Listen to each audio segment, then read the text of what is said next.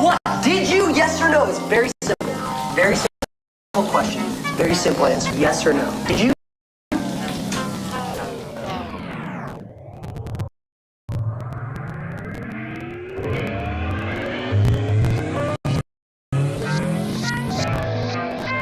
Yeah. There's something different in you. I wrote this when I was thinking of you. I'm just trying to get the vision to you. Think of me while you play this. Most played in your playlist. I'm trying to be a favorite. I'm here waiting. I wanna send you a text, but I only seen pushing. I don't wanna make it seem like I never seen pussy, part of my expression. You ain't gotta worry about them other bitches. Yeah.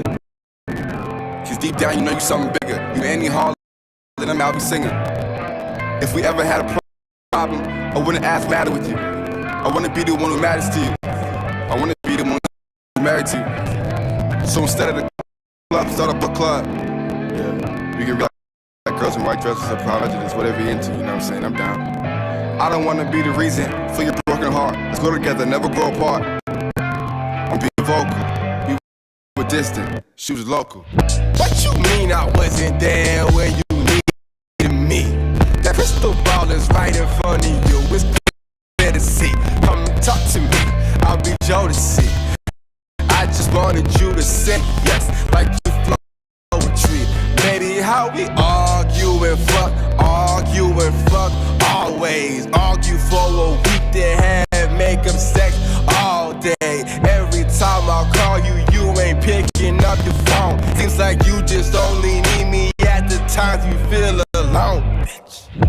This is a sign that every time I'm with you, I always want time back. Going through my phone, texting numbers in my contact. Then you start to hit me, wow, always in the contact. Get out my face, get out my face. Can we be safe for both sides in 40 days? Girl, change your ways, get out my face, get out my face. Can we be safe for 40 nights in 40 days? Girl, change your ways. Answer questions. Why can't you look at me and tell me? Look at me and shout. I'll shout if I want to shout. You won't shout. You won't shout in my house. Alright, I'll go back to my house. Yeah. I'd love to go back. That's obviously where I'd love to go right now. Why are you shouting at me? I don't understand why you can say things like that to me. Don't I gotta fucking be there.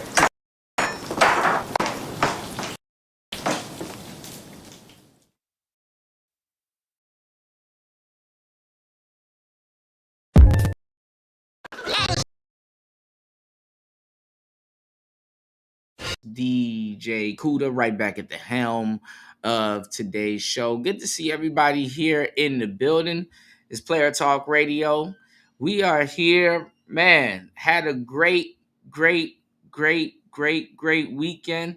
Hopefully you guys had a great weekend. Well, I'm not even gonna lie. I had a little sick this weekend, but I'm good. We good. We back in the building. Shout outs to everybody that been tuning in. Thank you guys for hitting the like button.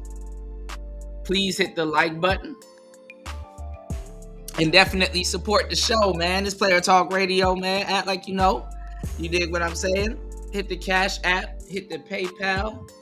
You know what I'm saying? We are here, man. So much stuff going on, man, in the world today, man. I had to take yesterday off. You know what I'm saying? I had some food not too long ago, and I ain't gonna lie, that shit had eggs in it. That shit was good as hell, though. It was like some shrimp fried rice it had egg in it. You know what I'm saying? I keep forgetting, like, bruh, I'm getting older, man. You know, them eggs, baby. Whoo-wee, I can't do them eggs, man. So I had to take the day off yesterday. Shout outs to everybody in the building. Shout outs to the legendary Player Squad here in the building. Good to see you guys. Shout outs to Aaron B in the building. Good to see you, player. Country Boy, good to see you, player. Evron, hey man, you already know what it is, player. Shout outs to big old player UFO Kamikaze in the building. We got Link in the building. Shout outs to everybody tuning in, man. Good to see you guys, man. Hopefully you guys are doing this weekend. doing good this weekend. I mean, hopefully you guys, pulled something bad. Hey, it's Saturday. You know what I'm saying? So you still got time today. You know what I'm saying? Make sure y'all pull something bad this weekend for your boy. Second weekend of October, man. This year is going by really fast. You know what I'm saying? So you guys got to really get on the ball, get on the money. You know what I'm saying? So what's going on, Chaos? Good to see you, man. Big old player in the building. So yeah, man, there's so much stuff, man. So much stuff to get into. You got, you got Kendra G. She out here suing people, which she really can't. So she out here in court lying. You got all different types of stuff. I was out not too long ago. Haven't really been out in a minute. Nothing really changed. Just been grinding, working, studying, and moving towards my goals. Everything is unfolding perfectly, in due time. You know what I'm saying? In God's time. Oftentimes, you know, um, as a young man in the game, you got to sit back and be like, yo, God is trying to show me something. Sometimes you got to put your thoughts aside and you got to sit back, and the exact words that got to come out of your mouth is, yo, God is trying to show me something.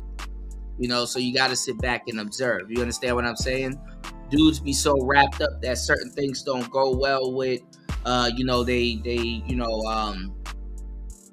not necessarily their finances, but their education or their business, or a little shorty or something, or just anything in your life. And it's a great opportunity to sit back and be like, yo, all right, let me kind of reassess what's going on. God's trying to show me something, and that process is very important, or should be very important to you as a man, because you're a builder.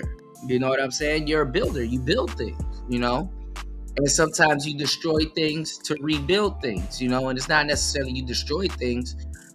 Sometimes, you're refining things, so oftentimes you gotta, God will put like, I wouldn't say a blockade, but he'll put something in your life to tell you, hey, you know what I'm saying? Let me slow down real quick and, pay attention to what's going on. God's trying to show me something, So sometimes you gotta give God the same grace that he gives you, and, pay attention to, how you're growing and stuff like that. If you're growing, slow growth is better than no growth. You understand what I'm saying?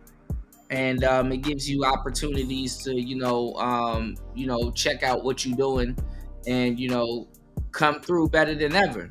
You know what I'm saying? So always remember that. You dig? So it's Player Talk Radio. We are in the building. Got so much stuff to talk to you guys about on today's show. A lot of people are covering certain stories that we've already covered, man. I gave y'all the game.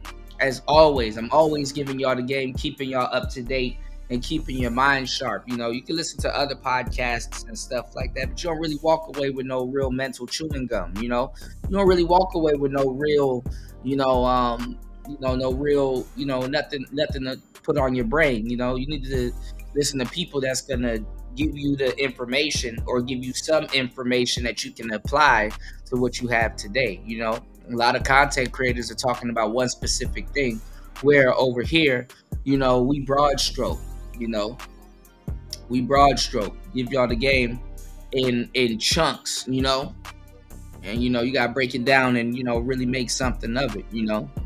So we in the building, man. So much stuff is going on, man. Hip hop wise, a lot of just different other stuff, hip hop wise, celebrity wise, dating wise, all kinds of stuff. People talking about, reconciliations and stuff like that, and how the black community is gonna heal itself and all this other stuff. There is no quote unquote black community healing itself.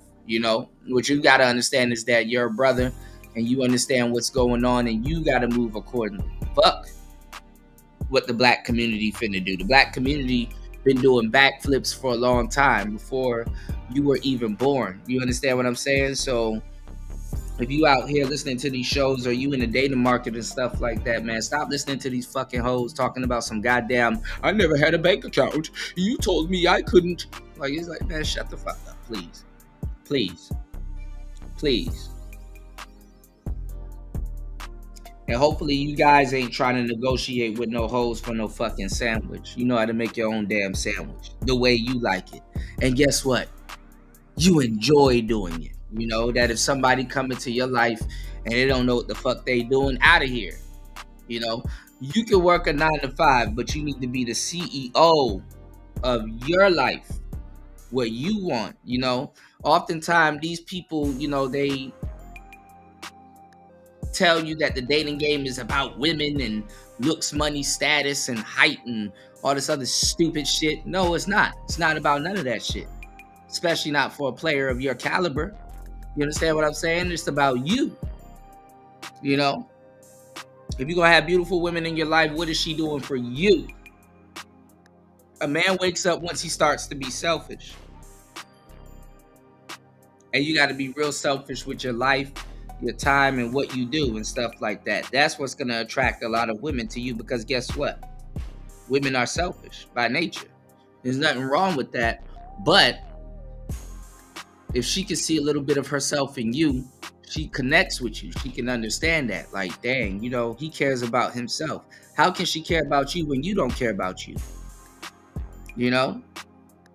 And if you know, look around in these spaces and you really look around at some of the stuff that, you know what I'm saying? Some of the stuff that these people are talking about, man, y'all negotiating with women for obvious shit that you can really do for yourself, for real, for real. You are, you know, you don't make it a spectacle when you make a sandwich for yourself.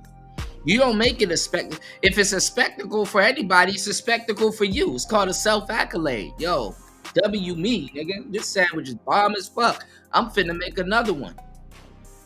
Then get it in on the 2K or focus on my business. You know what I'm saying? Sitting up here working and waiting for some broad to do something for you. Man, you can go out and go do it yourself. You go look at how a lot of women want to be independent. Nigga, they want to be you. You. Stuff that you do.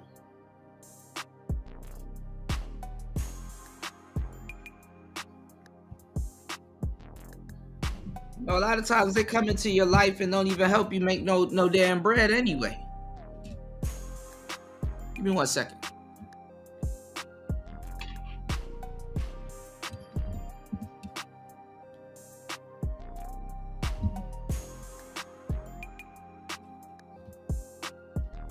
So you got to look out for your damn self, man. You know, yeah, sandwich ain't cooking. It's basic shit.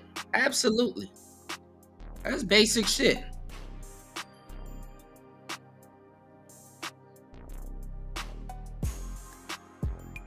And don't let me find out that y'all niggas out here dating these big broads and she ain't worried about if you got a sandwich also.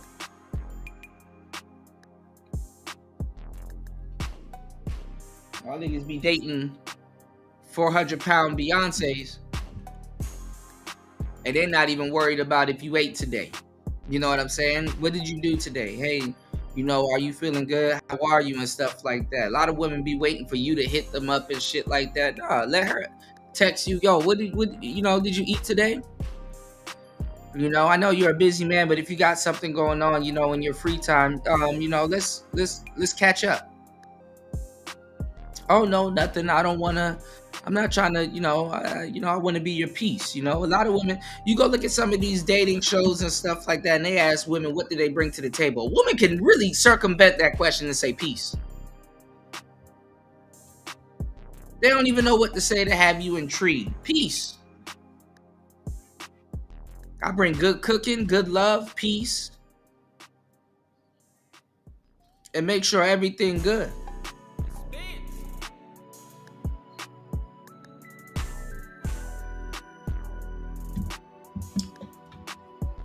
You know, y'all got to be careful nowadays, man. I've been giving y'all the game, bro. They worship themselves, man. You go look at the like I said, if you go look at a man's phone, right?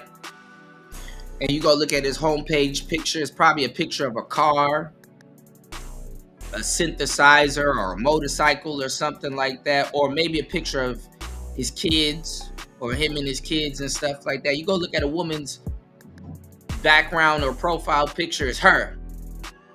You go look at her lock screen picture, it's her. You go look at her home screen picture, it's her. You go look at you know what I'm saying? You go to her room or her house, it's just nothing but pictures of her.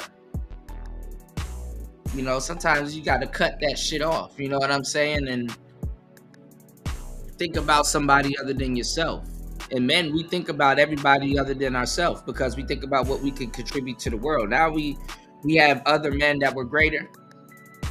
And maybe even you yourself, you know, you've built enough to say, hey, you know what? I can actually focus on myself now. You don't got to sit up there and feel that you obligated to save nobody else from their damn self. Especially somebody that's not even, nowadays you got to even be careful saving somebody from themselves because you ain't at the finish line and neither is them. You'll save them from themselves and they'll run off with somebody else. You understand what I'm saying? Because, you know, a lot of women, like I said, if you go look at a lot of the content that you have out right now, a lot of women are,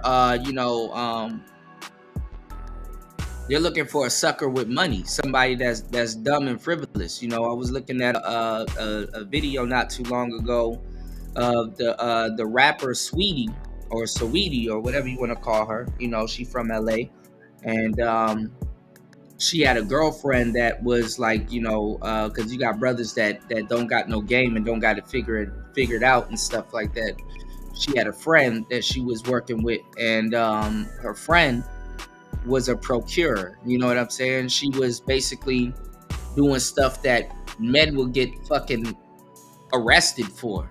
See how men and Johns are out here getting arrested, but the police let women have Instagram, and not Instagram, but like OnlyFans, and be able to solicit sex all day. That's another thing that y'all niggas don't even catch up on, man. That's how green a lot of niggas are. You know what I'm saying? A woman walking around butt naked, that's soliciting sex.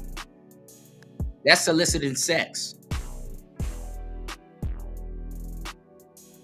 You know what I'm saying? But if you square and feel you don't care, hey man, you're going to be at the mercy of a lot of things that you aren't aware of. You dig what I'm saying? Make sure y'all hit the like button, support the show. Make sure y'all drop something on the Cash App. Let me know, man. It's Player Talk Radio. I got you guys, man.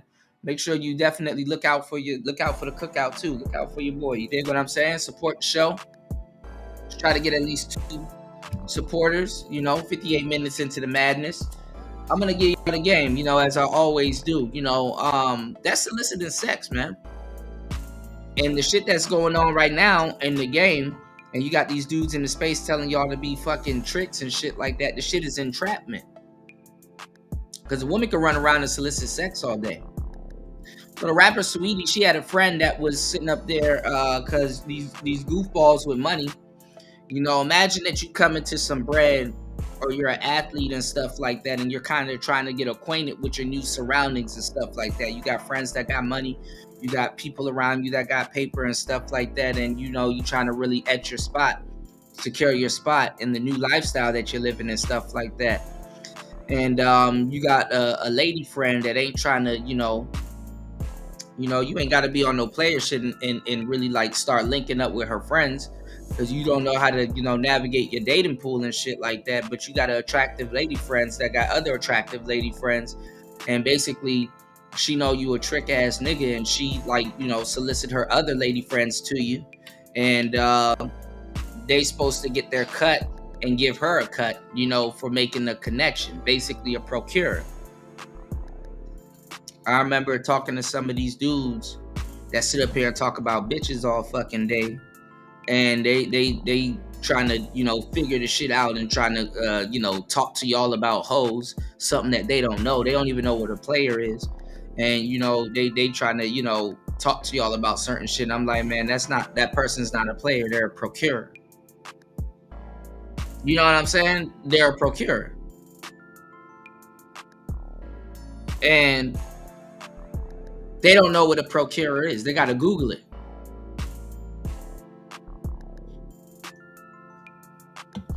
And that's what a madame is. You know, she basically was a madame. And I think Sweetie, she was dating YG at the time or whoever. And basically, Sweetie got with this dude. I think he's like a soccer player or some shit. So he, you know, what's going on, Bronze Flat Power Guy? Good to see you, player. Big old player in the building. So, you know, she basically got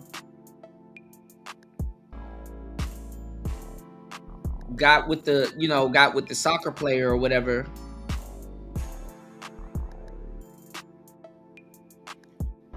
And she cut her friend off.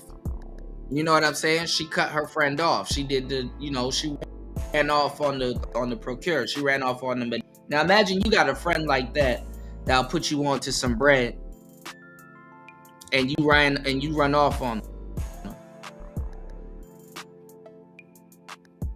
And it's open and evident, and you ran off with the trick. And the trick, you and the trick, how much fun the trick got your name tattooed on them, because that's and on your so-called friend. Don't break your friend off with no paper.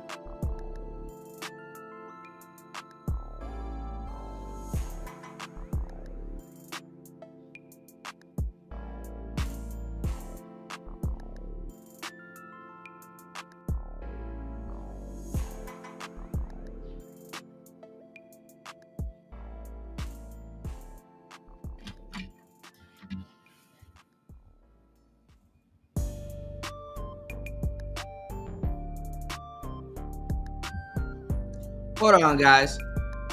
My connection is acting up. Give me 1 second real quick. Give me 1 second real quick.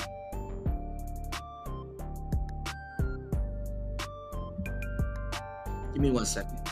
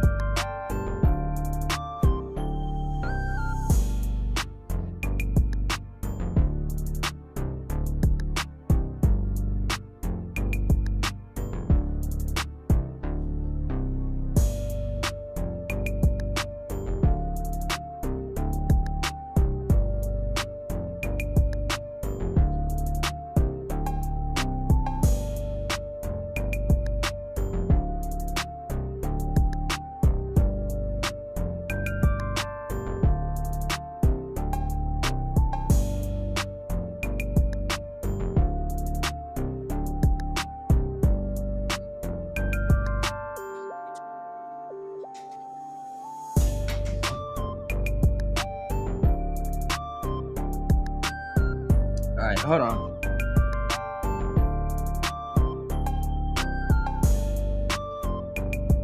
My Wi-Fi was acting crazy. My bad, y'all. Hold up. Shout outs. No, you good. You good. You good, Lick. I appreciate you, man.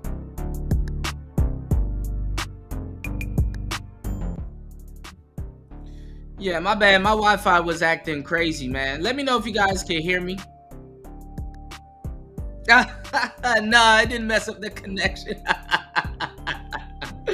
Nah, man, I appreciate you. Thank you so much. Shout outs to Link dropping it. Huge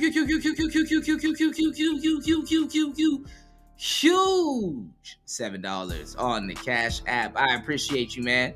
No, you good, man. But you know where we going, man. I appreciate you. Thank you, everybody, supporting the show, coming in. Let's get it. What a money reside. What a money reside. What a money reside. What a money reside. Okay, let me tell y'all something. I'm doing something real big this month. Any deal that y'all got and they beating us, I'm gonna beat about $400. Just give me your pen and the paper, cause I'm asked. What the what?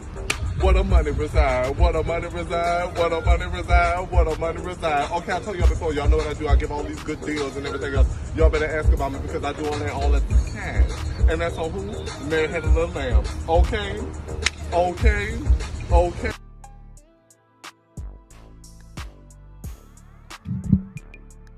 Shout outs to Link, man. Thank you so much. I appreciate it, man. Definitely getting the show started off right. Lucky number 7. 7 is a lucky number too. But remember, Link, 7, 8, 9, and the number 2 is a lucky number. You know what I'm saying? You know, why was 6 afraid of 7? Because 7, 8, 9. Thank you, bro. I appreciate you. And I still got you, too. I still got you on the movie night. Shout outs to everybody here. Shout outs to the legendary War Master. Also, man, went and got the new monitor. You know, I'm still learning how to put it together.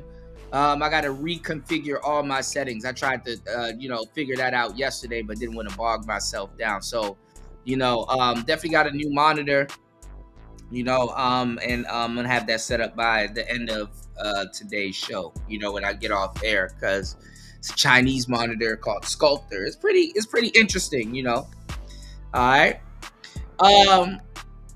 Hold on, let me see. UFO Kamikaze says Steph learning a serious lesson. Women don't respect dudes who put her first when she's the prize, when he's the prize in the relationship. Yeah. And then not even that, you know what it is, UFO Kamikaze? This is why I say, quote unquote, 2 10s don't work. Because the women will get jealous of you because you're getting, you know what I'm saying? You're getting the relationship. You dig what I'm saying? You're getting the relationship. You're getting the attention. You garner more attention than her in the relationship. And I've reported on, I reported on him, and I reported on Aisha Curry a minute ago. Like I said, Aisha Curry would want to meet a Stephen Curry, at the level that she is right now. And that's the thing. Like, women get mad at attention. Look at Serena Williams. Serena Williams, all the accolades, all the championships and Olympics and stuff that she's won, she's jealous of her own kid. She's jealous of her own kid because the kid probably gets more attention than her. And you want to know how I really found this out? How fickle and fucked up women are? When I was really deep into pickup artistry and the pickup artist game, right? I'm gonna give y'all the game, right? Shout outs to everybody supporting the show. Shout outs to Evron. Evron, can you do me a huge favor and share that link again in the chat? And that will be the first video we go over before we get into today's show. I was like, damn, I didn't get to check out we didn't get to go over that video that Evron shared. Evron, if you could definitely share that link with me one more time. I got you. It'll be the first thing I do after we chop up this game. I got you, bro. Thank you for dropping the huge $10 on Cash App, as always. Thank you, everybody, coming through like you always do and supporting the show. Let's get it. It's Player Talk Radio. Let's go. Give me 1 second. It's Player Talk. Hold up. More.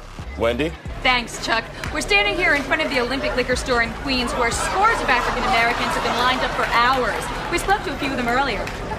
Ladies, may we get a word? Hide the money, y'all. There's poor people around. With your broke ass. Shout outs to Evron. Thank you, bro. Thank you, everybody, coming through and supporting the show. Let's keep the support going. It's Player Talk Radio. So yeah, this is what I've learned, right? Back in the day, remember I told you guys that attractive women, they never they never really, you know what I'm saying? They never really used to walk around by themselves. Nowadays, you would see you would, you know, because the climate has changed. Now you see that attractive women, you know, they're by themselves. You can get you a dime nowadays, you know, and don't have to really go through too much bullshit. You know, there's a lot of dimes on discount. A lot of ditzy women that didn't have to think for themselves has to think for themselves now. Now, the principles of infiltrating a group don't change because, you know, a lot of women, their friends has to think for them. You know, their friends were their echo chambers. You know, a lot of women, you know, before you could get to them, you would have to befriend their friends. You know, so literally to a certain degree until you know, understand the dynamics and how it works, because there's other ways to skin a cat. But as a pickup artist, right, what I would have to do, right, I would have to approach like a 2-set or a 3-set, all right? And when we say set, it means a group of people. You understand what I'm saying? So we would have to approach a group of women, and let's say there was a very attractive woman in that group that stood out. Remember, a lot of times 6s hang out with 4s and 5s to look like 7s and 8s. You dig what I'm saying? So a lot of times we would go into the group, and the person that was used to getting attention, what you do is you talk to their friends, you befriend their friends, and you deprive them of attention to a certain degree. They'll pretend like they're on their phone and like they're so busy doing stuff and shit like that. They ain't got shit to do. And what you do is that, you know, you talk to them and you talk to their friends, and you're like loud enough for them to hear, or they're right there, so you don't really have to be super loud, right? And you talk to her big friend or whoever she got, or another friend that's probably a little bit less attractive or whatever, in pairs. And what you do is you pull her friend. And the thing is that she's so used to getting attention that when you start showing attention to somebody else other than her, especially if she ain't got nothing going on, and even if she do got going on, they're greedy. They want all the men. This was the pipeline back in the day that women had to use to get quality men. Because what will happen is that every guy that would approach that she doesn't necessarily want to reject and stuff like that, you know, she'll try to brush it off on her friend anyway. So you skip a step. And what happens is that if you're a quote unquote cool quality type dude, and you're popping shit at her friend, you'll see how quick and fickle their friendship is, because the girl that get all the attention, she wants you, but you're showing it to her friend. And sometimes the friend is better than sitting up there with an attitude, because she usually gets the attention. And, you know, once you befriend their friend, or you're pretty cool and stuff like that, you can leave the table, and they will talk about you and stuff like that. Because when you approach a group, they're thinking two things immediately: who is this guy, and when is he gonna leave? And then once they open up to you, or you open up to them, and they get to like you and stuff like that, now you become what's called a main topic, like you're up for grabs. You don't necessarily have to go after her friend, because the thing is that you can always befriend her friend, but you do want to show her friend more attention first. And then you can always say that, you know, oh, you know, I kind of been a little bit rude or whatever, you know, kind of showing you all the attention. But do you mind if I talk to your other friend, your other friend? Or if you don't even have to ask her, you can just start doing it and stuff like that. So usually what I would do when I used to go to the clubs and stuff like that, and even if I had a wingman, I would leave my wingman and like go over to a table of women and be like, look, and clearly they can see I'm over there with some of my friends or whatever, and be like, listen, I'm over there talking with my friends, and like we were having a debate, and we needed a beautiful woman or a group of, you know, ladies, input on this subject. You know what I'm saying? And you know, you ask her a stupid question that, you know, one of the templates that we ask all the time: who cheats more, men or women? It don't matter if she says men or women. You know what I'm saying? It's just an icebreaker.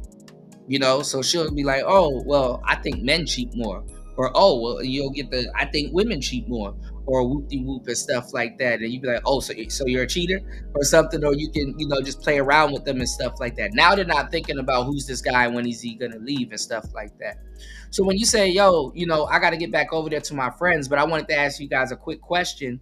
What it does, it disarms them, because it's what's called a false disqualifier.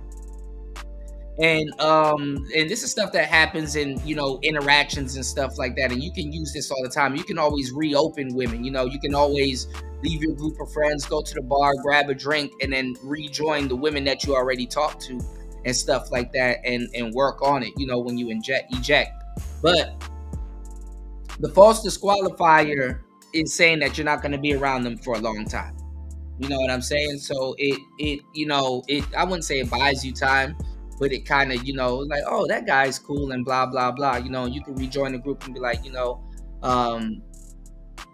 basically, like, the girl that you're talking to,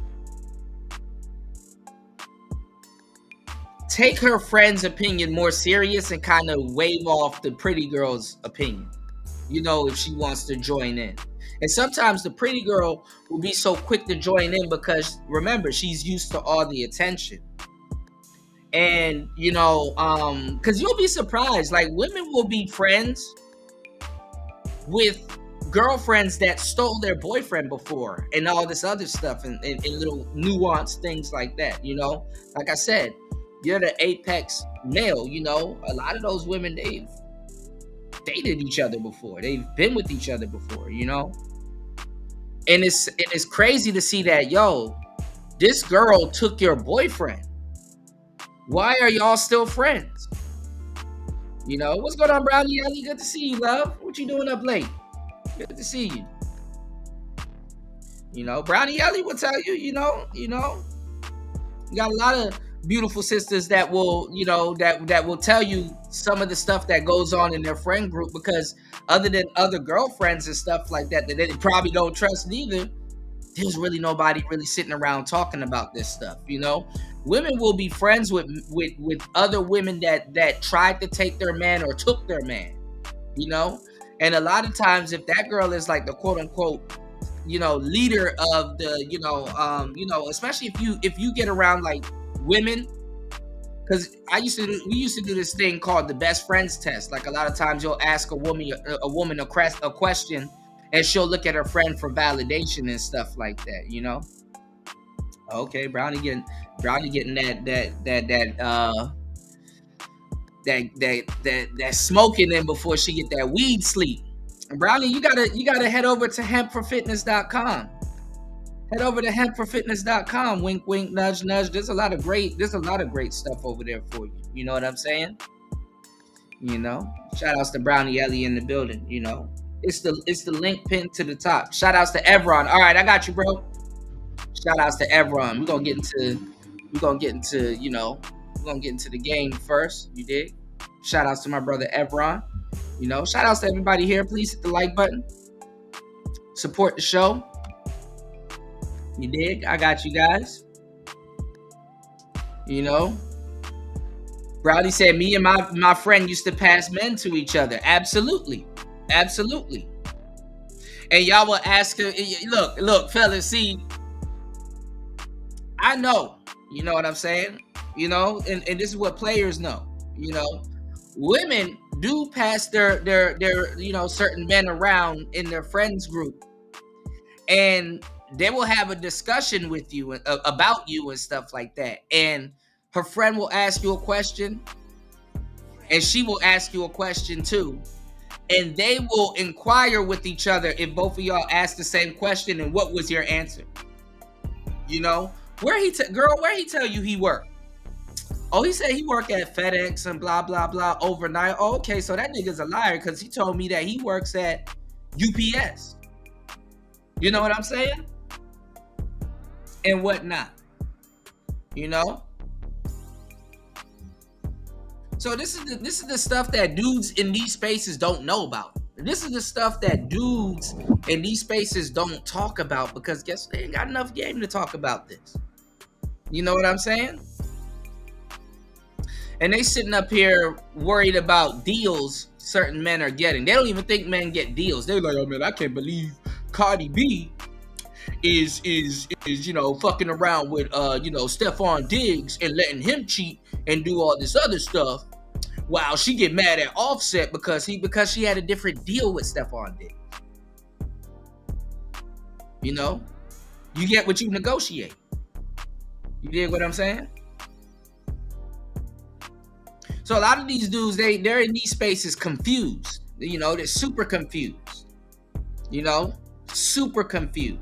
You know, UFO Kamikaze said, when a woman gets lazy or no longer in her prime, she'll look for a lesser man to satisfy her ego. Absolutely. And you know, I was talking to a brother yesterday, and he was like, "Kuda, what do you mean that a lot of women in the game that they square up? You know what I'm saying? They square up and you know, get with certain men when they get about the game, or when they're planning on getting about the game, or when they're in the game, they kind of, you know, get with men that don't know their past or don't really have no game. What do you mean that they, you know, they square up?"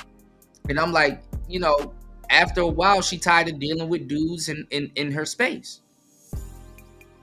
and she go gets a naive man that really don't, you know, and it's like a little bit of a, you know, us in the game, we call that shit a vacation.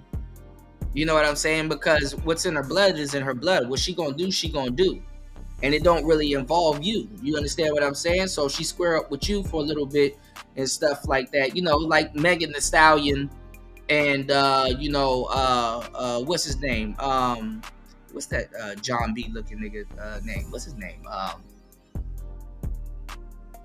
Y'all know who I'm talking about, the basketball player, Klay Thompson. You know, a woman will square up for a while and play house for a while with a nigga, you know, who she thinks, you know, she'll square up for a little bit, you know, and you know, for a little bit, you know, but when he's too green, she like, all right, I gotta kind of, you know, get me another nigga. Let me see who's in his, you know, let me see who's you know, who's his friends, if they really his friends. You know what I'm saying? They a lot of times, and that's why a lot of guys don't get it. A woman will navigate her friend zone, your friend zone, like she navigates her friend zone. You know what I'm saying?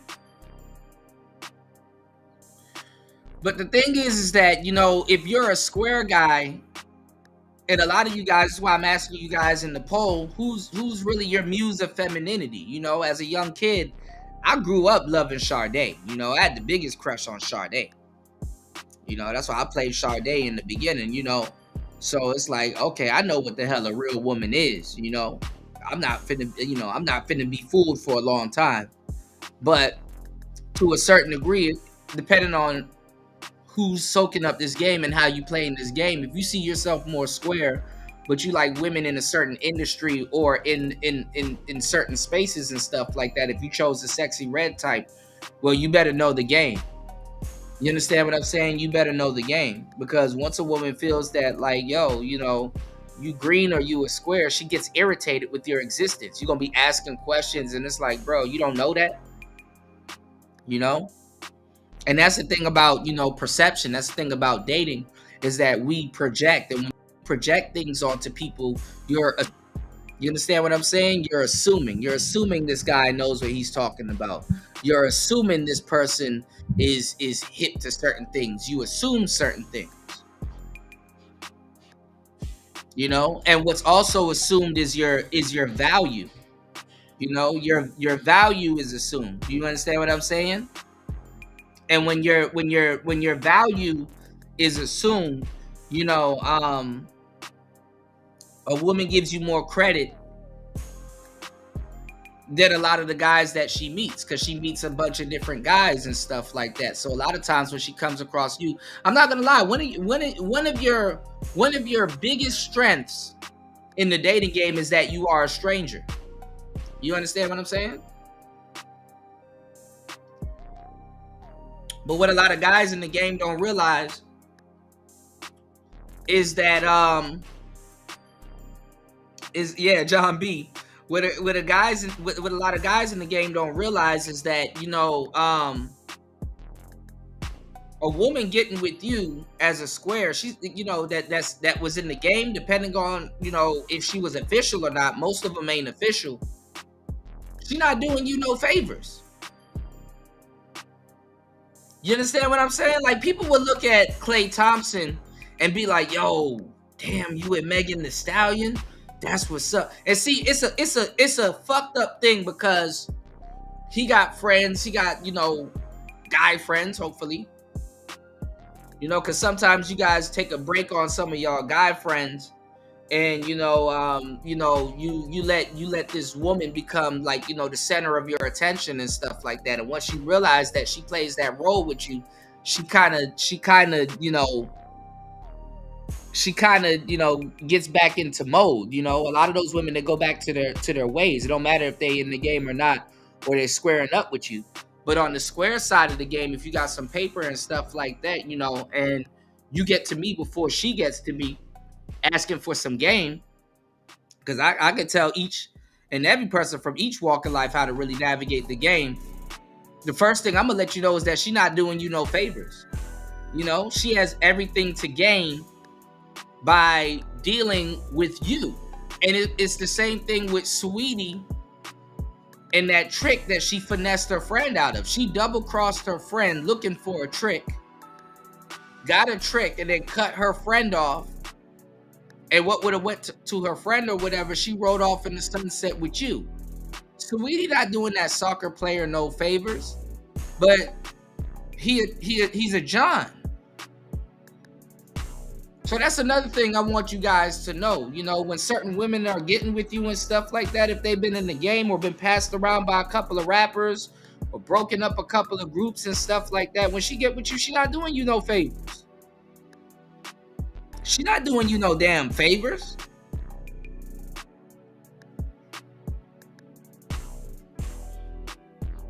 And I'm seeing now more than ever in these spaces, y'all are listening to people using the scale of 1 to 10, which I've been giving y'all the game for a long time. These people don't know what they talking about. 10s don't get with 10s like that. It's more so 6s getting with 9s, and 7s getting with 10s, and 4s getting with 7.5s and stuff like that. This is real life. Y'all niggas worried more about the paper. When you perfect the paper, okay, when you start to say, okay, damn, let me go try to apply this in real life, now you get frustrated with something else because what's on paper is not translating to real life like that. Like I said, 6s hang out with 4s to look like 7s and 8s. You know what I'm saying? I drop gems all the fucking time. A lot of these people, you can be able, you know, you need to soak up this game. Support the game, number one, but you need to soak up this game, because you'll be able to read people. And let's say you wanted to start off with an abundance of women. Let's say, yo, you know, damn, you know, Kuda, I want to use this game and attract an abundance of women. Cool. But then you're going to get to a point where you start looking for quality. And once you start looking for quality, you might not necessarily be looking for a wife, but you're going to be like, yo, okay, I'm looking for somebody I can go sit down with. I'm not trying to be in such and such club spending money and stuff like that. I'd rather take club money, get with a woman who I genuinely enjoy her company. Sex is good. Some of the stuff that we got to work on together is not really a compromise for me. And stuff like that. We can actually grow together. She actually listens to me. If I wanted to start a business, I could start a business with her, or at least have her be a part of, you know, a little bit of what I got going on before we move to the next step, you know. Or she's very smart in an area that I really know nothing about, or she has a profession where she can network and link me around a couple of people, because I don't see guys giving y'all no real game like that in these spaces. Your girlfriend, you can get with the woman that is like a networker, like she knows a whole bunch of other people and stuff like that, you know, that can really put you in position to make more bread, whether you stay with her or not necessarily, but even while you're with her. they'll bless you. You know, so you gotta look at it for what it really is. You know what I'm saying? These people ain't really giving y'all no fucking game. They stuck on dating when the real fucking game is in a relationship. You need to be relationship material. Even if you want to be a player, you need to be relationship material. You know what I'm saying? Because after a while, your place all the time ain't in the bitch's face. You dig what I'm saying? So, you know, you really need to carry yourself a certain different type of way. A lot of women come to this realization before men do because women are players. Women are red pill. No matter how crazy they play or act like they don't know what's going on and shit like that. You know what I'm saying? This is why a lot of dudes have to become red pill to even entertain or get some type of feedback.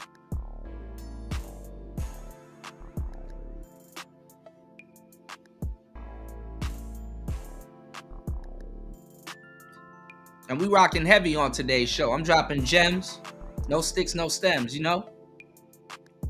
Laying paint where it ain't. Doing what other people can't, you know? So I'm trying to, you know, put y'all on for real, you know? I'm not negotiating with making no damn sandwich. You know what I'm saying? I'm not listening to no broad stroke cooking clean BS. Cook what? What are you cooking? What can you cook? Motherfuckers will tell you all that. Oh, I can cook. Where the menu at?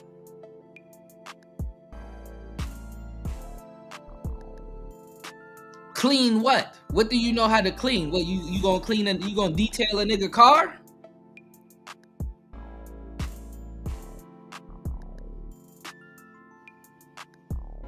And it's just so crazy that this stuff and this is what dudes are listening to. Like you listen to this stupid shit. It's like, bro, y'all acting like this shit ain't mandatory. This shit is woo mandatory.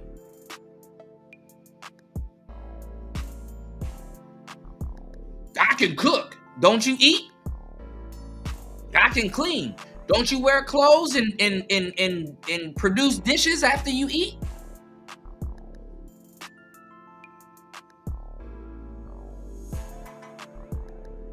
Y'all not listening to real women. Real women will tell you, what do you bring to the table? I bring peace. I bring love. I bring connections. I bring support.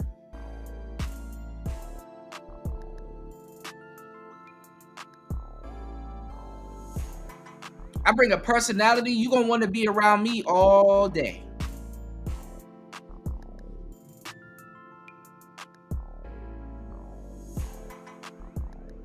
Instead of sitting up here talking about some, man, I don't really get along with men that's you know, goal oriented and career oriented because he don't got enough time to sit around and waste time with me and do TikToks all day, and he don't got enough time to, and he don't got enough time to, and he don't got enough time.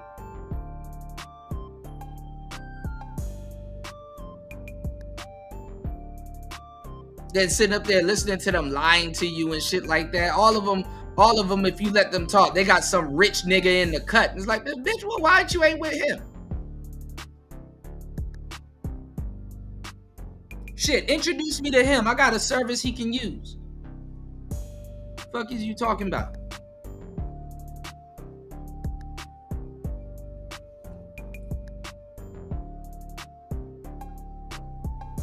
Don't get into a relationship with two people mismanaging their dating pool or their social circles.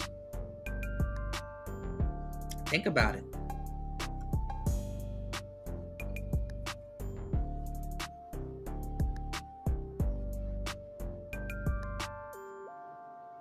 When you cheat, she like, oh, two can play that game, but when you want to start a business, why don't she start a business?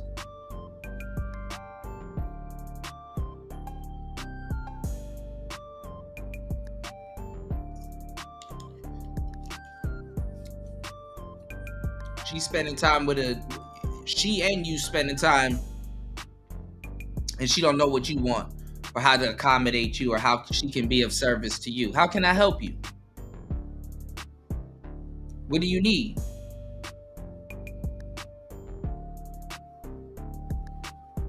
So y'all don't sit up here and spend all this time listening to these weak ass podcasts. Niggas not even giving y'all no motherfucking game. You haven't even moved from where you were at square one. You know what I'm saying? You know, you gotta start putting stuff together. It's okay if you a Vulcan cannon. Sometimes you gotta charge up and then shoot some shit. That, you know, like I said, arrows get pulled back before they shoot forward. You know what I'm saying? So don't think it's a setback. Work on yourself. Fall coming, wintertime is coming and stuff like that. You know, wintertime, fall is always the perfect time to work on yourself. Stay out the way. Stay out the way. You did?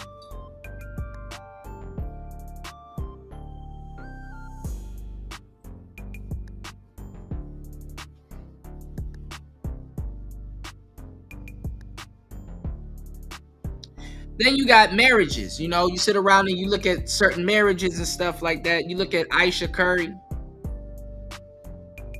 talking about her goofball career.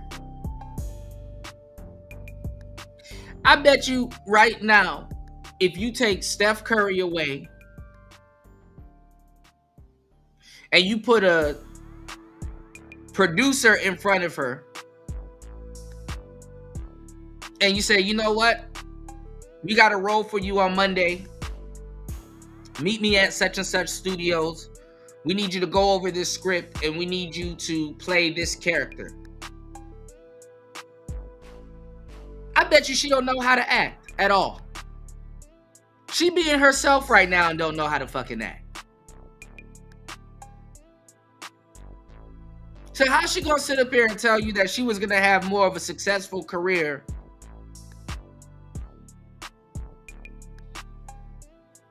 than Steph if she wasn't with Steph and raising kids? And that's the thing with a lot of women. They're lousy opportunists, but they're opportunists nonetheless. That if she didn't live in a timeline where she was getting passed around from dude to dude and getting her heart broken, she don't feel like she lived. Like some of her single girlfriends. And I understand that you don't need to live in the shadow of somebody, but guess what? If she got an acting career right now, resources that Steph Curry done got her and stuff like that,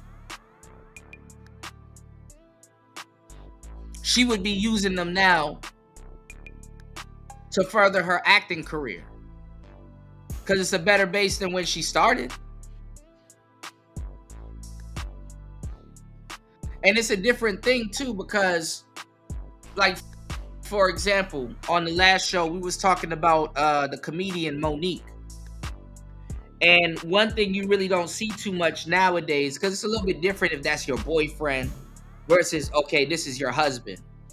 And both of y'all got a business together and he manages you and, you know, he's running his household and things are going on. Monique can't get certain roles and certain things and stuff like that. You openly saying that, hey, you know, I want to be in a fucked up industry. I want to be around a couple of sleaze bags. I want to be around a dude that think that he could fuck me because he thinks I'm single or I have a boyfriend. That director's for you to get this fucking movie that you want to be in. He can't fuck you. You with Steph Curry. You gonna cheat on Steph Curry? See, women be asking in a lot of cases for the bullshit. And I hate to say it like that, ladies, but it's the truth. I know it doesn't. I know when you want attention and you think nobody's paying attention to you, even your man and stuff like that, and you feel deprived from your man, so you go look for it from the world, and then the world's not giving it, and it's something that you feel that you need. And you hate that when you get it, it's associated with the person that's not giving you attention.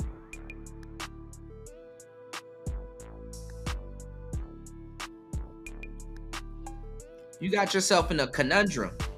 And you would say things live, knowing damn well you got a whole family that got to sit around and hear that. Damn. My mama didn't want me with my legendary dad because she wanted attention. Damn, My mama didn't want me with my legendary dad because she wanted to be on somebody's casting couch. And if you go look at Hollywood today,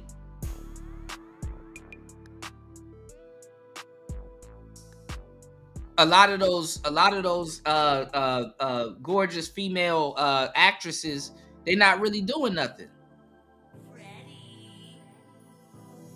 And y'all, and she sit up here making it seem like, oh, well, you know, this is holding her back and shit like that. Like, what's stopping her from hitting up Tyler Perry? Tyler Perry be like, oh, damn. Yeah, I'll put you in a movie. What's stopping her from pursuing her acting career? She can go hit up 50 Cent. He building a studio in Shreveport. What happened to that?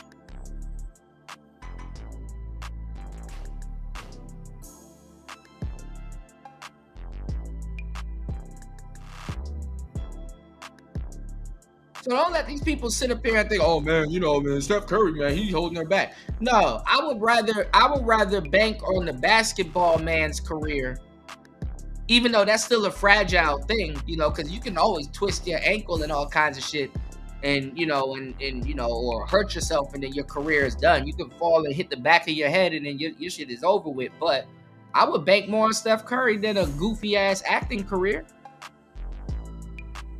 We acting like we don't see these relationship dynamics anywhere. Look at Gabrielle Union and Dwayne Wade, you know, and you can already tell what's going on in the relationship without really having to be a part of it. You could tell that, you know, when shit was good for her, she was making her money. She felt independent. She didn't need the basketball man's money and stuff like that. So if you wanted to do something or, you know, control something and stuff like that, she like, look, I really don't need you type shit. And to a certain degree, it's weird, you know, when you're a millionaire like that, because you might be attracted to some shit like that, because you might be around a bunch of women that, you know, all they want to is get paper out of you. So the first thing that's kind of somewhat independent, you want some Neo shit, like, oh, I'm weirdly attracted to this attractive woman that got her quote unquote own. And now when her acting career slows up, why the fuck do you feel bad that you gotta now depend on your husband? Now you gotta go by what he said. It's like winning a deal. It's like, now you gotta go by what he said. Now you gotta listen to him because now you feel bad about hitting up your husband when you need something. That's your husband. You shouldn't have to feel that you in the doghouse unless you did something. Unless for a couple of years you was thumbing something in his face or talking shit to him or you know what I'm saying? That now you feel like you indebted to him. And that's your husband. Now that acting career slowed up and stuff like that, and then now you feel like you got to relearn how to love your husband because you were being a piece of shit.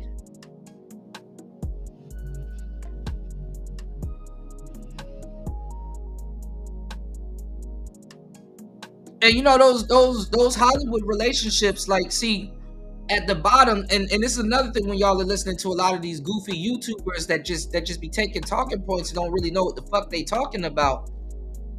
You would think that regular old you and some woman that you with is going 50-50. Now, to a certain degree, you'll go 50-50. Like if both of y'all are going half on the rent and certain things and stuff like that. Yeah, that's kind of going 50-50 on the surface, but there ain't no 50-50 relationship. The real 50-50 relationships are with the celebrities or two people that got two separate businesses and they come together. That's a real 50-50 relationship.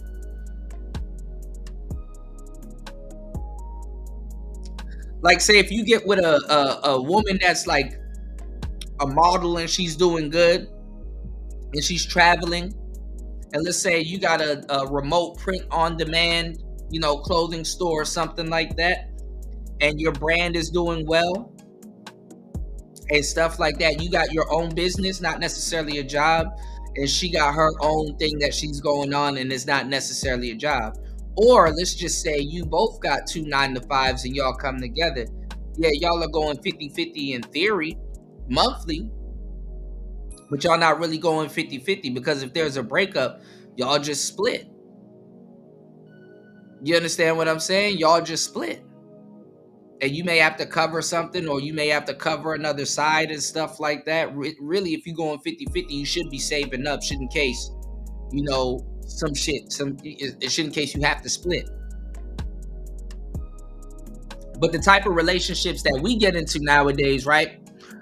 Because nobody really even tells y'all what 50-50 consists of. If you really go 50-50, the extra money that you save by going 50-50 and stuff like that, a lot of times, especially if it's the woman with the man, a lot of times the woman is like, okay, well, he's saving a little bit of extra money. That's some money he can spend on me or us. You understand what I'm saying? That's some money he can spend on me or us. So even if you go 50-50 with a woman and shit like that, you know what I'm saying? She's still clocking your finances. You don't even know it. She actually clocking it a little bit more because she knows that y'all are going 50-50 on something. Hey, did you save that? Hey, make sure you don't spend that money on something. The electric bill's coming up, or hey, blah, blah, blah. She looking for you to spend the extra money that you make to do certain things for her periodically. Oh, Valentine's Day coming up. Okay. What are we doing? And sometimes it's vice versa.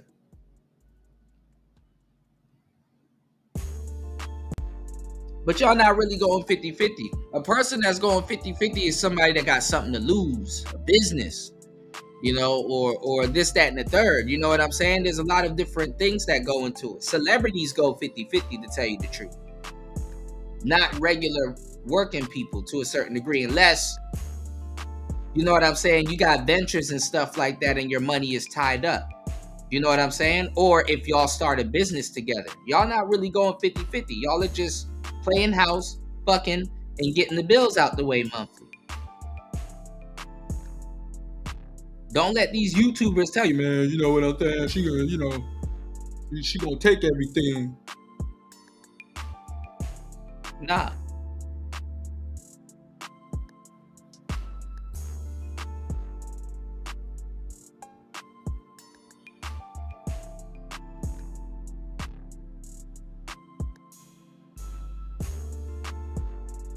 So, and unless you have kids too, that's 50-50, you know, to a certain degree. That can be a little bit of 50-50, but not necessarily, because somebody's usually doing more or equal.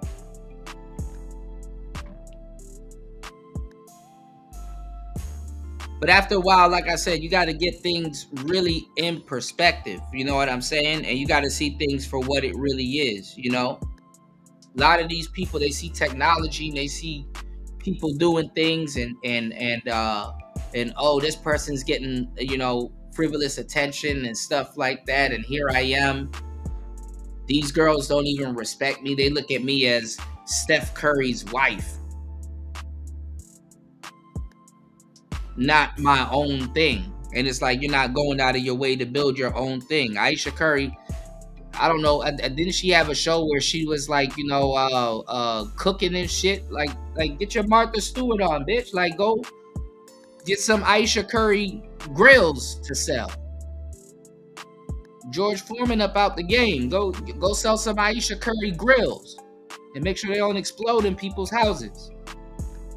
Make some cookies. It's Halloween. Start a cookie store. Instead of being a spooky bitch. Like, stop being scary and shit like that, and go take care of your damn family and shit.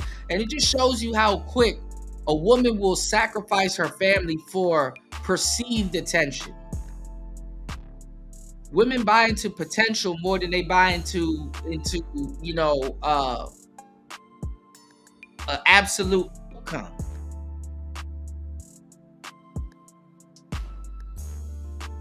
And what's really closing in on her is these years. Because the thing is, it's like, dang, what am I finna do? Do I already got, got enough years in where I'm like, okay, I already did the family. I've been there. I done that. Collected the Pokemon badge. I still look good. I still got a couple of years left in me. Let me see if I can just get up out this marriage real quick. Get the house, the car, and all this other stuff. Cause see, they don't think about that too. There's a lot of reasons why they don't think about that. They want like this egalitarian society, but the thing is that women are always gonna want men that make more than them. So it's like, okay, well, shit. All right, you divorce Steph Curry, your kids ain't mad at you or whatever, and you get them on the weekends or whatever, where you see them or whatever, and blah blah blah. It's amicable. Let's say you have reconcilable differences and y'all break up, right? Who the fuck you gonna date?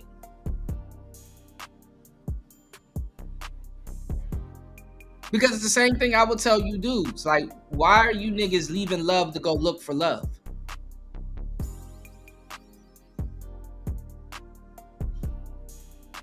You leaving love to go look for love. What you gonna do? You gonna go back out there in the dating game and try to set up another Steph Curry situation? And I'm not even gonna lie.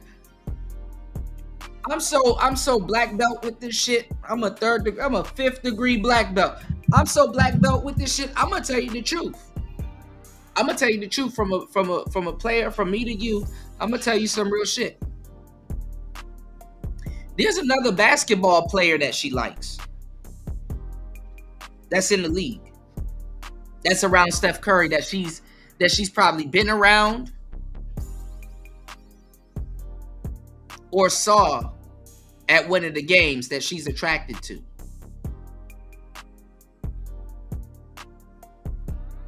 A lot of dudes don't believe me when I tell them that their woman is attracted to some of their co-workers.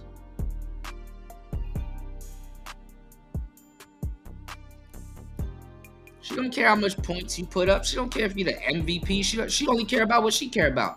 She's only loyal to her feelings. Her feelings will fuck up a village.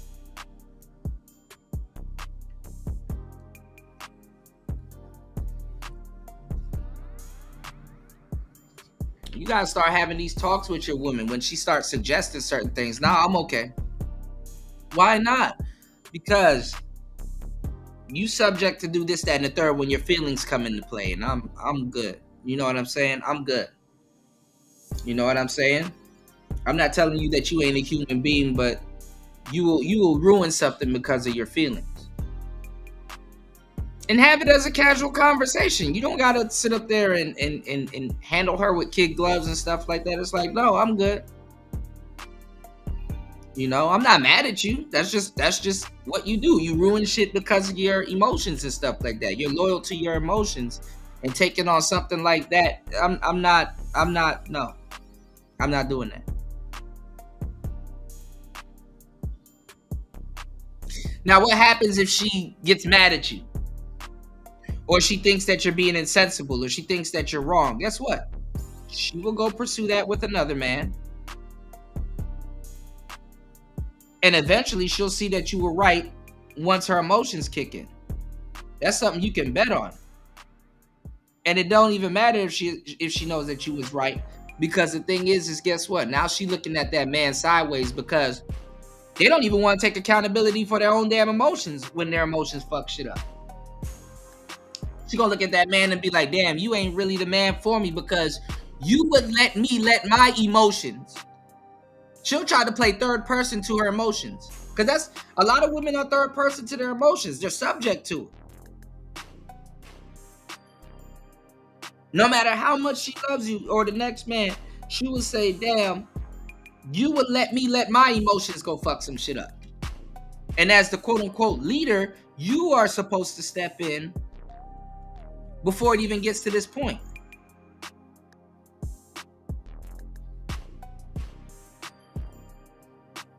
That's a lot to put on somebody.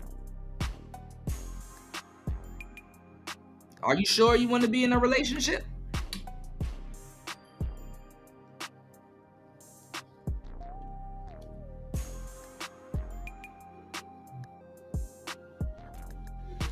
It's fucked up, y'all.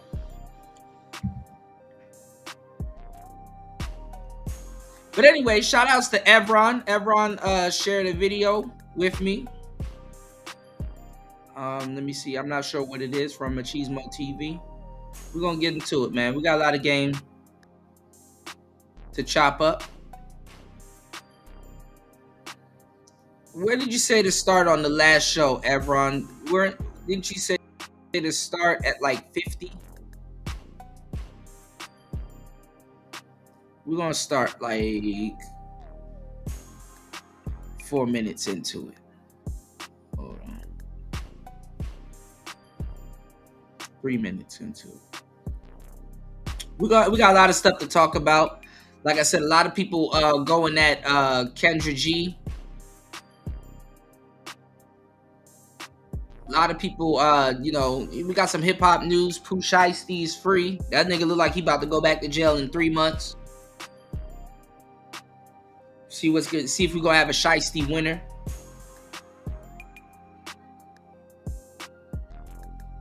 What else we got? We got people going after Anton Daniels again. A lot of stuff to cover on today's show, you know? They're going after Anton again.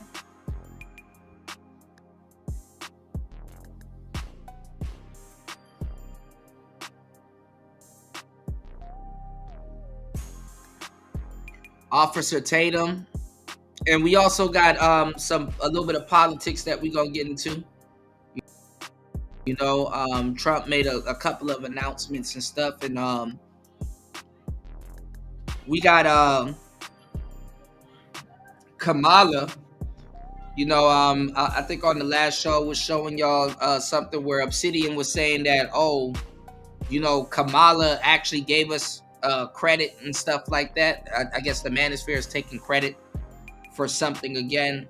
And then at the same time, you got other people saying that, yo, I think you even have Myron even saying that Kamala gave him, or people saying that Kamala gave Myron and Andrew Tate their props on something, you know. I don't know. Or maybe she complained about something and, you know, the Manosphere is taking props for it, which is goofy because we need more smarter people in the Manosphere to realize that we didn't win no goddamn election or no debate or nothing like that. 80% of black men still voted for Kamala.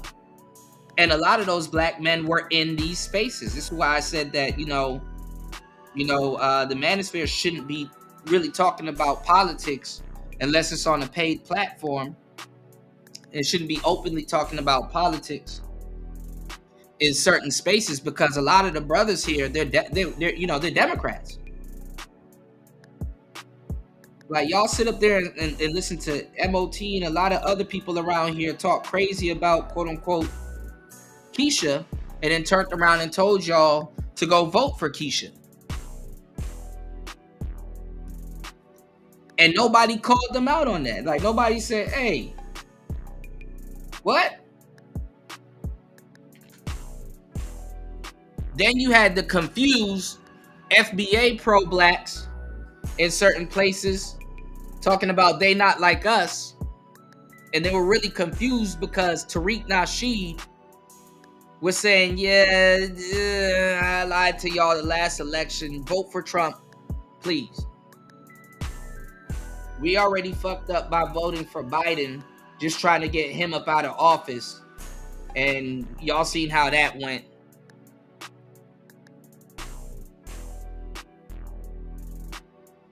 We're suffering, so yeah, go vote for Trump. And they couldn't openly turn against Tariq Nasheed like that because they're stealing his talking points because they haven't done their research.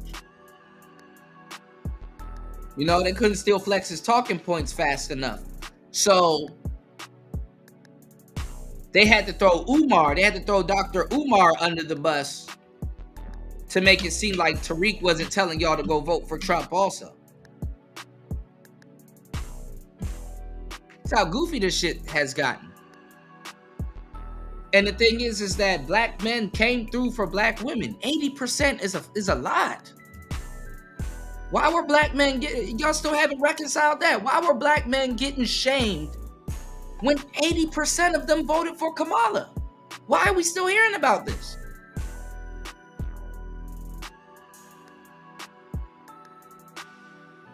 And then at the same time, Kendrick Lamar's song, They Not Like Us, was going crazy.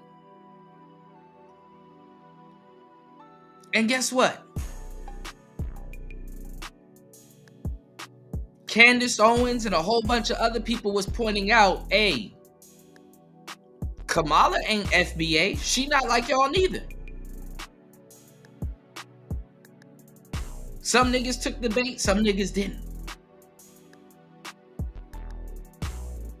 And we're going to talk about it because remember, I was just telling you guys about Candace on the last show.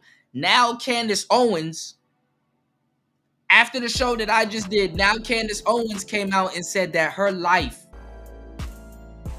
is in danger. And she sat up here and said the exact same thing that I said.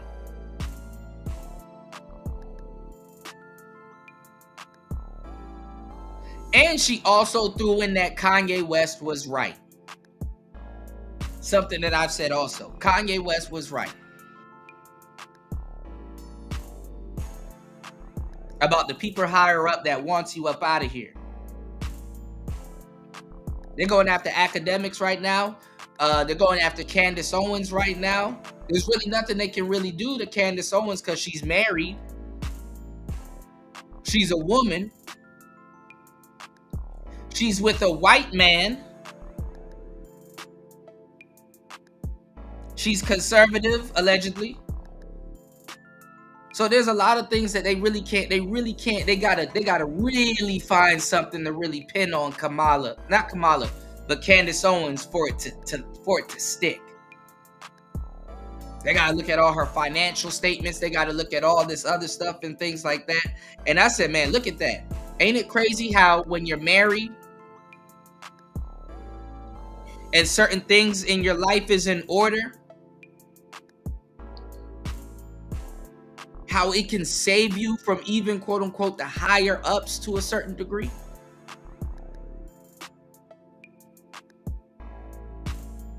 When you're quote unquote kind of doing right and you're quote unquote the model citizen,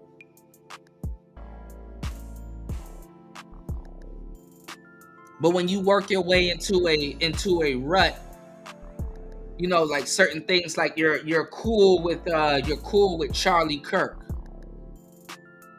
You know, you were there from the beginning and you stand for certain things. Yeah, you know, it gets a little tricky. But look at how a marriage saves a woman. If Candace Owens was single, she'd be in fucking trouble. She'd be in trouble. But we're going to talk about this Player Talk Radio. If you guys are enjoying the game, if I gave you something to think about, please hit the Cash App, support the show.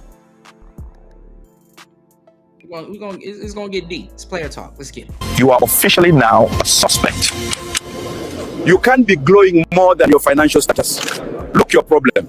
Producers have confirmed next season of The Island will merge the Hunger Games. Only one couple will survive the new format. Everyone else dies.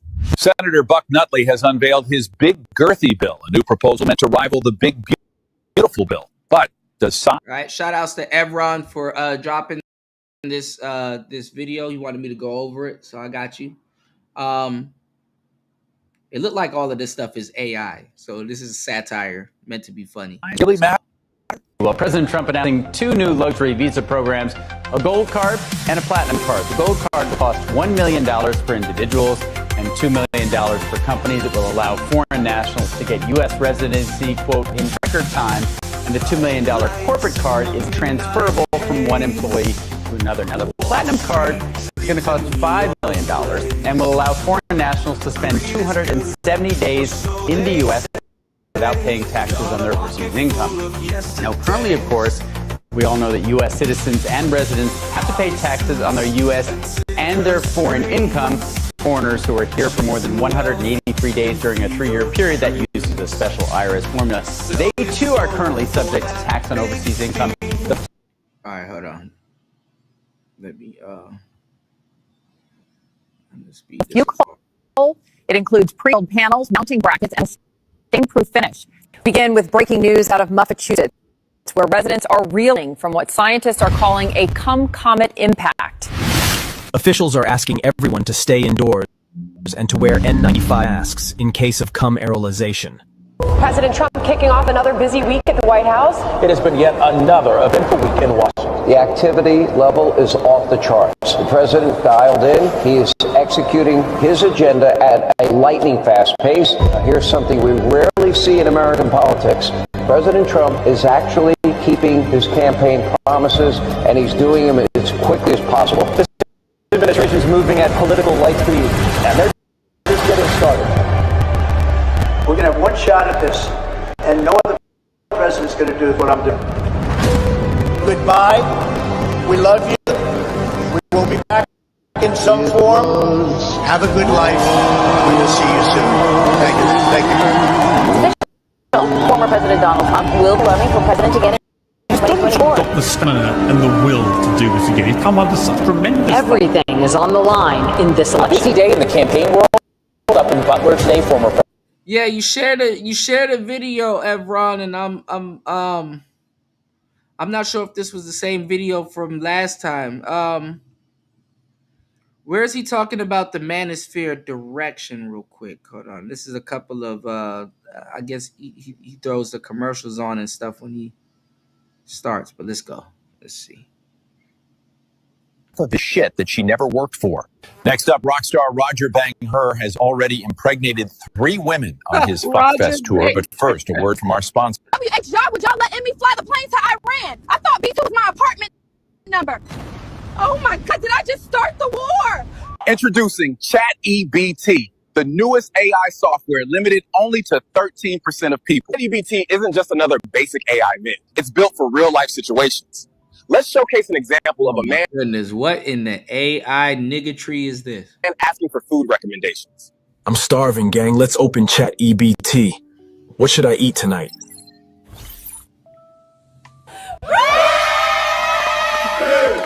ChatEBT is fully aligned with real-time data, giving you the most accurate, up-to-date definitions anywhere.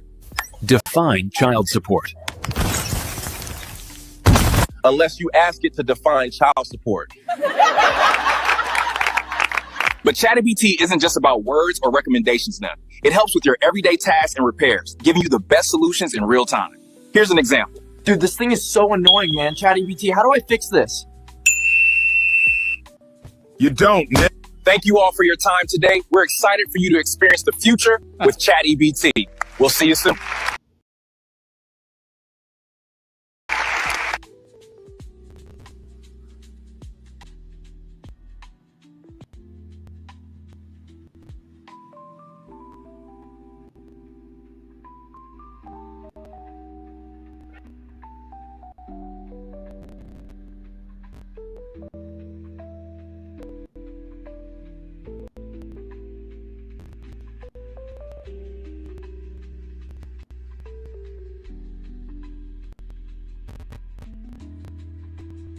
All right, hold on, guys.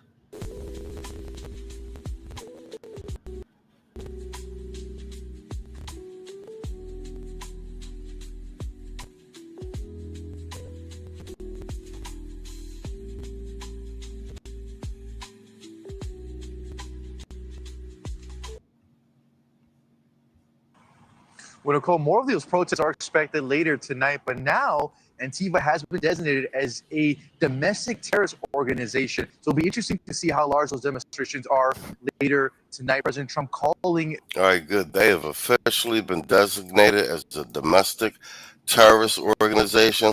I can't wait to see the fallout. That group, professional agitators, and about half an hour ago, Department of Homeland Security tweeting this, Nicole, on that group, Antifa, saying, quote, rioters in Portland, Oregon have repeatedly attacked and laid siege to an ICE processing center. Many of these criminals have been arrested. And so there we're talking about some of these Antifa attacks. And it's like, you know, and a lot of those people got shot at. And I hate to say it like this, even though it will make a lot of people look bad, but fuck it. Why haven't the USA shot back? You know, you mean to tell me that it's okay for the USA to shoot at its own civilians, but let other people that shoot at them walk? You know, so you got a lot of people that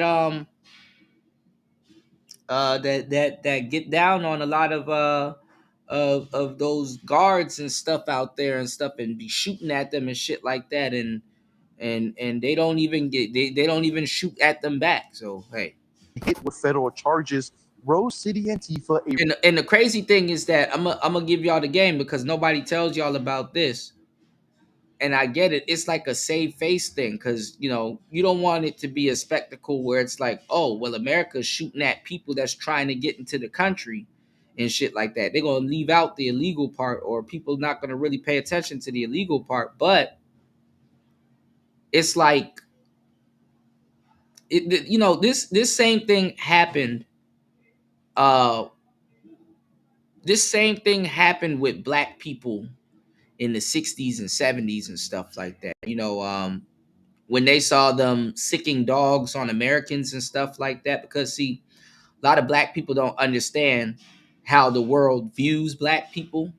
So it's like they're not sitting up there, because it's funny that the world views black people as Americans more than black people view themselves as Americans. And the funny part is that when, you know, those images were shown all around the world that, oh, damn, they're sicking dogs on black people and stuff like that, they're not sitting there thinking about, oh, they're sicking dogs on black people. People are looking at it like, damn, they're sicking dogs on the American people. Those are Americans.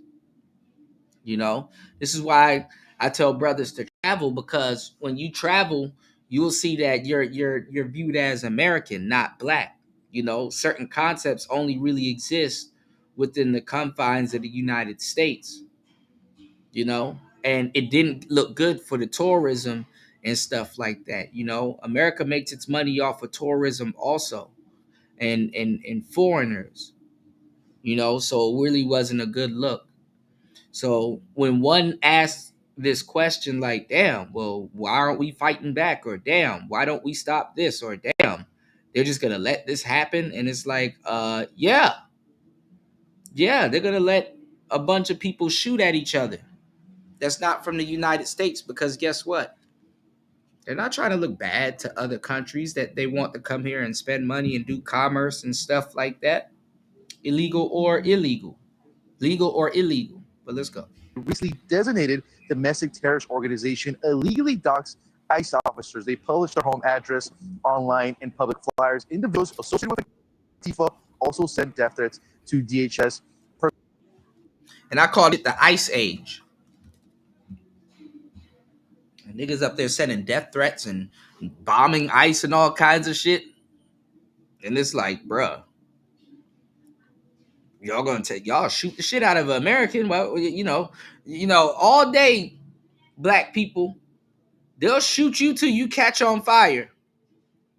But never mind. You know, now, and some of these protests have turned violent right here, Nicole, in Portland, Oregon, outside of this ICE facility. If you actually take a look at it, you can see that the facility is completely boarded up. You're actually looking at some of those videos of those clashes. We've seen crowds throwing rocks and grenades, even launching fireworks at agents and towards the windows of this facility. Some groups. And the crazy part is that you got U.S. citizens in those crowds also.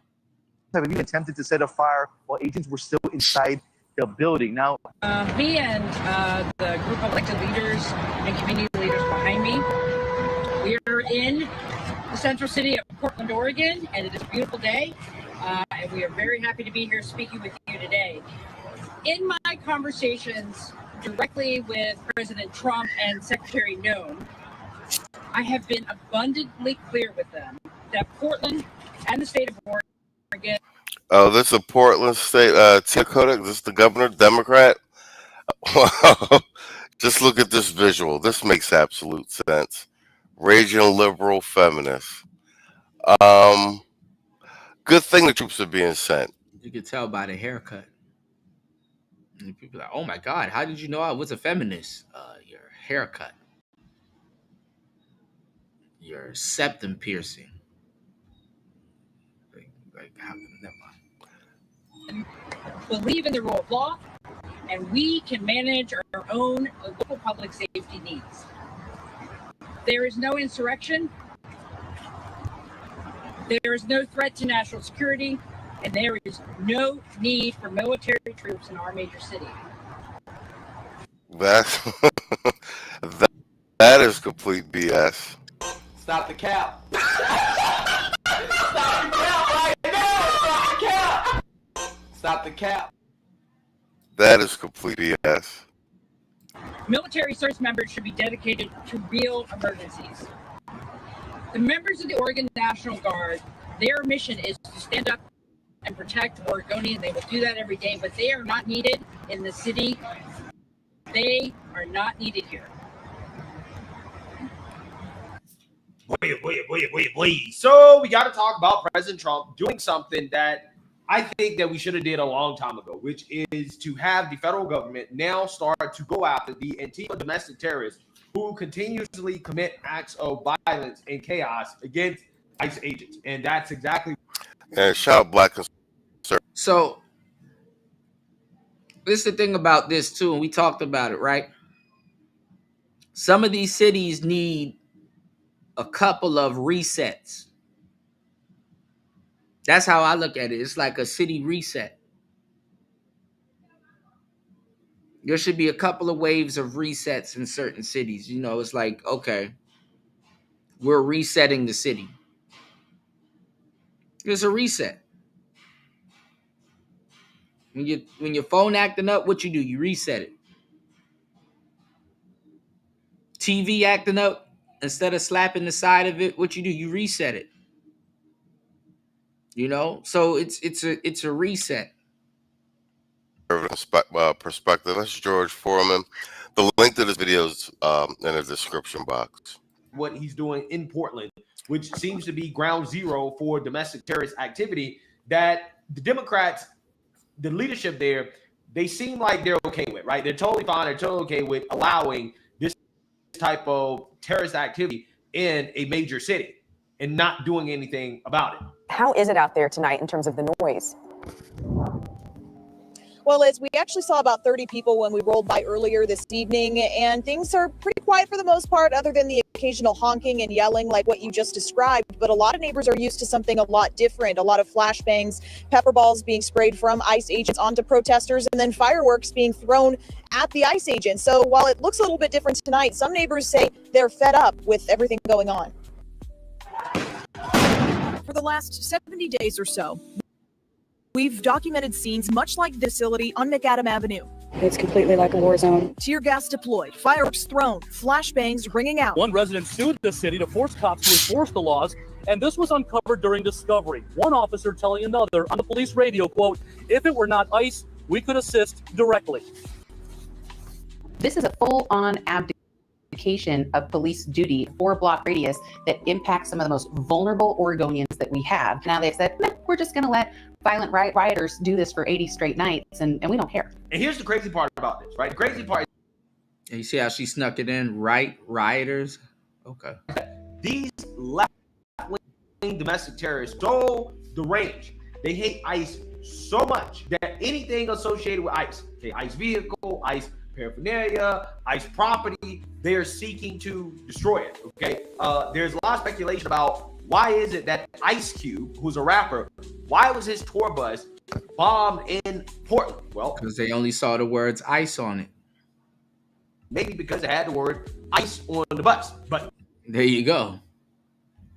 What about Ice Spice? That's how the Yeah, and I heard this, and I thought it was like a meme or an internet rumor. Yeah, I didn't know Ice Cube's tour bus got set on fire.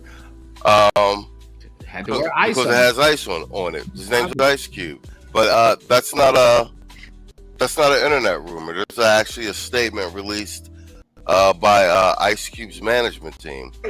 These leftists are. They're literally bombing anything that they think may or may not belong to ICE. A tour bus for rapper Ice Cube caught fire in downtown Portland Tuesday morning, just hours after his Moda Center show.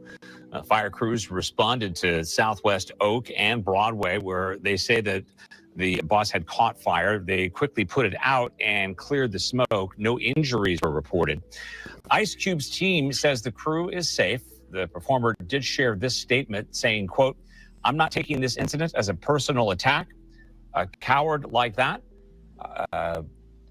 would burn anybody's property that was out there at the time."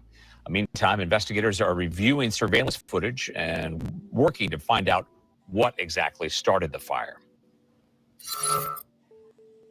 Yeah, again, I think that we have a good idea of why this happened. I think we have a really good idea of why Ice Cube bus was targeted. But again, it really shows you how deranged these individuals are and how lawless Portland has become, right? Because these people are essentially allowed to attack ICE, and the police aren't going to do anything about it. Local law enforcement at all, they're not going to do anything about it. They're just going to allow it to happen because of their sanctuary city policy that clearly has been taken to the extreme, right? There can be no involvement whatsoever from law enforcement, local law enforcement with ICE, including to help protect ICE from these left-wing domestic terrorists who night after night after night after night after night after night after night have been harassing and committing acts of violence against ICE. And President Trump has said, "Yo, what up, Universal Black? Look like it's just me and you in here. I had to go on late. You see, I ain't even go on last night. I caught like a little cold, man. I had to let my voice rest. So my voice would be good for the Sunday show. You know what I'm saying? But yeah, still gonna do some news, man. I'll put it on replay tomorrow. You know what I'm saying?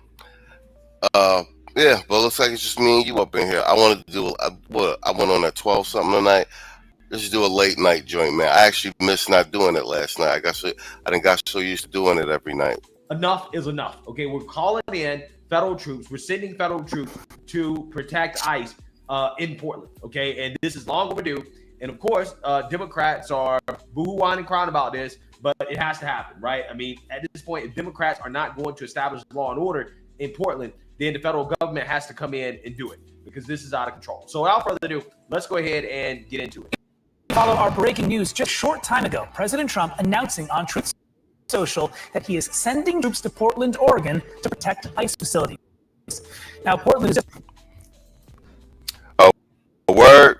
Yeah, man, like, I'm actually pretty healthy. I damn near almost never get sick, but like occasionally. And it's winter down here in Peru. It's not as cold as in the States, but my body got used to being in Colombia. And I've been going hard, man. I've been streaming like every day. Streaming every day, putting content out, studying footy search shit. I'll tell you one thing though, bro. As far as like pharmaceuticals and stuff, and like, yo, ain't nothing like getting that them American grade pharmaceuticals, man. I'm buying some of the off-brand stuff down here in Peru. It ain't that bad, but like, you know, you go to CVS, man, you get anything knocked out in 24 hours, man. You know what I mean? But my main concern is my glands were swollen, man. Felt like it was pressing on my vocal cords. My voice was sounding funny. I'm like, oh man, I got the Sunday show coming up. I just had to let my voice rest. We drink a lot of tea and ginger and shit. It's the latest Democratic-run city that the president has either sent or threatened to send troops to in his growing crackdown on immigration and on crime. CNN's Kevin Liptak joins us now from the White House. Kevin, tell us, what more have you been learning about these latest developments here? Yeah, there's no question this is an escalation in the president's push to deploy the U.S. military on domestic soil. It follows this pattern. We saw it in Los Angeles. We saw it here in Washington, D.C. If the president choosing Democrat-led cities and states to make this push and really kind of pushing the boundaries of the use on domestic soil of the U.S. military. The president writing on Truth Social this morning that at the request of Secretary of Homeland Security Kristi Noem, I am directing Secretary of War Pete Hegseth to provide all necessary troops to protect war-ravaged Portland and any of our ICE facilities under siege from attack by Antifa and other domestic terrorists. I am also authorizing full force if necessary. Yo, you got to give it to Trump about being so media savvy. He just bypasses the mainstream media.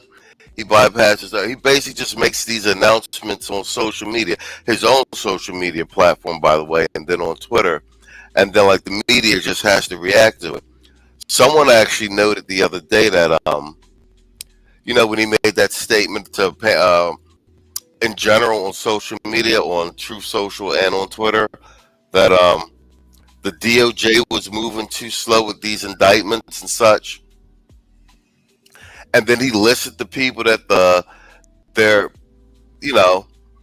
that need to be indicted. So from a legal standpoint, They even said that Fonnie Wills might be going to jail. That's crazy. the president of the United States can't confer with the DOJ in terms of who they're going to prosecute and stuff like that. He can't call Pam Bondi and be like, put a case on these people, right? So there can't be any evidence of collusion. But if he says something on social media to the general public, Pam Bondi is going to read it. So he's not actually directly colluding with the DOJ. You understand what I'm saying? It's actually quite brilliant. Necessary. Thank you for your attention to this matter. Now, about time. Full force should be authorized. At the end of the day, again, if local law enforcement is not going to do it, then we got to sit in the federal government, because ultimately today they are attacking federal agents, and something has to be done about this, right? You just can't allow this to be a free fall on federal law enforcement. Like, we just can't allow this. Okay. So yeah, I mean, again, this is why President Trump put somebody like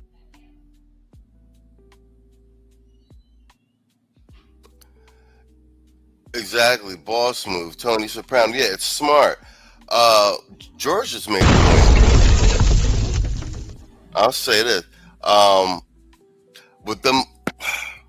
With them designating Antifa a domestic terrorism group, I've always made this argument. If Antifa was a bunch of black people going around doing all this shit would have been crushed a long time ago. You understand what I'm saying? Like, these people tearing up cities, actively attacking police and stuff like that.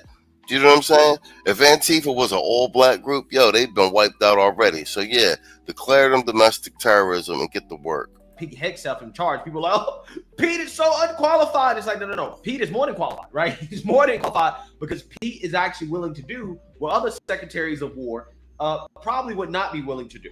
Okay, they probably say, "No, we can't do it. Yeah, we can't do it. Democrats are gonna be mad. They're gonna be upset." No. You got to put people in charge who are willing to do the right thing. Okay, who are willing to protect the American people, to protect federal law enforcement, to enforce the law, to establish law and order. Same thing with the Secretary of Homeland Security, Kristi Noem. They're in charge because, one, again, they're qualified. But what makes them so qualified is the fact that they're actually willing to do their jobs, right? They're actually willing to listen to what the president's saying and to do what needs to be done in order to establish law and order in this country. We do not have a country if we do not have law and order. We have to have law and order. A lot of unanswered questions here. One is the timeline, when exactly we would see these troops arrive into Oregon. We also don't know what types of troops the president is talking about here, whether it's National Guard, whether it's active duty military. And we don't know exactly what legal authorities the president will be relying on, because remember, under law, it sharply limits the use of U.S. troops for domestic law enforcement purposes. And this has really kind of prompted a legal debate after the president did this in other cities around the country. Now, Portland has seen a number of protests around an ICE facility that's about 2 miles south of the downtown. They have been mostly peaceful, but there have been mostly peaceful. It's always this, like, I get, you notice the same pattern of behavior over and over. Yeah, spot on. Portland is one of the crystal meth states. They had all of the news stations are reading from the same script. I don't understand why y'all haven't picked up on this now. They all get the same script passed to them. They just tweak it a little bit. They send it to their team and they tweak it a little bit, and then they read the same thing. They all read the same script. All right. Bruh, bro, they had the zombies walking around in there. You know what I mean? And I can speak to that because, like I said, I'm from Philly. We got the fentanyl, meth, and opioid crisis going on down in Philly, bro. That shit, it's crazy. Like they really are zombies, bro. But Portland been in the trash for like a long time. But you see who the governor and who the mayors are, bro. Part of me is of the opinion like that we should just let these liberal cities like go into full decay. But One thing I will say about the left though is that they're very dark, bro. Like when it gets down to it, um, they're kind of black pill in a fucked up way. And the reason why I say it is that they will sit there because it's very important for them to go outside and see people suffering and say, "Damn," you know. Um, Somebody is kickstanding the street off the fentanyl, and the reason why somebody else in that same city is running around rich, not street level, is because somebody's leaning sideways, you know, in the city off of fentanyl. You know, the police don't stop it; they just let it happen. They're just like, you know, this is fentanyl road here. You know, um, hey, yeah, somebody gonna lose their job. Yeah, it's destroying somebody else's life. But guess what? Somebody got to go through that for somebody else to be rich or go through something else. Those mayors and governors not trying to, you know, if they see that their pockets are getting lined up and there's certain things in the way, and it's like, okay, well, you know, we need people fucked up, you know, so I can have certain things that I like, you know. They're doing what they want to do, you know, living their quote unquote quality of life. You know, they're adults. They've made their own decisions and stuff like that. They rather have the fuckery go on instead of clean up the streets, because once you start digging into certain things and cleaning up certain things, well, guess what? You start exposing other things. Like, yo, where did this come from? Who signed this? What happened here? They don't want them peering any more deeper into other things, you know? And it's fucked up. I mean, you know, some of these people, they want their term. They're like, hey, look, you know, the mayor before me was crooked. I'm crooked too, but let me get there and be long gone before y'all figure out what the hell I'm doing. You know? You know? And I'm not gonna say all the governors are bad and the mayors are bad and stuff like that, but sometimes the term with like a presidency or like a, you know, sometimes you inherit. You know, that's the word I'm looking for. Sometimes you inherit something fucked up. But hey. I dig Trump's approach with this. He's like, I'm in power, and we're just going to clean up America as much as possible, with or without. And a lot of them, like I said, show a lot of them got to act like they're against Trump publicly, so people will vote for them again or continue supporting them. The help and the cooperation of these liberal mainstream blue states and blue cities. Once again, man, I'll speak to the mandate. And some of the Rasmussen polling numbers that we do, and other polls in terms of midterm projections and whatnot, those numbers bear out. Even CNN's data. The crazy part is that the people that voted for a lot of these politicians, they're going to be the ones in the streets fighting for some odd reason. Well, it's not an odd reason. I kind of told you why, but you know, they're good for whatever reason, they're gonna be the ones outside in the street fighting. For what exactly? You know, I mean, didn't you want to change? Guess not. Guess not, y'all. Scientists, even CNN's data scientists, show the polling numbers. Trump's still performing well, and like I said, that's indicative of the mandate. University, can Philly be next? Me and Obsidian talked about that on the sit down with Saul. Um, I'm not opposed to it. We got a Keisha mayor down there. Gun violence is out of control down there. Um, these blue state and city politicians can't seem to get their cities under control. And like I said, they have a huge problem with mismanagement of federal, state, and municipal funds with regard to education, crime enforcement, etc., etc.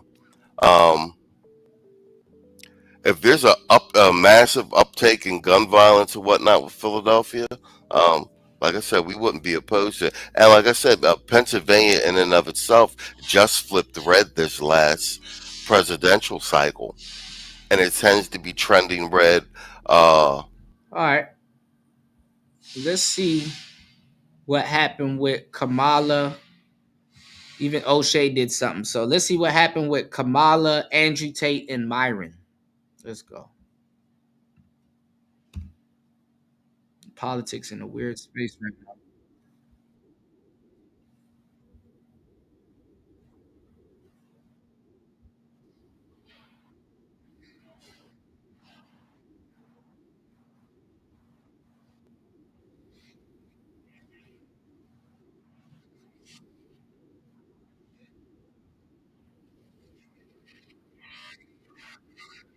Her book is sold out too.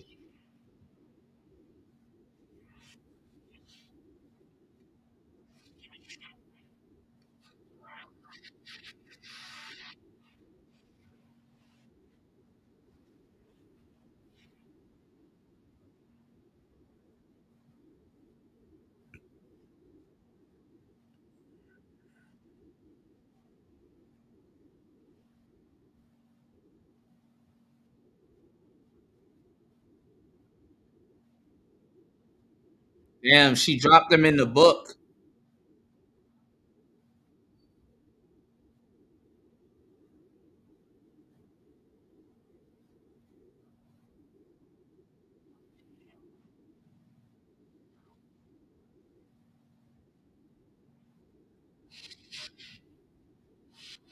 So that's another thing too. What they do if they can't directly blame something on Trump, because really it's just another. They blame it on the manosphere, which is just another way to blame it on Trump. And the thing is that it's to temporarily take the attention off of Trump, because they're gonna say, well, who's running the manosphere? Like who is the manosphere behind? And they're gonna say Trump, and that's not true. There's a lot of people in the manosphere that don't like Trump, and they're Democrats. So more disingenuous stuff from Kamala.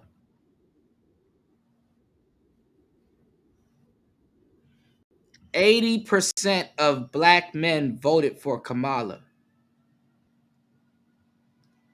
Now, I'm going to say this, and I'm going to give y'all some good game on this, right? What would make sense is if she's directing this at young white men, because young white men do listen to Myron. Young white men do listen to Charlie Kirk and Candace Owens more than black men.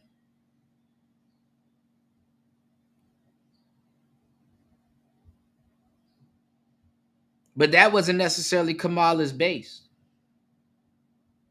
And the plug that she would have had with them would have been Obama. That got fucked up by her and Obama. But let's go.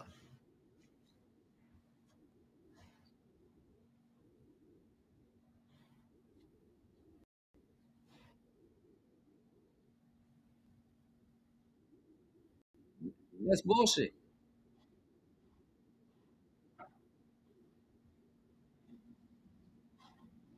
That's bullshit too.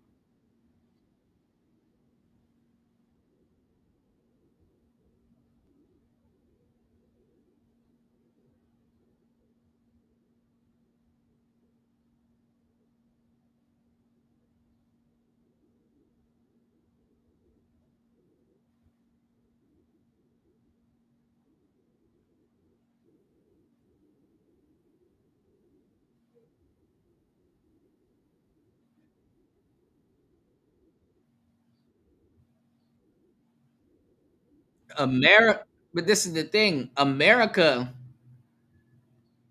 didn't really want a woman in. And the thing is that the undertones, even coming from Kamala's side, was more so like,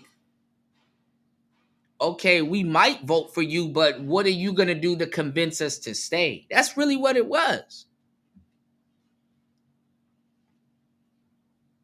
That's really what it was. She convinced them to leave, though. You said the video's muted? Hold on.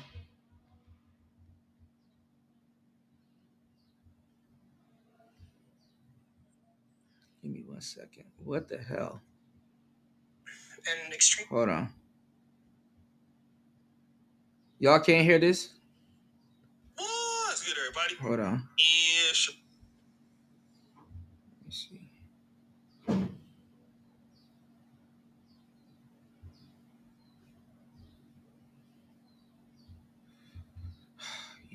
YouTube. Why is YouTube always fucking something up? Hold on, y'all.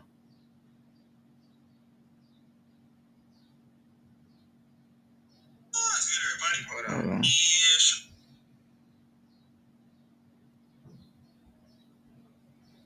That's bullshit.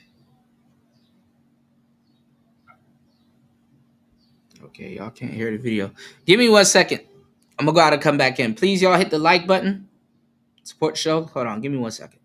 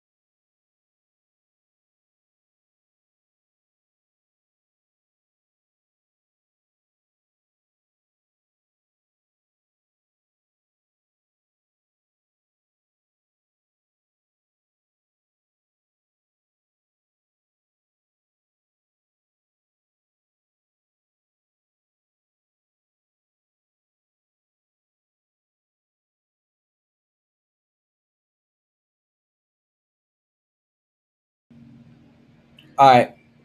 We should be back. You guys should be able to hear me. Put a 1 in the chat if you guys can hear me. Let's try this again.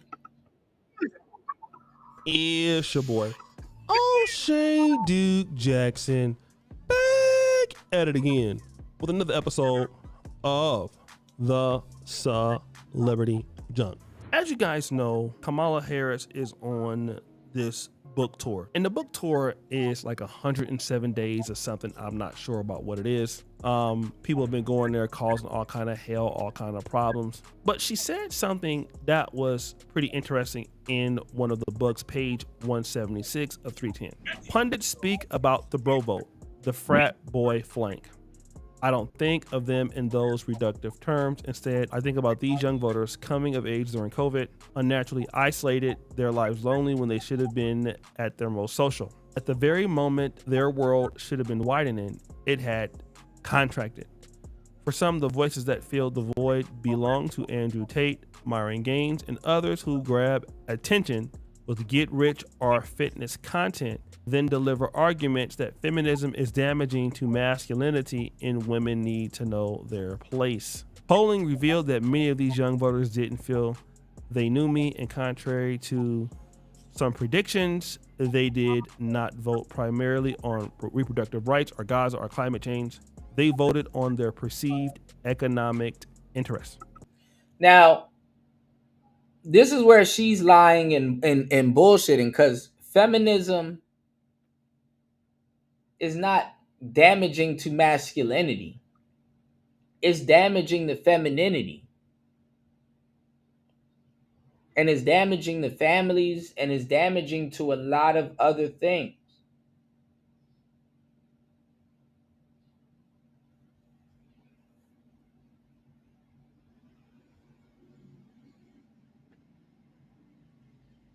So she wants to keep pushing it, and this is the wording that she uses to dog whistle to other women that, hey, this is you know, the men feel that this is messing them up. You know, the men feel that y'all are too strong and y'all are intimidating them. So she feels the need to tell y'all that, oh, feminine, this is damaging feminine masculinity. It's not damaging masculinity. It's damaging the world. This is important because Andrew Tate is going to say this. So Kamala Harris just admitted in her new book that I was one of the reasons she lost. And I've been saying for a very long time that the reason the liberals and the Democrats have been trying to put me in jail is because I can affect elections. And now Kamala's saying, yes, Andrew. And see, Andrew needs to eat this up, because guess what? He's running for political party in the UK. Wasn't in jail. So he's one of the reasons why I lost the election. Book. She says it herself. He's campaigning.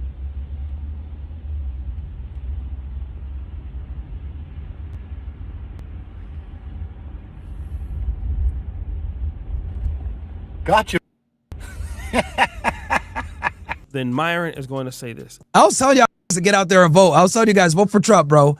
I know some of you guys were like, well, you know, Trump's owned by the shit like that. And I was like, yeah, I know, but we don't want a woman in. Okay?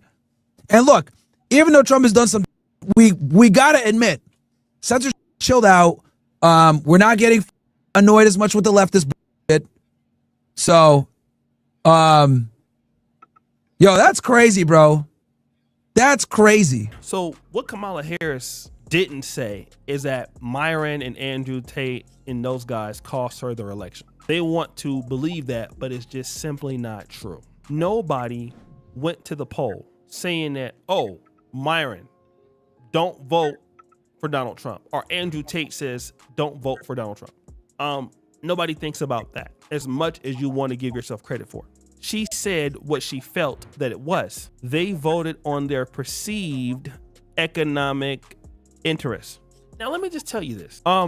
Myron, Andrew Tate, let's assume that you had that kind of political power to win elections. What would you be if you had that kind of power who could win elections, regardless of your content? You guys would have the same sort of following as Charlie Kirk. And to be honest, if anybody had the ability to win somebody an election, it was Charlie Kirk. It was Elon Musk. Those are the people who actually did the work. And let's say you're right. What did you get from it? What did you get out of it from the right? What was your reward? How has Myron's career benefited from that? Okay. How? What has happened for him? He gets called the N-word, gets disrespected by white people all the time when he tries to defend them. Andrew Tate, as soon as he says that the white population is not reproducing enough, he gets put in this place called the N-word. So you're happy about something that, number one, is false, and number two, you don't get no respect for what you do. And there's no reward in whatever you're doing. You will never be Nick Fuentes. Oh boy, here we go. So here comes O'Shea side door hating that these guys actually made it into a quote unquote political book Because it's just sidebar hating at this point. You know, whatever. This is the thing.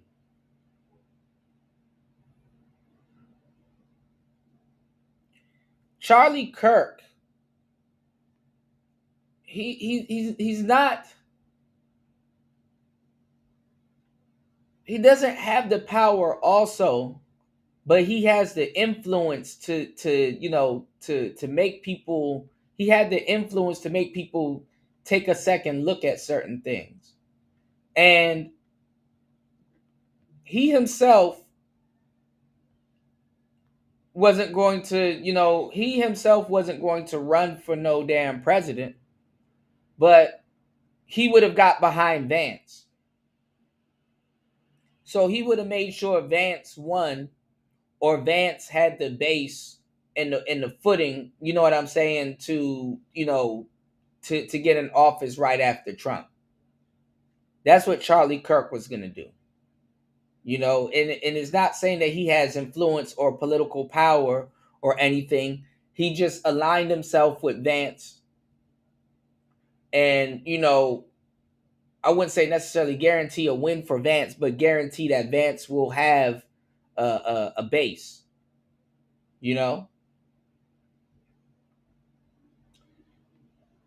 Andrew Tate and Myron, what a lot of people in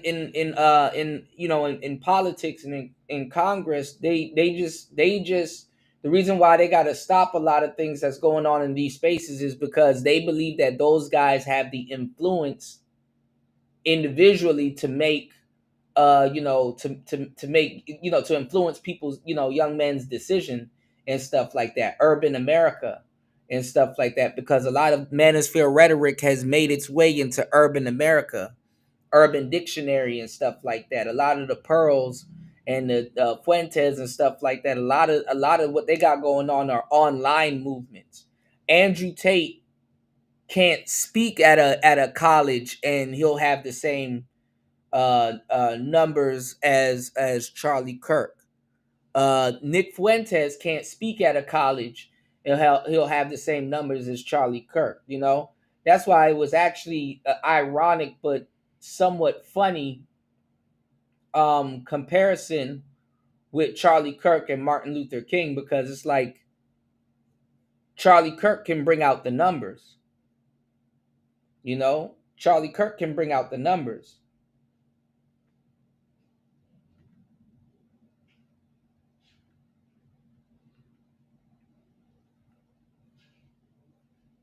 Andrew Tate can't bring out the number. I mean, not Andrew. Well, Andrew Tate can't bring out the numbers.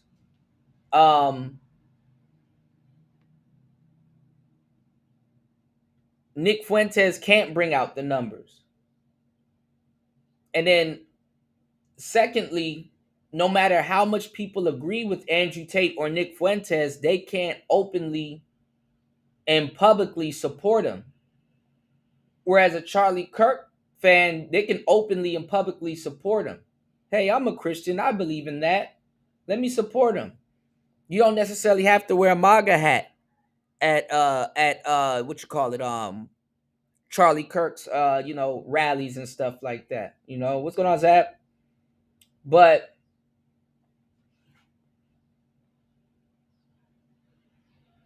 as O'Shea does, he's gonna take this as a opportunity to stab at Myron. To stab at Myron. So he's low-key hating that Myron gets a mention in actual presidential history. That's crazy. That's crazy. Because if you go on Amazon, or if you go on Audible, or if you go on, because I seen it a couple of days ago, if you go on any of the places where you can find these books, her book is sold out. Her book is sold out.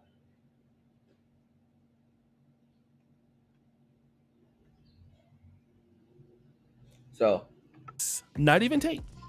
Want to know why? Myron is not white. Okay, thank you for being on the ultra right because they And let me tell you, a lot of people don't like Andrew Tate. A lot of people don't like Andrew Tate. And the reason why they don't like Andrew Tate is because of his style. You know, he's one of those get up, do it now, go get it. Like his motivational style is that of a coach. You know what I'm saying? More so than that of a that of a influencer. You know, so a lot of people, they're not a fan of Andrew Tate's method of teaching. You know, he teaches you to do something and act quickly and act fast. You know, one of his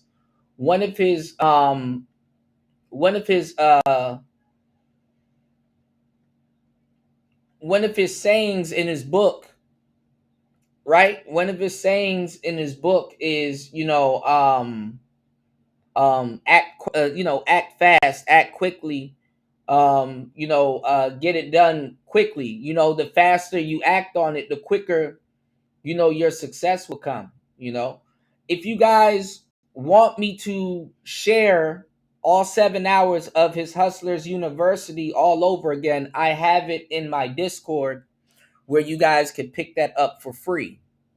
You know, so and he's dropping gems in that Discord. You know, he's dropping straight up gems in that Discord. That's actually one of the materials that I needed to actually go back and revisit. So let me know. they can never use you, that you can never come back center. And you're bragging about being in the doghouse amongst whites. Many of them in this sector that you guys appeal to, racist, don't like you, don't take you seriously. And you brag about this as if you're doing something, and you're not. How dare I ever go out there and try to help people who don't respect me, who call me all kind of names, call me the N-word, disrespect me, disrespect my community, disrespect my existence. And then I get on here and I'm excited about it. And then for Myron, in his case, you lost millions of dollars doing this for these people who, if they were to take over the country right now, what would they do, Myron? They would send you back to Africa. They've already said it, like you got to go. Okay, they've already said it. If they were to get the country back, we appreciate you for what you've done, but you got to go back, bro. This is all white country. Andrew Tate, thank you. Appreciate you, fam. We know that you held blacks accountable. We know that your dad didn't like blacks. Your dad also was an interracial relationship, but hold on. You got to go too. Candace Owens, hey, thank you so much. Sis, you did your thing, but guess what? Back to Africa you go. What you mean you never been there before? What you mean you never been there? Don't worry, we're gonna send you on a first class ticket. Don't cry. Don't cry. We got you, boo. We got you. But you got to get your ass up out of here. Brandon Tatum, he might be the first to go because he's supporting Israel. You know, the people on the white right don't like that. So he probably have to really get out of town quick, fearing for his particular situation because of what he's been saying. All right. And at least with Brandon and Candace Owens, they at least getting some kind of money, some kind of monetization, but you don't. And what was crazy is you guys were stronger when you wasn't getting into politics. Myron, when you had your Fresh and Fit podcast, you were getting all kind of people to come onto your show. You had monetization, you had cash, you had money, you were getting market share. You came over, lost your income, lost your stuff, and now you're a backup. All right. Andrew Tate, they don't even want you in countries. They look at you as a predator, okay? Even Florida don't want you in there. Like, it's, as much as Andrew Tate wants to big himself up, that's as much as people don't like him and don't want to deal with him, okay? He has a horrible reputation, terrible, all right? Across the country, across the world. How unserious are you, And I just wish that some of these guys that want to be associated with whites so much, the situation is, like, why don't you want to own your own stuff? You're never going to get anything being with them. They're never going to give you anything, family. Never. You're never going to get it at all. You know what I'm saying? You might as well be, if you're going to be in somebody's community, you should be in somebody's community when you get something out of it. Completely. Get something out of it. At least have some autonomy. That's just like me doing some work out here in Uganda. One thing I'll say about living in Uganda, right? If I do something nice for somebody, nobody will ever come back in. If I disagree with them, call me out my name. Wanna know why they could disagree with me, But out of respect, they won't do that. They just can't do that. Them whites over there let you say something they don't like. Ask Brandon Tatum. If you don't believe me, ask Tatum. Brandon Tatum is the perfect person to ask. When something is not going his way, he says something that they don't like, they start calling him, his wife, a coal mine or whatever they call it, a coal, whatever it is. You know what I'm talking about? They start disrespecting her. She don't deserve that. Same thing with Candace Owens. Soon as they get their issues, they start talking about them crazy, disrespectful as I don't know what, getting gate kept. And at one point, are black people gonna stop doing the dirty work for the people that hate you? They don't need your help. Let them do it.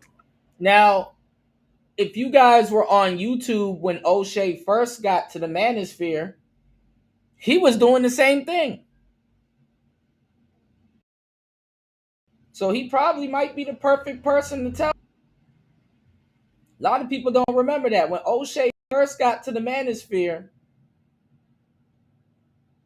he was on some coon and jokey with the white boys type shit too. But let's go. Like, okay, I got it. You already dislike me. You already. And also too,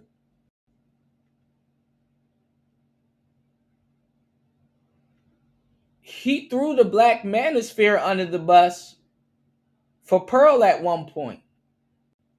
And then rejoined back with the white boys to go in on Pearl. And also rejoined back with the white boys to go at Donovan Sharp.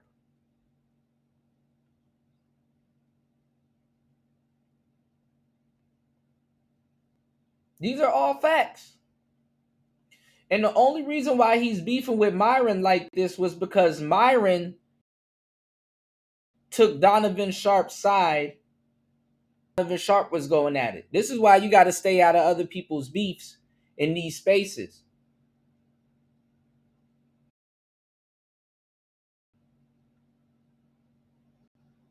But let's go. You hate me? Yeah, I hate you. Great. Thank you for telling me that. So, dude, I'm not going to help you disrespect me since you hate me and stuff. What? Yeah, exactly. Yeah, you're going to have to go out there and do that work yourself, player. Yeah, because I just can't help you do that. Yeah, it's just not. What do you mean you're not going to do it? I'm just not going to do that, family. I'm sorry. Me to do that, right? I know that you want me to be down bad and have no kind of self-esteem. I get it. I get it. I get it. But no, we're not doing that. We are never doing that. I got some level of respect for my damn self. You might not have no respect for me, but I. So guys, what do you think? It's your boy O'Shea Duke Jackson back at it again. Bill, we're out. All right.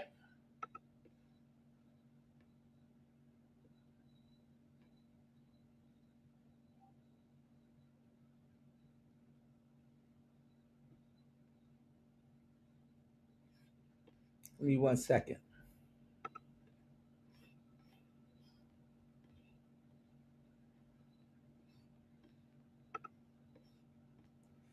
Myron did a video also. Let's see what you got to say. Kamala Harris, in her book, stated that Andrew Tate and Myron Gaines are the reason why she didn't win. Picture of you, a picture of me, billboards, New York Times Square. I'm doing this. Everyone owes us a thank you. This is the biggest flex. Never let anybody say to you again. Next time anyone says anything to you about anything, say, listen, I affect elections, you don't. We win forever. Myron, you're a legend. You're a legend. Myron, can you hear us? Yeah, I can hear you guys. Can you guys hear me? Bro, that's an epic find. That's a flex. Generational lifetime W for you two. Yeah, no, I was actually on live and someone sent it to me and said, hey, did you know that you're mentioned in her book? And I was like, what? And he sent it to me and basically she was like, well, yeah, these two guys like took away the male vote from me and, you know, and I was crazy. I was like on stream and so they said it to me and I'm like, what the hell? And well, number one, you know, I was shocked they were even reading that book, but I did hear from people that she was going to release this book and that she had like some criticisms for releasing too much information, you know, it was just really interesting. But yeah, dude, like it was just nuts to see. But you know, that era, you know, looking back on it, like that was the censorship era. Like that was one of the worst eras ever when it comes to censorship on the main platforms, you know, making masculinity a bad thing. It was just a completely cucked, bro. And there was only a few of us who are right. I don't like on Twitter now because it's cool to be conservative. All these conservative bros write their long tweets about how important it is that you love your wife and you cuck to your wife and you need to love your wife. That's all they talk about. And it's just like, bro, during the actual culture war, none of you people even piped up. You all sat still and shut the fuck up and took your thing because you were scared. It was only maybe 2 or 3 others who were really gunning and riding and charging for it. Tristan and I were in Romania, which is a very corrupt country in America. But bro, they would have got you just the same. It was all a setup. It was all bullshit. And we were fighting against the entire matrix, the whole system, the censorship apparatus, the mainstream news. We were fighting against us sitting here with our big mouths. And it turns out Kamala admits that we moved the needle. That is a flex, bro. I was like at a loss, but that just well, number one, how out of touch Democrats or progressives or liberals are, because for years they had ostracized young men, right? If you guys remember that Gillette commercial from back in the day where there's like, oh, is this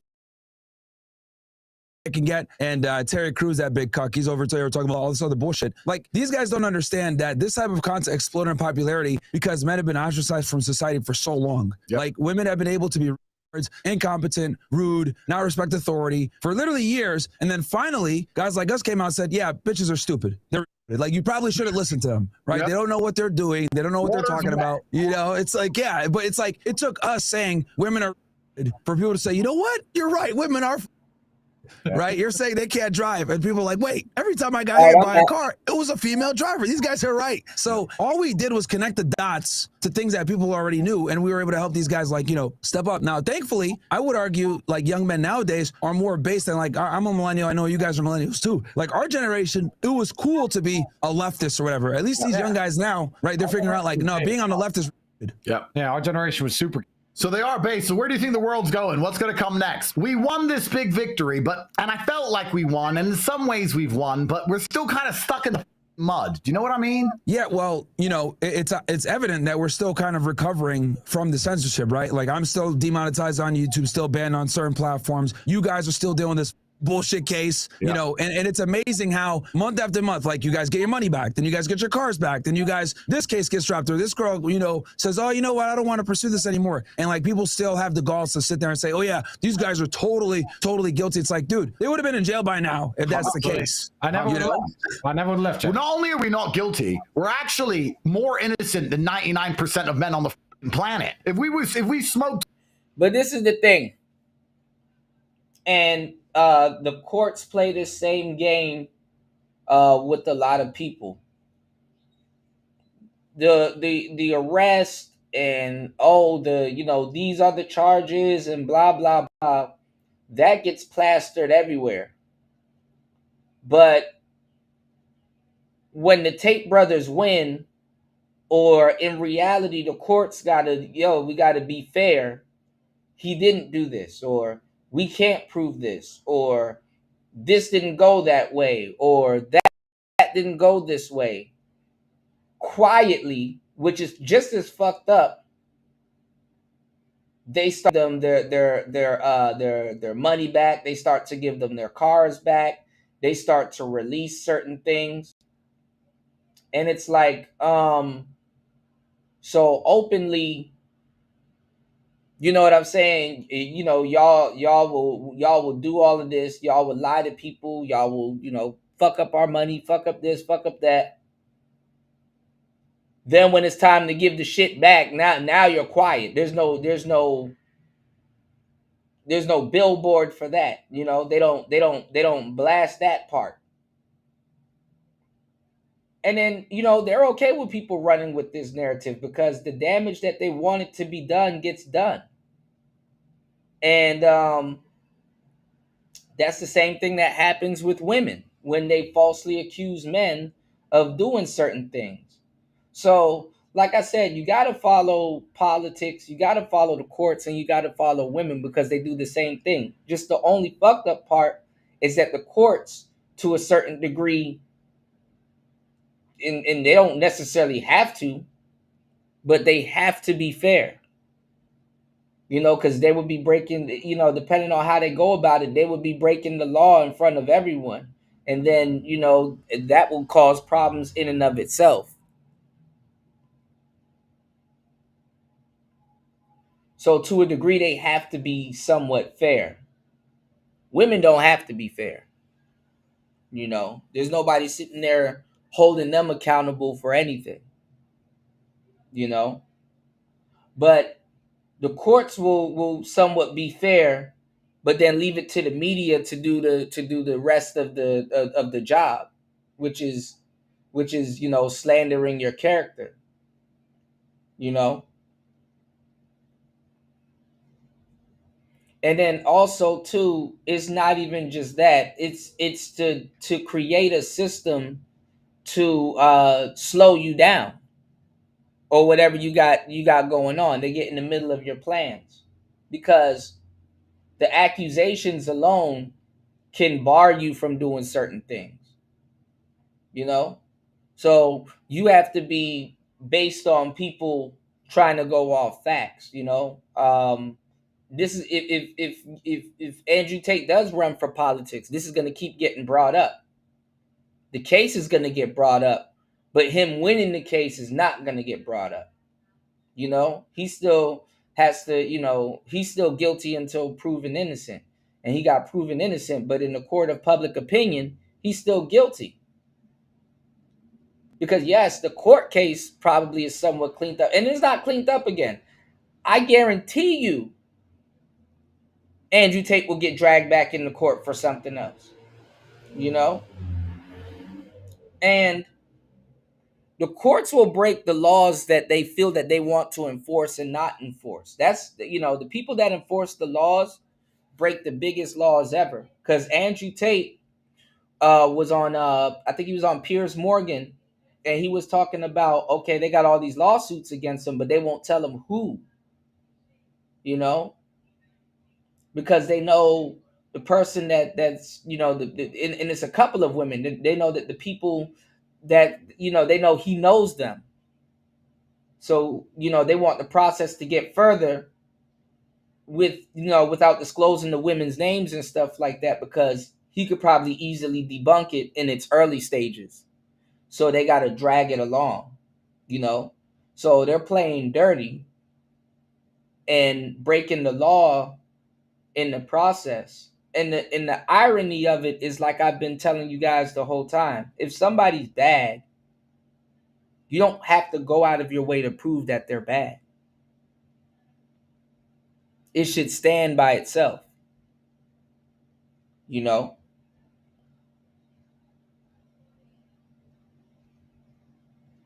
So this is interesting. Weed, we'd be in jail. If we took steroids, we'd be in jail. If we had a BDSM room like 50 Shades of Grey, the average ass normie shit all these liberals are into, we'd be in jail. We don't do anything but have kids and ignore women. So because of that, they can't bang us up. We're more fucking innocent than 99% of men. Yeah, there's this meme. Every time I see these on TV, I'm like, he needs his hard drive checked. He needs his hard drive checked. Your hard drive and your phone and your data is the map, the blueprint, the roadmap of everything you've done and everything you've been into for years. They have seized electronic devices from me every single year since 2022. And my 2022 laptop and phone were 4 or 5 years old. Everything I've ever done digitally has been analyzed, most recently by probably the FBI and the CIA, because Ron DeSantis stole all my electronics that I had for the last year and a half. And guess what's going to happen in that Florida case? I'm going to make a prediction, actually, Myron. I'm going to make a prediction. This James Uthmeyer, this Ron DeSantis, they got on the news. They had their viral moment. They 3x'd their Twitter followers. They stole from American citizens. They told me I wasn't welcome in the United States. Yeah, that was crazy. My grandfather fought in World War II against the Japanese. These are out of their mind. And let me make a prediction. They have all of my electronics. They've taken everything they can get their hands on. They've micro-analyzed my iCloud in my entire life. And I bet within no time, these losers are going to have to say, well, he didn't actually do anything, and look like it's because I don't do anything. You know, it's funny because I always tell the story, right? And I won't go too far here, right? But like I always tell the story because I spent like a month with you guys in Romania, right? Which you guys were so gracious to open your homes up to me, which I appreciate. Yeah. I got to see people say, oh yeah, these guys are I'm like, bruh, like they were trying to get girls out the house. What the hell are you guys talking about? Like, you know, it's just funny. But whenever they can't, you know, beat the message or they can't, you know, they don't have enough influence or whatever, they have to silence you through other means, right? And thankfully, you know, I know people criticize Trump and all this other stuff like, oh, well, he does this for Israel, he does that. I think him being in office right now is infinitely 10 times better than if Kamala had taken office. Because at least with Trump, censorship has receded a bit, right? Yeah. And now we're able to, you know, there's guys that are like blown up right now, right? Our friend Nick, he's been able to, you know, kind of take advantage of this and be able to blow up, because if we're not censored,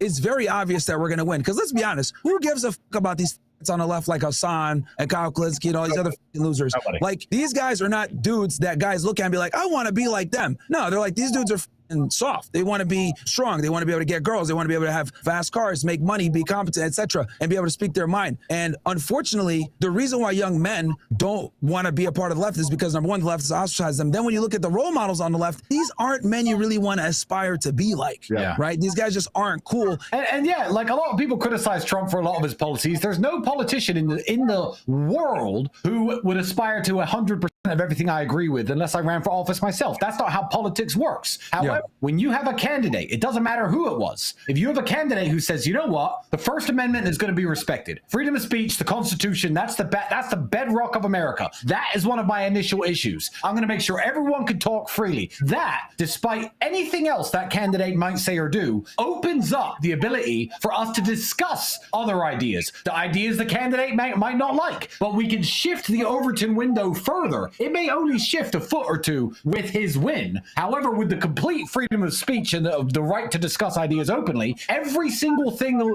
issue on the American table in terms of what's wrong with our country can finally be discussed, and we can shift things further. So, and you know, it's crazy too, because like, think about it, like with Trump, right? He dealt with the bullshit too. The Matrix came after him. After January 6th, I'll never forget, all his shit got banned, taken off every platform, damn near Uber Eats. The president of the United States couldn't get Uber Eats no more, right? They banned him off every single platform. Then they tried to put him in jail. He got indicted 4 different times in 4 different jurisdictions. And then you had all these bitches come out of nowhere saying, oh, he me at some, change room in a random store in the 1990s. And then she goes on CNN, Carol was her name, if I'm not mistaken. E. Jean Carroll, exactly. And Anderson Cooper asked her, like, you know, more about it. She's like, oh, yeah, like, doesn't have to be physical. What? What the bitch, that's a part of that's an element of the crime. So, right? But this is where we are, where we're in a loony world where how women feel dictates if they could push criminal charges against you. If the president isn't safe, nobody is. Yeah. Well, actually, it depends, because if the women say, absolutely not, I'm not the victim of crime, he did absolutely nothing wrong with me, please stop calling me in for interviews, they say she's brainwashed and the man's a criminal, as in my case. So it actually doesn't matter what the woman says. It doesn't matter if she's crazy. It doesn't matter if she's, making an actual accusation. It doesn't matter if she's taking back and taking away accusations and saying the man done nothing wrong. If it's a man with that the system's got their sights on, they're pulling the trigger. It doesn't matter. We need billboards. Myron, listen, we need billboards. Yeah. Kamala Harris, in her book, stated that Andrew Tate and Myron Gaines are the reason why she didn't win. Picture of you, a picture of me, billboards, New York Times Square. I'm doing this. Everyone owes us a thank you. They do, bro. Us personally, a thank you. We got mentioned by name in her book. She owes it. The world owes us. Imagine her right now with her cackling and her pantsuit. This would be an insufferable reality. Insufferable. We saved humanity from that plague. The thing is also, I don't think people understand the significance of this. If she came into office, we would have been cooked, bro. And that's not just us. Years, bro. I'd be in jail. Yeah. His jail. Matt Gaetz jail. Trump and his administration, including Vance and Supreme Court Justice Kavanaugh jail. They'd all be in jail, bro. We'd be cooked. And then not only that, like the recession and censorship that we're kind of enjoying now, it would have got worse, because I remember when she was campaigning, one of the things that she was saying is like, we need to bring in these social media companies a bit, right? So they would have censored way more. Yeah. It was getting out of control. It was completely crazy, and I'd be nowhere. Elon would be in jail. Twitter would be gone. Probably Chris, the CEO of Rumble, bless him, would be in jail. Rumble would be gone. And I would be nowhere. I'd have nowhere to talk. Well, the thing is too, Andrew, I don't know if I showed you this paper, but like Media Matters wrote this hit piece on like me, you, and a bunch of other people that make, what they call manosphere content, but they made a hit piece on us, and that's what like kind of started the whole situation of putting us on a... Now, mind you, again, like I said, when I was talking about Obsidian and a couple of other people doing manosphere content, They don't make manosphere content. Andrew Tate, at least. They get lumped into manosphere content. Like I said, the original manosphere and the pickup artists and stuff like that wasn't necessarily workout content, you know? But when they start telling guys, hey, you know, work out, you know, hey, you know, you should work out. Hold on. Yeah, when they start telling men that, hey, you should work out, hey, you should look better, hey, you should dress better and stuff like that. You know, the alpha male concept to a certain degree, like especially looks wise, is still fairly a new concept in the manosphere. A lot of the pickup artists, you know, they were pushing y'all to get fit and in shape and stuff like that, but they wasn't pushing like super gamma male, alpha male. You know, they wasn't. You know, they were telling you to be that in your mind more so than to be like, you know, some, you know, like a you know a meathead, a muscle head. You know what I'm saying? So guys like Andrew Tate and stuff like that, you know, all of the workout, like if you go on Instagram and in Twitter and all these other places, they'll do like a motivational collage, and they'll have like Andrew Tate, they'll have like some other coaches and stuff like that. And they'll kind of mix in some of the guys talking about women and stuff. And the thing about it is that like they use women, and so does Fresh and Fit, and you know, the Tates, when they talk about working out, they use women as the muse for a lot of you guys to go work out. That's the muse. Like a lot of guys, if they wasn't trying to get women and all that other stuff, they wouldn't be interested in working out. You know, they wouldn't even, other than their jobs and stuff like that, and what it physically demands from them, they wasn't really set on a gym or anything like that. You dig what I'm saying? So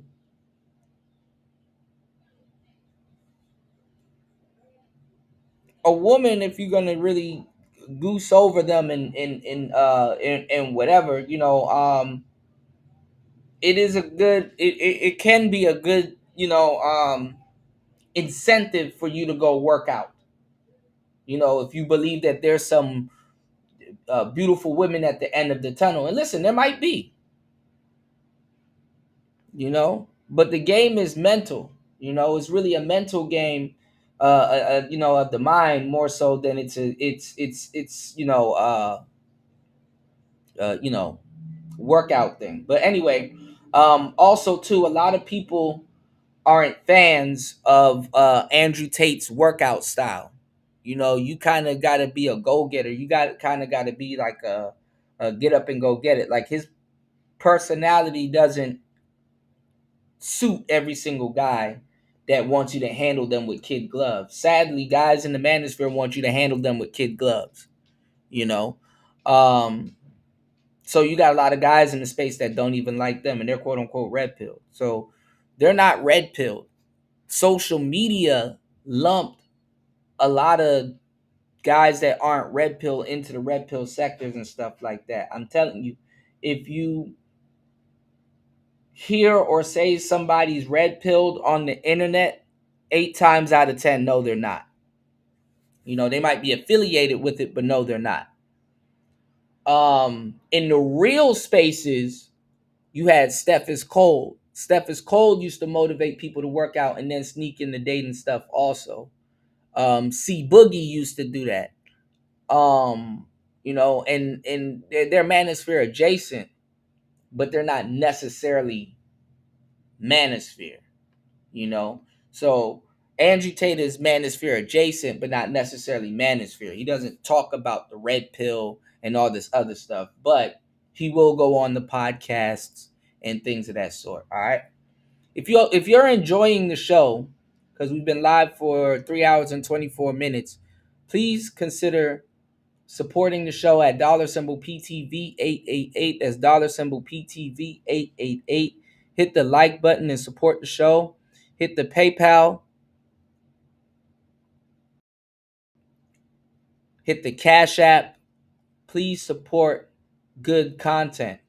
It's Player Talk Radio. Radar and getting us banned. I mean, with you guys even faster because you guys were blown up, right? And they were like, yo, we got to get this guy out of here. But the government was absolutely targeting people that had any type of what they call alt-right or far-right views, which it's crazy nowadays. If you say women are, but you're considered like far-right, right? Even though it's true for a majority of them. But dude, absolutely, the government was colluding and working with these social media companies to censor us. I know for a fact they did that to you guys. I don't know if you guys want to tell them which particular politician. I'll leave that to you guys if you want to tell them that. But guys, the American government 100. And the thing is that and I have a video too. If we can get into that a little bit later, granted that we get the support that we need. I have a video of black female conservatives versus women on the left. And it's a new video. But it's like if you're using a group of people and you're making, quote unquote, you're wasting their lives, making useful idiots out of them. Of course you don't want people to tell other people that you're exploiting other people politically as a useful idiot. It's fucked up, but it's the truth. 100% was colluding with these social media companies to get rid of certain voices on the right, for sure. Of course, because if you preach the basic tenets of masculinity, even the most basic ones, when it comes to speaking your mind and going to the gym and sticking up for yourself and using your eyes to come to your conclusions as opposed to the bullshit data from the Matrix, they couldn't psyop a man who uses his eyes to come to conclusions into ignoring objective reality. That's a Republican. That's right. So if you push the basic tenets of masculinity, you're training people to not be slaves, and they want to make us slaves. That's it. They wanted us to sit here and say, Andrew said women can't drive, but the insurance data that we've made up and printed off in Google that says the safe says women drive better than men. And I'm supposed to sit here and say, well, every time I've seen a car hit a tree, it was a chick. Every time I get rear-ended, it's a chick. Every time I'm in a car with a... Now, see, me, I don't get into all of this stuff. Women can drive. I know a lot of women that can drive. Like, this ain't even nothing to argue about. I don't give a damn. They drive Uber, they drive buses, they drive trucks and stuff like that. Like, they can drive. I know some women that be whipping like shit, But why is this a big thing? So some of it is extreme, hyperbolic, and red pill rage. A lot of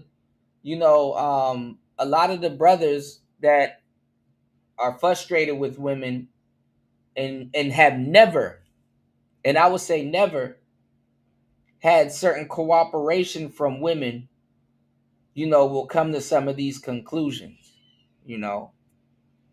I don't give a fuck, but let's go. I'm driving, I'm terrified, and I'm supposed to believe this insurance data that they've just made up? No, I've seen with my own eyes, and that's what they don't like, that people are brave enough to use their eyes and come to conclusions. Because when you do that, then you'll say, no, that's not a woman, that's a...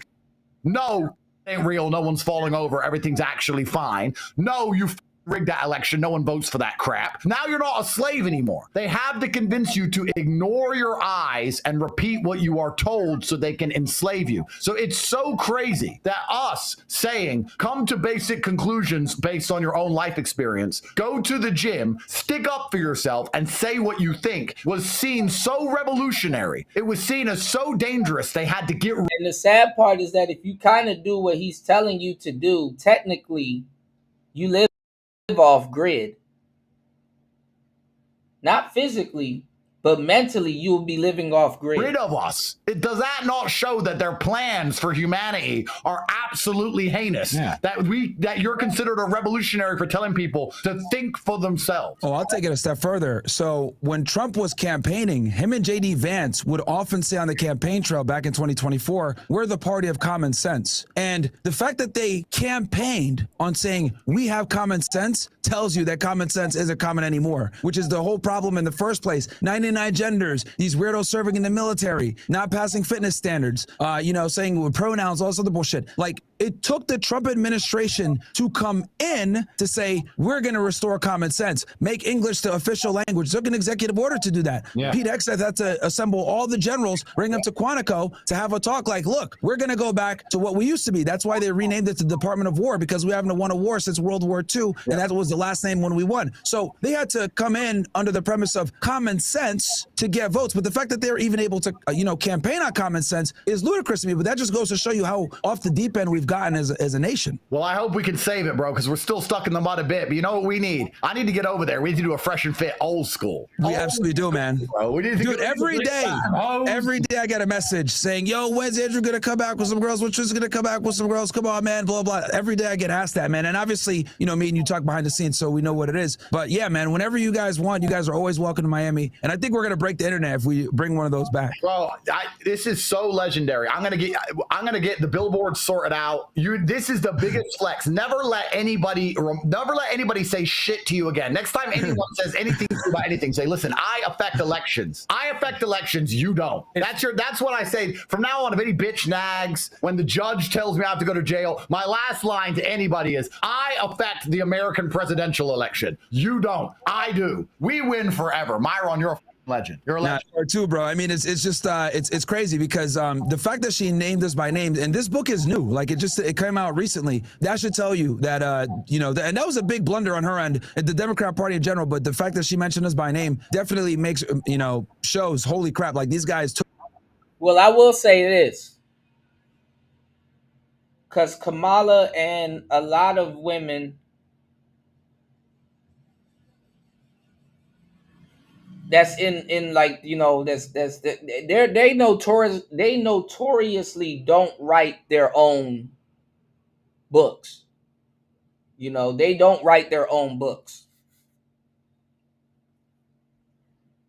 So, hey, but sign off on it, but let's go. She feels that we took voters from her. I don't think we took voters from her. I just think that she was delusional because she was not authentic. Like you guys were making fun of her before, using all these different accents and shit. People just could see through that stuff. And at the end of the day, I think deep down, even women know this. No one wants a female president. Nobody wants a female president. Of course, we have enough girl boss bullshit ruining America as it is. That's the last thing we need. But it proves all the cases against us were manufacturers. So it's going to massively help us in the future. I think it's going to be very beneficial to us. So Thank you very much, bro. We're going to move on from the subject. I know you have a stream coming up soon. You're doing another stream. Yeah. I'll be on 9 p.m. Eastern Standard Time, but it's always fun to hop on and chat with you guys. And I'll hit you on the side, and we definitely need to set something up on your stream as well, because I'm going to talk about this forever. This is the biggest flex in history. This is hilarious. Oh yeah, dude. Everybody, people think I'm kidding around, bro. Everybody owes us. I'm dead ass. Everyone owes us a thank you because we were instrumental in keeping her out. And there's other guys too. I'm sure that obviously told people don't vote for Kamala. There's a bunch of people on the right wing, but the fact that she mentioned us, I think that's a big deal. And then also keep in mind, we're not really political commentators like that, right? So we're not like in the TradCon Christian realm. So we were able to kind of come in and bring these guys that might not necessarily be as religious or guys that might not necessarily be as politically inclined. And we told them, look, bro, you got to get out there and vote, because if you don't, even if you don't give a shit about politics, this woman's going to come in and fuck your life up. Well, that's why all the Christian conservative bros attack us and they hate us so much. And they say, because I don't love my wife enough and all this bullshit. But it's basically because they're jealous of our influence, because they don't realize that they're not cool. They're dorks. You're dorks. Nobody wants to be a pastor and sit there all day cucking to their wife. You think you're cool when you keep talking about the Bible. Nobody listens to you. Nobody gives a fuck about you. We actually moved the needle because we're cool and we matter. And that's why a lot of people on the right wing don't like us, because they're very envious of us. And I will say this too before I get off, and this is what kind of annoys me with this stuff. Look, being religious is great. There's nothing wrong with being religious, whether you're, Muslim, Christian, Jewish. If you're a pagan, you're a weirdo. But, regardless of what your religion is, the reality is that women have changed, right? And religion's not going to save you from these. So if guys aren't aware of how women move into new normal, like you're going to be cooked. Like Jesus isn't going to save you. I would argue being a devout Christian hurts you when it comes to dating women and vetting them and finding a proper wife, because you're effectively handicapped because the Bible doesn't prepare you, unfortunately, for what modern women are now. Testify. Yeah, man. It's just, and these guys hate us. Like we're always getting, oh, you want to be toxic like Myron Gaines and the Tate brothers and womanize, all this other bullshit. It's like, bro, we teach you guys this information so that you guys don't f your lives up by marrying a yeah, right? Literally with these girls, who is it every single time? Every single time. It's some white church boy. It's like, yeah, my wife came to Christ. She's changed. She didn't change for shit. You think she's changed because you believe in Jesus' power to heal and change people. Now, I believe in Jesus' power to heal and change people within limits. There's no saving some of these hoes, Myron. There's no saving some of these hoes. It's true, man. And that's a big red pill that guys got to get over. Like a lot of these women. And then now the other thing that's scary is that now it's a grift. It's a way that women make money. Like a lot of these, like they go through their OnlyFans whore arc and then they say, oh, you know what? I'm converting to Christianity. Now I'm going to be a devout. They get baptized and then boom, forgiven. So like now they have a financial incentive to sell that fucking bullshit purity. Oh yeah, they'll accuse you of ruin your life and then post the Bible 5 seconds later and pretend there's some innocent angel. These women are scandalous, G. But let's talk about this. Hilarious. What's the last thing I'll say? Who's the NFL star that got the girl that you know what I'm talking about? Shannon Sharp. Shannon Sharp. Bro, the day after she said, oh, I'm going to be off of this thing or I'm going to get off the internet, what did she do? Post a picture of herself reading the Bible, bro. She's an innocent little clockwork, bro. Clockwork. Clown world. It's clown world. And that's what I'm not gonna lie, and it's very evil nowadays for people to be doing stuff like this because I'm not gonna lie, using the Bible and any type of religion, it's like a whole nother evil.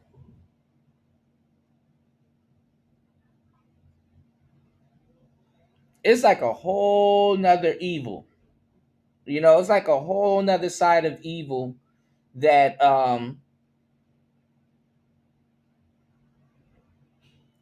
a lot of people don't want to take it, you know, not even a lot of people don't want to take credit for it. A lot of women and dudes like they just flock to it. You know, you dudes be thinking that the women has changed. She has not changed. And she's using God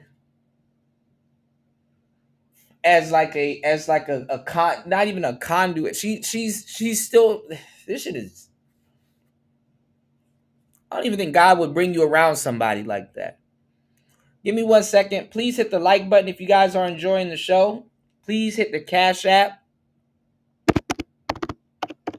1 second. I'm gonna run and get some water. It's Player Talk Radio. Good morning.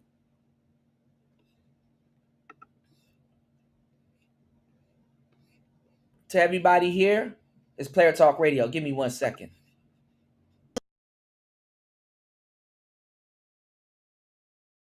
All right. We back. All right. Shout outs to everybody here. All right. Let's check in with the White House. Shout outs to Ashley.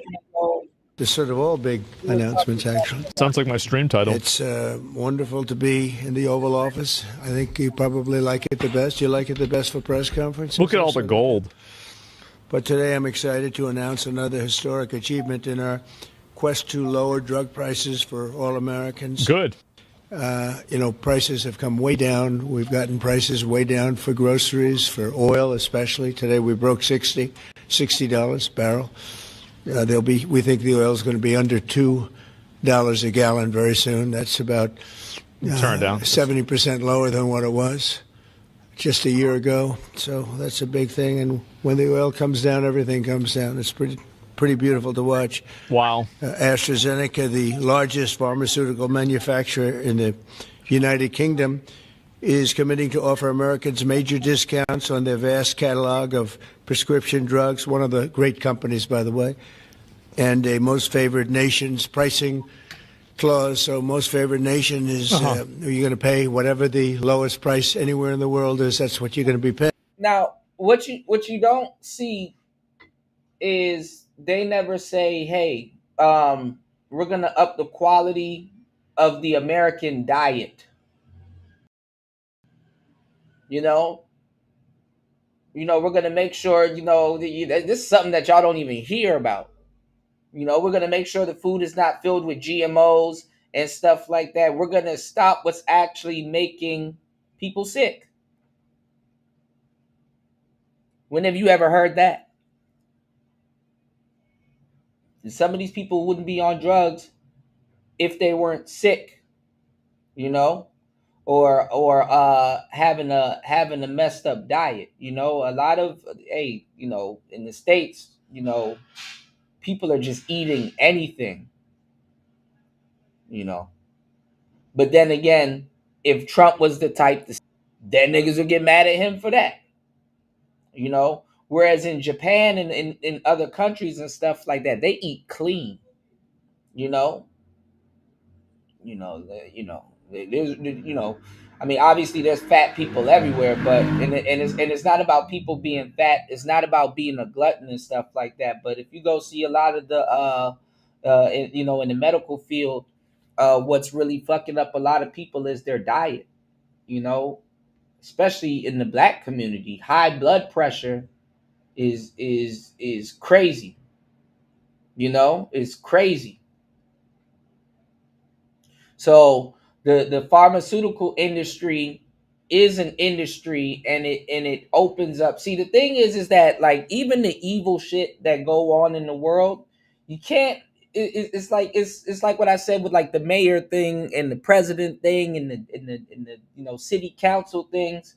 A lot of these problems are inherited, and if they collapse, even the people doing evil shit, like the people that's like, hey, I'm putting people that don't need to be on drugs, because guess what? Drugs makes the state money, it makes these people money, it keeps people sedated. And this industry has opened up other industries and stuff like that. Like, it's like, if you don't have nothing to replace it with and you get rid of it, it's like a void you can't fill. And then also other industries will collapse, so you gotta, and I hate to say it, but there is a concept for it. It's a necessary evil, where I was, like I said, I'm opening and doing consultations and running a bookkeeping business on the side, right? And I really don't talk about it here. I just talk about my achievements, 'cause I just got my pro advisor. And I was talking to a CPA not too long ago that I want to partner with, to get clients and, refer clients back to them. Tax season and stuff is coming up, right? And I'm going to give y'all some game. I'm going to give y'all some real good game. For all my business owners here or people that want to buy a business, I was talking to the CPA just about certain things and what I plan on doing, right? And we were talking about America, because I was wondering why they doing CPA work, and they were like, "Well, I used to work for the government and whoop de whoop and stuff like that. And you got all this stuff going on in America, so I just focused back on accounting." And they were just telling me what was going on with that, right? And I was telling them, like, well, that's just kind of how it goes in America. And he was like, he agreed. And we got to talking about depth and stuff like that. And I'm like, doing this type of work really opened my mind to how things go in the world, especially in just in general, that especially like in America, there's a such thing as good debt. There's a concept of good debt, and there's a concept of a lot of other different things that people don't know about. And this is something that I talked to you guys about, but just recently, I really started looking more intricately on the other side of the game, what's really going on. So remember before I told you guys that there is a concept of good debt that you guys have to have. Like, necessarily not being in debt doesn't mean that you're in a good position, especially with your finances and in the States and stuff like that, right? And that's that's it's all fair, right? But debt is one of those things in America that makes a lot of fucking money. Not because you're in debt, is because the things that you can do with debt. And what I was talking to the CPA about was like, and I gave him an example, and he was delighted, for sure. He was like, yeah, this is true. So did you know, like, when you're running a business, right? Let's say you run a business where you're let's say you run a business where you bill customers, right? And you're using an accounting system, and you bill customers, meaning that you send out invoices. And let's say you send out invoices and the customer hasn't paid you, or it's been a while since the customer has paid you, right? Did you know that when you create an invoice, right? And let's say you did the work or you didn't do the work, or let's just say you created an invoice for a customer and you go off of an accounting system where it's accrual accounting, and you have a file of all the invoices that you sent out to a customer, to your customers, your clients, right? It goes into this folder called AR. And AR for a company is short for accounts receivable. All companies have another account called AP, which is accounts payable. Now, these two accounts, accounts receivable and AP, average people have them, but we just don't talk about them. AP is people that you owe, other business, B2B, business to business. You may owe them money, which will be in their accounts receivable, but you're running a business also, which people owe you money, which is in your accounts receivable. What happens when you pay for something in cash? You get a receipt, because it's cash minus from you, cash credited to the company, and an item or whatever service that's provided goes out, right? So you get a receipt. When you give somebody an invoice or you give them a receipt or whatever, remember, it's not cash. That's why some people say cash is king, but it's really not, because America has this credit game that they play.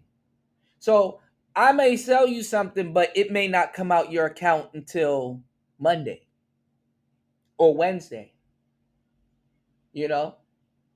because it may take time.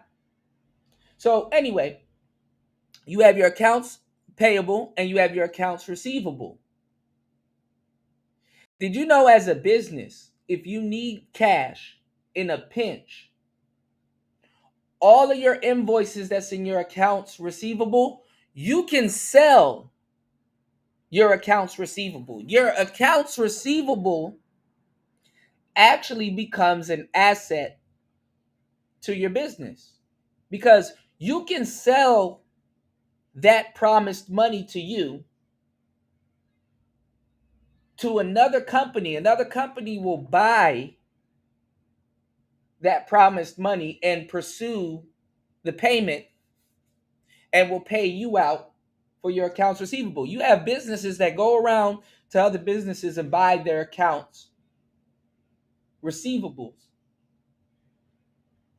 And when I gave you guys the game not so long ago about how other companies will sell your debt, this is why I tell you guys to, like, sometimes on your credit, don't pay, or don't pay certain companies back, to erase certain things off your credit. You can actually get a lot of that stuff literally taken off because it says you owe that particular company.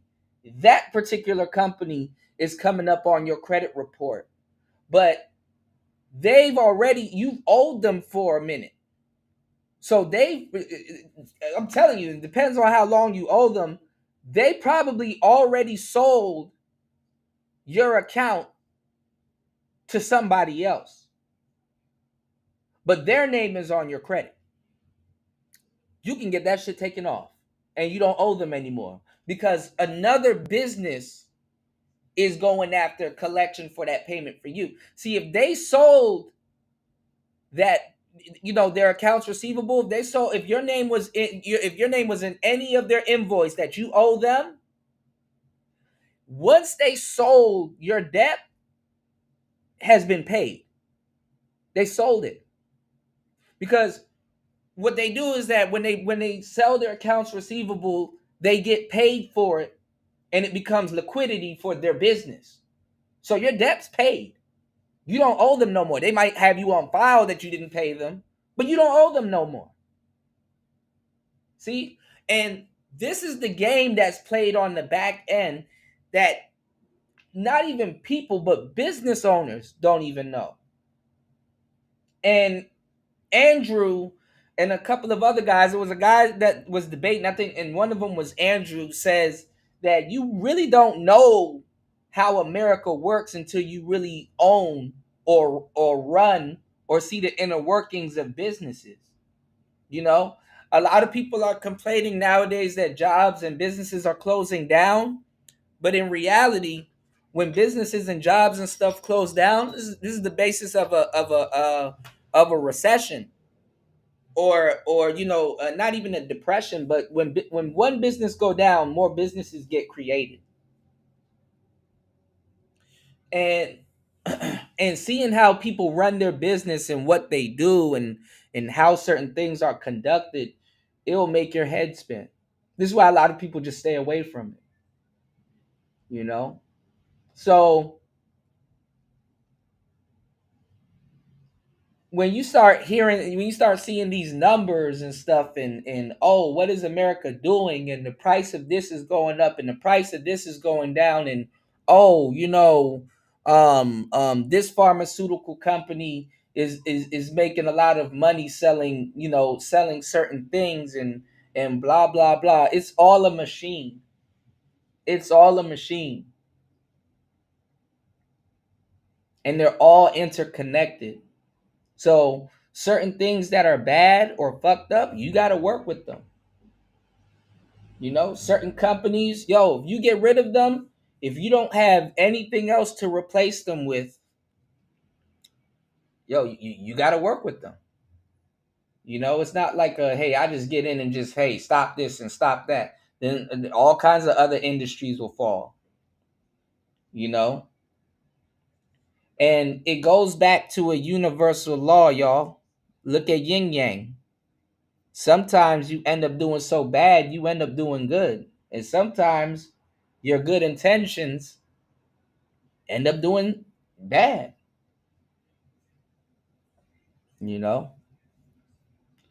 Super big shout outs to and one play 5 dropping the huge $5 on the Cash App. Good to see you, brother. Good morning to you.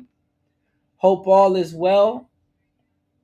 And shout outs to everybody here. Hope your October is going well also. There's so much stuff going on in the world today. Just make sure you and your family and everybody around you is okay. You know what I'm saying? As a man, of course, what you bring to the world is a big thing, but you're not obligated to do shit but protect you and yours. You know what I'm saying? So make sure you guys are okay. The road to Christmas and New Year's is a treacherous one. So like I said, stay out the way, stay indoors, and work on your skills. So by the time spring come, you done transform. Everybody now here should be posturing up to not even just do a 360 or 180, but to have new skills going into 2030. Going into 2030. What this man on the screen right here, Trump, is doing right now is really setting us up for the 2030s. I know Charlie Kirk was going to help him, but if Vance gets the presidency, which I think he will, you want to already be in position. You want to already be in position. I'm not telling you guys to start a business, even though I would like some of you guys to, but it's not for everybody. But some of the stuff that he's going to be talking about and doing is money back into business owners' hands and stuff like that. If you have a hobby, see how you could turn it into a business.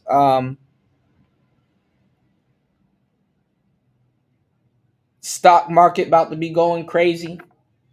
So just do your research on certain things and get active. And also too, I mean, certain things you want to keep as self accolades, but talk to some of the brothers here in these spaces. You never know who you can network with and really take what you're doing to the next level. You never know if you're talking to a business owner or somebody that can connect you to somebody that will take what you're doing to the next level, because we're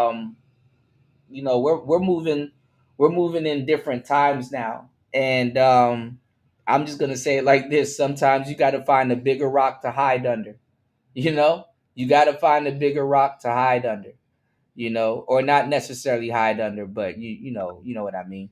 Shout outs to M1 Play 5 supporting the show. I appreciate you, brother. Shout outs to everybody here. Good morning, everybody. Let's keep the support going. It's Player Talk Radio. Give me 1 second. Let's get it. Let's go. More. Wendy? Thanks, Chuck. We're standing here in front of the Olympic Liquor Store in Queens, where scores of African Americans have been lined up for hours. We spoke to a few of them earlier. Ladies, may we get a word?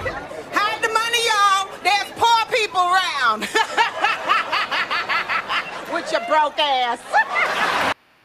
All right. Let's get back into it. It's Player Talk. Let's go. And I had it going very well in my first term, but we were interrupted by a rigged election, so I was unable to carry it forward. Damn, we started it's it, too bad. But this was something one of the reasons I wanted to run again was we had to have favored nations where the world is not going to be paying just a tiny fraction of what we were paying.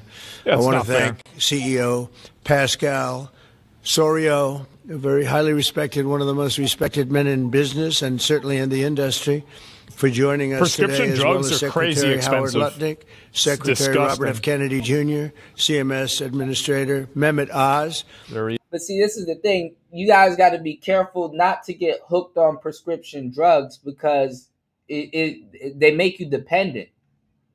They make you dependent. Yeah, shout outs to M1 Play 5, bro. Thank you again.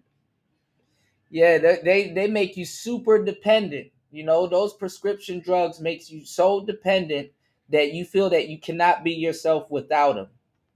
And you don't want to get it to that point. Your body produces all the vitamins and everything that you need and stuff like that. And a lot of, if you see what the American, drug, just what it's built on, honestly, to tell you the truth, if you do your research on it, it goes back to poor diet. So there's a reason why you don't hear politicians saying that if you push healthy, we should push more of a healthy food and more of a healthy American diet.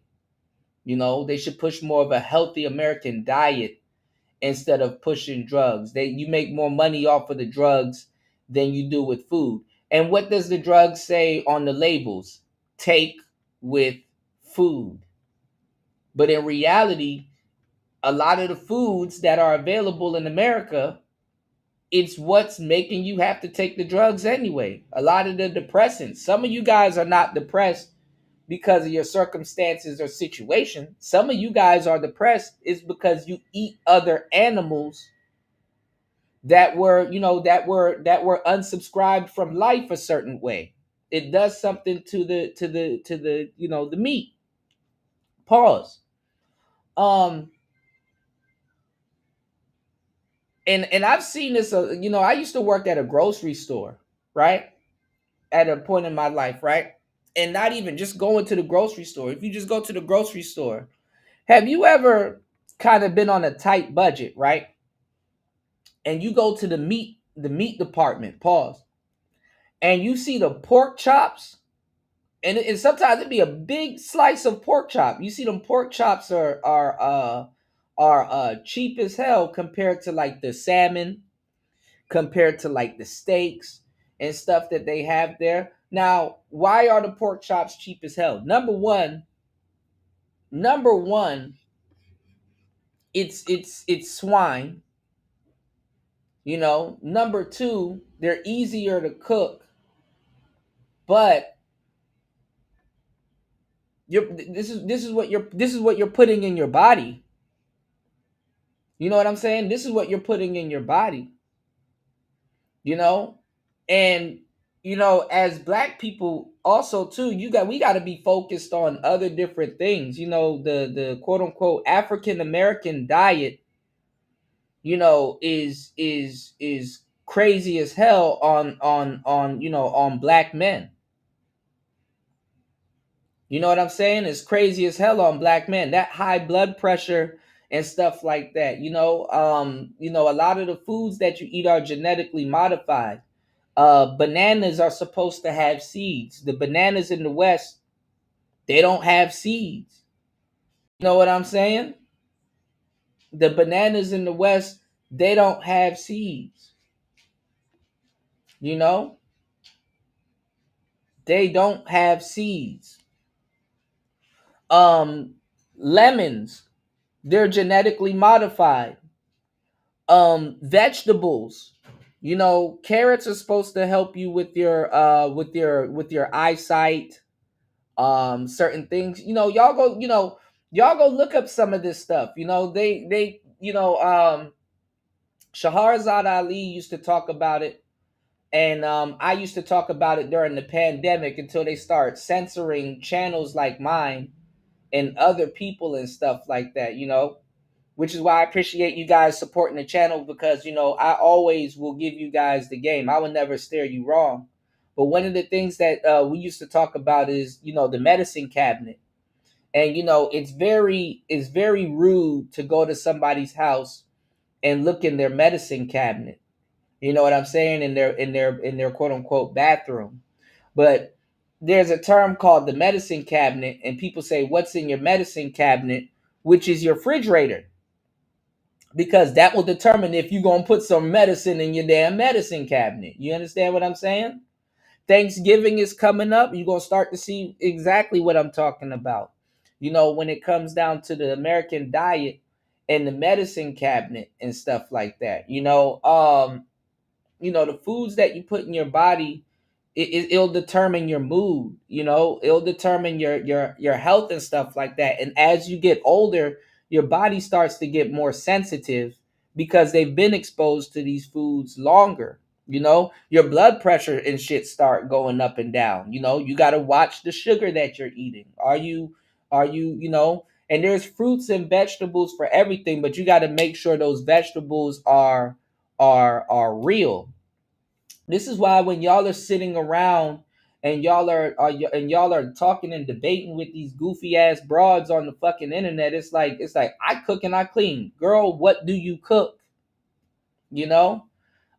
This is why I tell you a woman's mindset is more important than damn near anything else, because that determines what she gonna feed your kids. If you love football and you may want to coach football, or bring your children, have your children play football like you did, or your children's are your child is blessed with genetics and stuff like that. You want the best outcome for your child. you know aside from passing down the business to them, you want to, you want your child to fare well in this world, genetic wise at least, you know. So what is she gonna be feeding your kids? It's fucked up now. I mean, Uber Eats and all that other stuff. It's a blessing, but then again, it's like, even yourself, it's not. And listen, if you're not on top of your diet, there's nothing wrong with not being on top of your diet. At least if the best thing is to know that you're not on top of your diet as much as you could be. At least you're aware of that. But you can always start small, and you can always start little, with your diet and your sleep and stuff like that, and really, get back on track, with where you want to be, and also your fitness goals. Most of the people in like 3 months, 2, 3 months, guess where everybody's gonna be back? They're gonna try to be in the gym. They're gonna try to be in the gym. Most of those people ain't gonna survive in the gym. And then just because you go to the gym doesn't mean that you're healthy, because there's a lot of people that's not going to the gym and they're eating good and they're healthy and stuff like that. So, and they're comfortable walking around at the weight that they're at, so don't be confused. But listen, if you do want to take a step in the right direction, there's a link pinned to the top of the chat. Make sure you head over to hempforfitness.com. That is hempforfitness.com. There's something over there for everybody. Make sure you head over to hempforfitness.com. And if you use code T-210, you get an extra 10% off of your order. And if you mention CUDA, you'll get 2 free gifts, courtesy of LT Man and Player Talk Radio. Merry Christmas. It's going to be an early Christmas. You get 2 free gifts, on the house, So make sure you head over to hempforfitness.com, because it's good for regulating your eating habits and also what you eat. It's good for sleep.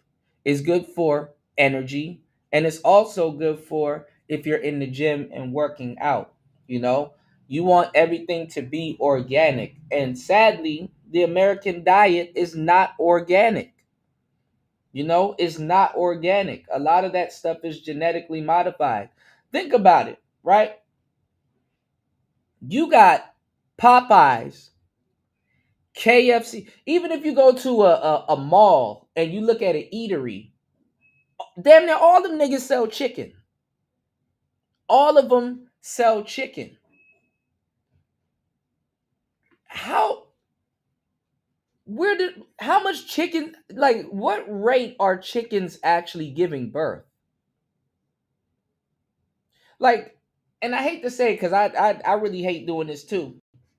But have you ever gone on YouTube and have you ever checked out like the chicken farms and see that they're injecting these chickens, they're plumping these chickens up so they look good on the KFC commercials, and they look good when you see a bucket of it. Niggas are buying a bucket of chicken. And you look at genetics and stuff, right? And you see it's all mixed, matched and stuff like that. Like, it's not a bucket of the same chicken that you're eating. Like, I'm talking about all the parts came off of the same chicken. No, you're eating 4 or 5 different chickens. There's like 8 different chickens in that bucket of chicken that you bought. If you think about it.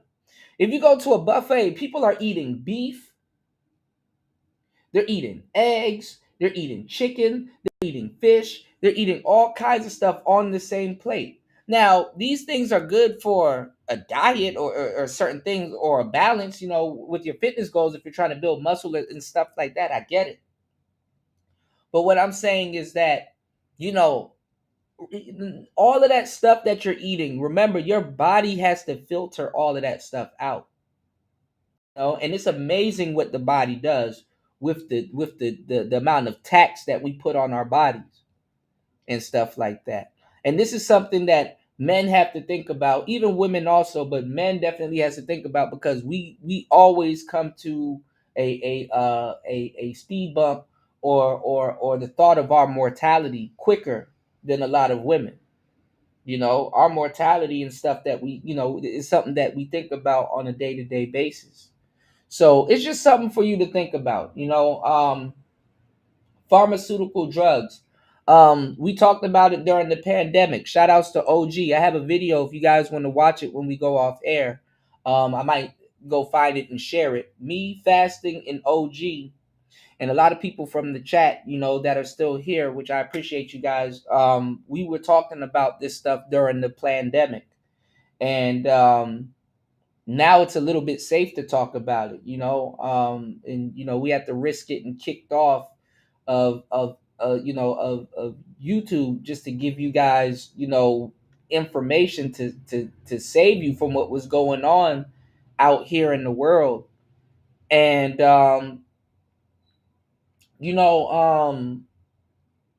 it's just crazy, y'all. It's super crazy because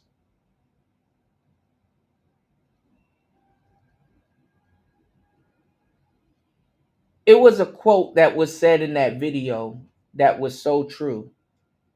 And this is in America. If you see a commercial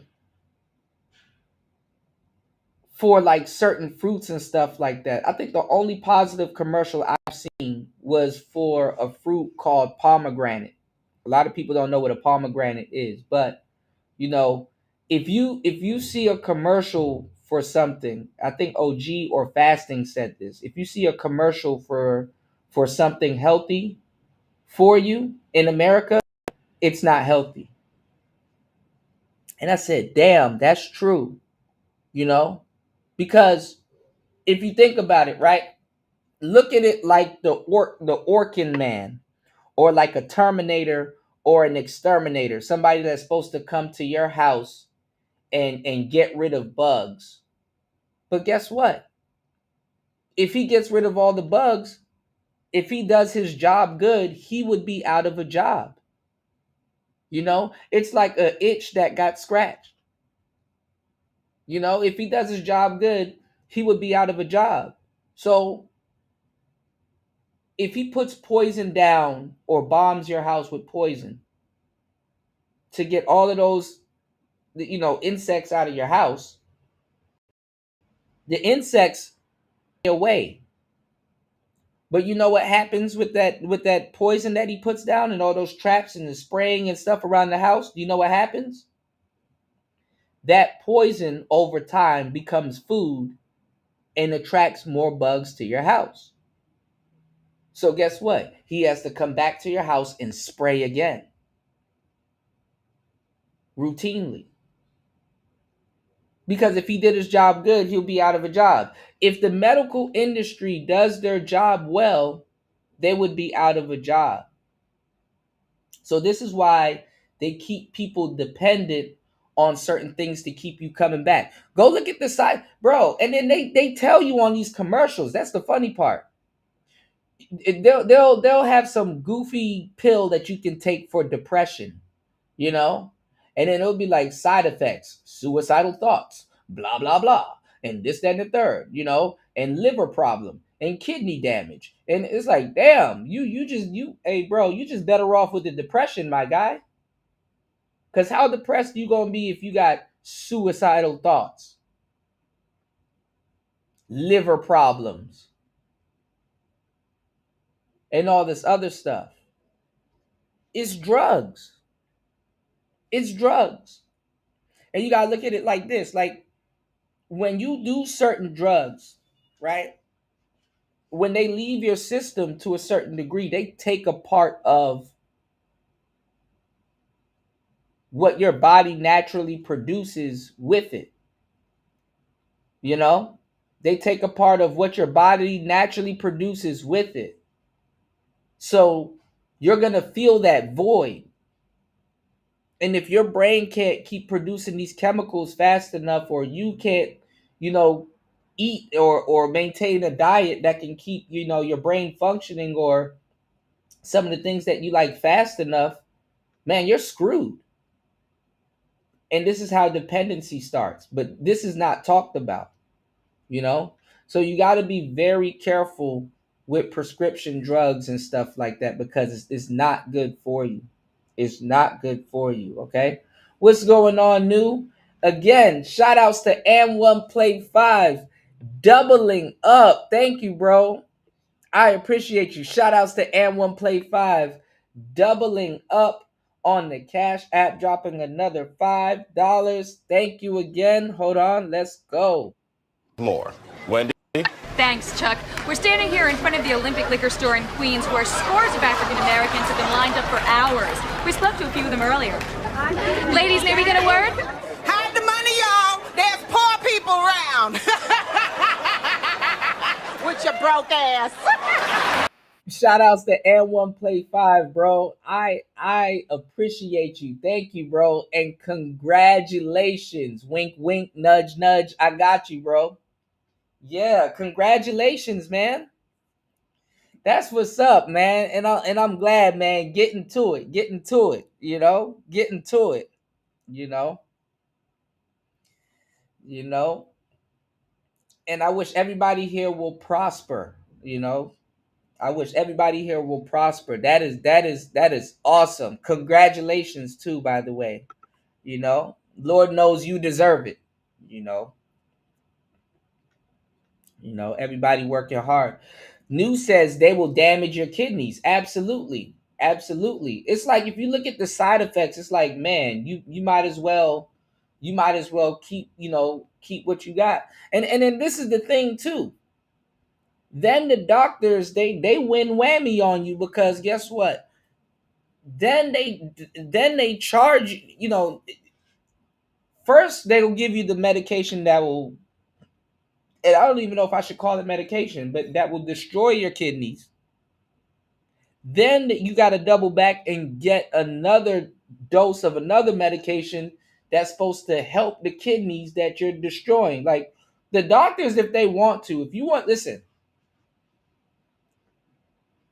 back in the olden days,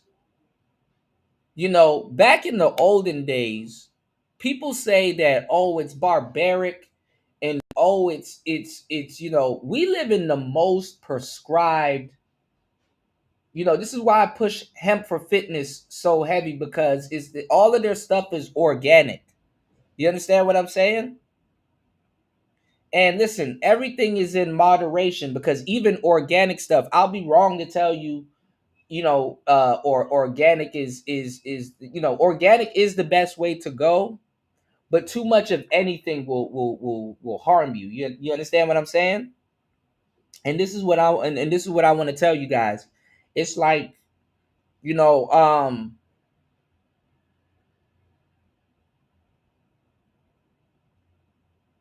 if we living in a day and age right now that if you want to fake and pretend like you're sick or something's wrong with you, the hospital will go right along with you. You say your head hurt? Okay, well shit. We're just gonna take a look at you when they're really experimenting on you, and they call it a checkup. And then we're gonna prescribe you something. We're gonna prescribe you something because you shouldn't be having headaches. We're gonna get rid of that problem for you, while on the back end creating another problem for you that you don't see coming. Y'all understand what I'm saying? So if you look at people nowadays, we live in nowadays people are on so many different types of drugs and medication. This is why I tell y'all to be careful, because people are up here. I gotta report stories about wackos and crazy people out here. And what's the sleight of hand behind all of this shit is that these people might be on drugs, and it's not drugs that you think that they might be on, not like fentanyl and all that other stuff. Even though a lot of these quote unquote drugs that they're giving you, they got fentanyl in it. You just don't know.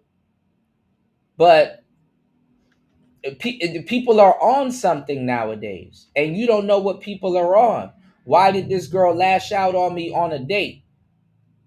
You never been to her house before, or you don't see what's in her medicine cabinet, which is in her damn purse. She probably on all kinds of depressants. That's another thing that y'all don't know. With these feminists and some of these women out here, they're on drugs. You know? I ran into a couple of stoner chicks, and I'm wondering, like, why does she smoke like that? Like, it's okay to smoke a little bit of, weed or whatever you're doing, to let loose and stuff like that. But like, she's doing it in a way and at a rate where it's like, okay, you running from something, or you're heavily self-medicating.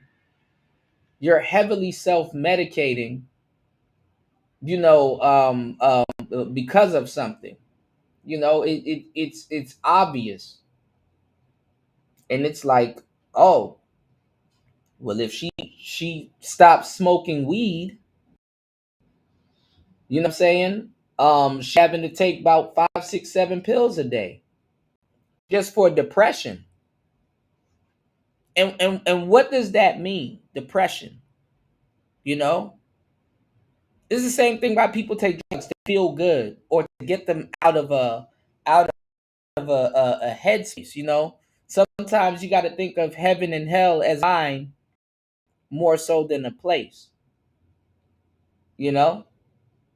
And when it's routine and you don't have certain things, and people have their vices.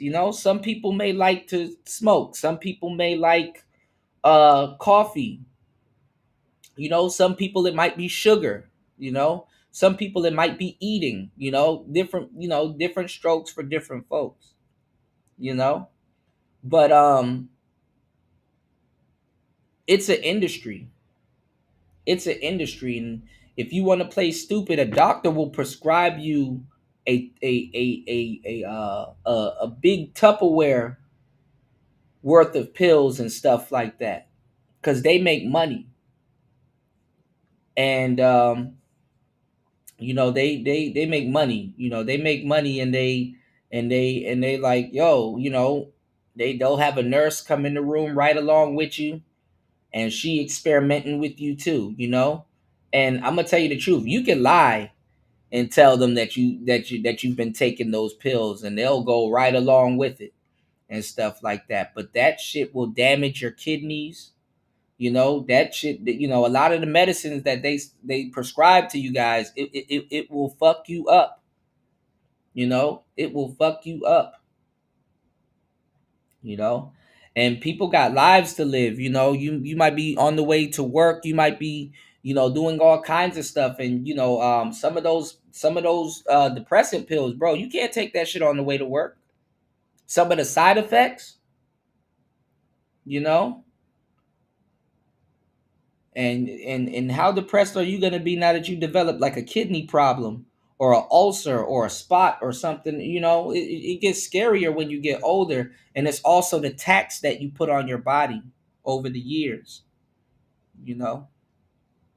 But it's nothing people can't stop. You take them. It's like taking the rattle from a baby. You take them drugs out of the people's hands, they'll go after you. They'll come after you. Copium. New said, I'm going through that now. Yeah, man. One of the things that I could tell you guys to do, but if you smoke, don't do it, because you might get nightmares. Because you never know. There might be stuff in the ganja also. But take some black seed oil, also known as cumin seed oil. You can take some cumin seed oil. They talk about it in the Quran. It cures everything but death. And you'll feel it hitting every single one of your organs. Take a tablespoon of black seed oil, and then I want you guys to go after this honey. It's called Yemeni honey from Yemen. Them bees in the Middle East, they don't play. But it's called Yemeni honey. And you take that Yemeni honey, or you take what's called Manuka honey. You want to take a high grade honey with that black seed oil, And if you just take those two things, like a tablespoon of black seed oil and maybe like a teaspoon of manuka honey, kind of take them both. You got to get used to the flavor, or depending on what company.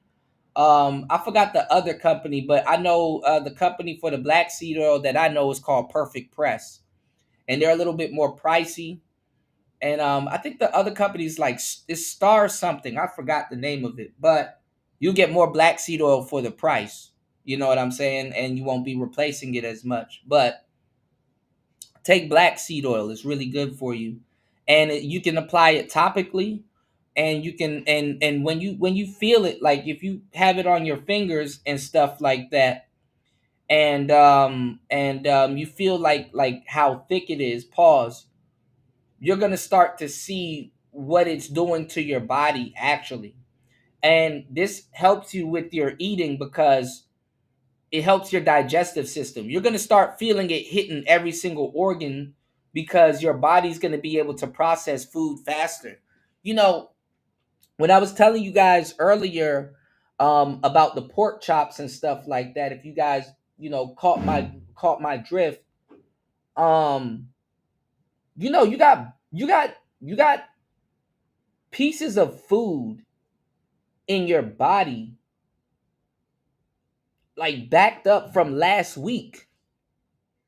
You know that, right? You like there's pieces of food in your body that you done forgot about, that you done ate. Like there's meat and all kinds of stuff sitting in your colon, your intestines and stuff like that that needs to be flushed out. You know, and then that's another thing too. Before you guys start taking vitamins and things like that, sometimes you have to detox.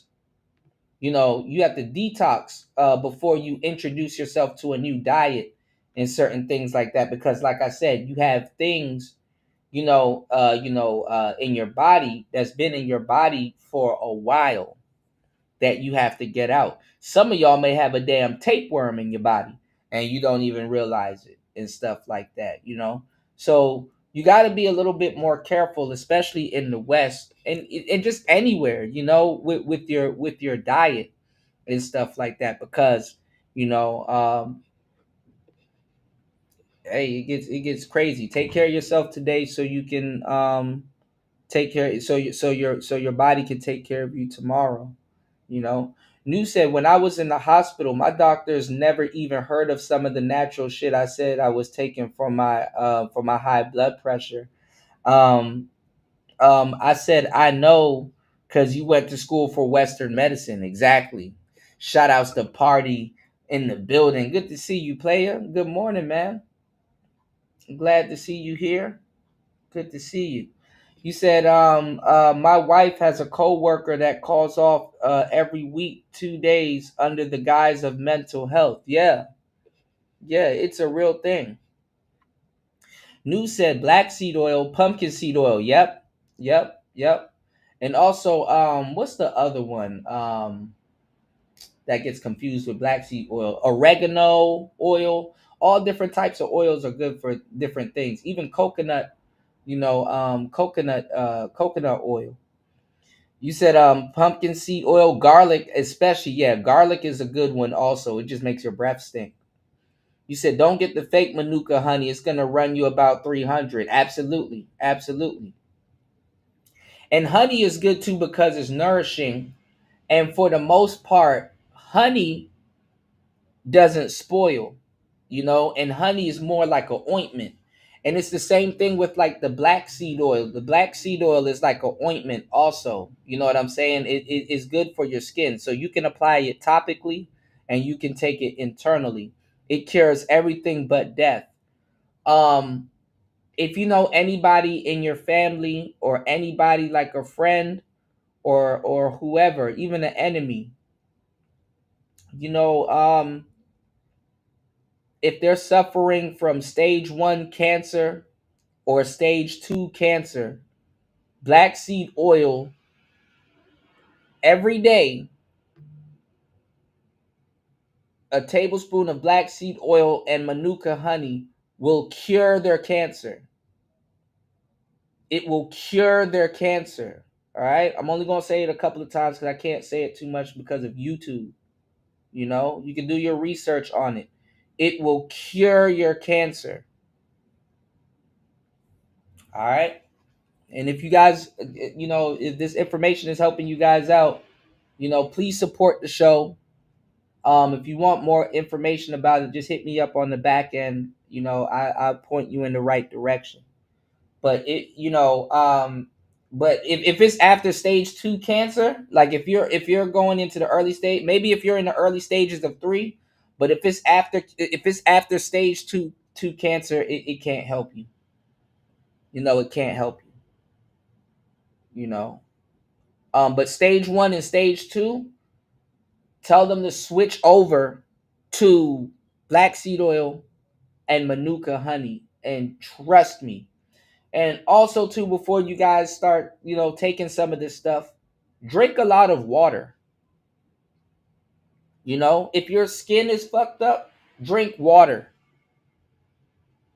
Drink water.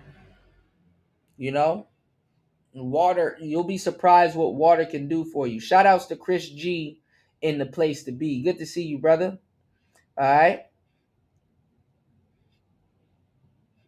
Party said, I'm like, how much is mental health allowed as an excuse before you can't work in a high level place? Yeah. You know what it is though, Party? They really can't say too much about it in the beginning, or depending on how she establishes it, because it will seem incentive on the company's behalf to get somebody up out of there because of mental health.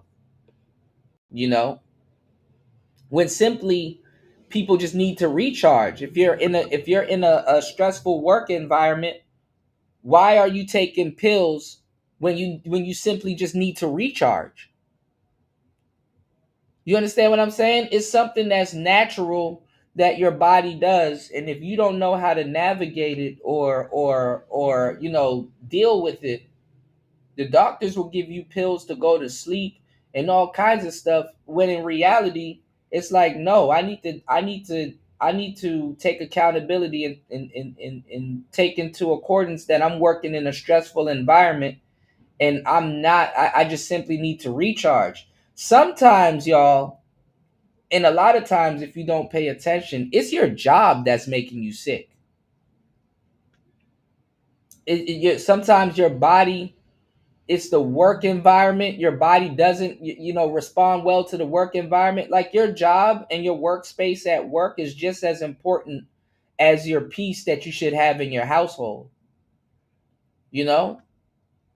So if you're going to school and you're picking up certifications and things like that, and you're studying and stuff like that, you gotta find somewhere in your home to create a peaceful environment so that you can learn and stuff like that, right? Well, it's the same thing at your job. You gotta have a non-hostile workspace and stuff like that, so you can complete your task.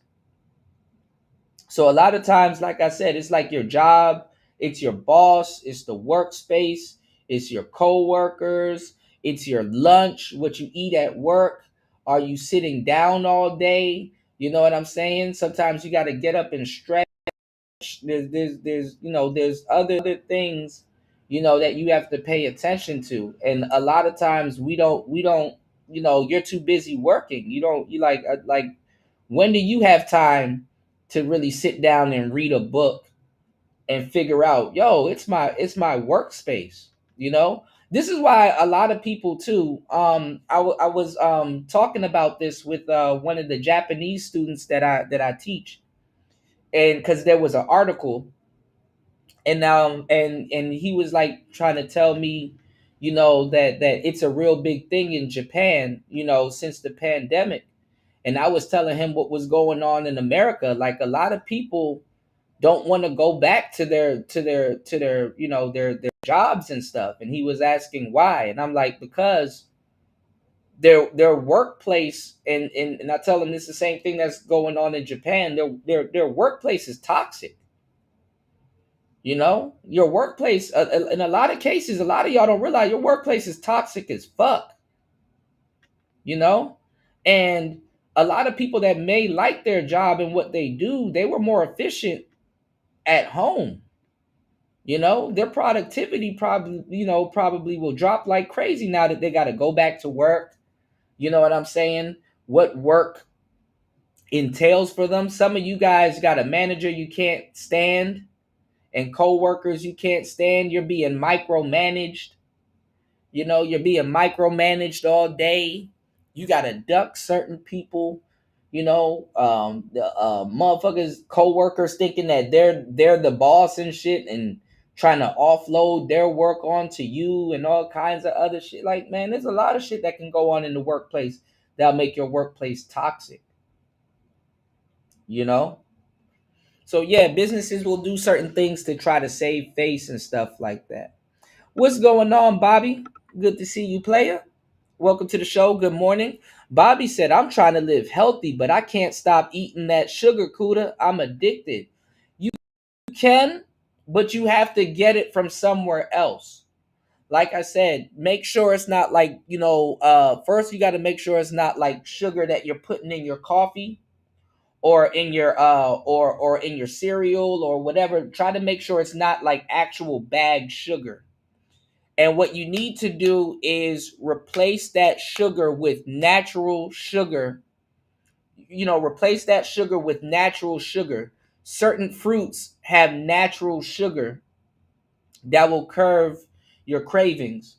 Now, natural sugar is the best type of sugar that you want to put in your body. But for real, too much sugar is still bad for you. So the natural sugar, you know what I'm saying, is not always good for you too. Because diabetes is a real fucking thing. Diabetes is no joke. And with your genetics and stuff, black people were more susceptible to certain things that normally wouldn't affect us. Things like diabetes. So we got to be real careful, and also, put some, good fruits and stuff in our body. Also too, I mentioned honey earlier. Honey is a good replacement for sugar. You know what I'm saying? So if you drink coffee and stuff in the morning and you put milk and sugar or amaretto or something in it, you know what I'm saying?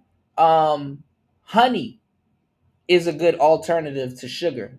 So make sure you get like a nice high grade honey, and you can be good. Or fruits and stuff. I used to always wonder as a kid, because I don't like red apples for the most part. I mean, I'm good with them now, but I didn't know. I used to like Granny Smith apples, the green apples, right? Or maybe the yellow apples, right? I didn't know that red apples have as much energy as a Red Bull. But are people eating apples at the rate that they're drinking Red Bull? No. Because you actually have to bite the apple, you actually have to take your time with the apple, and blah blah blah. But you know, um, you know, the Red Bull is just more easier, it's more convenient. You can just drink it. But the Red Bull got taurine and it got all kinds of other stuff in it.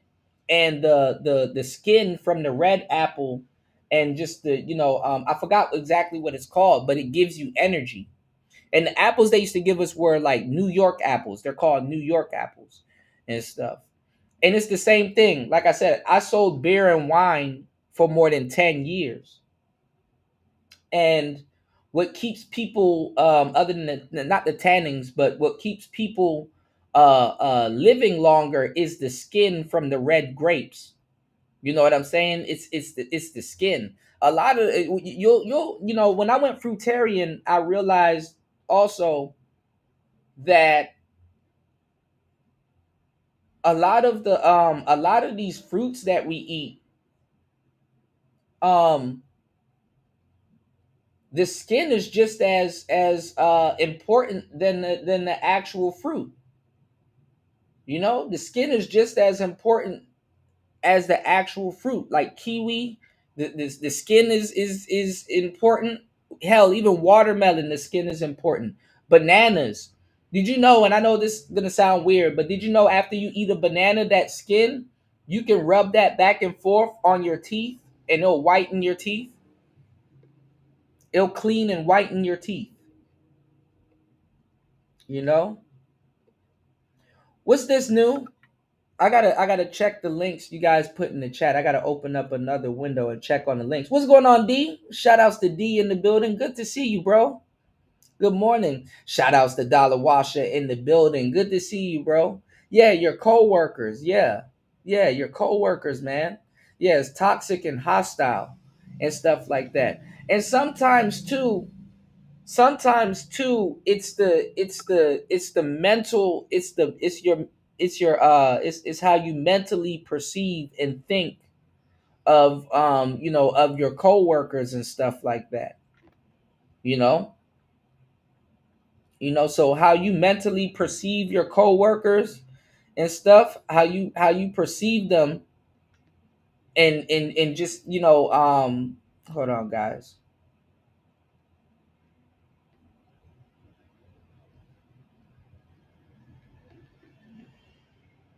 Yeah, like how you mentally perceive your coworkers and stuff like that, man.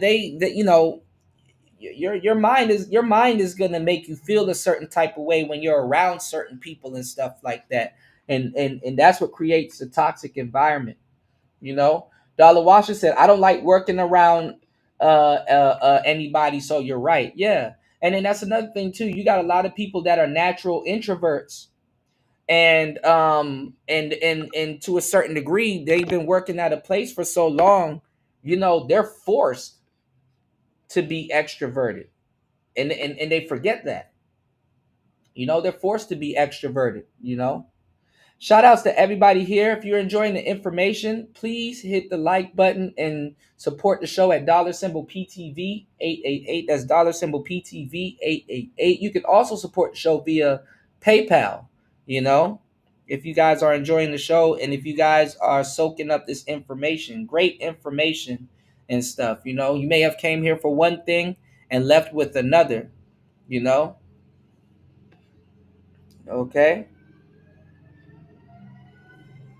You said that's my situation all day. Yeah, yeah, yeah, man. I know how it is, man. It's the weekend now. Some of you guys work on the weekend. You got to be around people that people that people that you don't feel like being around. You know,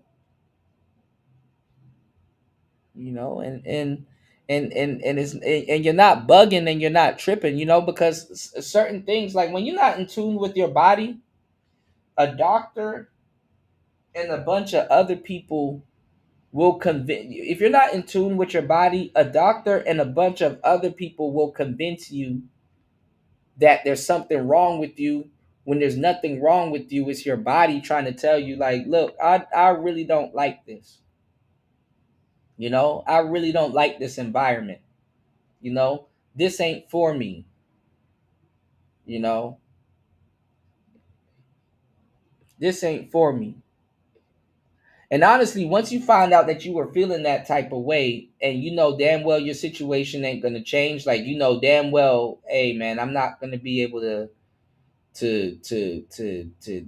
get out my boss face immediately. So let me hurry. You gotta take that time and try to get another job. One that's preferably high paying. So you know But when you work at a certain times, you're gonna be like, yo, I'm just gonna chill at this job for like a couple of months, stack my money up, and then go to another place, and it don't work out like that. Sometimes you fuck around and be at that job for like 5 years when you should have only been there for a couple of months. It's the same thing like when you get a place. Sometimes you think you go, stack your bread up and do something else, and it's like, nope. And then next minute you're kind of stuck. You're kind of in a rut. You're like, damn. I'm kind of stuck around this in this toxic work environment. you know I ain't got nothing put up, so I gotta, you get put in a, you get put in a fucking box, you know, and then you feel even worse about yourself, you know. So sometimes you gotta, take it easy on yourself. That's what the hell is going on. Like really assess your situation and really plan. Put some type of plan in motion to get up out of it because your body will tell you like, look, and then a lot of y'all are very smart. A lot of y'all are very smart and know your shit and could be doing something else, bro, and you're wasting your talent in another space and stuff like that. Like your body knows this, you know. Your body knows this. Like you're undervalued. You're not being utilized, you know. You have no choice but to not feel too well about yourself. So, sometimes and this is the crazy thing about what we're talking about. Sometimes you will never realize how toxic of a work environment you're in until you leave that work environment. You will never realize that. And unfortunately, a lot of guys, we don't understand that. Like it's very different as men. Like I know women that will have about 8, 9, 10, 11 jobs. That's why when they were like, oh, you know, oh, Kuda, you should be laughing because some of these black women got fired from their jobs. I'm like, that's not funny, and I'm not laughing about that neither. But at the same time, them broads ain't tripping. Them broads ain't tripping about losing their job. I know a bunch of sisters that go from job to job. Women walk away from high paying jobs for fun and get another one. I know women that just jump from high paying job to high paying job.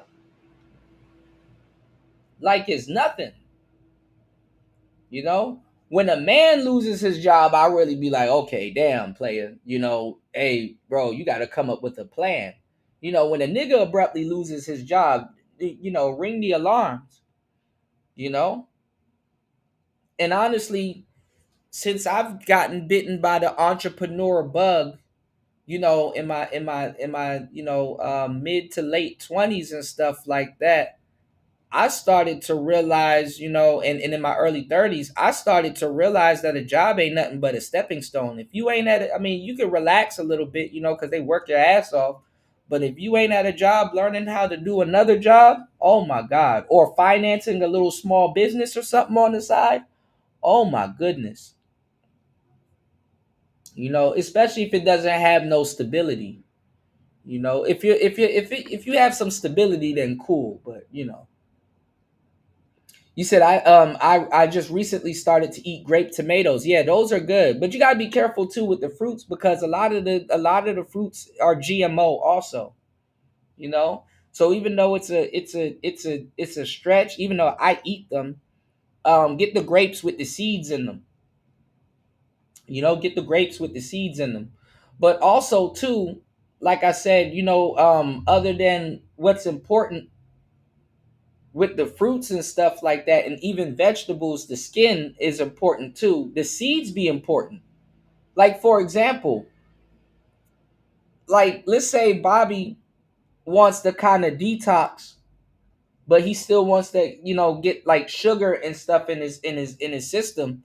I would tell him to go on a slight watermelon diet. Because the watermelon is good. You get the juice from the watermelon, and the watermelon has enough sweetness in it and stuff like that, and just fuck it, watermelon good as hell. um the watermelon seeds are actually more important than the watermelon. you know the watermelon seeds are actually more important than the damn watermelon. Crazy as kept. you know And when I got to Asia, I was when I ate like a real banana, like I'm talking about like the only real bananas that you can really find in the West, they're called burro bananas. I think it's called Burro bananas. And then they got some bananas that are red in the West. The store that I used to go to had an international food section. So, I could find some of the foods that I really, or certain foods, but you know, nuts are good for your diet also, but a lot of nuts are genetically modified also. Lemons are genetically modified. The only real citrus fruit that looks like a lemon that's not genetically modified are key limes, and they're smaller, but they're really powerful. If you guys are, because I know the weather is changing in certain places. Um, One thing you guys can get, and it's somewhat sweet. Also, it's like bitter in the beginning, and then you get like a burst of sweetness. You can go get something called moringa seeds, and you can get a big bag of them, but only take 2 to 3 a day because they're very powerful, and your immune system is going to be, is going to be, to the moon, you know. Or if you can't find the original moringa seeds, you know, get some moringa tea, you know. So some of the stuff that you can't find, get the tea, you know. Plus, it's good to drink tea anyway because like watermelon and a lot of other stuff, beer, they're water based. You know, they're water based. You know, and anything with water helps your digestive system and stuff like that. You want to keep, your body's like a factory. You want to keep your digestive system flowing really easily and smoothly and stuff like that. This is why I tell you guys to get black seed oil, because you feel it hitting every organ in your digestive system and stuff. And then the last parts that you really want to hit is like your intestines and stuff like that. And because you want everything to flow smooth through you, it goes in and it got to come out, you know. And you might not know, you got food that you ate last week still in your body that your body hasn't processed, you know. um and also too, if you don't want to detox, as quick, because detox isn't as easy as people make it seem. You gotta be smart about how you're detoxing your body. But the black seed oil will make it easier for you to detox your body. you know you said I got shady and demonic bastards at my job right now, and that's why you're learning to be a truck driver, Chris G. A lot of the stuff that you like is not by happenstance. You're an adult. Of course, when you're a trucker, you got coworkers and people that you're going to be around for a little bit. But what are you doing for the most part? You're spending your time in your truck. You know what I'm saying? Away from people, doing your job. So you don't have nobody or on your back 24/7. So you're gravitating towards a job where you don't really have to be around a bunch of people. You could just sit, you could drive and do your thing and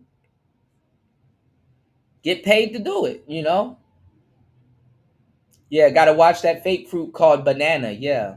I mean, I'm not telling you guys not to eat bananas, but they're genetic modified, but they're a great source of potassium.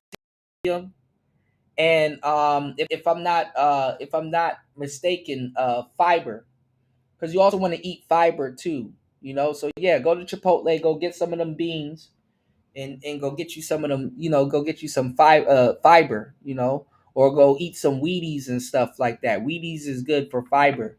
Honey Nut Cheerios, they're good for your heart health and stuff like that. Carrots, they're good for your eyesight. Same thing with mangoes. They're good for your eyesight. Avocado, you know. Start small. Start drinking shakes. Go on Amazon. Get a Ninja.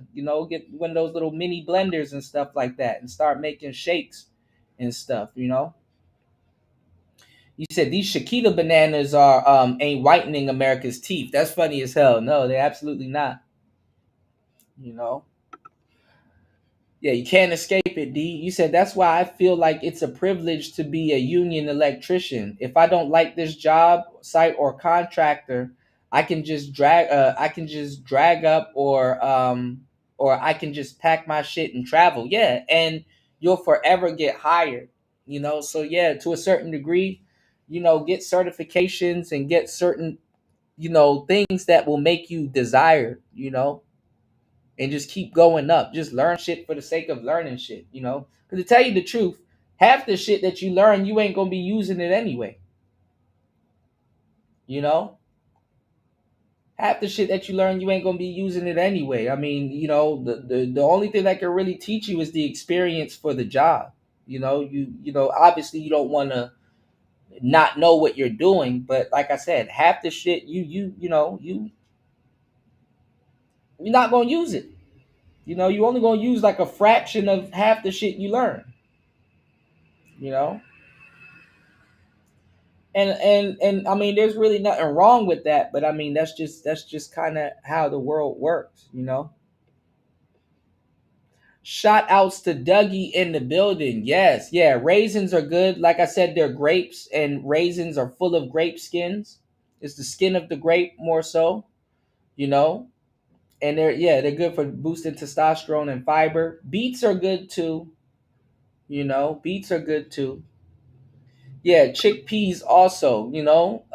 Get into eating hummus. Not necessarily baba ganoush. I think baba ganoush is like eggplant, but like chickpeas are good. Start eating Middle Eastern food. Like I said, I had a couple of Ethiopian girlfriends. Man, all I ate was Middle Eastern food.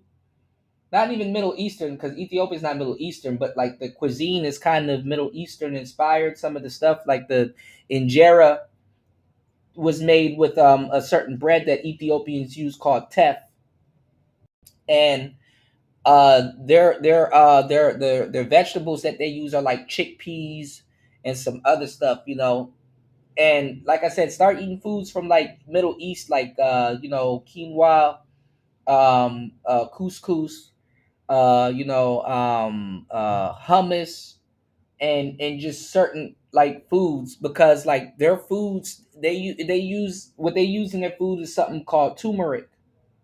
You know, what am I trying to say? I'm the word. My bad, y'all. I've been on stream for like 5 hours now. Y'all, please hit the like button, support the show. I'm trying to remember all of this stuff because I didn't intend on talking about this stuff. But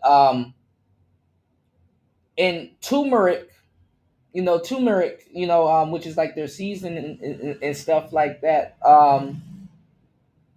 It has this thing in it that's really good. That's an anti-inflammatory called curcumin. You know, and like I said, everything is like in moderation. Everything is in moderation. So turmeric has what's called curcumin, and curcumin is good as an anti-inflammatory.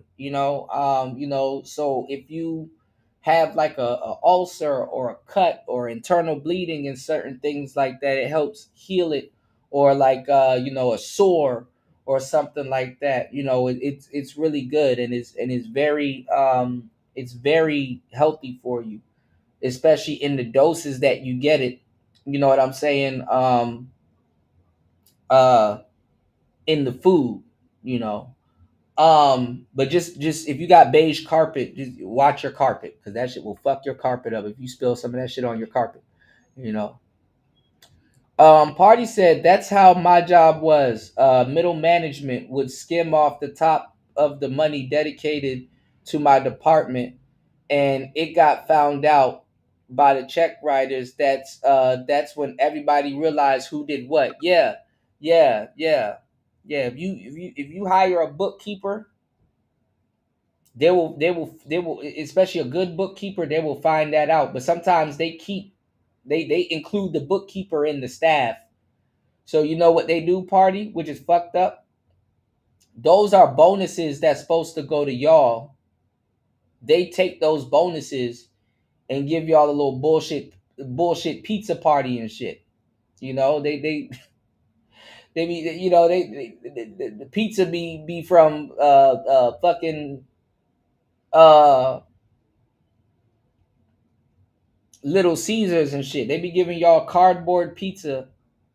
They skim off the pizza too. They throw y'all a little bullshit pizza party and take y'all bonuses that should have went to y'all. It should have been divvied and went to y'all. You know, that's what a lot of managers do.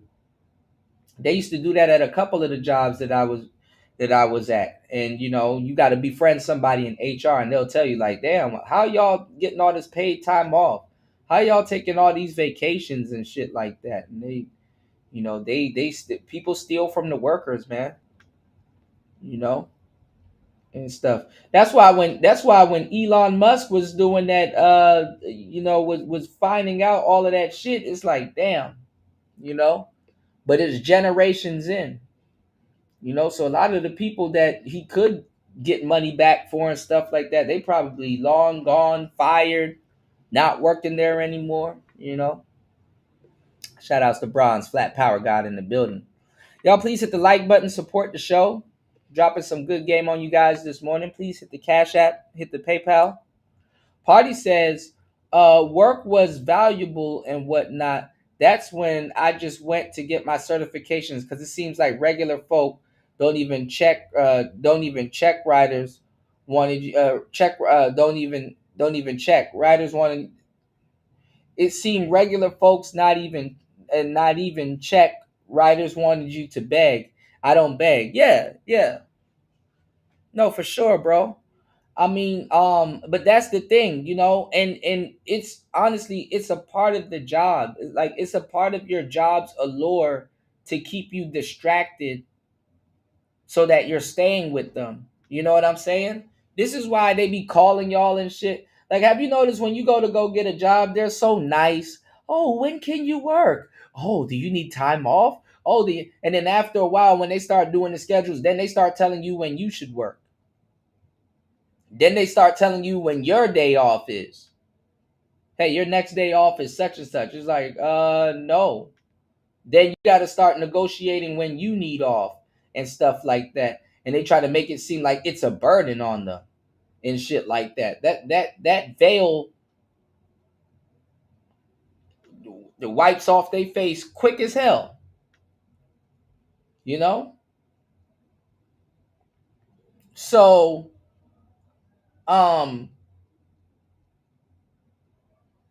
you know, they play these games with you guys, which is fucked up. When you make them a lot of fucking money, they make sure they be calling you on your day off and shit, like not on company time and shit. And it's like, nah, don't call me on my damn day off to tell me to come in. Talking about some, do you want to make extra money? See, people, this is why unions were involved, because people don't realize that they're a business. You know, you're a business. You know, you yourself are a business, and you're collabing with that job. If they're calling you in on your day off, technically you're doing them a favor to make them money. You know, you're doing them a favor. You know, in the beginning it's cool because if you want to make extra money, sometimes you want to be the go-to guy that they call so you can make a little bit extra money, but they really supposed to be paying you more because you got them up out of a pinch. You know, they're really supposed to pay you a little bit more. You know, they're supposed to pay you at a different rate, but they lowball you when you're trying to help them. You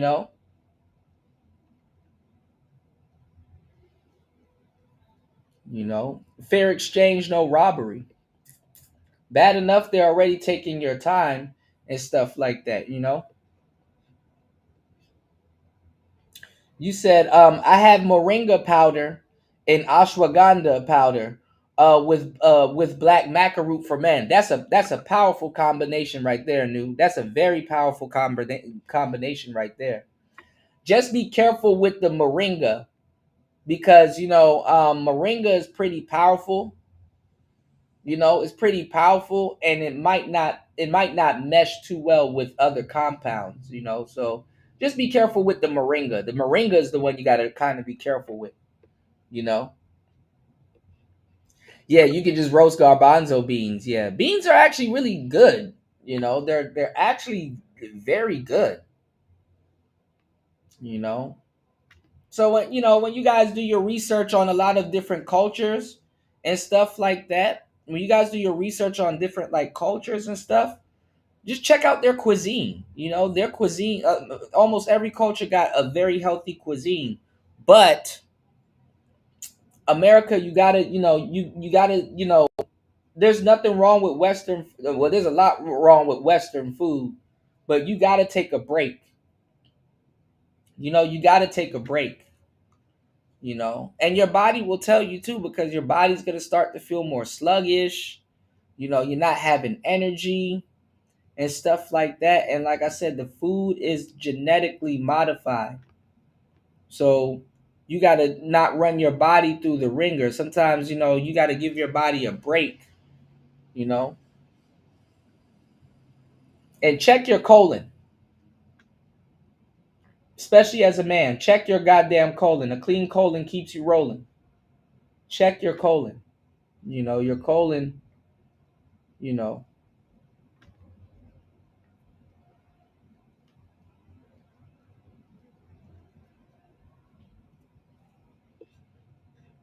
I don't know about going to the hospital to go check it though, because them niggas gonna try to put their hands in your booty hole. I don't know about that, but just hey, look, just make sure you on top of your diet. That's all I can say.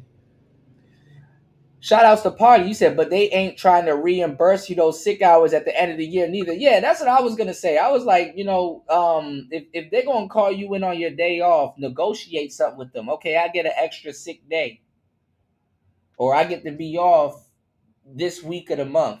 Negotiate it with them. Because if you don't negotiate, they're gonna be like, yeah, he went for it. You know, and it's crazy as kept. Your job will pull a fast one on you if you don't. If you never negotiated stuff with your job and shit like that, you'll know for sure they're pulling a fast one on you. Your job will absolutely pull a fast one on you. All right. Now we're talking about a lot of healthy stuff and organic stuff. Make sure you guys head over to hempforfitness.com. Some of the stuff that we talk about and other stuff that you probably don't know about is on hempforfitness.com. And they got like water soluble stuff and just different things over there that, if you head over there and take a look at it, it's on par for what you need. Make sure if you're on prescription drugs, make sure to try to get off as fast as possible. You know what I'm saying? So you don't become dependent. I mean, if you just start taking them, yeah, take your prescription drugs and stuff like that, and remedy, what you got going on. But long term, make sure you find alternatives to wean yourself off of that if you're dependent on them onto something more natural. And sometimes just do something different, like wake up at 4 a.m. and I'm not gonna lie, go for a jog. you know um you know sleep a little bit longer. Have a ritual. When I wake up in the morning, I work out a little bit, and then I go get sometimes too, you don't have to get rid of all of your vices or what what would be considered a vice, you don't have to get rid of your vices all at once. You can balance it out. You know what I'm saying? It's like, okay, I do drink a lot of coffee, but I make sure I work out before, I flood my system with caffeine. Okay, I do this, but I make sure, sometimes you gotta take the good with the bad, so kind of mix certain things in, because cold turkey don't always work for everybody. Um, you said you want to make extra money. Like, who the fuck do you think this is? Right, right. No, I want to go to sleep. I don't know why y'all niggas calling me on my damn day off. Oh, can you do us a favor here at the office? Like, you gonna have to do me a favor. You know.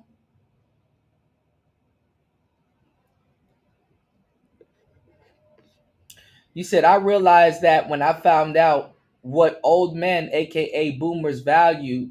They 69 years old with new car bills. Yeah. But I'm not gonna lie, in America, there's such thing as good debt, and I'm not gonna lie, it sounds crazy, but when you're funding something like nowadays, if I want to fund something, I kind of try to think like, what business can I start or open up to fund that thing. But I've been reading this rare Robert Kiyosaki book that most people can't find. And I've been telling people too, like, one of the things Robert Kiyosaki said in his famous book Rich Dad Poor Dad, said that the most important person in his business is his bookkeeper. I said, damn, that's so crazy that he said that. Reading that again, I've heard it before, but I didn't know what the hell was going on, what he was talking about. But the crazy part is, there's a such thing as good debt. And when you go into business, or you want to do something or fund or finance something, you got to use OPM, which is other people's money. You got to use other people's money. That's what the banks do. That's what the stock market does, leverage and all kinds of other stuff. There's so many crazy terms for OPM. Some people call it leverage. Some people call it, you know, I was just dropping gems earlier on the guys here in the chat about, like, if you run a business, right? And you have like a bunch of invoiced clients, meaning that, you have a bunch of promise to pays, and you have a bunch of clients in your what's called accounts receivable that hasn't paid in a timely manner or hasn't paid you at all. And let's say you need some money for your business or some capital to fund something else, and they're not paying as quick as possible. What people do is that they you can sell, you know but it's not really your debt. That's money that you're owed. So that's money that comes back into the business, which is an asset. You know what I'm saying? It's an asset. The money that comes back into the business is more of an asset. So it's not your debt per se. It's the people that owes you debt that's being sold, which is why I tell people sometimes not to, pay off your credit, or people that you owe just yet, because you can literally write certain letters and stuff like that, and by law they have to take it off your credit. But because the reason why I said that, your invoices and people that owe you in your business is an asset, is because you have companies that go around and they inquire about your books, and they're like, well, how much capital, is owed to you in your accounts receivable. And They take that number and they buy it from you, you know, and basically you get paid off, and you know that money, like I said, turns into liquidity for your business, and they're good to go. You know, they're gonna get your books of clients and those invoices and go after them for payment and stuff like that. So as a business that will sell technically your debt, if you owed somebody, that's good for the business because they get paid. Somebody else steps in and foots the bill, and they turn over that book of clients to another company. And what happens is that, you know, your debt got sold. So technically, if that company puts something on your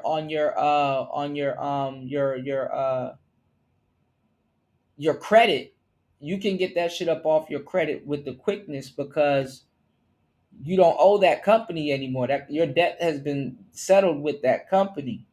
They sold it and made their profit off of it. You know, you owe another external business, and in reality, you don't owe that. You don't owe that other business. You know, you don't owe that other business. You know, so that other business, they buy another company's accounts receivable. They buy their book to see if they can recoup their money and collect money that's owed. You know, if like they'll take on it's the same thing in you know, if you guys are in you know, into real estate, they do this in real estate also. Like some of those companies, they're not into selling homes, but they get somebody else to sell it, or you can buy somebody else's home by literally taking over their mortgage payment. Like the mortgage company don't care, they just want to get paid. So literally you could take on, you know, the mortgage payment and you know, walk away with a house with some equity, you know, just basically taking over the pre-existing mortgage, you know, instead of having to go through that whole process. Like it like you just got to see it, you know. They use all of these terms to confuse the consumer. You know, they use all of these terms to confuse the consumer, which is crazy. You know, they just slap another name for the same thing onto something and try to make it seem like it's bigger. And in some things, you know, they are different. You know, there is a difference. But everything in America, for the most part, in the Western world and in the world in general, when it concerns debt, is OPM, is other people's money, you know? And they call it capital, you know? It is called capital, you know? And those are and the reason why I'm bringing this up, because a lot of these words are buzzwords, you know? Buzzwords to you know, to basically, you know, not under the table, but to basically say, hey, this is what I'm doing with this, you know. You said shit. 0540, I could go for some it's 0540. I can go for some lima beans right now. Yeah, man. Yeah, this shit making me hungry, man.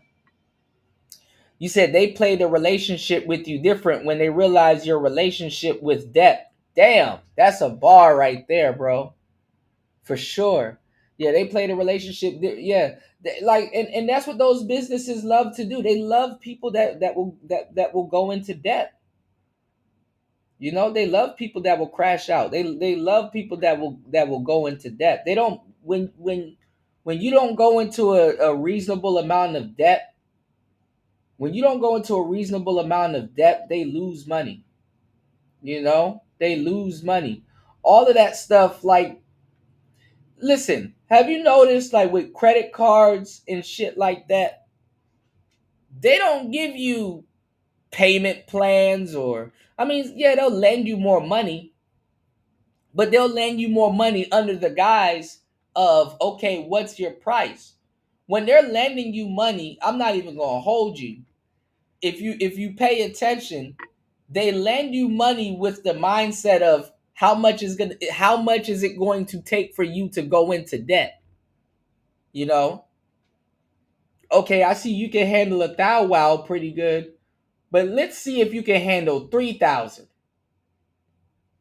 Let's see if you can handle 3,000. 3,000 might be your number. Yeah, we're gonna lend you $3,000. Do whatever you want with it. Buy yourself something nice, i.e., hey, go into debt. Go into debt. They don't say, hey, take this 3,000 and create a business which is gonna yield a higher return, and or even if they do that, they'll give you the money and tell you to create a business, banking on the fact that you don't know how to run a business or keep a business running, and do what? You go into debt. It's all built on debt. And the funny part is that the money that they lend you ain't even their money. It's other people's money. So that's number one, and I want you guys really, with the game that I've been dropping on you guys all night, go back and really read some of Robert Kiyosaki's books like Cash Quadrant and stuff like that. A lot of that shit is OPM. That's why he said he's a capitalist. And I'm like, dang, it kind of pays off to be, a certain type of way nowadays. And it's fucked up too. Like I said, they'll lend you more money a little bit to see if you're gonna mismanage it and go into debt. If you don't have a system, which most people don't, they bank on them, no pun intended, on going into debt. So look how much payment plans and how lenient there will be with you if you can't pay them back. It's like they treat you more privileged when you owe them than when you're responsible. If you're responsible, they'll give you like one or two little bullshit incentives and stuff like that. But if you owe them, that's when the fun really begins. Oh, what's your situation? Oh, listen, we're going to give you this month to bring us our money and stuff like that, but there's going to be a fee. Yes, there's going to be a fee on top of that. But look, you'll have enough time and blah, blah, blah. And then over time, you done paid them 5, 6, 7, 8 times. That's not good debt. That's not good debt. Like Elon Musk is a very rich and powerful man. But the money that makes him rich and powerful, he really can't touch it. But guess what? He plays the game. He gets the same equivalent that he has. The bank will match him, and he plays with the bank's money. And then he does it over and over again. And the original money that he got, he just keeps it in the account and keeps borrowing against that money. Because you want to know why? It's other people's money. I played you a clip with Stephen A. Smith. I got to find it. Where he was talking about the banks lending money to people. He was like, listen, the banks print money. They'll lend you as much money. If they can lend you $3K, they'll hawk you down for that $3K. If you owe the bank $3K, I think he said you have a problem. But if that bank lends you $300,000 with this same, wire transfer and stuff like that, even though sometimes, depending on how it does, probably take like a month, you get half and half or whatever. But whatever, they lend you $300,000. If you can't pay that $300,000 back, they have a problem. And their problem is not what you think. Their problem is because it's OPP, it's other people's money. OPM is other people's money. Yeah,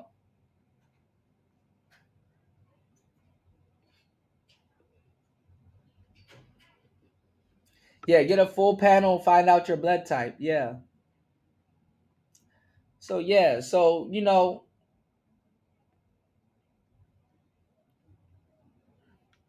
so like if you go into business and stuff like that, you're gonna start to really see the inner workings of Western society. You're gonna get a real crash course. And sadly, I hate to say it though, because you got a lot of people that that wants that wants to run a decent business, and they do good work and all kinds of other stuff, but sometimes it takes their businesses tanking under those rules and stuff to get this type of education. It's an education that you pay for, and you got people at the bottom that don't know, and they're like, oh well, tax the rich, tax the rich. And it's like that's not really how this works. That's not really how this works. And shit, all the rich got to do, if you want to tax them, if they already haven't done it, is hire themselves. Okay, well, I'm gonna go S corp. I'm gonna go S corp or LLC. Separate myself from the business. Sign myself to my own business as an employee. Pay myself so I can still get PPP loans and all kinds of other stuff for operating costs.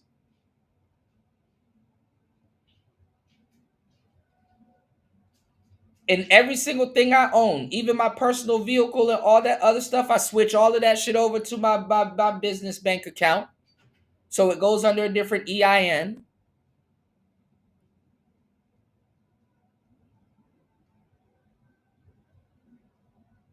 Every single time I go to the gas station, I keep my receipts, send them to my bookkeeper. He logs them. How everything is categorized. I turn over my P&L and my balance sheet, and you'll see how everything is categorized. Okay, you're listed under employees. You're on the payroll. And literally, you're living practically tax-free. That's what Jay-Z was talking about. And what's free? Go listen to Meek Mill's "What's Free." He said, "I'm practically living tax-free." So you could buy Rolls Royce, you can do whatever the hell you want, and just put that shit under the company's name. This is why Donald Trump pays like a dollar. This nigga pay $1 in his man, tax Trump. Man, hurry up and tax. Man, this nigga pays $1 and sit around and laugh at it. How much did you pay for tax? $1. Now the business, they pay for taxes, but like that shit's already taken out. Somebody else that you hire handles all of that, and the bookkeeper.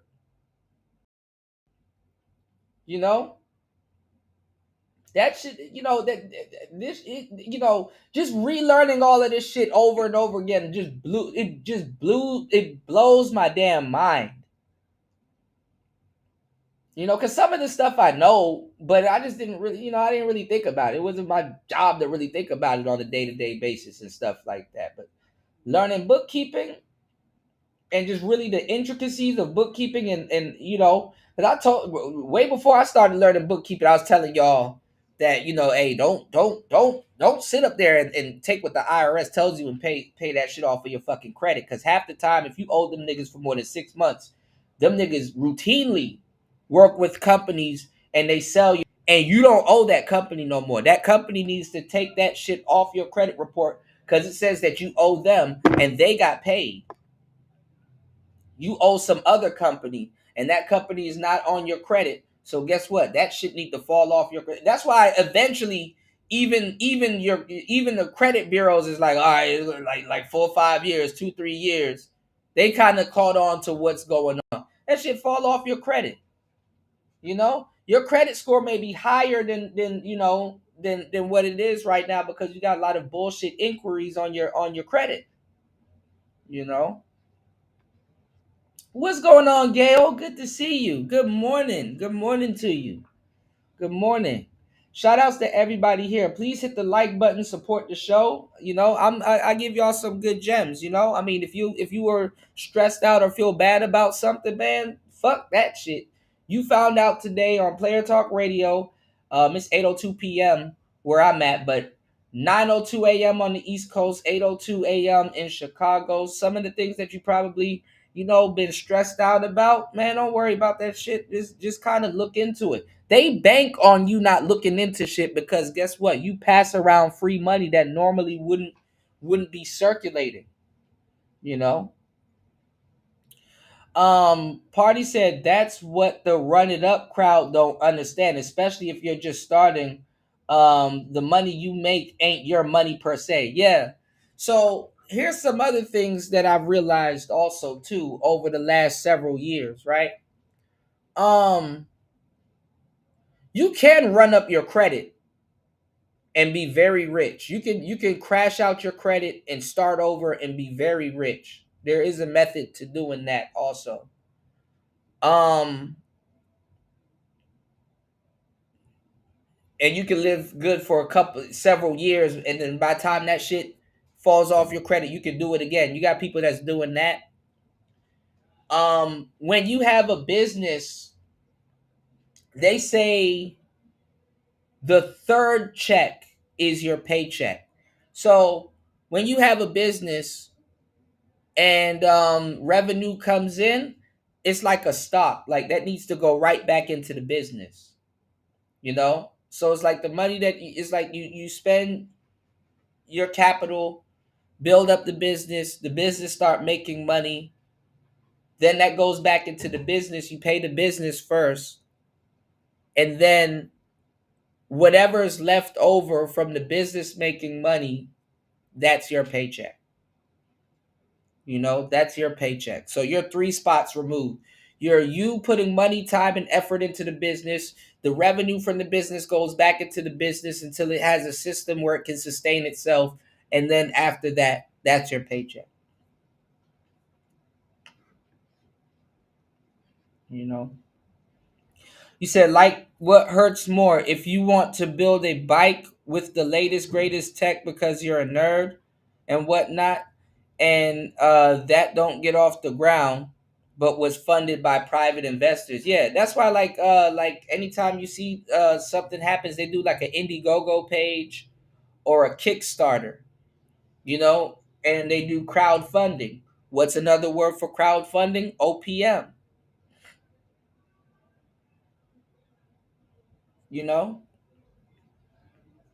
And shout outs to everybody here. Please support the show. You did? Please hit the like button, support the show. So that's what they do. Like One Wheel. One Wheel was crowdfunded. So they can get the components and everything and build something, Party said, or you spent $100K out of pocket and got the same result. It didn't get off the ground. Yeah, yeah. But instead of getting wrapped up on that, it's tuition. I mean, the tuition, is the lesson that you learned. So you kind of knew where you made a mistake and where this is why a lot of businesses they crash out. Because the main person that needs to get the business off the ground is the one damn near running it. I mean, it's when you're an entrepreneur, you're too busy running the business, you know and you're not really seeing your business vitals and stuff like that. And this is not a pitch for you guys to get a bookkeeper, even though every single business needs a bookkeeper. The bookkeeper tells you the vitals and stuff like that. The accountant prepares your taxes or make sure you're tax compliant and everything with the reports that the bookkeeper generates and stuff like that. But the information that the bookkeeper can give you, or that the bookkeeper has, because your bookkeeper might not always know what the hell going on in your business. Sometimes they're just there to categorize and stuff like that. But you can look at it and say, damn, I'm making more money selling merchandise than live streaming. Maybe I should switch over my content to selling merchandise and do more promotions on the merchandise, so I don't really have to live stream as much anymore and give myself a break. and then focus on something else. You know what I'm saying? Or damn, I'm making more doing this, or damn, I started off a cookie shop selling, cookies from a homemade recipe that my grandma gave me that's been in my family for the longest time. But last year we started selling ice cream that goes along with these cookies, and it complements the cookies so much that damn, I'm looking at my totals and I'm realizing I'm selling more ice cream than cookies. But technically I'm a cookie shop. you know so and it's crazy because in business that's how a lot of thing goes. Like, a lot of time you first set out to sell one thing or do one thing, and then you fuck around and end up doing something else. So a lot of times when a business does crash, sometimes it's tuition, or it's yo, you should be doing something else. So there is a such thing as failing forward. you know you said, in a way, I don't think these terms or ways of doing things were created to confuse. Maybe today, maybe today, because we live in maybe today because we live in because we maybe today because we live in a get over on one another culture, which is true. We live in a get over on one another uh culture, but the elders were very scientific, and each industry had its own language, but it's still all English. The problem is, uh,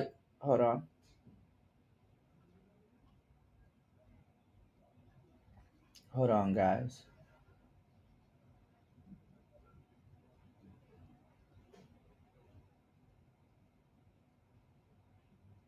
Give me 1 second. Hold on.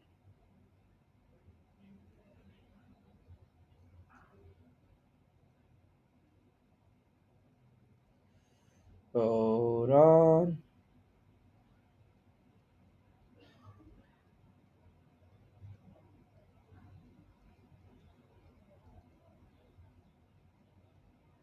Give me 1 second.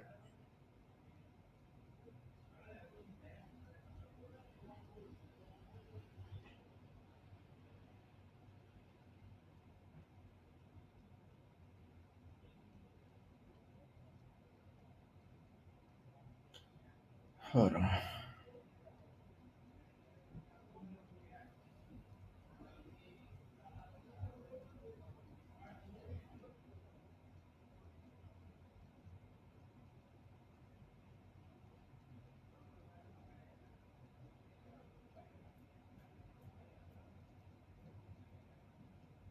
Okay. So yeah, hold on. Let me pick up where I left off. You said, in a way, I don't think these terms or way of doing things were created to confuse. Maybe today because we live in a get over on one another culture, but the elders were very specific in each industry. Hold on, let me switch over, guys. Give me 1 second. Shout outs to everybody here. Good morning. Good morning, y'all. Please come in. Please support the show. Dropping vital information on today's show. Hold on.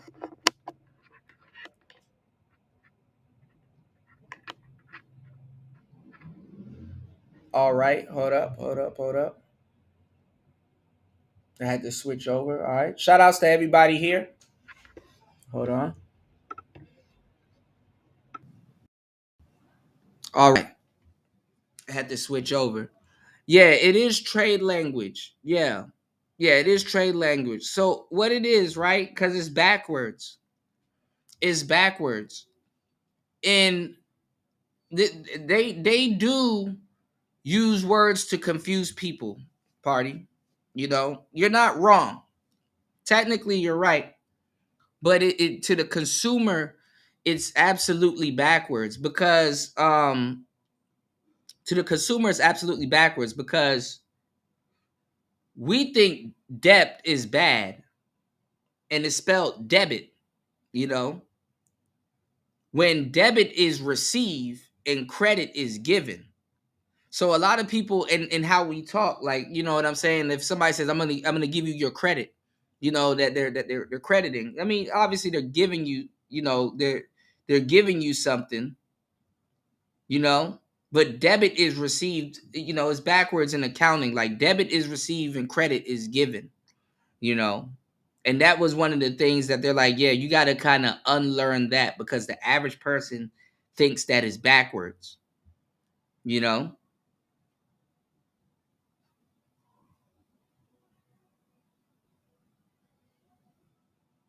So debit is given value and credit is you know, is received. I mean, debit, god damn it, debit is received and credit is given, you know. All right, give me 1 second, guys.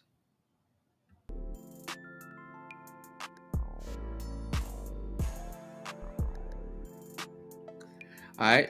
You said if you're approaching the debit line, if you're approaching the debt line, you said they won't even lend to you. So who's really irresponsible, right? They love crash outs, man. You know, they love crash outs, you know. You said it's like modern day society always screamed capitalism is bad, but never lived or practiced capitalism. They actually practice capitalism, but with other things. So somebody got to slow down and explain it to them, and they'll be like, oh, okay, you know. So a lot of people's beliefs and their logic is different, you know, with different concepts, you know. You said that's why they be irritated when you don't hang out or when you don't hang out the life of the loan. Yeah. But what they do though, they try to lend you a little bit more, because there is a number that anybody can hit where you just go into debt, you know. And you know, people were talking about the small hats on the you know, the you know, on the last show and stuff like that. They kind of do something similar also, because they understand how money works.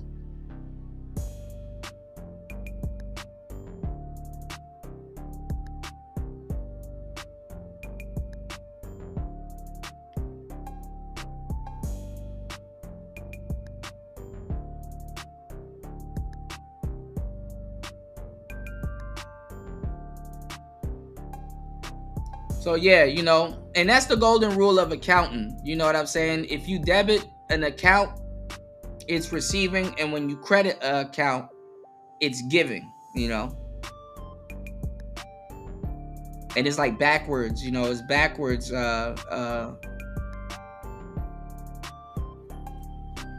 said they be debt on hard they be in debt on hard money, their own money, and go on vacation on OPM and ain't up you said and ain't up the tax the rich, extra government funding, invest in the bids, take out loans backed by the government, and the American people winning. Yeah, even the American people's money, OPM.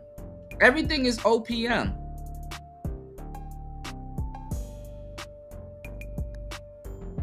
You said the problem is the business or the names of the people who go into business with ain't ain't profitable or make money. They be vanity projects. True. You said it hit different when you older. Yeah, absolutely. Shit hit different in your 30s. Absolutely. You start to realize it's like a light bulb. It's like, oh, this is what's going on. Thank you, Gail.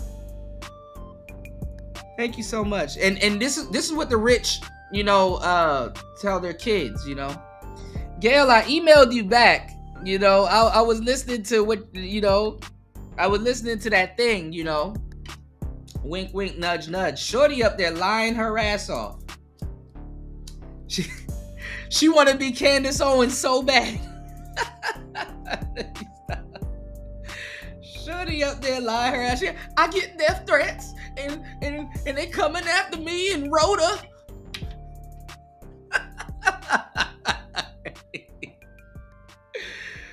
Oh my God, look at me, I'm the captain now. She ain't get no goddamn death threats. She lying her ass off. Niggas want to be a revolutionary so bad. You know, shout out to.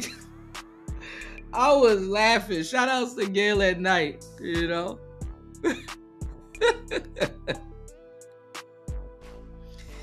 You said you're paying for your method pay for your tool of ownership. The rest is yours. Yeah, you're paying for your method.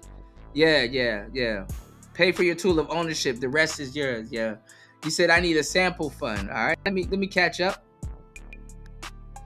You said that OF whore selling more panties than actual that's really what happens. Yeah.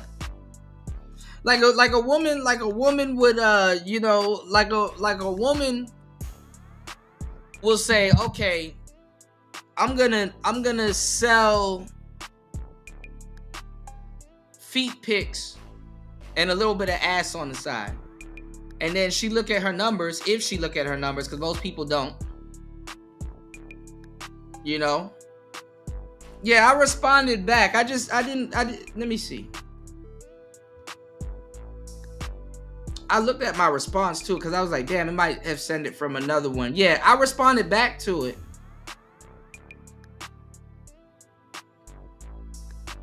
I was I set the message in there for you too. You know, I was saying, like, you know, keep doing your thing, don't worry about it. You know, people like that, you know, it's I don't know. Check and see if it reached you, because I can't see. Let me see. Sent. I gotta see what account it's sent from. Let me see. I gotta go. Hold on. My email is a mess, y'all. Hold on. Let me see. Sent. Yeah, I sent it. Yeah, it's from Player Talk TV.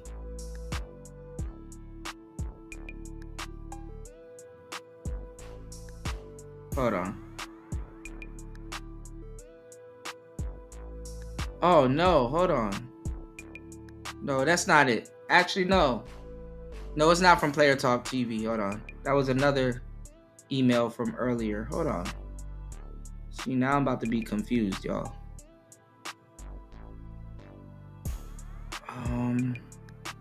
Let me see. I don't know. Check your email, because I know I sent a reply on Sunday. Damn. Hold on. Let me see. 2.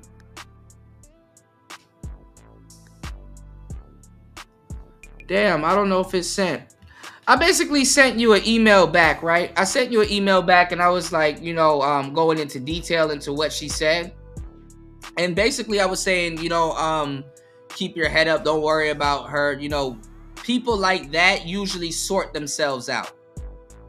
You know what I'm saying? People like that usually sort themselves out by being nosy and being in other people's business and stuff like that. And they end up walking themselves into a hole. Basically, that was the gist of the reply.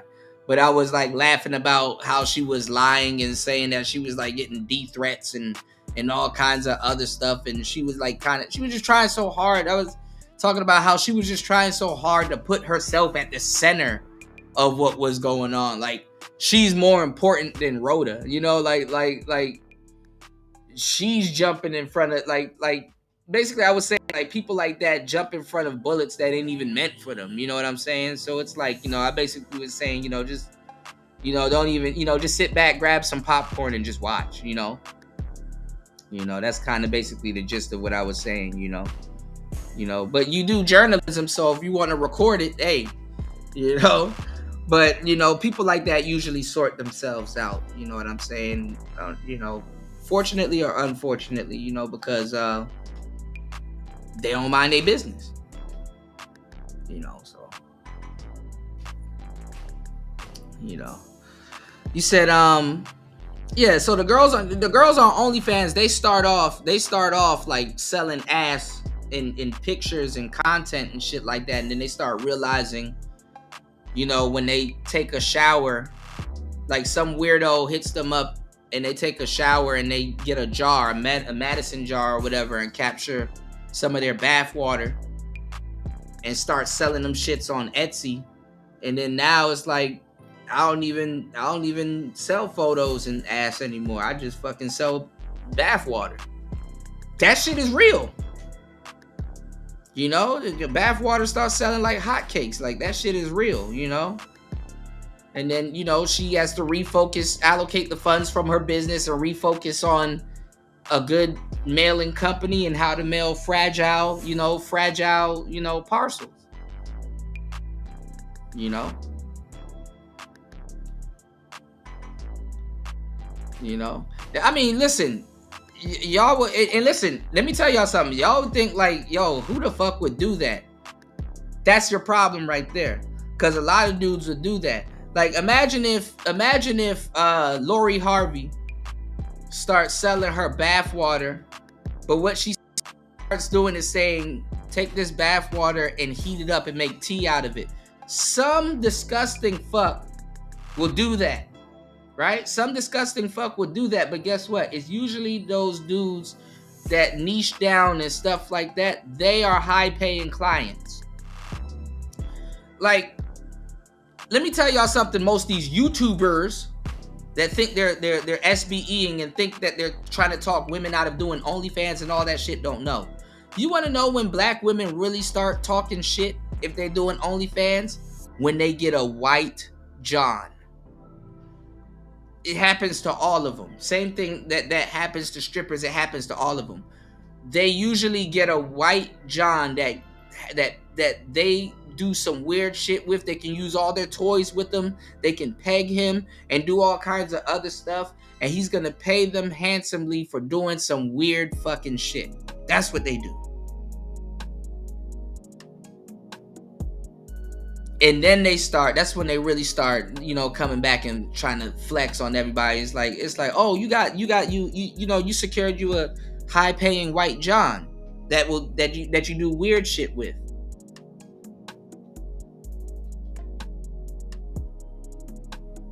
That's how it works. And it's consistent. You know what I'm saying?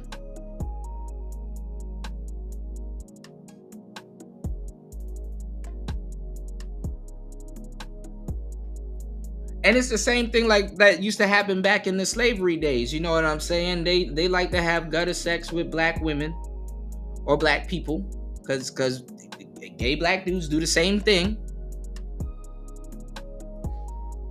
And their real family or the women that they don't want that woman to know that shit about them or that they do stuff like that. You understand what I'm saying?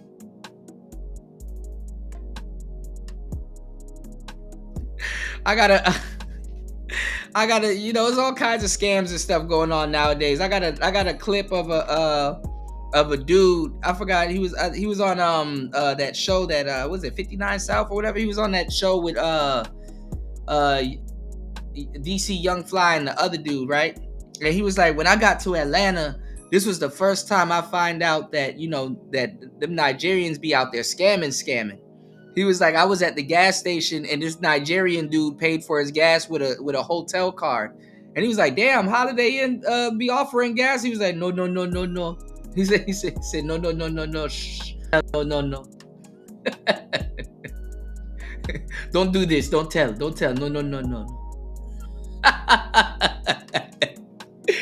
That shit was funny. Shit, the West, man, you gotta have a 9-to-5 job with a little bit of some scamming on the side. How else are you gonna live? You know.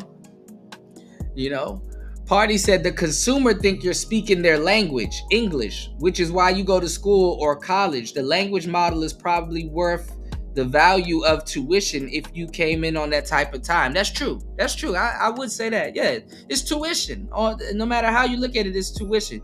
You crash out of business, you're probably gonna spend about the same, if not more. Honestly, you know what's the loophole? The internet and community college. The internet and community college. That's the loophole. Chris G said, now them baths are tragic. I'm just saying, man. They deal out. You said it's hard to find a real, a connection out here with whatever goofy shit people do. You said, Kuda, you ever hear about me wanting chicks bath water? Put me in a mental institution. Hey, man. Certain bath water carries, for some reason, business with it, Crazy is kept, Shout outs to Gail at night. Yeah, everything gonna sort itself out, Gail. People like that, they sort themselves out. God not included. They on their, they eventually shoot themselves in the foot. Party said that's why the black male paradigm never ends. It's profitable and it's a gravity pull. In conclusion, you just need to understand and not engage on the consumer side, i.e. pro-black white supremacy. Yeah, I mean, I don't really talk about this stuff, but when you get into masonry and stuff like that, you had a lot of black masons and stuff like that. As a matter of fact, masonry started with black people, and a lot of the white masons, which divvied off into extra chapters and stuff like that, George Washington's and all that other stuff. A lot of people don't realize that they kind of doubled back. Even black people know for a long time that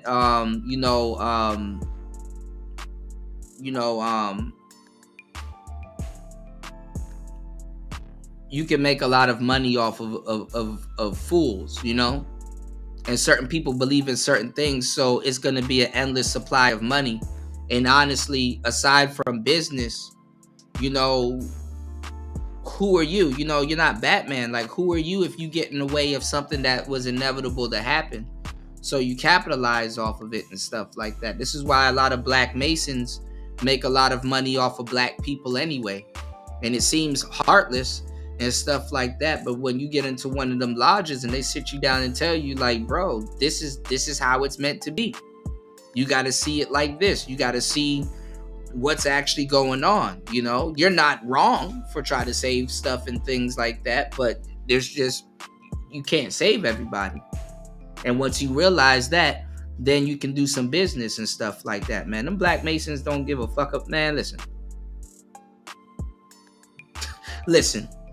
The boule, they will turn on their own brother. For some reason, it's something about black labor that I can't. I mean, I kind of can, but I gotta get back up with it. There's something about black labor, like things done with a black hand, like things made by there's something about black labor I can't quite put my finger on. You know what I'm saying? It's like a privilege to see and have black people do things for you. It's amazing, There's a certain type of soul, Oh yeah, Prince Hall was hunting me down, man.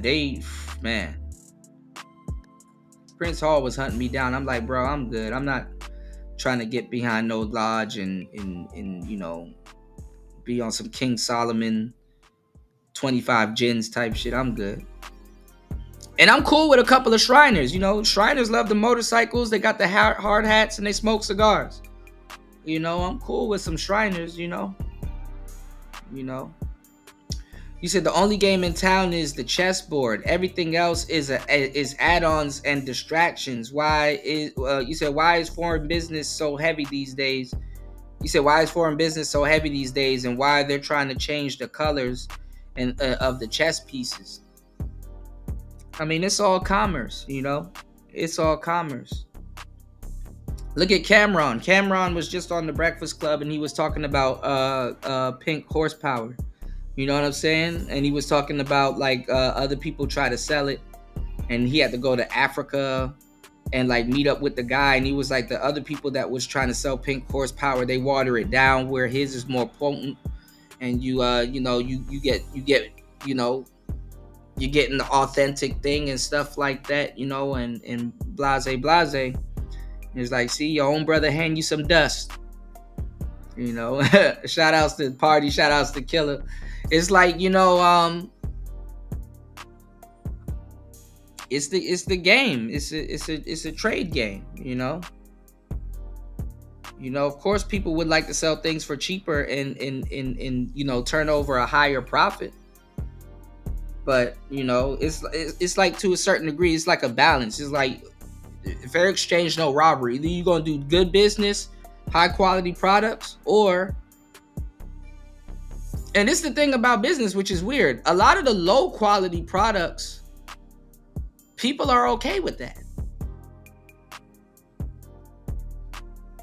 You know, they just want their hands on it. This in a business like I was talking about earlier that exploits that is the medical business. Like, you think knockoff Xanax don't sell? Shit. They damn near sell more than the fucking real Xanax. You know? This is why Kodak Black made that line. You know, I knew the pill was fake, but I still took it. Now, the pill was fake, but knockoffs are in that category too.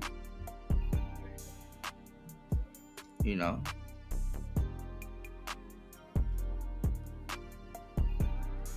All right, let's get back into this though, you know, because I went off on a huge rant, but that's where y'all get the game. Y'all get the game in my rants. You know what I'm saying? Y'all get I drop hella game in the rants and stuff like that. So, you know, if you guys want to, you know, track back a little bit and soak up that knowledge, you know, and listen, you don't got to believe me, you know, go look it up yourself. And if you find some new stuff, you know, bring it to the arena. Definitely, let's chop it up. You know, it's all about learning and spreading the knowledge that you can't get in college. Let's go. FDA Commissioner Marty McCary and Virginia Governor, a man who's done an incredible job. And good luck with the upcoming election. I know you're working very hard. I watch you. You're right there. He's out there working. He wants to see that young woman win. And the Attorney General, who I endorse, et cetera, et cetera. Glenn Youngkin. Thank you very much, Glenn. Thank you for being here. For many years, Americans have paid the highest prices anywhere in the world for prescription drugs by far, many times the amount that other countries are paying. Is ridiculous. Upon taking office, I signed an executive order to make sure that Americans pay no more for prescription medications than the lowest price for the same drug in other locations in developing nations. Yeah. Today, AstraZeneca is committing to offer all of their prescription medications to Medicaid at most favored nations prices. In other words, the lowest price anywhere in the world, that's what we get. A move that will save American taxpayers hundreds of millions of dollars each year. And I tell the story, Glenn, that in my first term, I had the honor This is huge? of being, Yeah, it's massive. The first president in 28 years to lower drug prices during the course of the year.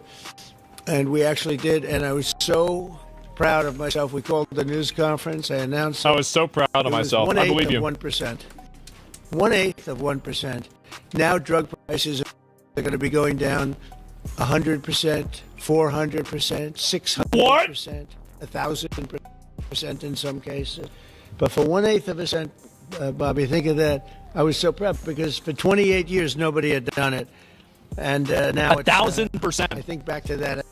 I said I shouldn't have had that news conference, but it's just true. I was the only one who did it, but it was not very much, and now we're going to get in some cases 1,000% reduction. This is going to have a huge impact on everything from Social Security to Medicare to Medicaid, anything where they're buying any prescription drugs. Yeah, because they face the insurance companies and the government too. With Medicaid will also list many of their most popular drugs online at TrumpRx.gov. TrumpRx. TrumpRx. Why they put the name Trump? I did not tell them to do it, but I'm honored to let them do it. That's true, actually. That heavily reduced most favored nation cost. Americans can expect discounts, and as I said, it could be in many cases way over 100%. And as an example, a particular drug that's hot, very hot, 654% on inhalers, COPD, and asthma, my mom as had well that. as certain diabetics medications. They're going to be averaging about 654% reduction in price. You know that one? The Democrats will say, well, he should have gotten more. It's crazy. In addition, all medications, AstraZeneca, that's crazy. They will say the that. American market going forward will also be sold at these heavily discounted rates. Furthermore, No, but you know what's crazy about that though, and especially think about it like this. You know what's crazy about that? Especially with like diabetes medicine. If the drug prices go down, those insurance companies will still try to figure out a way to get you to you know, how I'm trying to say this. If the drug company, a lot of people aren't paying for some of these drugs. Does that make sense? Like, a lot of people aren't paying out of pocket for some of these drugs, or they are, but they're still paying. They're paying through their insurance. You know, so the insurance will be like, hey, you know, or they'll take a what you call it, a percentage off of it, so you can't pay significantly less. Like, your insurance will cover half of it, or a quarter of it, or a certain percentage of it, right?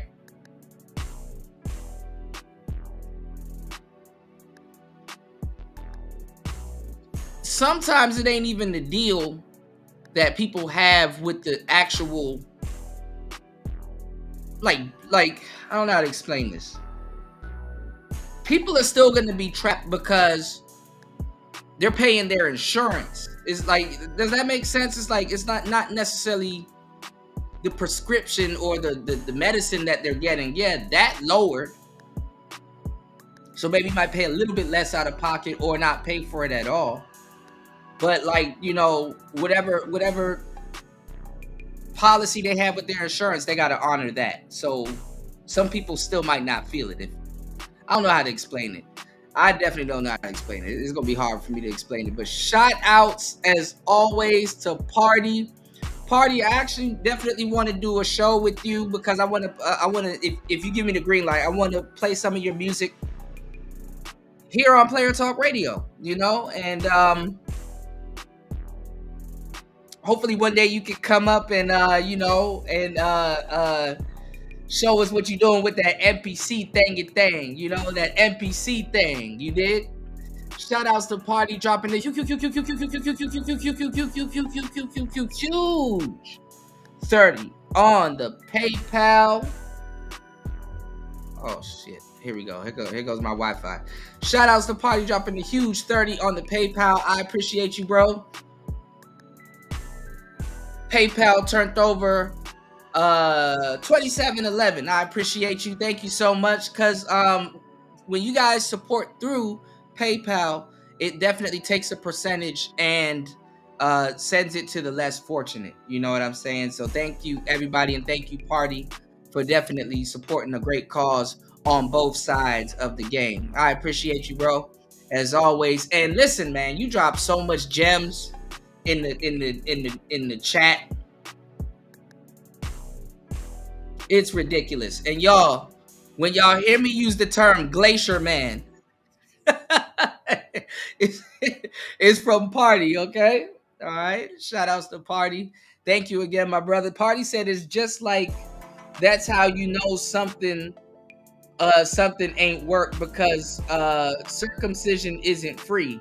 Insurance is the ultimate middleman, and they offer nothing on both sides and end up with the money. Yeah, that's kind of, yes, that's exactly what I wanted to say to a certain degree. Cause and you want to know how I noticed this? Cause for the longest time, and I ain't gonna lie, my stupid ass may double back, you know, now that I'm learning all this stuff.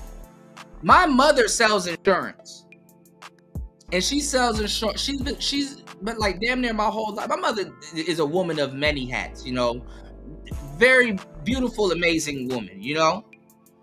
Cause and I want to dispel that because people be thinking like, oh, people in the manosphere be having issues with their mother and stuff like that. Listen, everybody gonna have issues with their parents and their mother. That's and fathers and stuff like that. It's called growing the fuck up. You know what I'm saying? My mother, you know, and I let loose on the show, but I have manners. You know, I'm, you know, very respectful, young cat. But this is what I'm saying. You know, my mother taught me a lot of things aside from cooking and all kinds of different stuff, right? And one thing she taught me about was insurance. You know, and like I'm in my teens. Like even at 10 years old, 9 years old, she's, you know, she transitioned from real estate to insurance.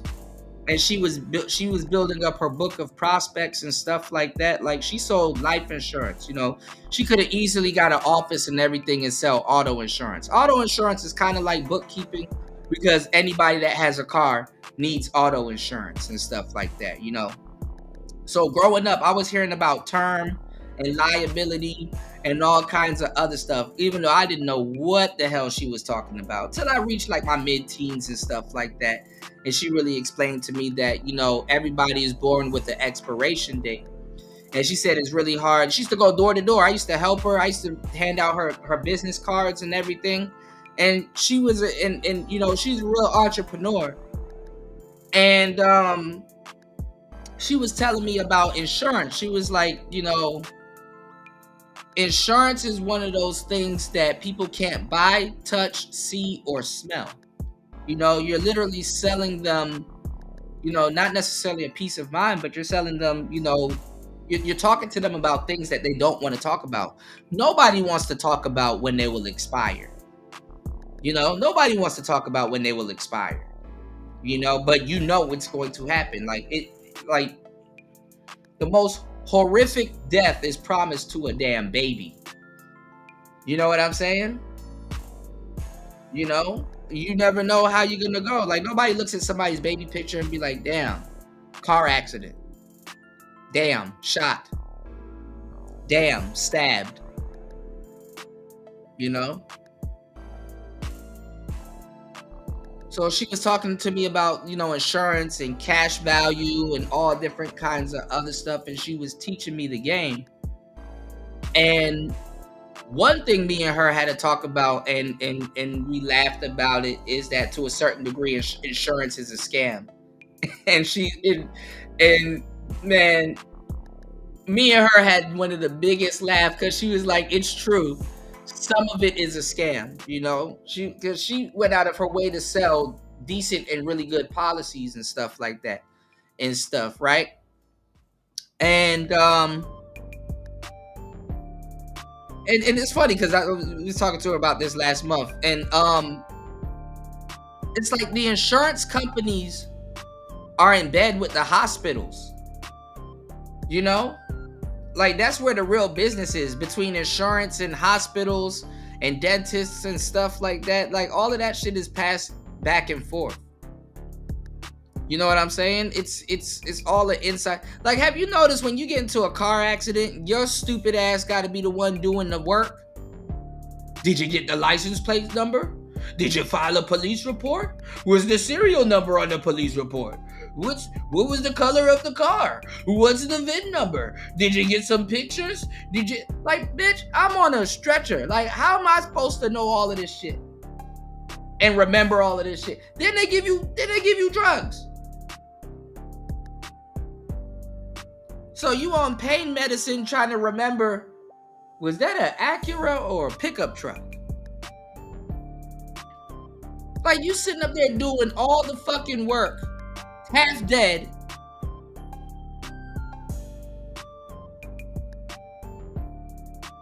and somebody else gets paid. Then they fuck you over. Oh, don't let that shit go into litigation. Don't let that shit be a complicated car crash shit. You ain't gonna get that money till next year.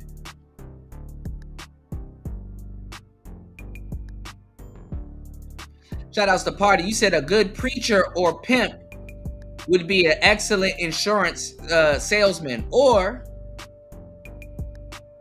a car salesman, you know. The funny part is that a car salesman is a loan shark in disguise. He's not really selling you a car. You know, the features and all that shit, that's, you know, that's the hey, look over here while I'm fucking you over here.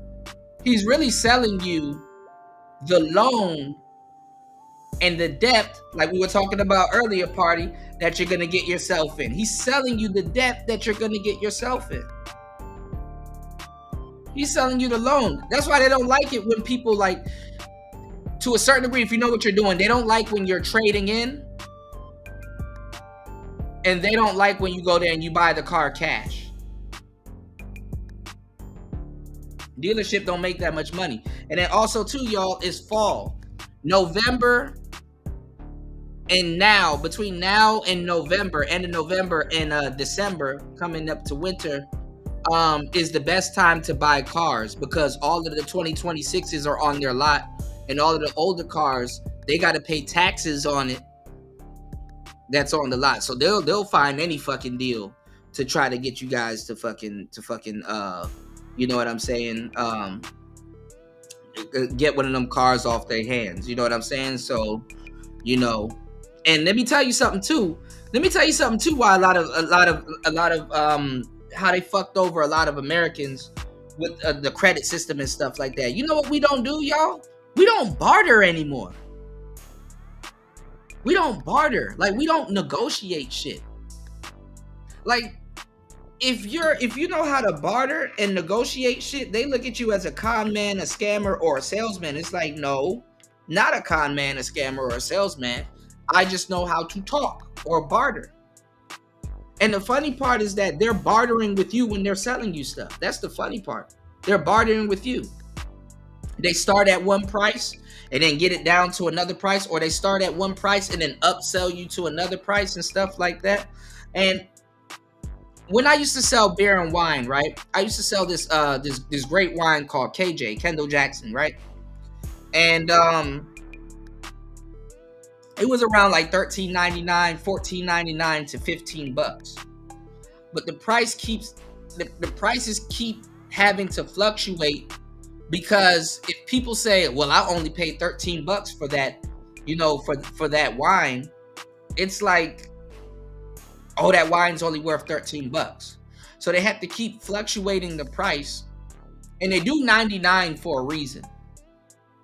You know, like, for example, have you ever ordered something off of Amazon, but the delivery price made you like, nah, you know what? Delivery companies haven't learned this game yet. But the 99 is still, you know, it still makes it seem like it's less. Instead of like saying $14, you say $14.99 or $15, you know, $14.99, you know, $15.89. It's all a psychology game.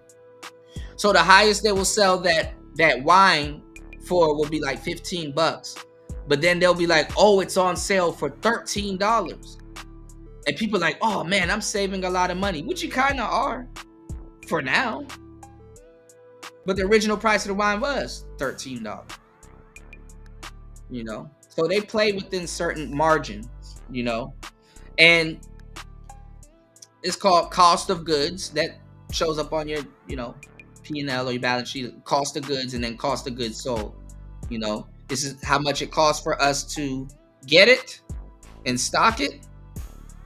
This is how much we sell, and what we sell it for, and how much profit we made off of it. Did we make 100% profit off of cost of goods sold? Like, you can get something for like 10% and then, you know, sell it for another 90%. You know, it's a lot. You said paying the ticket up front negates the majority of the game, hence America. That's what I'm saying. Yeah. They always try to lock you into something, some type of debt, you know. Party said that's because boomers put this paradigm on us. They're the ultimate scammers. That's why every proposal to them, they assume scam. Yeah. Actually, to tell you the truth, the boomers to a certain degree had endless do-overs, but chickens kind of came home to roost for them, because think about it, you know, if you're a boomer now,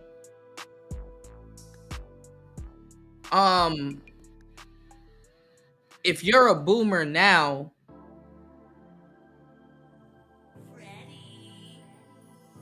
you know you're paying way more. You know, you're working for less, and you know you're paying way more for basic shit now. You know, versus when you started. Like you're overly paying, you know, for way more shit now than when you first started out, you know. And you know, the job market's getting fucked up because, you know,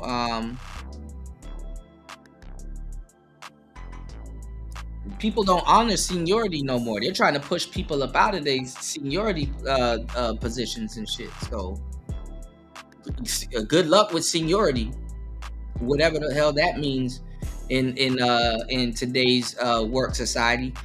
And you know, it's crazy. Some, like what I'm getting into right now, like even in tech, seniority don't like, people will have all of these degrees and they'll have like all of this experience and shit, and it's like nobody cares, which is fucked up.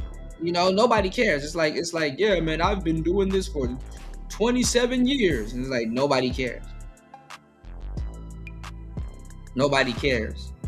You got bookkeepers and accountants and CPAs and tax professionals that been doing people's taxes for 20 years, and it's like, if you don't know how to use this software in AI, no one cares. Like, you know, and first of all, no one fucking cares nowadays with like certain services, because they just want to know you can do the job. For real. Like I like that accountant that I was talking to, and a lot of the other people that I talk to in this area, they're like, bro, nobody ever asked me about no college degree. They don't ask me about none of that shit. It's almost useless, you know, mentioning it. You know, and one of my teachers, he was telling me, he was like, bro, like in your bio on your business page and stuff like that, don't put your credentials and all that other stuff. Like, you can mention it, but don't put your credentials and stuff like that. Mention more about what you're gonna do for somebody, because people don't give a damn about your credentials and shit like that. And it's true. You know, people will sit up there like they'll tell you like, oh, how to make $10,000, you know, remotely. And then they'll just tell you, I scaled my business from such and such, and I did this, and I did that. And it's like, good for you. But how are you going to teach other people how to do that? That's why I clicked. You know what I'm saying? So everything is shifting nowadays, man. Everything is shifting with ChatGPT and certain things, bro. It's like, okay, the playing field, the playing field is leveled again, but it's about to be unleveled again. Like, all of this stuff is pyramid schemes. And when I tell people about pyramid schemes, funny as hell, I actually met Donald Trump at a pyramid scheme. I met Donald Trump at an ACN meeting. That's a long story. But look, there's nothing wrong with pyramid schemes, but you got to get in and get out. You got to get in and you got to get out. You get in and get out. Definitely nothing wrong with pyramid schemes, but you got to get in and get out. You know what I'm saying? You can get rich by you just hurry up and getting in and getting out. You know? And you got to see where the company is at. Like, damn, okay, if I get in now, can I actually make a little bit of bread before they go down, or it turns into this and that? You know, you got to get in and get out. You know, for most pyramid schemes, you know, especially back in the day. Now, I don't know. You got to be one of the first people to get in. But AI is becoming a pyramid scheme. AI is becoming a pyramid scheme. So, let's get back into it. It's Player Talk Radio. Shout outs to everybody here. Thank you, everybody, for hitting the like button. Please support the show. It's Player Talk Radio. AstraZeneca will invest $50 billion in the United States over the next 5 years. $50 billion. For research and development of new drugs. That's a lot of money. Onshore. So, insurance is in bed with the hospitals and the doctors, and yes. Manufacturing facilities across the country, like the new plant that broke ground yesterday in Charlottesville, Virginia, where the governor attended. They had a tremendous group of people attending. It's going to have 3,600 jobs just to begin with. And that's going to be a fantastic plant. I saw a picture. It's going to be the best, right? It's going to be the best? Okay, good. This is a pretty great, guys. For Virginia and for American patients and for everything, for the country. It's an amazing company to have coming over to the United States in such a big way. That's going to be a big part of the company. President. Now, if you guys are into crypto and stocks and stuff like that, he's basically signaling, hey, buy stock in this. Pay attention. They have promised for years to lower the cost of health care. But my administration is actually the first to do it and do it substantially, do it at numbers that nobody thought, even I thought, were not possible. Wow. When you think if you got a 1%, 2%, 5%, that's good. You did a good job. We're talking about 100, 200, 300, 500, 700 in some cases. It's like Diablo big Immortal. Numbers, and the largest drug companies in the world are working with us to make this a reality. And so I look forward to Mark Cuban did this a year being ago. at did that. opening of that incredible facility. I hear something, and it's in a great location. Oh, hold on. One of the beautiful locations. Don't let me forget. Shout out to the party. Dropping the huge 30 on the PayPal. Let's go. It's Player Talk Radio. More. Wendy? Thanks, Chuck. We're standing here in front of the Olympic Liquor Store in Queens, where scores of African Americans have been lined up for hours. We spoke to a few of them earlier. Ladies, may we get a word? Hide the money, y'all. There's poor people around. With your broke ass. Shout outs to Party. Thank you again, bro. All right, let's get back into it. A lot of game being chopped up on today's show, man. It's really not easy to get all this information out. Maybe I got to break it down into bits because it might be information overload.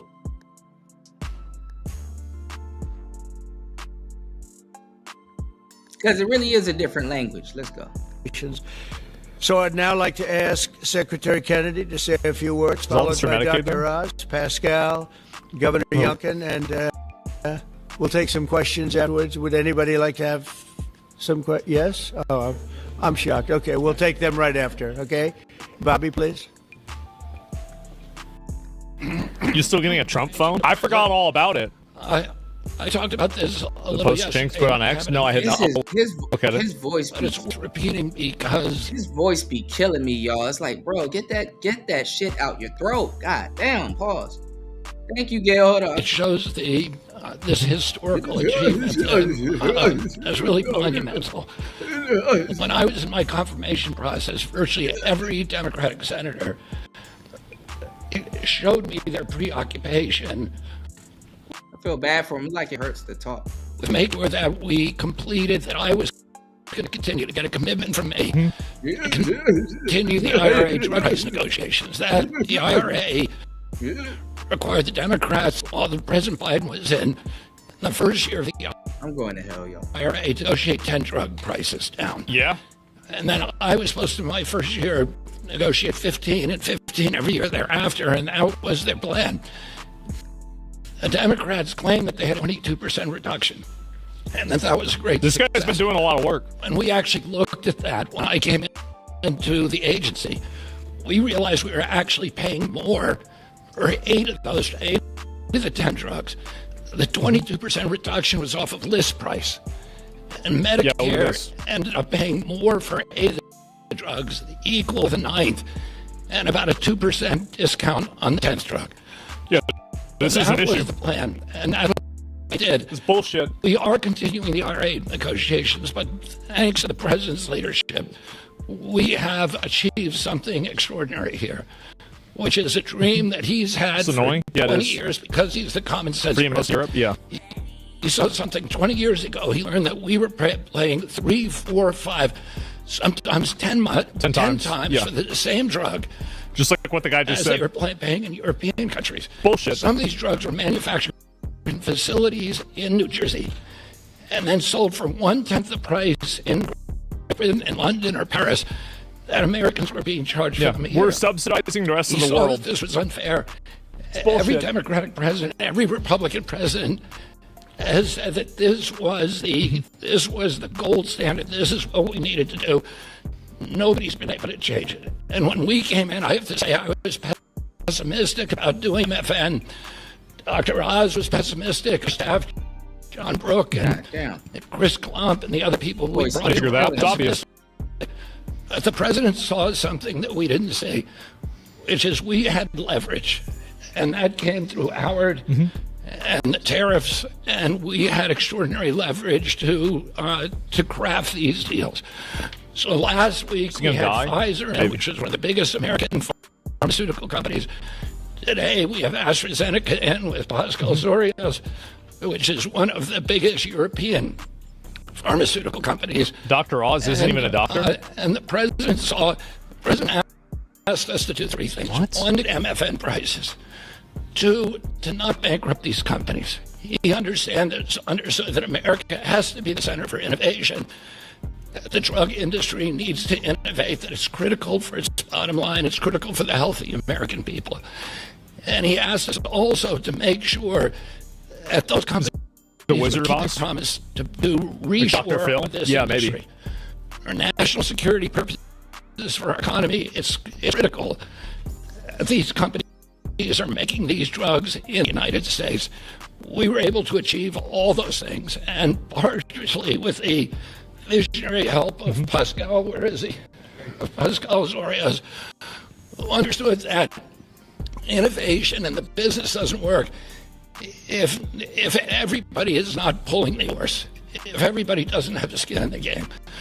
Oh, the whole world was riding on our shoulders and riding on our dime. Yeah, we shouldn't be paying 70% way of more money. pharmaceutical It's bullshit. revenues comes from this country. We only have 4.2% of the world's population, and we were paying for. See, that's the thing, though. Wouldn't be paying all of this goddamn money if Americans were eating more healthy. That's the part that they leave out. You know, you gotta eat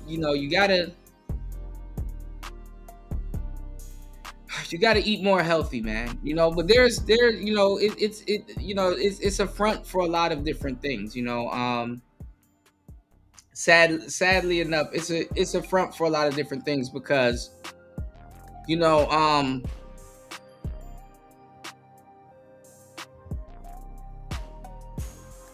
like I said, it's a front for a lot of different things. You know, people got to get their diabetes medicine. People got to get their, you know, there's all different types of, you know, medicine that people will need, you know, and have to obtain in certain things and stuff like that. And then there's just people out here abusing opioids and all kinds of other stuff, you know, and it's just a crazy game, you know what I'm saying? And then, you know, something that doesn't get talked about, but Glacier America, they got a crisis going on. And the thing is that it's been festering for a long time because guess what? They don't police them on that crisis. You understand what I'm saying? Wink, wink, nudge, nudge. They don't get policed on certain crises. They don't get policed on certain stuff that they do like we do. So if that's not happening there, you know, it lets them do whatever they want. It creates a bigger problem on the back end. You know what I'm saying? You know, you listen. Go to Philly. Go to Philly. Go to any major city, and go to some of the parts of the hood where they got like those fentanyl heads and those drug addicts out there just leaning like a kickstand. Bro, they be white. I know I ain't the only one that they be white.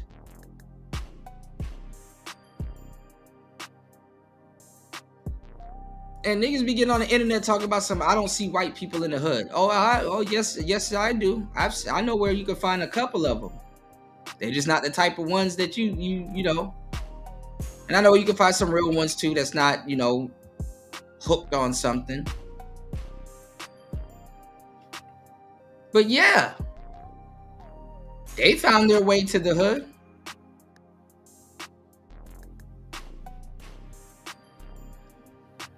And you know what's funny?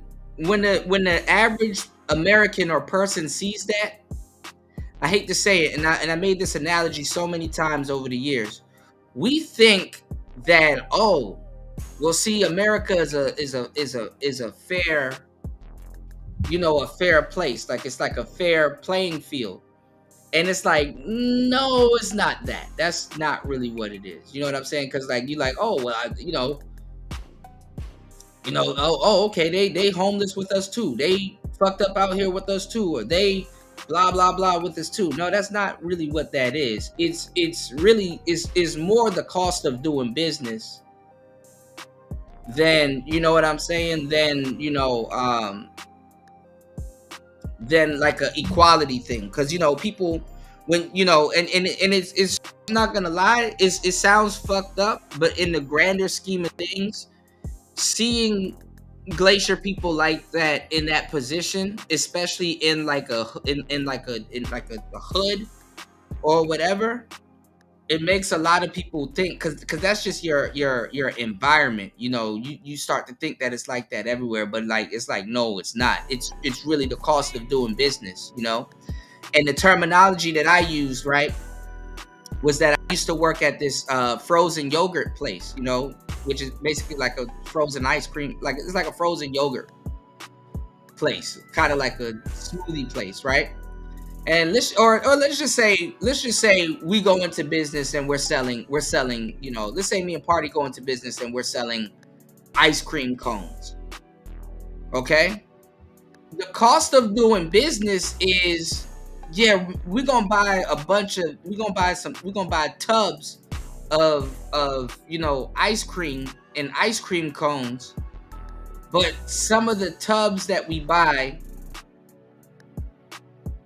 some of the ice cream is gonna be spoiled. So you gotta send back some of the, you know what I'm saying, some of the ice cream, or throw it out. We're not gonna make the full profit off of the ice cream like we usually would. You understand what I'm saying? Or that number is not gonna be the number we originally thought, And that's because you're working with a perishable item. It left to a certain degree, it'll disappear. Or you're working with an item that can melt. It can perish, basically. That's why I call it perishable items. That's the cost of doing business. You know what I'm saying? That's basically the cost of doing business. So a lot of Glacier people know that, it's gonna be like that because that's the cost of doing business. But they don't talk about that. That's why, like a couple of months ago, I was showing y'all Grant Cardone. Grant Cardone even said, "Listen, I got to make this money. I'm gonna take advantage of my white privilege." You damn straight. Because Grant Cardone, he know a lot of white people that didn't take advantage of their white privilege. And life will do them fucked up. Life will do them fucked up. And you got a lot of people out there that can still clean themselves up and take advantage of white privilege, but they probably really can't do it immediately amongst their own social circle just yet. You know what I'm saying? So, cost of doing business, you know. Party said, he said glacier hoods are just like nigger hoods. Yeah, definitely. A lot of these other races in America will act the same way how black people act under pressure.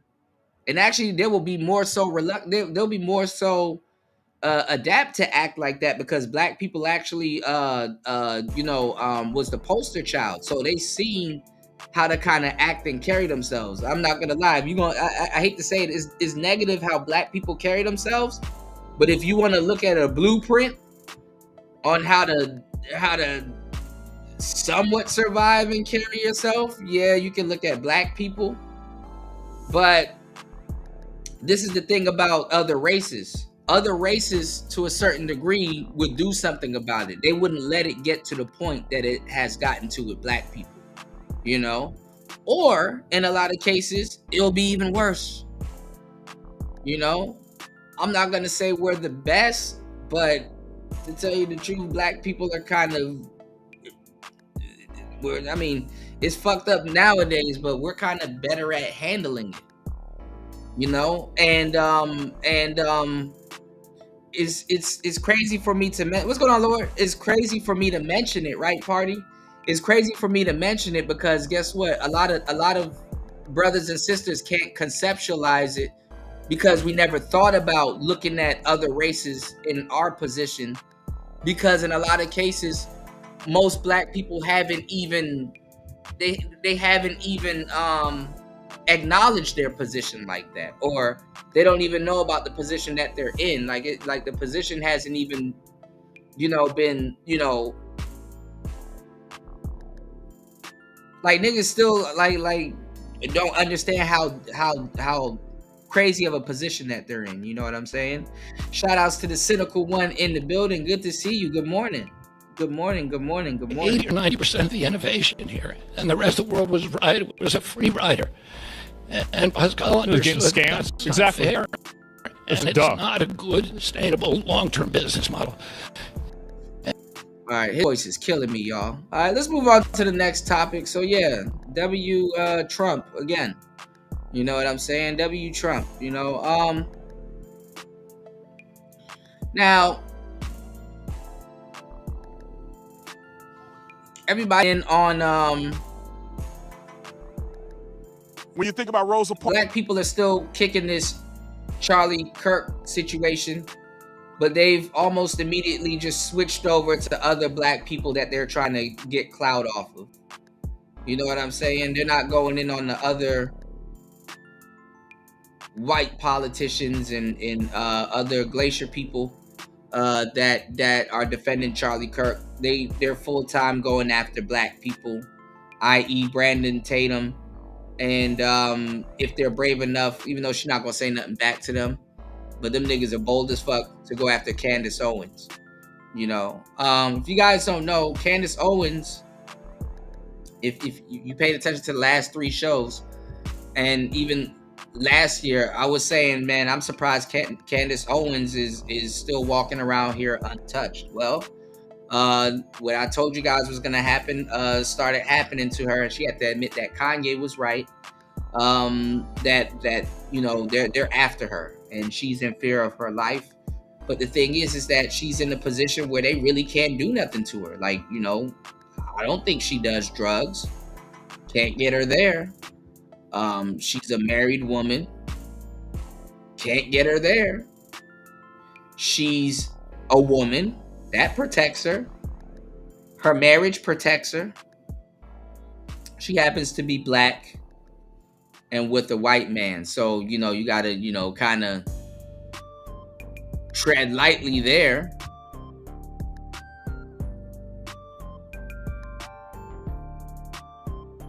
But it's going to be really hard to pin her on something. You know what I'm saying? And, yeah, like I said, I don't know why she went out after that royal family. or whatever they had going on over there. Just should have left that shit alone. But you know, she's kicked a couple of hornets' nests, and I don't even know if she's like really gonna take the. Is there a torch for her to take? You know,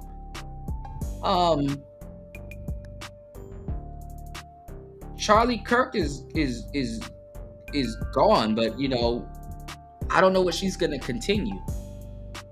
You know, she talked about it like she was gonna be more gangster about it than his wife. So I don't know.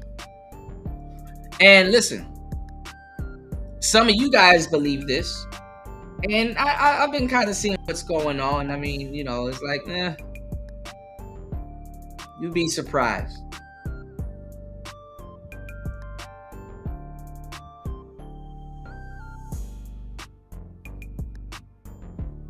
I don't think that dude that shot Charlie Kirk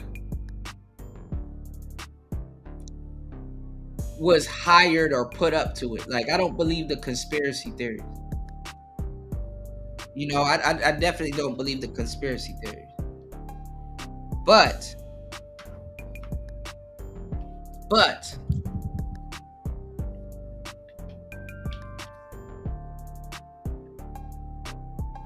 who would be going after Candace?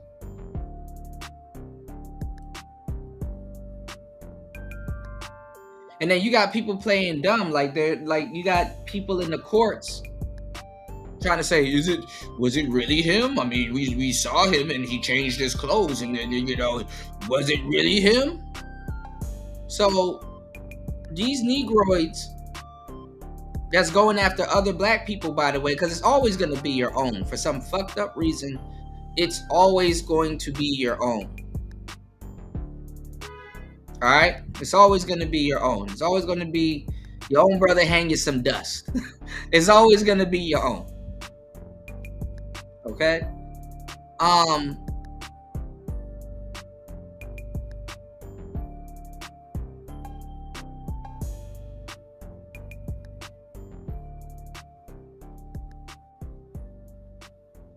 They're just going after black men, and now they're just going to say all men are... They don't even remember why they're running around calling people coons. It's just that, you know what, I'm going to spend the rest of the month and early next month up until Halloween calling niggas coons on the internet. When I ain't gonna lie, I mean, you know, with Officer Tim and everything he says, but the biggest coons are these you know, Panda Bear bootlickers, man. These dudes, man, they're not keeping it real. And the funny part is that a lot of their audiences are on the verge of being fucking conservative or going to the right anyway. So we're gonna see how this plays out. Parks and what she did, and everybody thinks she's so heroic. Do you know Rosa Parks had a car? There's an insane epidemic of black conservatives and using their platforms to publicly tear down black people and destroy the black community. And it's one of the... Bro, have you seen the black community? Man, you try to destroy the black community. Shut up, bro. Shut the fuck up. You try to destroy the black community. The Bobby. Party says you can't acknowledge that it's bad if you haven't been your parents haven't been, their parents haven't been. You said you can't acknowledge it's bad if you haven't been, your parents haven't been, and their parents haven't been. They all had words for the glacier. Yeah. You know how they get sensitive about words. Yeah. Yeah. What you saying?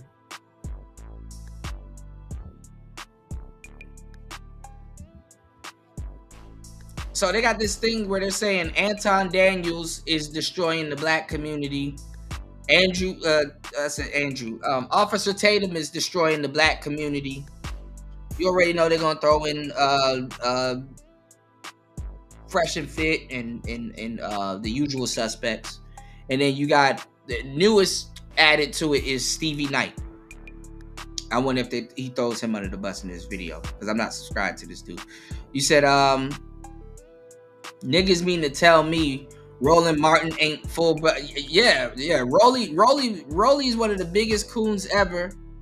I'm not gonna lie. Stephen A. Smith is one of the hugest coons ever. The Young Turks, even though they're not necessarily black, they be flip flopping also. Man, these people got black people always got their fucking sights in the wrong direction. You know? Like, they'll go out of their way to destroy a nigga.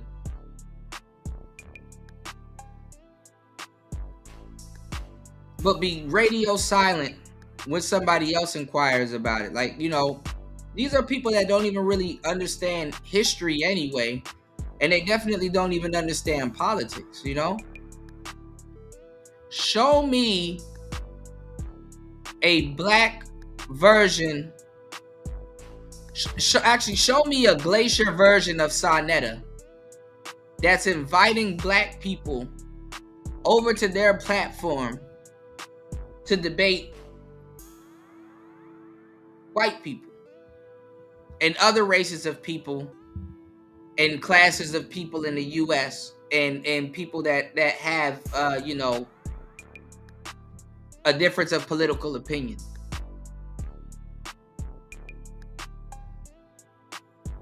Show me.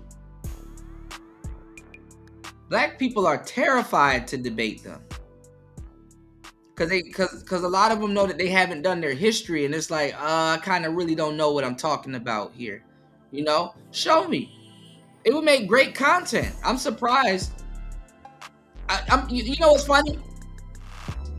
Because I don't see black people inviting them to their platforms to debate because they want to debate and yell all day.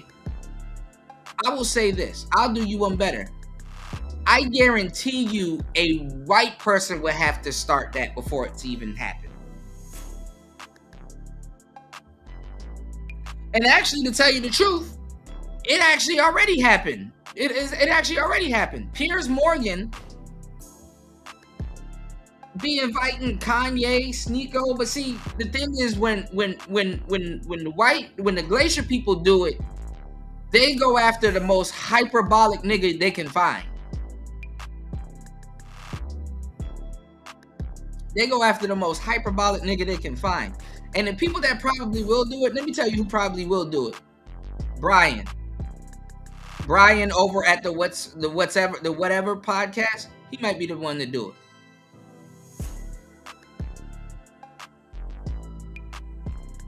Because black people they're not ready to hear, oh, we told y'all that in the 70s,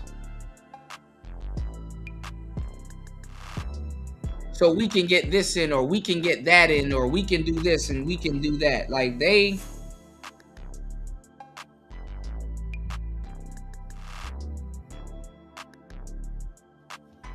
lot of the shit that they're gonna tell black people in those debates and stuff is stuff that they can fucking go find if they did just a little bit of history. And it's sad, man.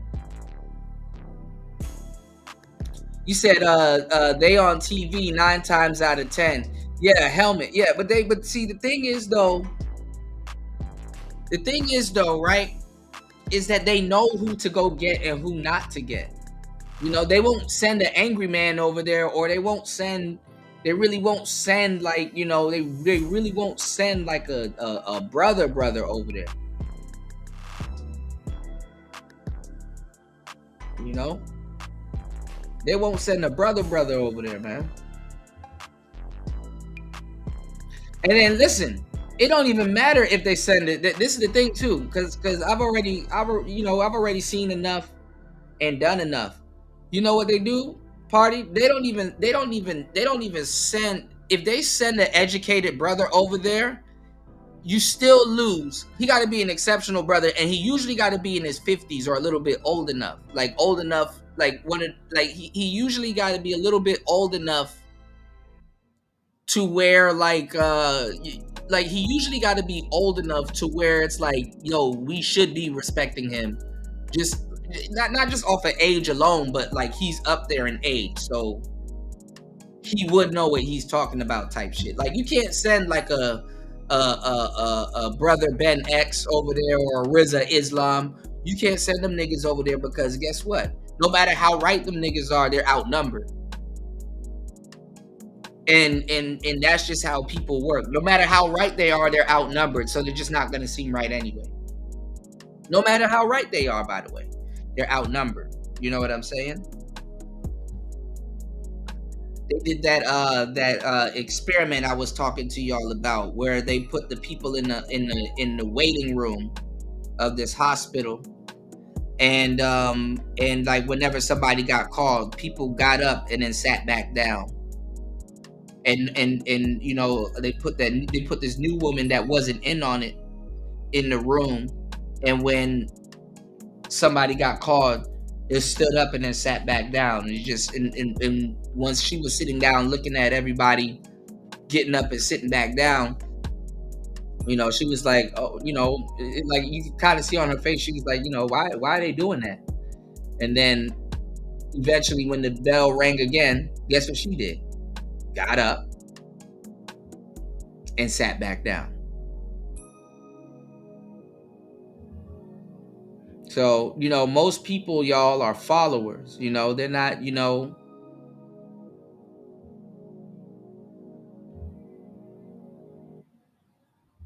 So what I'm saying is that, you know, if an educated brother does go over there and he's like outnumbered, it's just going to make it seem like, you know, oh, well, no matter how much he proved how right he was, you know, their ice is colder. And I think that, you know, even though I already know that what's going to happen, I think that a lot of black brothers, I think that a lot of black people, you know, because you got some sisters that you can throw in there that are very educated. I think that black people need to observe that in this modern day and time. You know what I'm saying? Because a lot of people will run this whole narrative, and it's like they're not really talking about how far the apple got from the tree. The black apple is not that far from the tree. We sitting on the tree stump. We're not even far from the tree. You know. You said Jordan Maxwell. I don't know about Jordan Maxwell. You said there's no esoteric class of white folks like black folks. There is, but it's like they're weird. Like I'm gonna say something. I'm gonna say something ironically funny, party. You know what group ate up the esoteric white folks? The L Gibbet. Oh yes. Oh yeah. Oh yeah. There is nothing more L Gibbet than esoteric white folks. Esoteric glacier people are usually L Gibbet.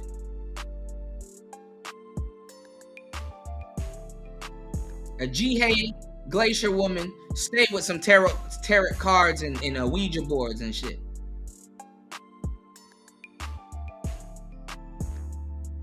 Talking to spirits and shit like that, you know. And the funny part is that the esoteric black people, if they're not Caribbean or something like that, like if they're not Haitian or something like that, niggas are scared of voodoo and hoodoo and all that other shit. Niggas are scared of that shit. Niggas joke about Papa Legba until they see his ass. You know. That's the irony of it, you know what I'm saying? But to a certain degree, you know, people do know their black history because we pay homage to it. You know what I'm saying? Like when you see people like lighting sage and all of that other stuff, it's a form of doing white magic. You know what I'm saying? The sage is supposed to keep, you know, bad spirits away and good energy and stuff like that, and create, you know, like a different space. If you've ever seen people put salt, especially the thicker salt, like around their doorway and stuff like that, is so that spirits can't get in. You know, black people nowadays inviting anybody over to their fucking house. No, you can't just be inviting people over to your damn house. You know what I'm saying? And that's why too, like, even if we wanted to talk about this dating shit on a spiritual level, you know, we don't even got to talk about body count. Sometimes it's the people that, you know, like that men and women let in their fucking house. You know, me when I'm dating like that, I'm not gonna lie. Trust me, I'm a player. I've had several bachelor pads and shit like that, and I just be inviting everybody over to my crib, and then I be wondering, damn, you know, why? And it don't even be like problems like somebody stealing shit or nothing like that. Nah, that that is not even that, but it does invite certain problems into your life. That's why when I was telling y'all about the not the Bhagavad Gita, what's the book that I'm trying to? That's why when I was telling you guys about the demonic Bible, when I was telling you guys about damn it, what's the name of that book? Hold on.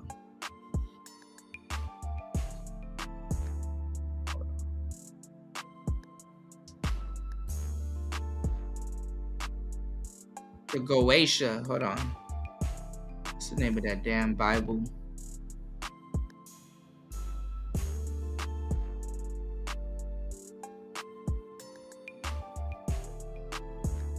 That shit, even books will invite. The Lesser Key of Solomon. That's why when I was telling you guys about the Lesser Key of Solomon, that even certain books will invite certain demons and stuff and spirits into your house and stuff like that. So they got Greek mythology and stuff like that. Yeah, that's a lot of weird stuff. You said Hood Conservative be touching on their hero lore a lot. I think we could steal that and make our own too. Actually, we already have. The Greeks took their heroes from Egypt.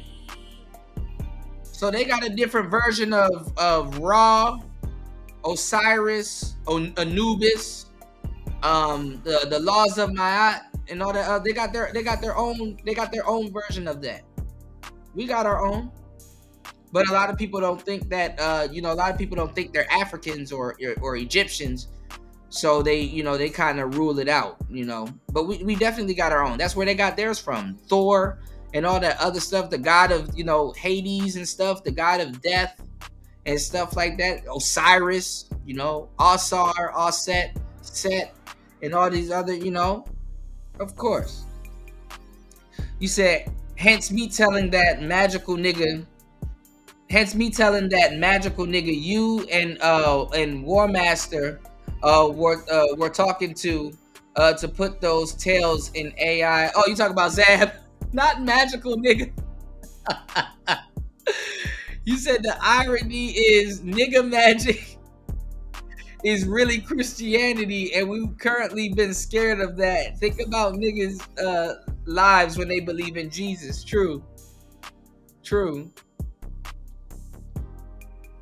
Yeah, it really is. And it's funny. There's real Christianity in America.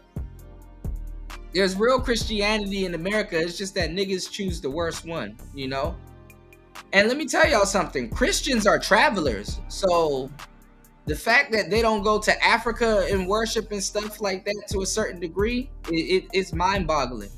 Go look at those Ethiopian Christians and stuff like that and see how much they travel and move around and stuff like that. A lot of brothers get the watered down version of Christianity, even down to our churches. Let me tell y'all something. If you are a black man, go to a Latino Christian church, go to a white Christian church, and go to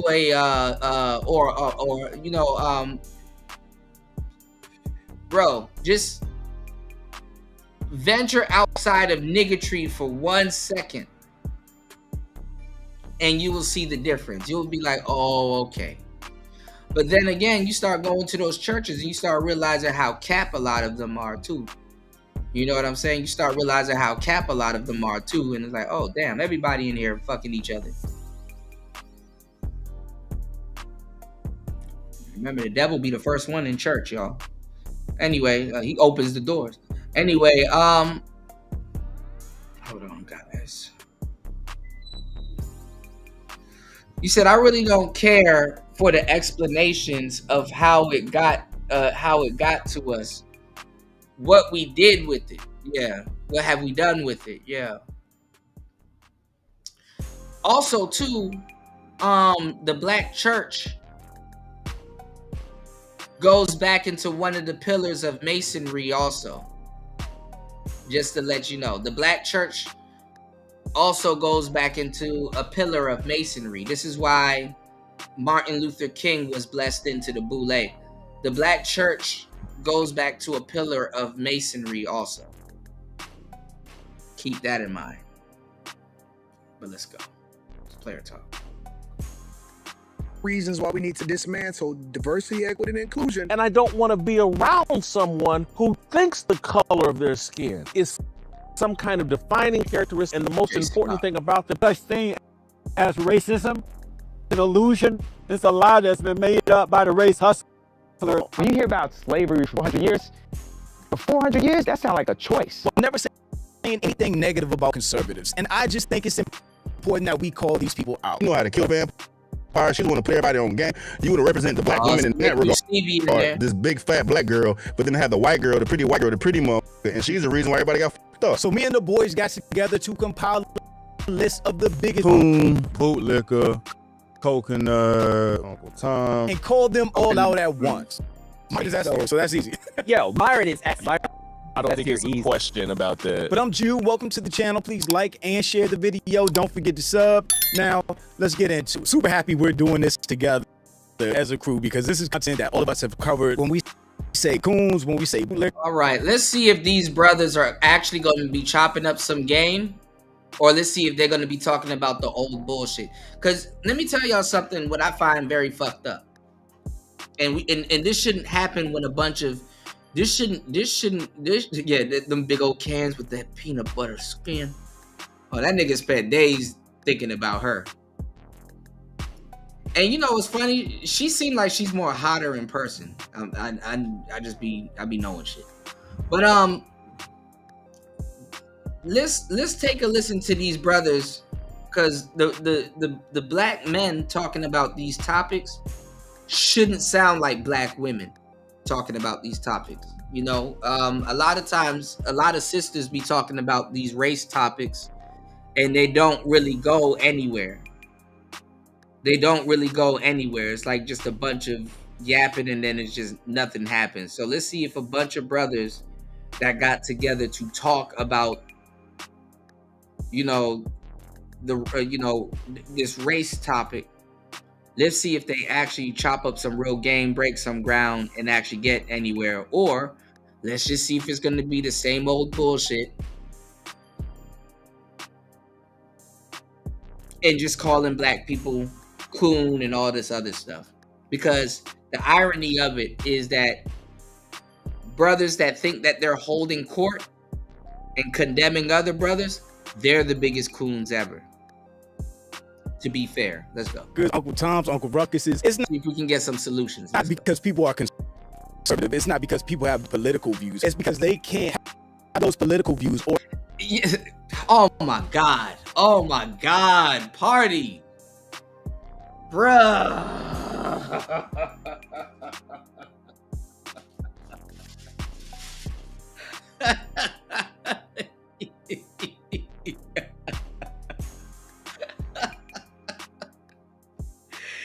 Bro, you got my number today, man. Come on, dog. Come on, dog. You keep taking the winds out of my sails, man. You know where I'm going. This is so true. If 3 or more sisters agree, do the opposite. Yeah, go right, go right, go right. I'm going left.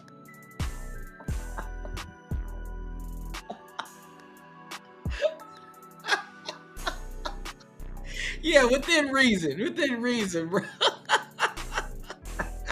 Stand on any of their beliefs or principles without shitting on black people, without shitting on the black community. God. You should be able to say whatever you believe in without it being an attack to black people. And listen, y'all, the only reason why I'm framing this like this is because these are the people that declare that other people are coons and that they're doing right, you know? So let's see if they're spending their dollar black. Let's see if they're let's see how loyal to their race they are and how much they know. Let's see. I don't want anybody to think that because you're conservative, you ain't black. You ain't black You over here killing me, or Gail. you know, you're a coon. That's not what it's about. It's shitting on your own for white validation. This entire period is just very weird because it really makes me think that a lot of the people that we talk about don't even know what it means to be like a coon or old Tom or anything like that. So I just find it interesting that because even Stevie was like, you know, they're saying this because I'm black. Like, no, that's not it. That's he had not no it at all. Yeah. It more or less comes down to like a balance with some of these people. If they can go ahead and cover black issues and black problems, that's fine. But it's when you fail to cover anything else other than black issues and you harp and you criticize black people in such a negative light, and they do it in the exact same way. Hard right conservatives always do the same thing. My top one is an easy one. Every time that you see Stephen A. Smith, he is the biggest fence center I think there is on the internet. Stephen A. just starts talking and he does. All right, I'm starting to agree with these brothers. Yeah, I agree with that. Actually, like make any points, he just starts listing up names because he doesn't know what he's talking about. Mostly it's always to appease boss. Like he doesn't want to be in trouble with his master so he can get the big contract. He got a network behind him, that's why. That he got. So he's one of those people who try to criticize black people while not being overly critical. He'll try to come at white people with not being overly critical. He'll try to be hard right, but he can't be overly harsh right by going to Fox News. After he got that contract, it seems like his conservative flag came out a lot more. So the recent clip basically no, actually we covered it. It's when Kamala fucked up. That's when he started to become that's when he switched sides. He switched sides during the election. Just like a lot of black people did. They switched sides during the election.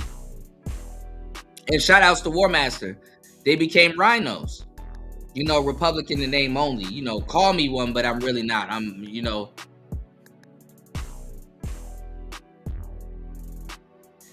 like the Nigerian dude using the hotel card key at the gas station. No, don't tell. No.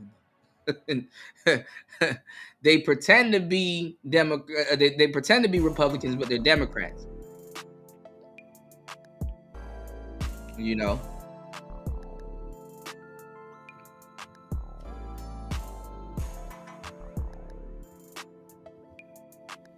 All right, give me 1 second, y'all. Let's go. It's Player Talk Radio. Give me 1 second, y'all. All right, let's go. So, only reason why I'm saying and holding, you know, certain group of brothers and certain group of sisters to, you know, this standard is because they're like, okay, well, he's calling people coons. We're going to get on him. So let's see, you know, what they know.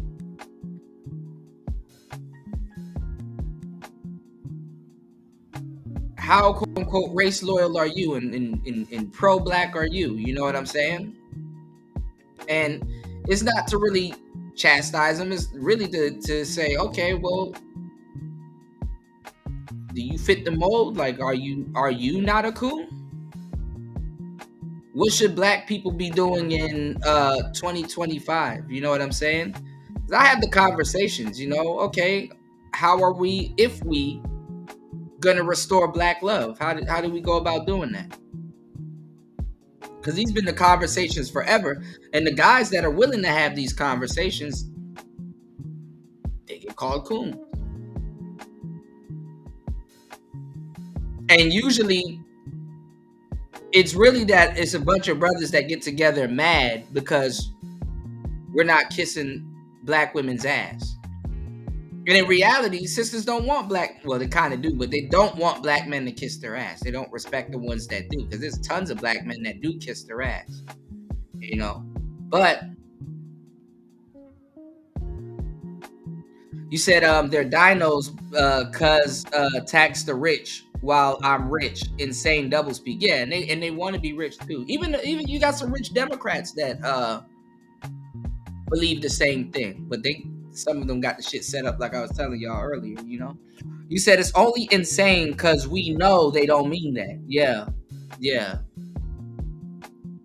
Thank you, Gil. All right, let's go. So let's see, you know, because I'm not gonna lie. I mean, if you're gonna call out the coons in the community, you do got to call out the majority of a lot of the loud sisters that openly divesting in front of y'all. You know, you can't have eyes just for men fucking up. Also, too, if you're gonna call out the coons in the community, oh man, I gotta switch this thing over, y'all. Yeah, it's about time. Hold on, guys. If you're gonna call them out, it's like, okay, well,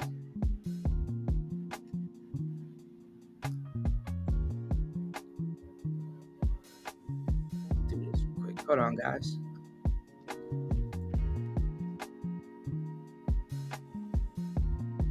Let me see if this thing will cut on. Hold on, guys. Do this. Okay. Give me 1 second.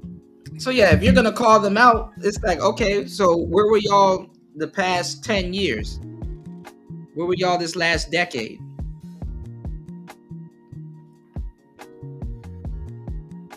Because the ass that y'all want us to kiss, have been calling y'all deadbeat, boogie black man, have been throwing y'all under the bus. So how crazy are you to tell men that they should be loyal? You know, how crazy are you to tell men that they should be loyal to people that will throw them under the bus? You know, Jasmine Crockett. How Jasmine Crockett chooses to express herself, I'm like, is that gonna help your district? Aren't you there to find a way to get stuff done, as opposed to just being an impediment to what Trump wants? How much work goes into that? I'm just gonna go off about Trump, cuss him out every chance I get, say the most derogatory, incendiary things imaginable, and that's my day's work.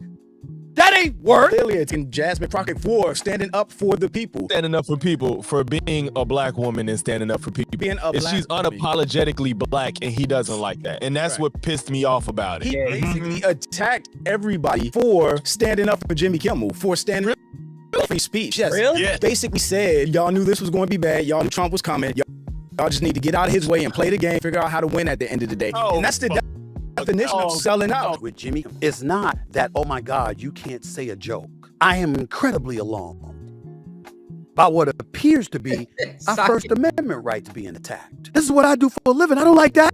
Put it in my pocket like a rocket. But you know he's coming. And you know part of the reason why is to get back at everybody who tried to take him down. They didn't try to keep him out of the White House. That was it. They tried to throw him in prison. The man is coming, and you have to adjust accordingly. Make sure you be quiet. You who's coming? Watch out now. And that's basically what Stephen A. was selling to everybody. So this is like a clear sign of a grift, right? Because has anybody else? I mean, on the back end, though, you guys will say that, like, on the back end, these guys will say that Trump is evil also. So it's the same thing. It's just that he's just more coonish when he says it.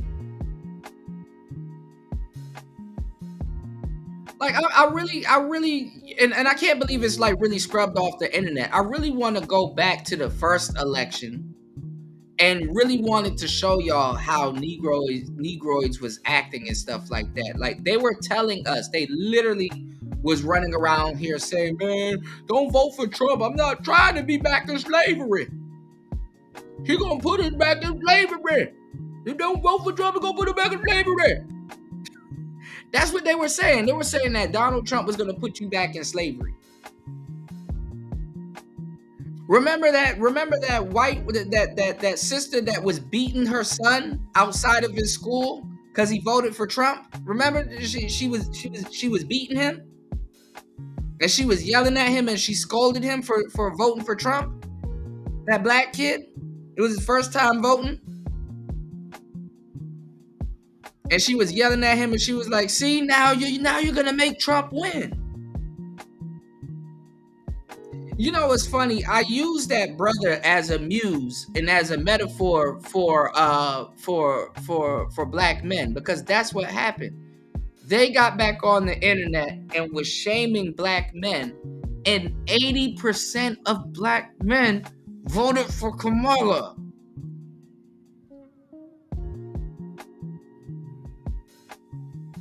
how the hell did Kamala put Andrew Tate and Myron in her book when 80% of black men voting for anything is good? 80%, my bad. 80% of anything is good. 80, y'all. 80% of black men voted for Kamala. And dudes over here was celebrating. I'm like, nigga, we got a lot of fucking work to do. 80%. Heard Stephen A. Smith talking about politics or anything. Fuck being a conservative, just politics in general. Because I have never heard him speak about anything political. I don't think he's that high. I personally think he's a C or a D. You know what? You know what? Actually, you're right. Compared to who we have, honestly, Stephen A. is probably like D tier, like at the max. Let's get Fresh out the way. Let's get Walter out the way. So how about you do Fresh and then I'll do Myron? Just stop being lady. You're not gonna get a fucking handout, okay? You're not gonna give me fucking reparations because guess who's gonna have to pay for that shit? The middle class is gonna have to pay for it. Yes. Let's keep it at 1,000. You guys get your reparations. What you gonna do with it? You gonna buy a bunch of some Jordans, some fucking drugs, some weed. You're gonna buy some weed. Yeah. Yo, yeah. Look good, man. You gonna buy some Fendi? You gonna buy some bullshit? Buy some guns. You gonna buy some guns? Like, yeah. There's that one, right? And Logix, I just sent you one in the chat. I mean, hey, bro, if you want to date a bunch of Shaniquas, go for it, man. LaQuisha. Yeah, like me and Fresh aren't really down with the brown like that. We ain't. You said these niggas on the footage are part of the 80% because I hear excessive lisping. Yeah. And I mean, you know, I commend the black women that actually talk about this stuff. Like, I commend the sisters that actually know politics and talk about this stuff. But like, when I sit down and I hear young black men actually talk about some of this stuff, it's like, bro, if your conversation, I'd rather listen to a bunch of women talk about this shit. At least to a certain degree, there's a little bit of comedic value in it. You know, at least there's somewhat of a little bit of a comedic value in it. I'm not trying to sit around and listen to a bunch of like upper class brothers that aren't for real. Let's keep it 100. And they aren't. You know, I'm not even gonna say what I was just gonna say, but I'm not trying to see a bunch of men sit around name calling and like their conversation ain't gonna get it as far as you know the people that they're name calling and shit like that. It's like, damn, how can the people that you're calling coon kind of got deeper in the conversation than y'all had, you know? Because I'm gonna tell you the truth, and I'm gonna say some of the realest shit you've ever heard. If you've ever done your black history, look at politics and kind of, you know, actually, you know, rubbed a little bit of elbows on the outside and really observe your people and certain things that's going on and has been going on in the community and you still see going on today, you're going to sound like a coon for a couple of years, and then you're going to come out of it and you know, and it's going to make sense, and then you're going to sound like a coon, and then you're going to come out of it and make sense. Like if you know the truth amongst a bunch of black people, that's really how it's designed. You understand what I'm saying? That's why they say they can keep us in this shit for how long they can, because when you know the truth and you're around a bunch of people that haven't read or they feel strongly about something and their emotions stop them from moving forward in something, what's gonna happen is that they're gonna either unsubscribe you from life. They're gonna call you a coon a couple of times, and they're gonna you know get on you about things they don't understand. And then when you said, look, all you got to do is read. All you got to do is you know, put 2 and 2 together. You know, you're gonna be very lonely. Who you gonna talk to? You can't talk to them niggas.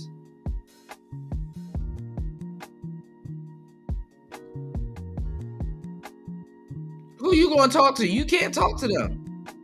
You understand what I'm saying? Like if you go look at the story of Tarzan. Tarzan was supposed to be a white man that got around a pack of niggas, a pack of gorillas, and liberated them and got out with his woman.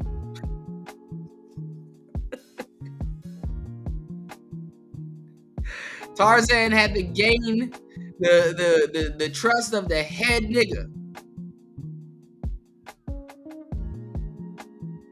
We are a part of the pack of gorillas. So if they didn't give a damn about Tarzan in the beginning until he showed them how cold his ice was, you don't stand a chance around a pack of niggas because you look just like them. Of course, they're gonna jump on you and pounce you and rip your leg off. Tarzan had a little bit of leeway because he looked different,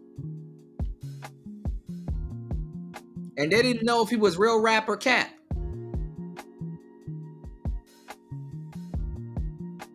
Tarzan's supposed to liberate a whole pack of niggas, Jane Elliott style.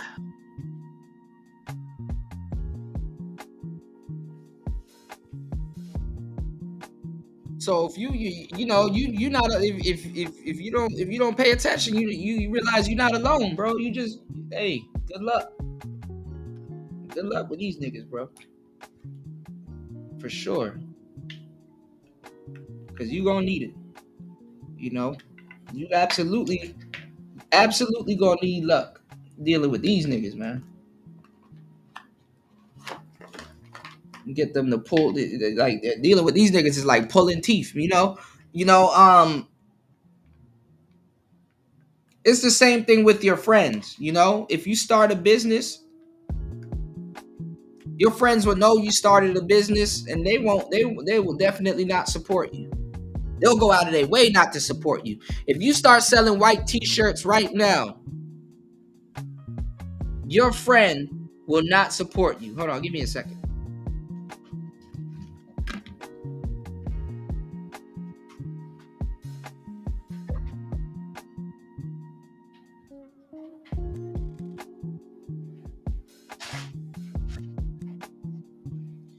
And I used white t-shirts as a you know what I'm saying, as a just a parameter, just a marker, just to let you know how they not gonna support you. If you start selling white t-shirts now, you're like, hey bro, you know, look, I got the white tees on deck, they clean, they good, they smell good, you know, you know, you don't gotta go to Walmart and stuff like that. I beat Walmart's prices and stuff, man. Them niggas will go out of their way to go buy a white t-shirt from Walmart. Put the tag on the outside to show you that they got it from Walmart.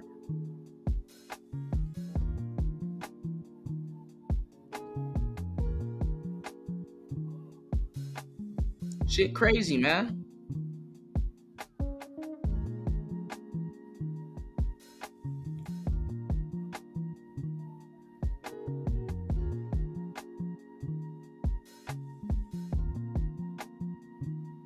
So I say that to say this, man, you know, complete stranger will support your business way before your friend. And the funny part is that you think that you're going to spend it with your friend when you make it or something. You know what I'm saying? You got artists right now. Niggas will tweet Young Thugs. Niggas, and it's funny because these people are well off. Niggas will, you got friends that will know that you do music and stuff like that, and they will tweet Young Thug's album, but they won't tweet your album.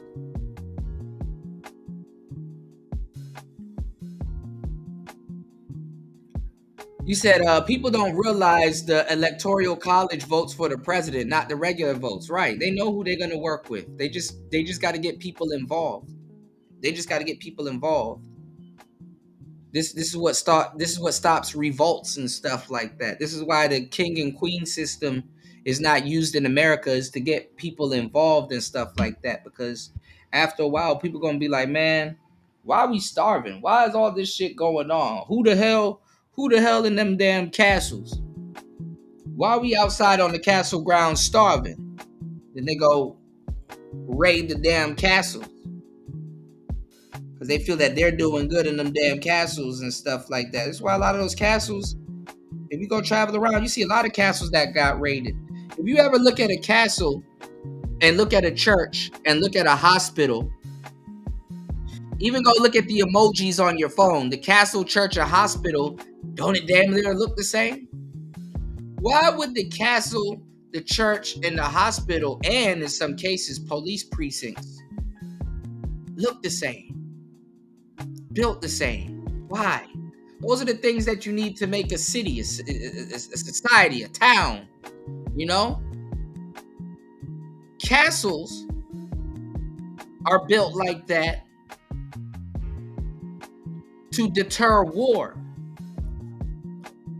Castles and churches are built the same way. Castles and churches and hospitals are built the same way. You know, when the king died back in the day, he would go to 3 places that look the same. He'll go from the castle to the hospital that looked like a castle or that was in the castle, then to the church. Big buildings. You said that's real. People who call certain black folks coon, you can legitimately see those people as children. Hence, now you talking like a white supremacist, right? And that's the thing. That's why I'm like, I want to see if this conversation is going to get any further than what any sister would do, because remember, party, and we chopped it up and we talk about this. Remember, I keep saying that. Remember, I keep my eye on the sparrow. Black women fear the exact same thing that the white man fears, which is a black patriarchy. Black women, a lot of black women fear the exact same thing that the white man fears, and she's a soldier that will go out of her way to stop it. She fears a black patriarchy. But the funny part is that if black men ever got into this, if we returned to the kingdom and got this magical power we're supposed to get, would we even practice patriarchy? Now, a lot of us think that we would, because black people see ourselves through the eyes of the dominant society, and guess what? It's going to be like Animal Farm. If black people, but then again, I can't say that. You see what I'm saying? I can't necessarily say, oh, well, when the cattle runs the farmers off the farm, we're going to go in the house and try to put on our pants just like the farmers did. You can't really say that. You understand what I'm saying?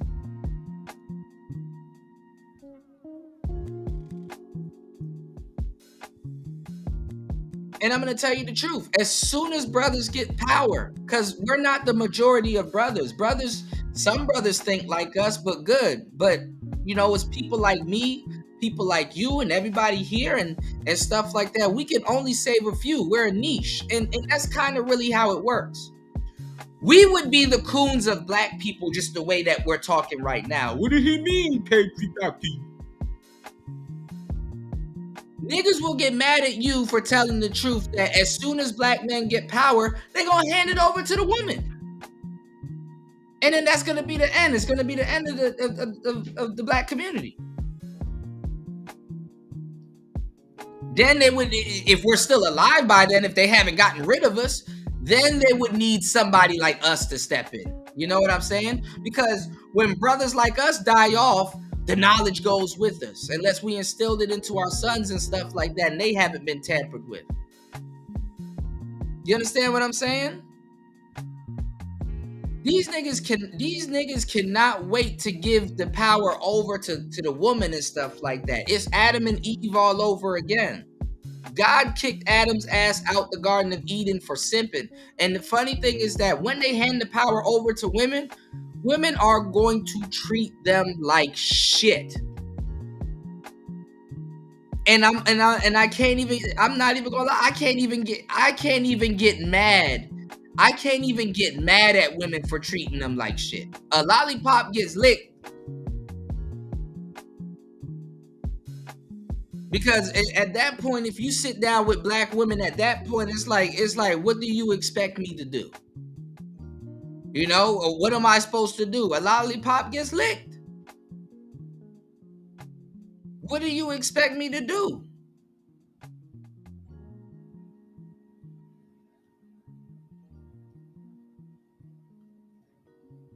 So I will tell you, as somebody that's been having these conversations and have gotten further in this shit, damn near, you know what I'm saying? Like, I instead of going backwards and shit, I'm gonna tell you the truth. I can't tell you that if black men, quote unquote, win and overthrow white supremacy and all this other Santa Claus shit that niggas believe in, I cannot tell you that it will be a patriarchy at the end. But I'm leaning towards the simps. The simps are gonna outnumber the real ones, because that's just how it goes. And the thing is that somebody got a simp. That's the crazy part. That's the part they leave out of the equation. Somebody got a simp. Somebody got to be stepfathers. We all can't be players. You know what I'm saying? I think the problem is that we're too good as brothers. You know what I'm saying? Because we mind our business. You know what I'm saying? We're Sigma males. We live and let live. So, you know, we ain't gonna be on some, man, we gotta take over, but we need the simps to be contained, because if the simps get out of order, they're gonna make it hard for us, and it's gonna, you know, negate all the work that we put in. That's a noble thought, right? But we're not gonna be interested in that, because we're gonna be too busy doing our own thing. And we're going to be too busy getting chosed on. And this Adam and Eve is Cain and Abel all over again, because guess what? Simp's going to get mad and then enact violence. And then we back at square one. We back at square one.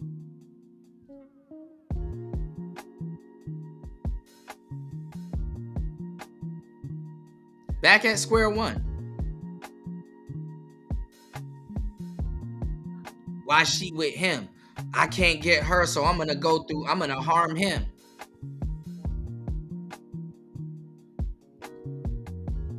She should be with me. I'm around her all the time. I did this and I did that and you know, I'm the one. Goofy ass nigga. They and simps would think about containing us way before we would think about containing them, if we were to bring back an actual real patriarchy. And to tell you the truth, I don't know what a black patriarchy would look like. Like a real one. You know what I'm saying? I probably got to go to Africa and shit like that. And look, they losing their bitches too.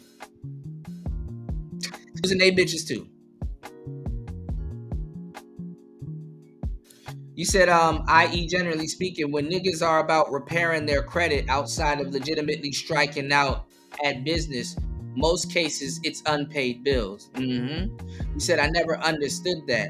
I talked to my guy who's a sensible nigga, and he shared his financial movements with me.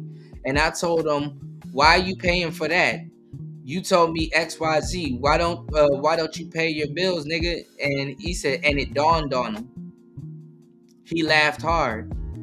Yeah, sometimes when you give out good game, it's hard to take it too, you know. He said, no, a call for separation is order. Yeah. You said we never separated on the ground. We know the black elite separated, but the rest of us ain't no fixing most of these niggas. Exactly. So it's always going to be a small group of people, leading the people and stuff like that. And I'm telling you, those brothers will look at brothers like us and be, oh, they coons, or they Illuminati, or they're, you know. What did Jesus say? Jesus said the same thing. Jesus said, listen, all the shit that I'm doing right now, he literally said this, you can do it too. You know? All the stuff that I'm doing, you can do it also.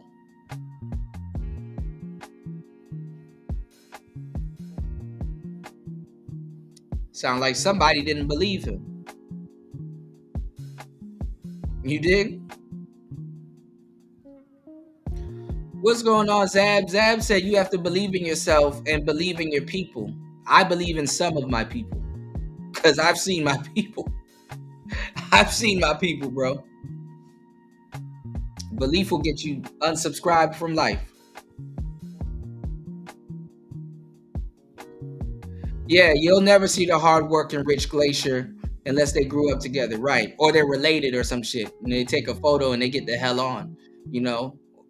Plus, most rich people that got like poor family and stuff, they just send a card. They're like, fuck this, I'll send a card. I'm on a business trip. Remember, I'm rich, so rich people take business trips. So they send a card. Nigga at home with his wife and kids. You said, yes, sir. Shout outs to Hood Hobbies. Too many simps, Kuda. You said we would have to battle for our life. Yeah, against them niggas. And they would strictly just be trying to fight us over women that don't want them and don't respect them. And honestly, too, I will tell you the truth. Women will be able to round them up and turn it in and turn them into soldiers. You know what I'm saying? Women, it really, if you really sit down and think about it, it should blow your mind a little bit what I'm saying. It's like, dang, I never thought about that. Like women will, at that point, women will be so in control that a woman will have an army, and it won't be like it won't be uncommon. You understand what I'm saying? Like at that point, like if we were on our way to a quote unquote black patriarchy, you will know, and you will know and be in touch with certain sisters that will have an army of dudes that will do whatever for her, just for a sniff, just for a whiff and a sniff. You said at this point, if we keeping it a band, I don't even want to throw the mirage of white supremacy. Black supremacy and white supremacy is all we got. You got the F's and the G's. You said you got the F's and the G's confused. True, because they're under it also. You said ice cold. I don't want to be a stepfather. I seen too much of that as a kid. Yes, but somebody has to be a stepfather. You know what I'm saying? And I mean, honestly, laws wise and stuff like that, I mean, it gotta be, we gotta turn it into something quote unquote respectable. But yeah, you said females don't respect me anyway. They lie to me so much. It's sad. It's because they probably look at you like food. You gotta go after the women that, you know what I'm saying, that don't look at you like food. But the thing is that when you get those type of women, I gotta send you a copy of my book, Chris G, because I talk about it. The thing is that when you get those type of women, you might sabotage yourself because you're used to women looking at you at like food or lying to you and shit like that. And the thing is that when you actually get one that's actually really choosing on you, the first couple of them or the first few, or maybe you might get a good one, you might sabotage that because you won't believe it. You won't believe it. You know what I'm saying? And if you're used to them looking at you like that, when you actually get one that's going to really ride for you, you're going to sabotage it because you're not going to believe it. You're not going to believe it. Like it's not like women that really fuck with you to a certain degree. They're not gonna sit up there and like people that really fuck with you they're not trying to convince you that they're fucking with you. They fucks with you. I don't know how to explain this. Somebody that fucks with you is not in the market to convince you that they fucking with you. I mean, they fucking with you, and like maybe if you say, oh, I really don't believe in myself, or I really don't this, I really don't that, some may stop and say, no, you good, like blah blah blah, this, that, and the third. But people that fuck with you, they're not gonna go out of their way to, unless you show them otherwise. So a lot of times, you know what I'm saying, you will fuck it up because you don't believe it. You wouldn't think that when somebody shows you something genuine, you probably, when they get close to you, you probably not gonna believe it.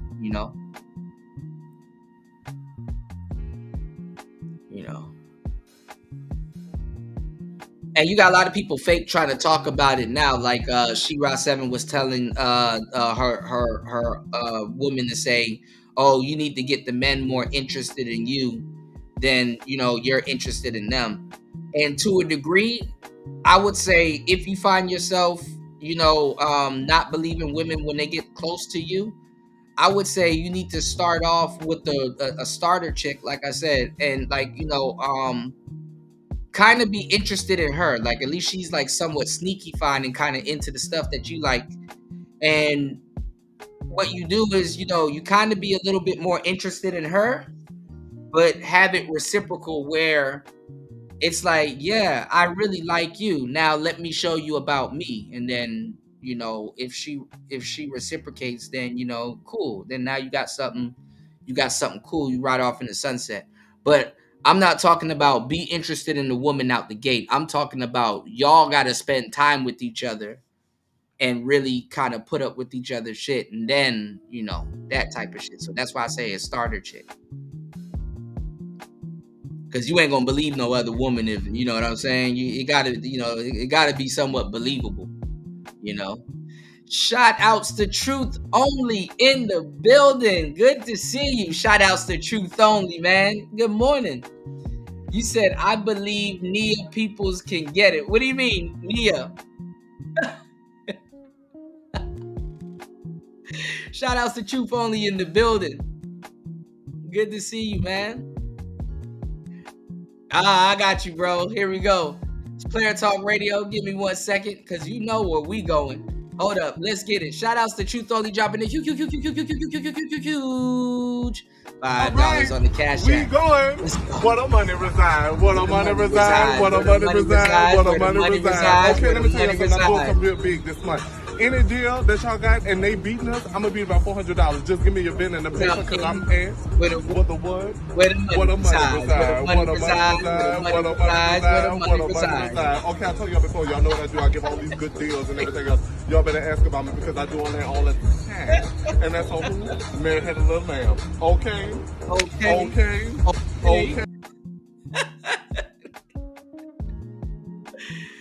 Yeah. Yes, sir. Shout outs to Truth Only. Yes, sir. Yeah, it's the queen bee. Yeah, it's basically the queen bee. She'll send her bee drones after you. Yeah, she'll send her bee drones after you, and yeah,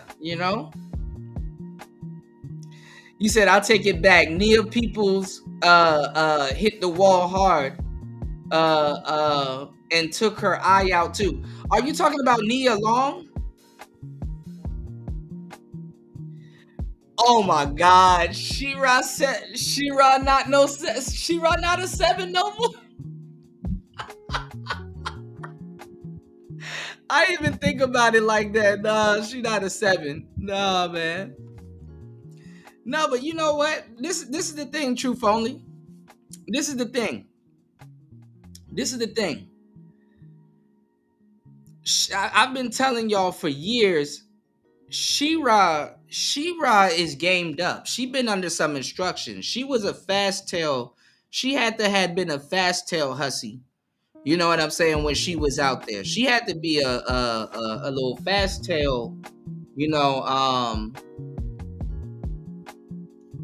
She had to be a little fast tail. I wonder if that would work. Hold on, guys. I wonder if this will work. She had to be a little fast tail, little hussy. She had to be. Hold on, guys.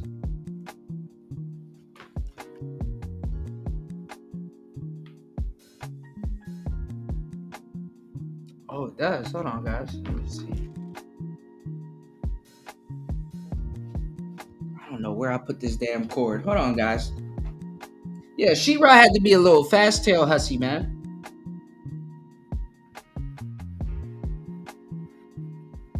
Oh, this won't work. Never mind. Hold on, y'all. Yeah, she had to be a fast tail hussy, because all of the stuff that she's saying It's Madame game, and y'all know Madames are usually, they're gamed up by the pimp. You know, even when they go studs, they're gamed up by the pimp. But you know what I was talking about earlier, Truth Only? This is what I was talking about.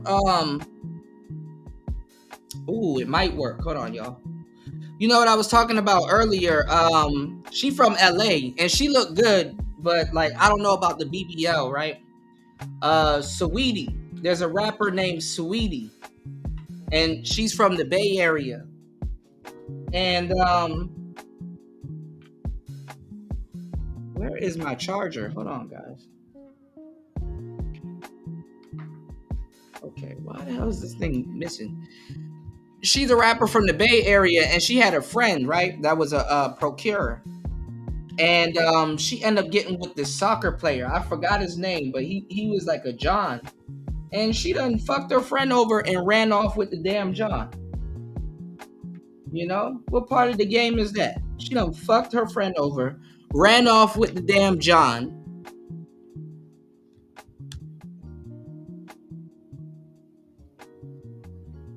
Let me see if this thing will charge. Hold on, guys. She done F the damn soccer player, ran off with the damn John, and now her friend trying to expose her. Okay, this ain't working. All right, hold on, y'all. I thought it was gonna work. Yeah, so she done ran off with the damn John. I said, damn, that's fucked up. That's fucked up. So She-Ra had been up under some instructions before. You know, she been out there in the street. And, you know, now she trying to do to women what's been quote unquote what you think is done to her. You know, she probably ran out on her PI. You know, you said what's the new definition of hit the wall? Because the old definition doesn't involve the lovely ladies being the tool that they look at you as. Y'all niggas don't want kids, so cut the cap. Yeah, we might have to do a whole show about that, redefining the wall. Yeah, that's what I've been telling people. Yeah. LA women are gamed up. I think her daddy a Crip. She just left YG. All of the rappers. I mean, even Quavo. You know, Quavo.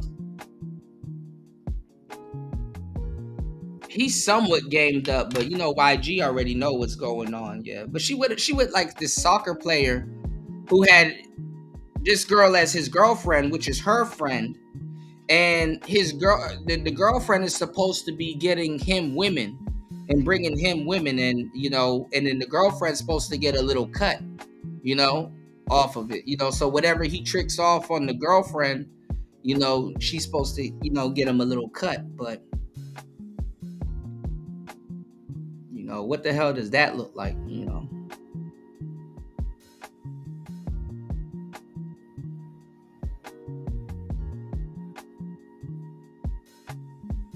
Hold on, guys.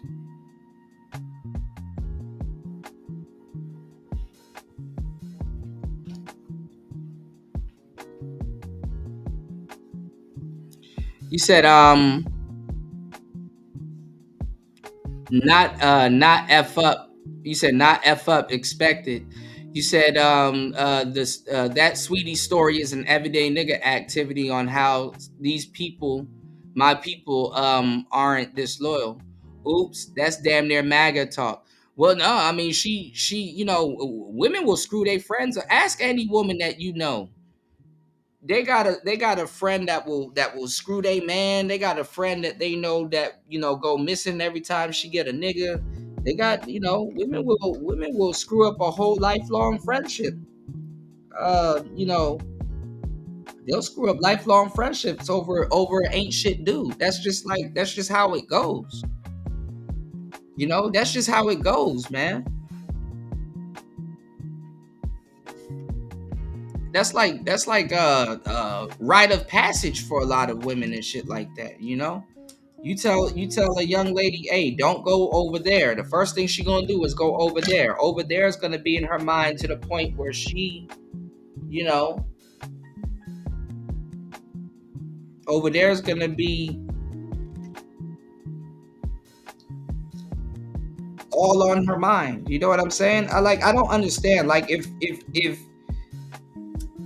Eve didn't listen to fucking God, I don't know what guys think they trying to do, man. And shout outs to my brother Jack.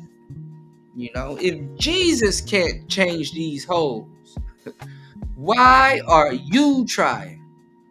What makes you think you greater than Jesus, nigga? I'm gonna have to start bringing back the classics. The wall looking jacked up. Yeah, Humpty Dumpty.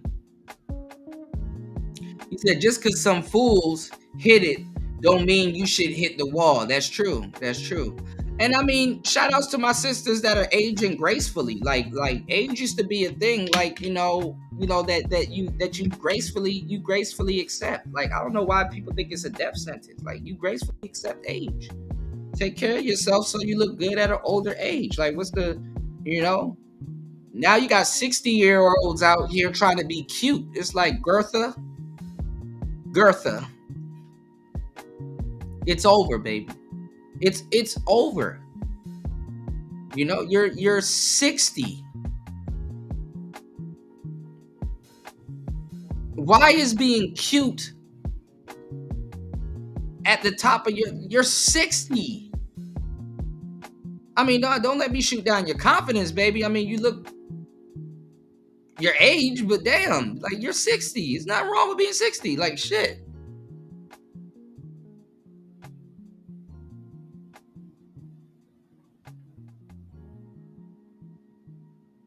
That's why I was mad at SZA when she took that line out of her song. She was like, damn, bitch, you like 30.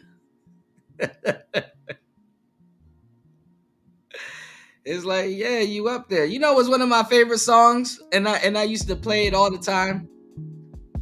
Cause you know, white women, cause Glacier women, how they shit set up. They age real quick. They age real quick. Whereas sisters, you can't really tell their age. But there's this song from the Dixie Chicks. There's this song from the Dixie Chicks called Landslide. I actually like that song. Even though she blaming men on that song too. Like, talk about some, I went through changes because I built my life around you. It's like, oh, what? Bitch, you getting older. Like, why you gotta blame it on the man? You were gonna get older regardless. But it's a man's fault, She's going through these changes because she built her life around him and she gave him kids. Like, women be acting like the kids ain't theirs too and shit. That type of shit. But it's a great song nonetheless. And it's like, it's rarely that you find a song out there where women are like, look, I'm coming into terms with my mortality and I can't do shit about it. Yeah, shout outs to Jesus. You said that's why Curiosity deleted the coochie. Damn, not delete the coochie.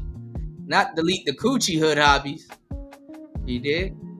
Party said truth only. You said, I'm like, I don't mind a mature chick, even if she my age. If I was out here, the last young class of potential was the millennials. Society squandered it, not society's the elder. Wait, society squandered it, not society the elders. Yeah, millennials are a dice roll. Gail said, old Gert said Sheen dead. Right.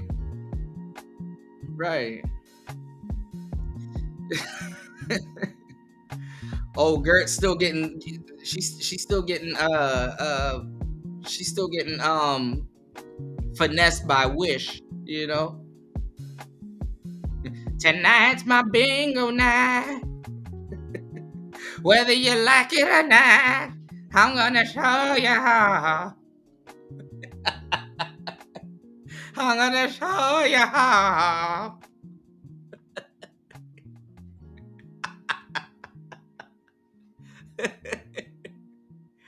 Tonight's my bingo night. You said an elder out here trying to compete with little girls. Yeah, man, you be seeing the mom and the daughter in the same club. It's like, ugh, what in the incest? Yeah, yeah, cooking and cleaning. These niggas negotiating y'all with cooking and cleaning, man. Come on now.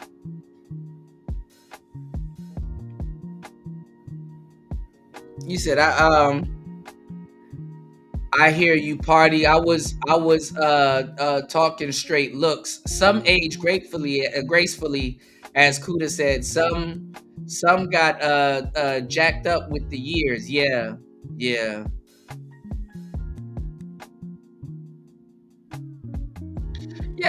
hood hobbies. I mean, I know a lot of women that fell off, from high school and stuff like that. And then, but I mean, that's kind of how we remember them.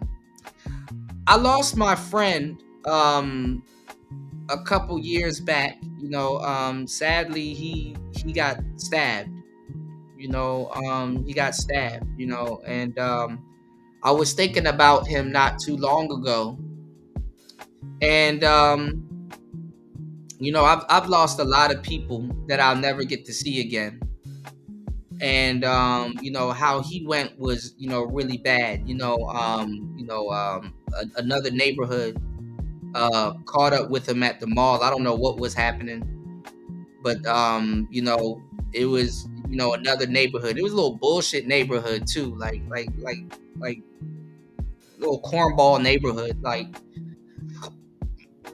they caught up with him at the mall.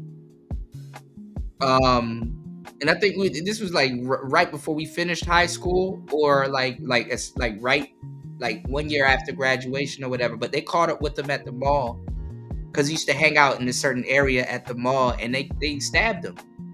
And it was a bunch of black men in a circle taking turns stabbing him. And I wasn't there to stop it or nothing like that. There was just a bunch of black men sitting around in a circle taking turns stabbing him, passing the knife around and stabbing him, taking turns. And he passed away. And over the years, talking to my other brothers and stuff like that, and yes, man, you bringing me back, Truth Only. Not like Silver Springs. It's the other mall, the mall at Prince George's. The mall at Prince George's. We used to call it PG Plaza, but now it's called the mall at Prince George's. Because that's where that's where we used to hang and stuff. But they started building up a lot of stuff over there, and it was like in this garage section, and he a bunch of dudes from another neighborhood came over, and they started taking turns stabbing him. I guess it was a fight, and they started taking turns stabbing him. And he passed away, and it messed me up for years because my friend was telling me, he was like, Kuda,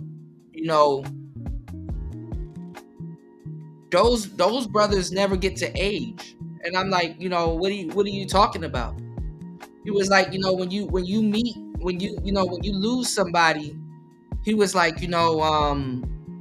they're the same age. They're always going to be the same age in your mind forever. And it's like, damn. And like, I look and I'm like, damn, they're having like 17, 20 year anniversaries at school. You know what I'm saying? And it's like, dang, everybody looks old and worn out. Everybody looks old and worn out. What's going on, War Master? There he goes. Shout outs to War Master.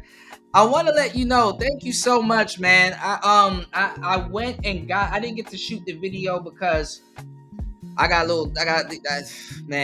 was in bed yesterday. I ate some eggs and it was game over for me. So I just said, let me sit in bed and study. But I got the monitor and I looked it up. It's called a sculptor. And I spent the other day trying to set it up, and I got it to work for a little bit. But I gotta change the settings on my laptop, and it's actually pretty crazy because it has two USB ports and the HDMI to mini port. And I think there is a way that I can use a USB-C port to power it and send everything over to it, so I don't have to use the HDMI. But I think I got to download a driver for it, so I got to sit down and tinker around with it. It's actually a pretty cool monitor. So I'll show you. I'll see if I can still put the video up that I made and stuff. You know, I appreciate it. War Master said, I'm surprised Truth Only know about Silver Springs. Hey, Truth Only, that's where all the baddies are, man. Montgomery County, Moco, yeah. Shout outs to Truth Only. You said they didn't change it to George Floyd? Oh. Listen, any mall named George Floyd is gonna be a dumpster fire. Listen, black people know what the fuck they're doing, because let me tell you the truth. If you go to any Malcolm X or Martin Luther King Boulevard, it's fucked up. It's fucked up. So black people know what the hell they doing. They just be playing games. War Master said fertile women are attracted to men. That is true. Infertile women are not, aka the wall. It's biology, not choice. 80% of men are unattractive to women at any age. I wouldn't say 80% of men, but a lot of them do get overlooked. You know, a lot of them do get overlooked. And the reason why they go to the gym is because that's a biological imperative. You know what I'm saying? If she sees like the veins in your hands and she sees that you got genetics, you're good for breeding and stuff like that. But women nowadays, they can choose whatever the hell they want. If you wore yellow shoes to church and you look good in them and she choosing on you, well, then she gonna just be with a nigga that get with yellow shoes. But if the power grid go off and shit like that, she might have to rethink her dating options for survival. You know what I'm saying? Unless them yellow shoes got a blade at the bottom of it, you know? You dig? Yeah, I appreciate that, Truth Only. Yeah. It's sad too, man. You know, cause I man, you know, I wept a little bit yesterday. I thought about it. I'm like, man, I can't believe that black men stood around him and took turns, you know, stabbing him. And I didn't want to see the camera footage, man. You know. Yeah, man, I gotta download some drivers for it, War Master, because it hooked up, but the screen is too big on it. So I gotta, you know, and then it's supposed to come up in my it's supposed to come up in the driver section, but you know, I mean, not the driver section. It's supposed to come up in the display section, but some weird Toshiba something is coming up, not the sculptor. So I think I got to download a driver for it. So I'm going to just go on their website and see if I can download a driver for it and see if it'll pop up, you know, or see if there's like some third party app that I could just use and just, you know, square it away. You know, yeah, I had some shrimp fried rice, and you know what they do? I be forgetting, y'all. They put egg in the rice, and let me tell you something. That egg fucked me up. You know, eggs will fuck. I ain't gonna lie. I had to stay in. I said, "Oh man, I can't do this." You know. Yeah, the monitor is a plug and play, but it's pretty weird. You know, it's pretty weird. But it's weird too. Like if I put it on the laptop and it like clicks in. It's like, is there like a magnet on the laptop and it just clicks? I don't know why, but it's a pretty interesting monitor. I've never seen one like it. You know, it's called a sculptor. You know, I have to get a monitor rack, y'all. And I'm glad, you know, because you've been saying to get a monitor. And like I was talking to a CPA not too long ago, and they were like, yeah, it works better with two monitors. So I'm like, man, I gotta dive into this monitor thing, because I'm like, how would I run two monitors? Like, how the fuck would that work, you know, on Apple? So I gotta sit there and go through some YouTube videos, you know. All right, let's get back into it, y'all. Let's see if these guys are gonna correctly, I mean, they're just going over clips. It's easy to call people a coon when you're going over clips and stuff like that. But let's go. Night Riders. No, So I'm good. Sometimes if they're Red Bull, like in general, me and Fresh don't dabble in the dark. Talk about Myron specifically, how Myron talks to black people, lets you know he identifies as black. Yeah, he's brown, but he's Sudanese, Arab descent. He does not identify as black, but he uses his skin color, just like Walter does, as camouflage to basically use black culture, just like they did to get on, and they go out of their way to shit on black. All right, now, again, see, this is what I'm talking about. They took this talking point from Tariq Nasheed. This is textbook Tariq Nasheed talking point. Black people never, to a certain degree, cared if somebody was actually ADOS black or FBA black. Black people never gave a damn about that. Tariq brought that talking point to the arena when he was doing, when he was coming up with FBA and a bunch of other stuff. Black people never really cared. Now, what they did care about, if you were camouflaging, not necessarily if you were camouflaging as black, but if you were, let's say, from France or whatever, like some 21 Savage type shit, people will be like, oh shit, I didn't know you were from the UK. To this day, some people don't know 21 Savage is from the UK. They think he's from Atlanta.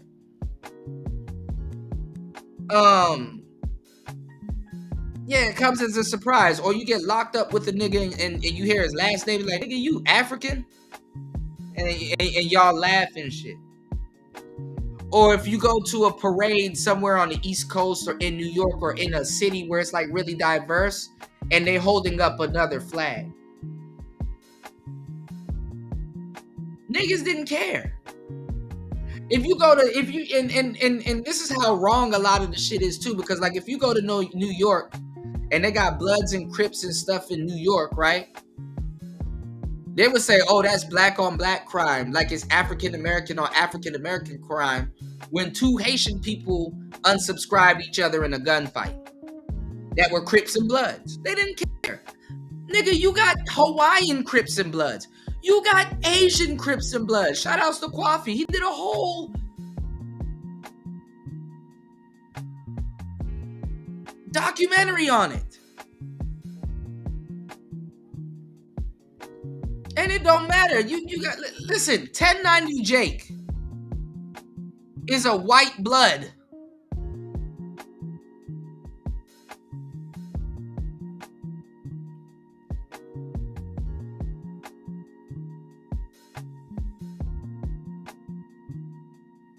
Now, the only reason why that would draw some concerns is if they're taking advantage of certain laws, if they're taking that, if certain, which happens in certain counties and in certain areas, certain loans and things that could have been given to a black man, they would give it to a foreigner or somebody fresh off the boat or somebody that's been here for a certain amount of years. You know what I'm saying? They would go out of their way to give it to a foreigner or somebody else. Those are the arenas. But you damn near gotta destroy a black man before you can get him to actually start a business and stuff like that. But a lot of brothers and sisters do get undermined, when it comes to certain laws and certain things. And what a lot of people don't understand is that a lot of people get briefed before they get to America. So they already kind of got a heads up on you before, because they kind of do them dirty. They send them to America, but then they send them niggas to Compton. It's like, oh yes, you can come to America, and yes, you'll have a restaurant, and you can open up this, and you can open up your cuisine and stuff like that. But then they put you in the middle of Compton.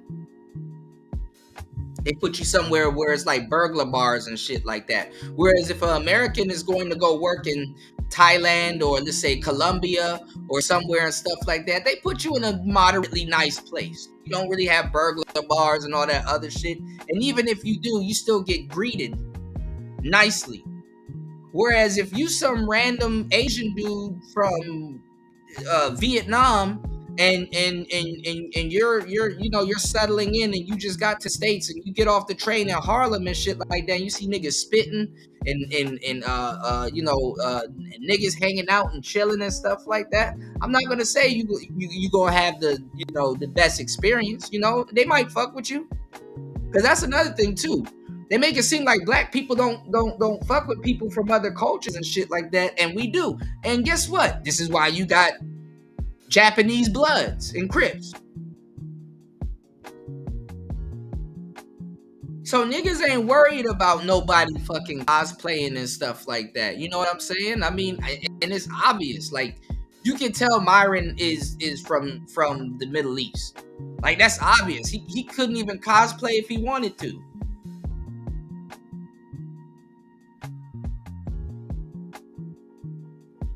You can tell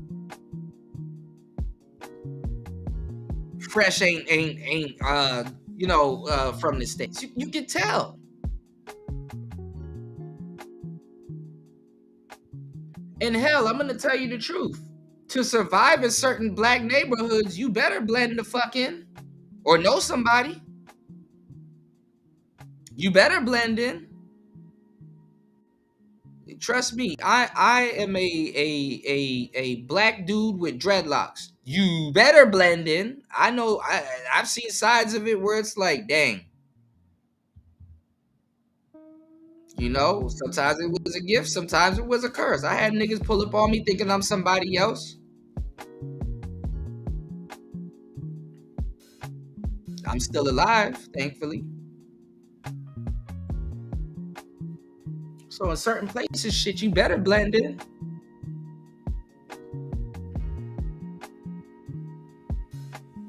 It's not like niggas getting infiltrated and shit, though, So they got to stop stealing this damn talking point from Tariq Nasheed and trying to walk people down this whole FBA tether rabbit hole, where I'm pretty sure I'm looking at 4 tethers on the screen right now. That's the irony of it. War Master said Sudan. I'm not reading party. Yeah, I'm a triad now, I'm a triad now, man.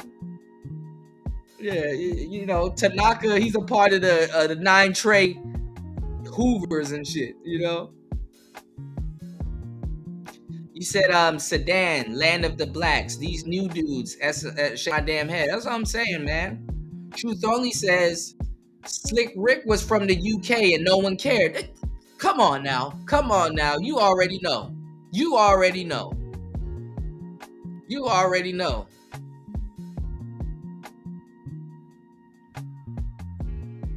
Slick Rick was getting deported too. Yeah. You know what? I heard he dropped the album recently. I gotta go check it out. You said I know Mexican Crips and Bloods. Yeah. And El Salvatrucha. MS-13. You said and Samoan and Filipinos too. Yeah, absolutely.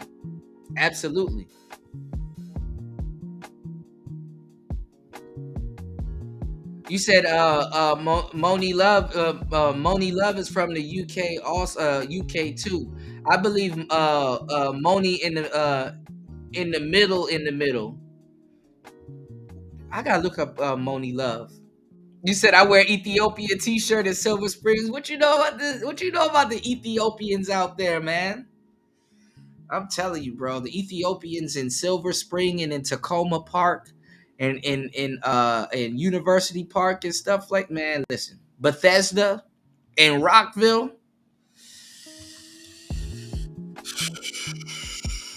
Listen.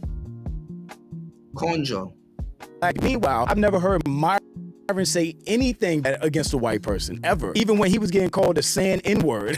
Like the simple fact that you can use a hard R against a black person is why you to be an idiot.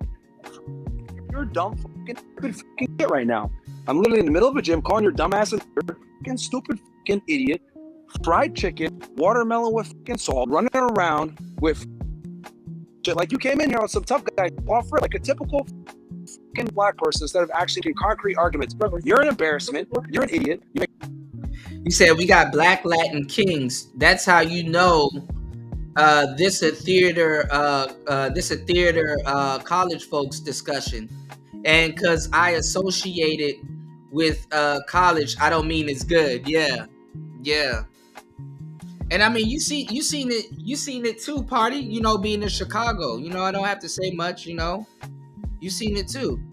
You know, I know LT Man seen it. You know, a lot of people seen it. But this the thing though. When a lot of my Latino brothers and sisters go back to their home countries, there's black people there.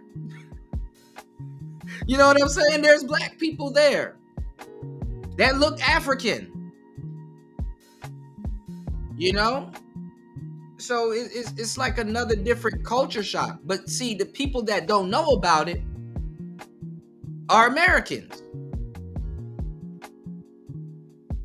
You know?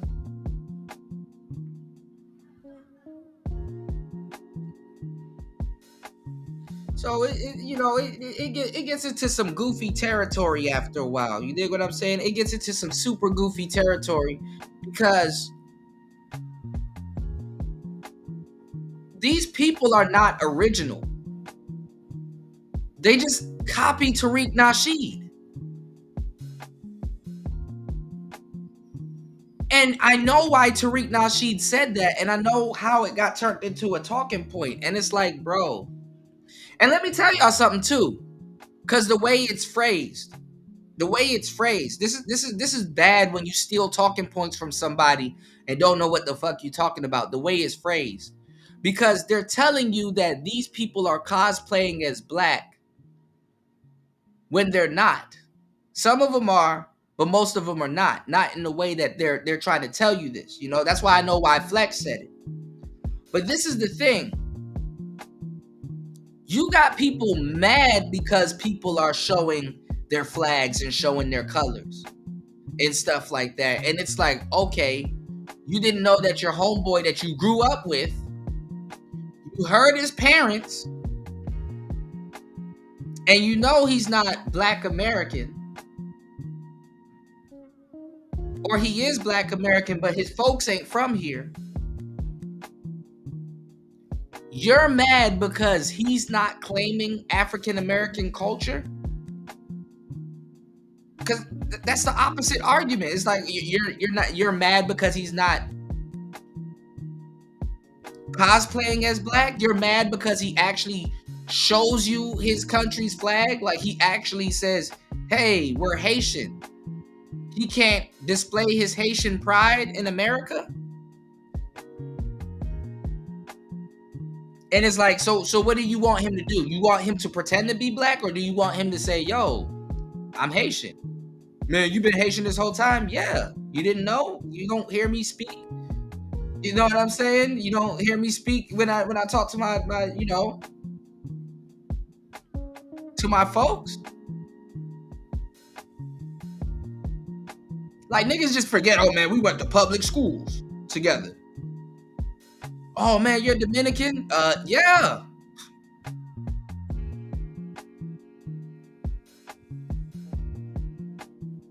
You ever seen black Dominicans? They in a lot of cases they be wearing like the reggaeton pants. Like how could you not tell? And then they be in circles like how do you know I'm Dominican? Nigga, your pants.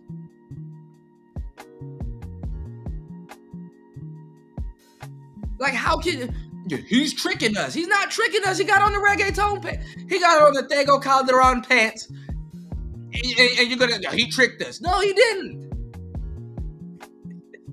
No, he didn't. No, he didn't. You saw this man drinking Maltas and Goya juice, And like, come on now. Maybe I'm diverse. I went to El Compadre to pay my phone bill. Maybe I'm diverse. You know? And there's nothing to get mad about. It's nothing to get mad about. Y'all just gotta stop. Y'all gotta stop stealing from Tariq Nasheed. Like this shit is getting old. It's to the point you're stealing talking points and don't even know why.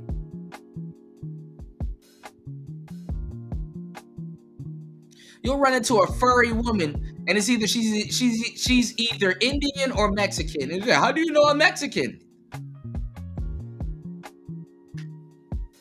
Come on now. Come on now.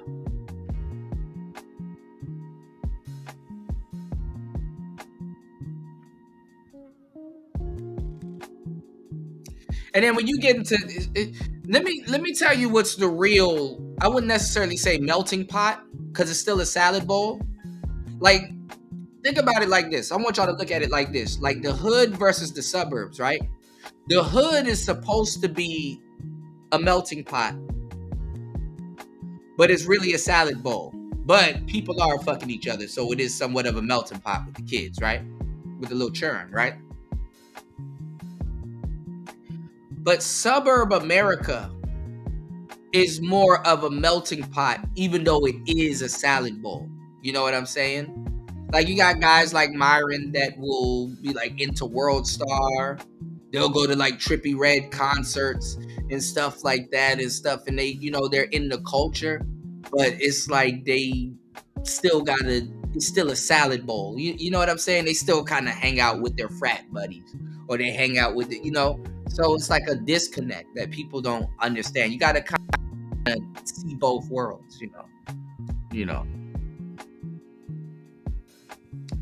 You said anyone knows some white Black Panthers? I think Bernie Sanders was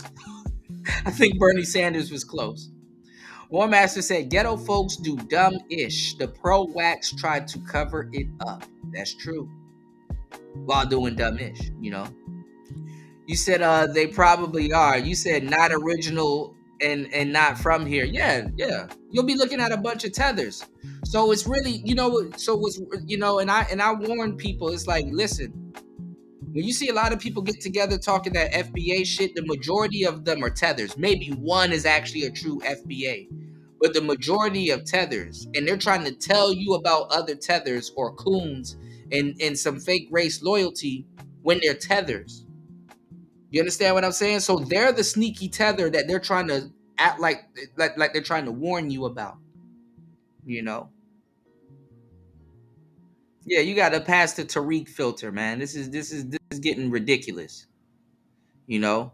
You said, I remember a time when if you had nappy hair and big nose and big lips, you were automatically Black. Yeah. You said they good. They have a Tariq filter. There need to be a delineation. They come here with the filter. Yeah, they just repeat his talking points over and over. You know? You said, yeah, man it bull. Yeah, you Black, but you're not Black enough. He said, yeah, but you Black like these.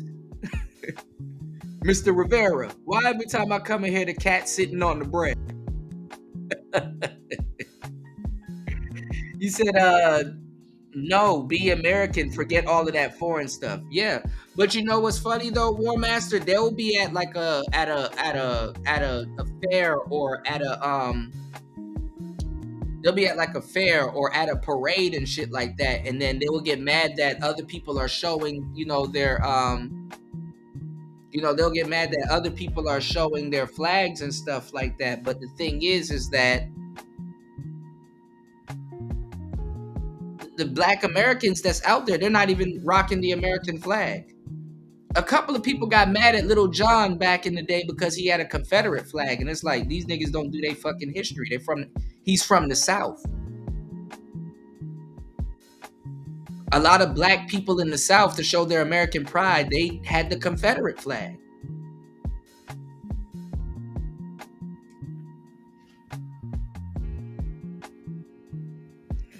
Niggas, I tell you, you know. You said my son just got called a nigga a nigga at a my son just got called a nigga at a white school by an African on some fun and game shit. You said my son has no clue what that word even is. I had to talk to him. Yeah. But you got to understand too, party, which you do. This generation don't look at that word the same. Like all this racist shit is content now. All of this shit is content now. Oh, we're gonna bring Charleston White around a Mississippi racist guy, and we're just gonna turn it into content. It's content now. You said one thing is being an American black, another is being black.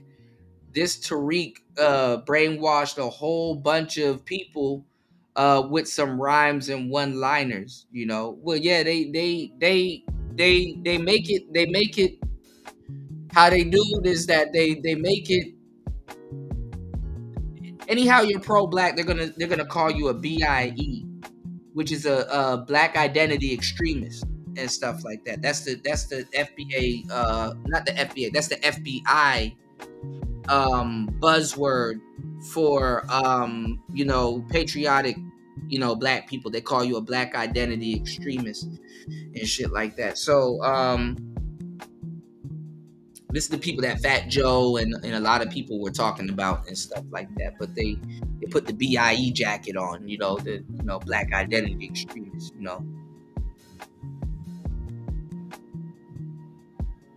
Yeah, Maniball, yeah, hey, you're not black. You said, hey, Lupita, you know black, right? What's going on? Shout outs to Morbid Trinity in the building. Good to see you. You said I joined right when y'all were talking about what quantifies as black. Yeah, it gets into some weird shit, But all of these cats are gonna be biting off of Tariq Nasheed, and it's like, it's crazy. You said that's really the hard line. Niggas can't accept or come to grips with that, but move. You said, but move. Talk, cook, American, calling yourself black is the roundabout.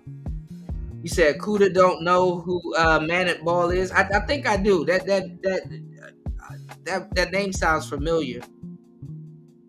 Oh, you also play for the Bullets? I think I know who you're talking about. You said I feel you, party. You said FBA. You mean American? No, the FBI calls you a black identity extreme. When Tariq came up with this is where Tariq Nasheed came up with the suspected white supremacist thing. So basically, Tariq was basically mirroring what white people were doing with black people at the time. So you know how they put the people on the little manosphere FBI list, and they try to call them an extremist, like Andrew Tate would be an extremist or a radical. Nick Fuentes, they'll call Myron a radical or an extremist and stuff like that. So at the time, they came out with the term Black Identity Extremist, BIE. And Tariq Nasheed countered that with suspected white supremacists, which was better because Black Identity Extremist is technically a jacket that you can put on somebody. But when you say a suspected white supremacist, you can't get sued. It's like an alleged racist. That's basically what you're saying. You know what I'm saying? Or somebody that is anti black or push racist agenda. Yeah, people don't even know what a woman is. It's hard for people to figure that out. A bunch of stereotypical things. Yo, aren't you from the Sudan? Can't even pronounce it right because in your fucking culture, to pronounce things correctly or use correct English is considered coonery because you're fucking low IQ dumb like you are. You probably wear Gucci, you probably wear designer, you probably have like 10 pairs of Jordan, and you're probably poor. So see Myron, Myron is a suburban world star, privileged, migrant. here in the States and stuff like that. He kind of, got the white friends, the college friends, and stuff like that. So he really don't really identify too much. But when he's walking around and stuff like that, yeah, for sure, he's a black man. Skin tone, you can't hide your skin tone.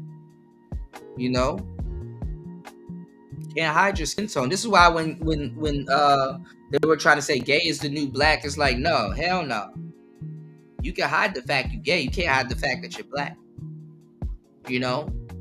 So Myron, he kind of doesn't identify with a lot of the stuff that, people that probably like him or listen to his stuff is going to identify with. And honestly, if he's not that, I mean, we shouldn't be trying to force him to identify with that either way. But when pushed into the corner, that's all he gonna do. He gonna flare out. He gonna throw every black stereotype out there, like any foreigner. Like you go push somebody fresh off the boat in the subway station in New York and stuff like that. He go, nigger, piece of chicken. It's like what are you talking about? How do you go from the hard R and just running around yelling piece of chicken and watermelon? Like, you're not even throwing out obscenities. You're throwing out stereotypes. This is how uninformed a lot of guys are. Do you understand what I'm saying? Like, nigga, they run around, Popeyes, piece of chicken. Like, it's like, tell me you're a foreigner without telling me you're a foreigner. Like who runs around and yells watermelon and piece of chicken? Like, now it's a little bit funny because it's like,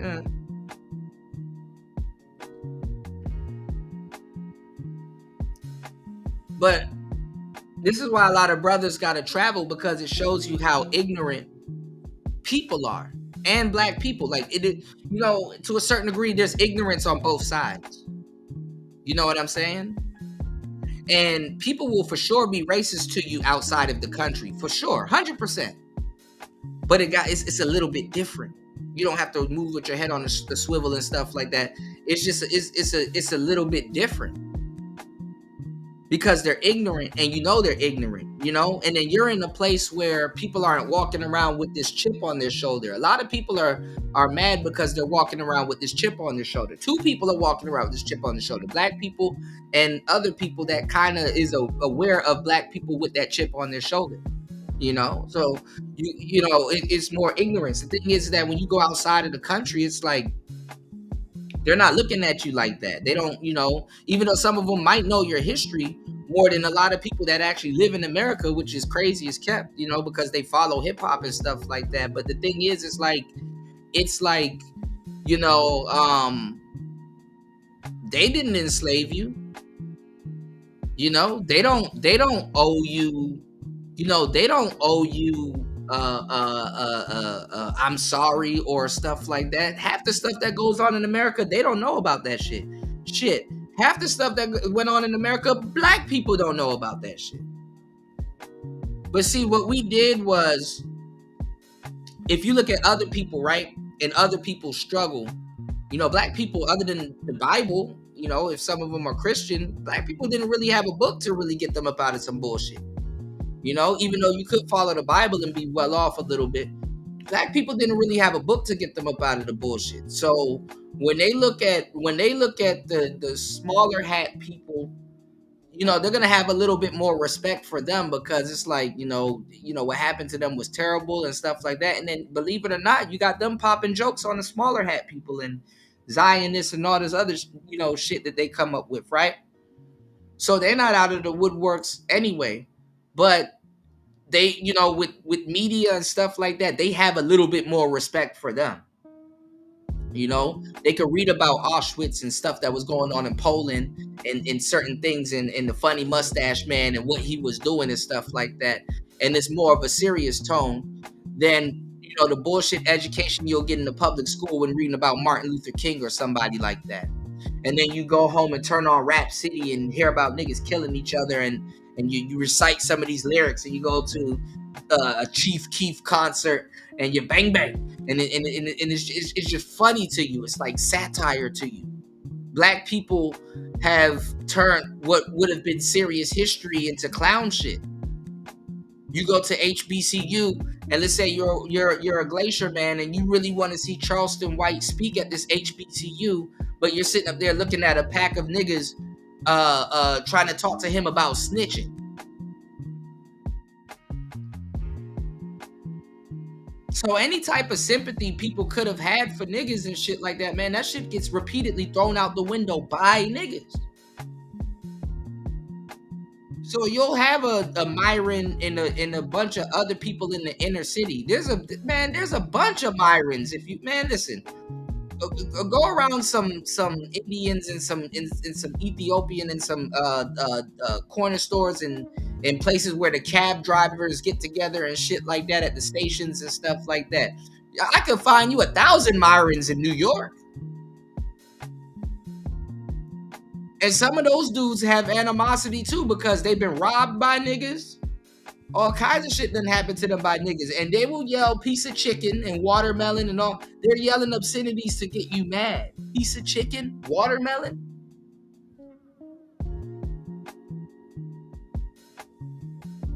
And you know what's the funny part? They can't help themselves too. Them niggas love chicken and watermelon just as more than a nigga that they yelling that shit at. I swear to God.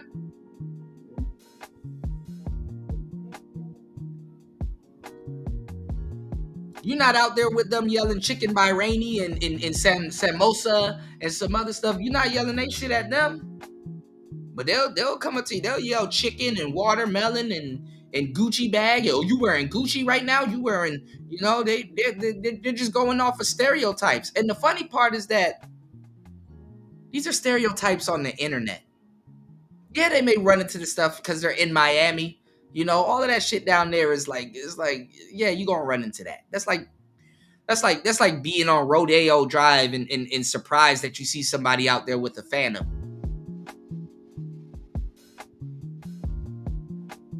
So they just yell out. They're ignorant. They just yell out.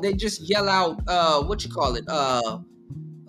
Stereotypes. They haven't really lived the black the black experience. But this is the thing. You try to sit up there and SBE to them, and they're like, hey, listen, I probably never really lived the black experience, but you have, which should be a bigger indicator as why you shouldn't be out here like this or acting like this and stuff like that. They just going off of stereotypes. And some, I'm not gonna lie, to them or certain people in certain cases, I'm not gonna say it's legit for them to yell obscenities and call people stereotypes, but some of them is legit. Some of them been robbed by black people. Some of them, hey, look, I was telling y'all about bookkeeping and shit. Some of those mom and pop stores that's not owned by black people in some of those neighborhoods, when they do their bookkeeping and they tally up all their money and stuff like that, they gotta some of them don't believe in bookkeepers, or they believe in their relative or their niece or their cousin or something do their books, and they gotta watch their back when they take their hard-earned money and try to go to a bank and deposit that shit, because niggas will know, like, okay, I hang out at 3 a.m. Once he done and he closed the store on Friday and stuff like that, yeah, I see he take that money and put it in an envelope and go over there to that Bank of America. We're going to get him. We're going to pop him once he get over there. Or once he goes from the Bank of America and he got that envelope going back to his business. You even had a song with YG talking about Asian people don't believe in banks. And literally in the song, he told you how to go rob Asian people in LA. How to break in their house. And they made him change his lyrics recently. Some real shit.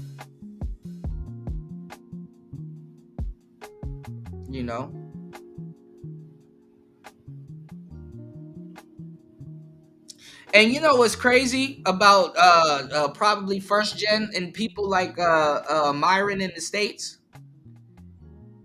He don't want to date a Sudanese woman, or he might be open to it. I don't know. I'm gonna tell you some real shit.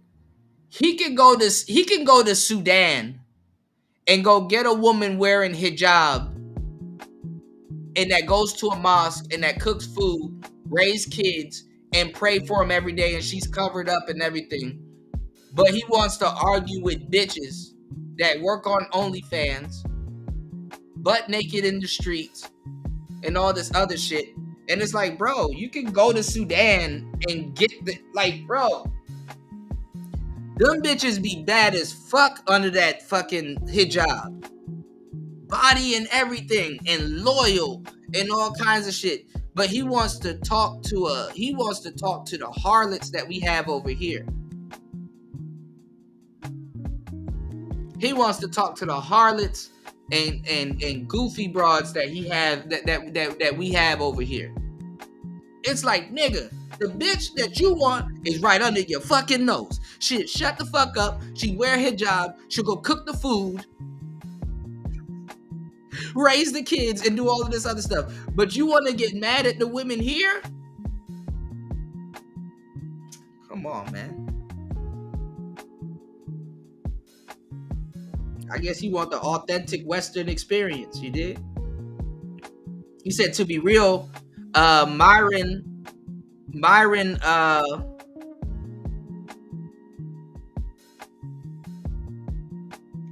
light for Sudan standards. They be blue over there. True. You said now that more time has passed, the pieces have moved. That's them or the system making black folks choose a side. More on the say you're American side, because if not, you're rogue and have no home for rights. Right. Choose a side. Right. You said like KS couldn't hide the fact that he used. Oh my God.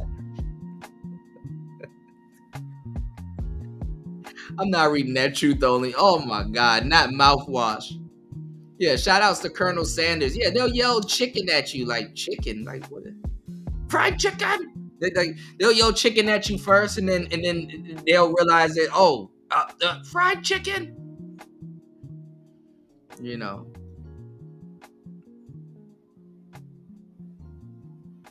You said a colonel and a sailor know how to fry some chicken. I ain't gonna lie. The Asian man know how to fry some chicken too, and fish.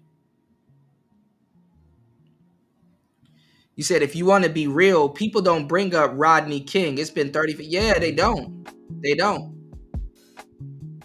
Well, see, they had to change the image and stuff like that. You know. To them, Rodney King, black guy with a skateboard, he's like a white boy to them. Yeah, can't we all just get along? We're in it together. You said, I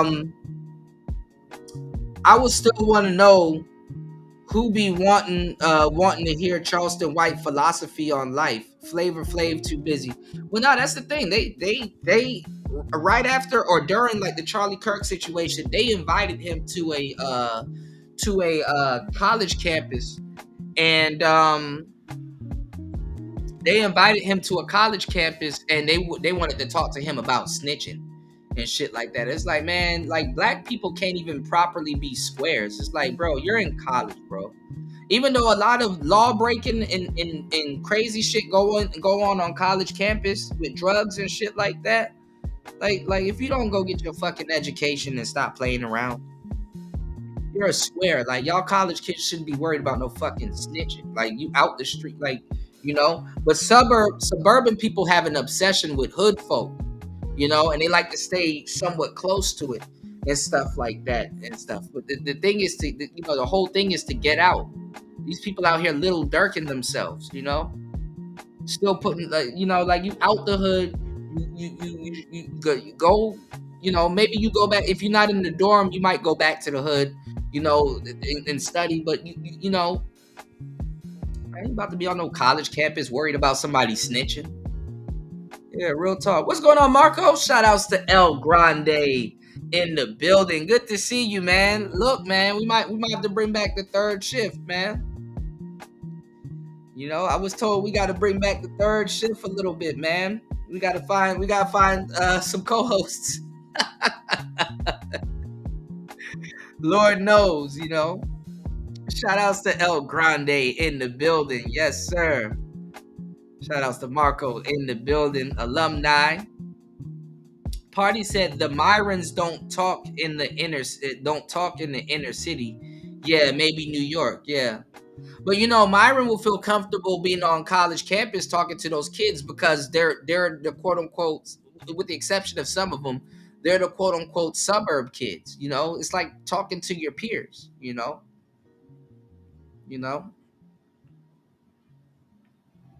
Yeah, I put Sade on there. I was playing some Sade earlier. I played I didn't play Your Love Is King. I played what did I fucking play? I played Cherish the Day,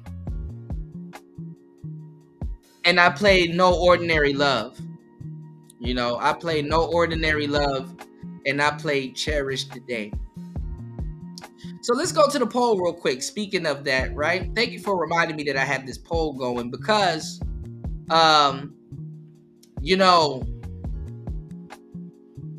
what is the muse for life? You know, as a kid, I have fond memories at my dad's house. You know, playing with trains. You know, playing with a little train set and listening to Sade in the background.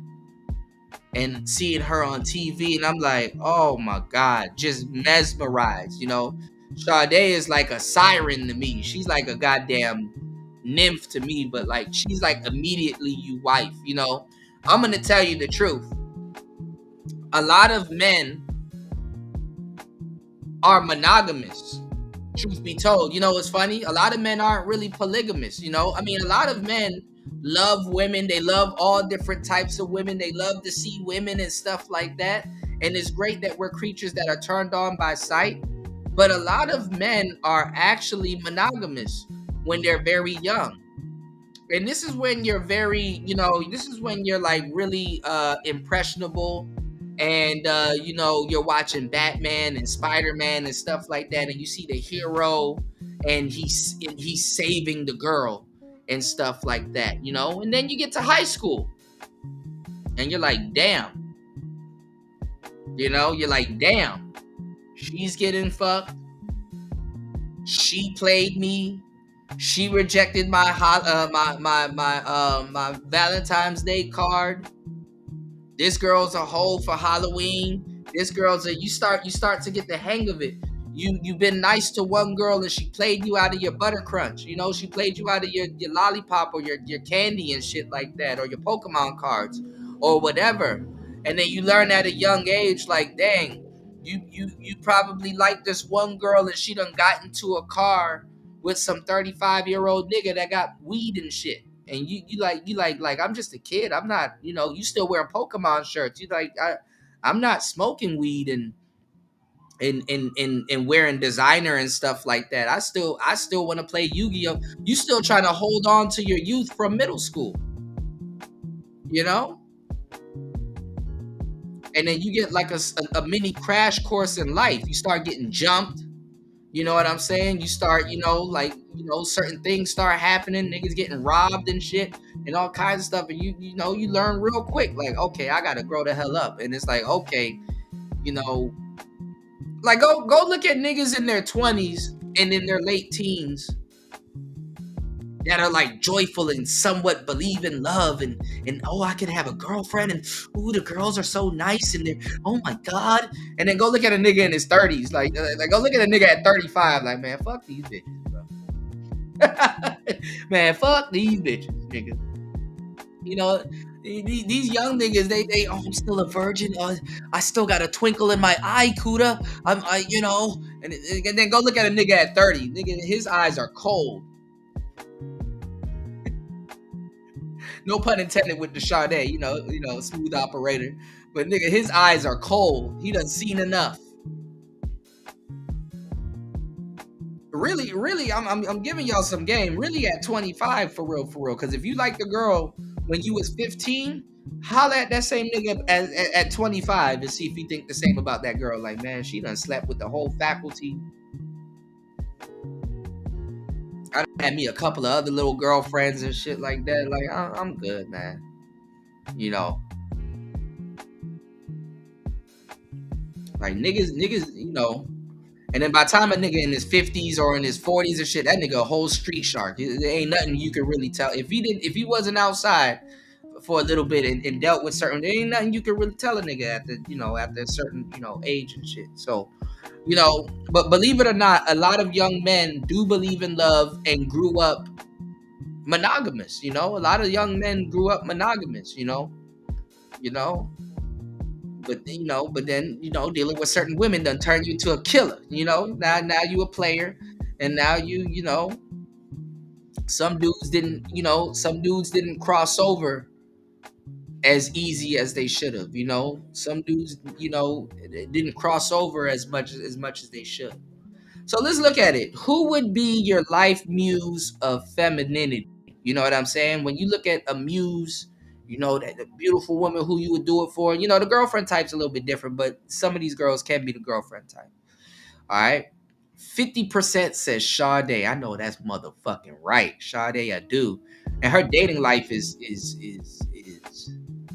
interesting. She had a baby with a black man, by the way. She swirled a little bit, but come on, it's Sade, man. 3% says Rihanna, Beyonce types. Interesting. I didn't expect it to be that low. 14% says sexy red types. All right, keeping it real. Sexy red glorilla types. Hood girls. Y'all been exposed to too much. And 33% says I have no type. I pull them all, Kuda. All right. What's going on? Shout outs to Jay Shine in the building. Good to see you. What's going on, man? Big old player in the building. What's going on your side of the planet? Yeah, Chris G, hijab, yeah. I don't know why Myron's over here trying to convince these women to be the women that's back home in his homeland. But then again, some people are tired of their people.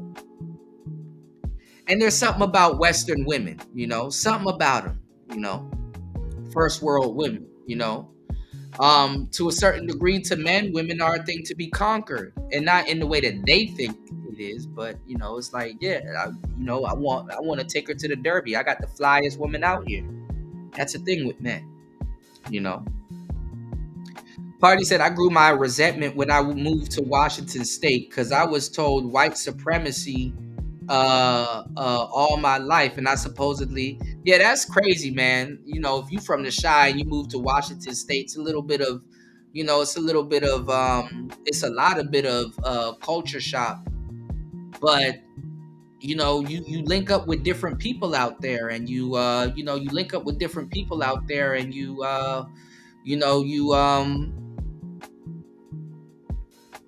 become cultured. But to a certain degree, though, in Chicago, because they think Chicago is just like O Block and some other shit and stuff out there. Chicago has a diverse culture also. A lot of cities have a diverse culture also. But Chicago is fairly segregated. Like I said, it's a salad bowl. But y'all got culture. What is it? What is it? The Bud Billiken parade and all that other stuff. Chicago got culture. Like Memphis got culture. All of these places got culture. It's just individually as a man, if you engage in some of that stuff, So how you look at it with the suburb and stuff like that, you got hood-based people that happen to be in the suburb. You know what I'm saying? And then you have suburb-based people that happen to be around some hood shit or in, or their occupation end up being, around a lot of hood culture. You know what I'm saying? So they kind of got to be cool also. Give me 1 second. This thing died. Hold on, guys. Give me 1 second.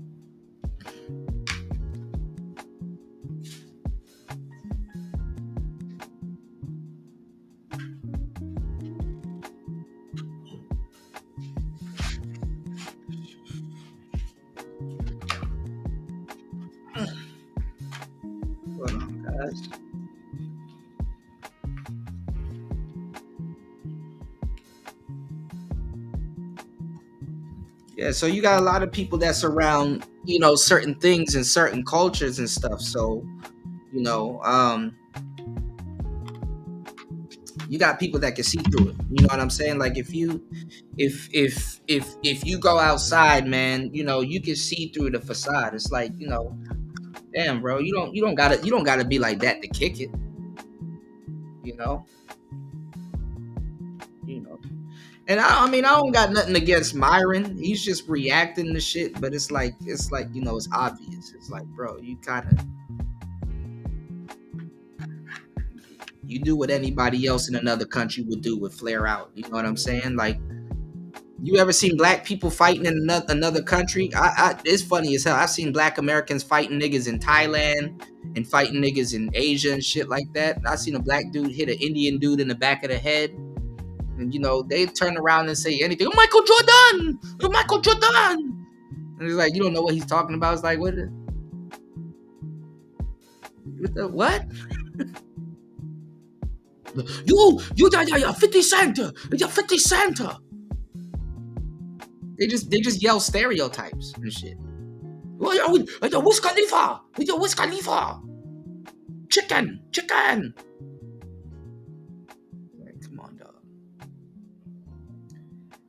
Shout outs to Marco. Marco said, studio. Oh, they don't know. You know what I was gonna play? I was gonna play it the other day, man. I was gonna play my song from Phil Collins. You know that. Oh, think twice. It's just another day for you, me in paradise. That's my shit. I love the shit out of that song, man. She calls out to the man on the street, sir, can you help me? Oh, man. Yeah, he looks Sudanese, yeah, or from Senegal, yeah,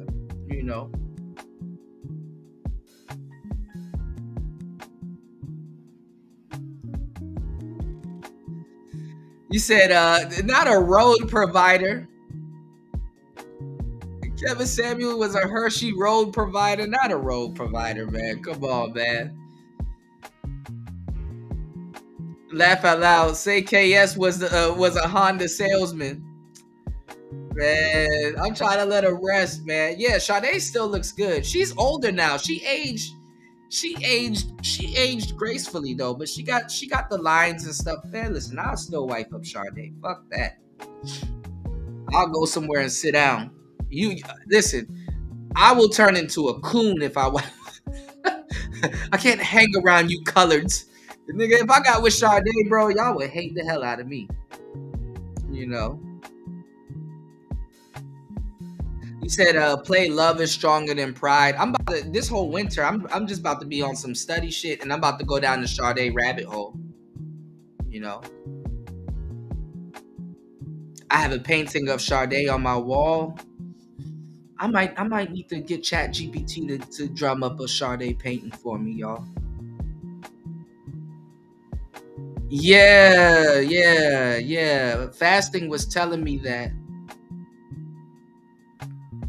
Speaking of that, Ghostface Killer, his son turned into a woman, and recently his son put out a diss track and stuff like that. That's crazy, man. A lot of gangsters, they kids, they can't really take I wouldn't say his son was like a Nepo baby, but like, yeah, like Magic Johnson's son. Yeah, that's too bad.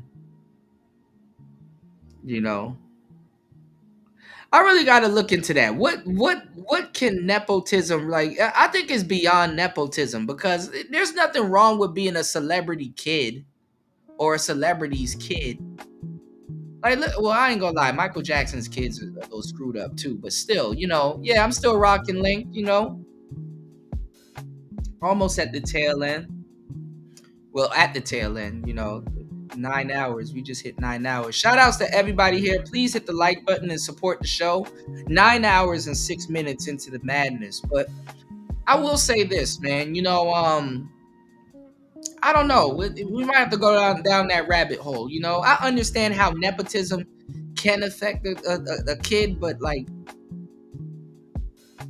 I think calling it nepotism is like I think blaming nepotism is like a scapegoat claim. You know what I'm saying? I'm like, it's not just nepotism. You know. But then again, and fasting says Sade has testicles, man. I said fasting, please don't ruin that for me, man. But listen, shout outs to Fasting is Life. You know, gave him a shout out earlier. Shout outs to Marco. Shout outs to everybody. You know, War Master. Shout outs to Link. Shout outs to, Jay Shine. Shout outs to Party. Shout outs to everybody here. We're gonna do this, right? You said, what about nepotism? I dropped out. I don't think these celebrity kids is just straight up nepotism. That's where I was going. But let me tell y'all something though about the L Gibbet. Let me tell y'all something about the L Gibbet. Because you look at Will Smith's kids, you look at Sade's kids, Magic Johnson, Madonna, Wade, and all these people. You got like damn near more than half. Most of those nepo kids are Jihei, and maybe it's a cry for attention or rebelliousness and stuff like that. But let me tell you something about the L Gibbet and being Jihei. What a lot of people don't know and what a lot of people won't tell you. That behavior was reserved for the rich anyway. Being gay was reserved for the rich anyway. It was reserved for the rich anyway. There's a hierarchy in that stuff also. No, it's not the new black, because you can hide that you're L Gibbet. You can't hide that you're black. They tried to pull that fast one on us for years, but that's not it, But you can hide that you're GK. The thing is that behavior was reserved for the rich anyway. Gay people got fuck you money, It was reserved for the rich, You have a lot of cool gay people that look down on other gay people because it's like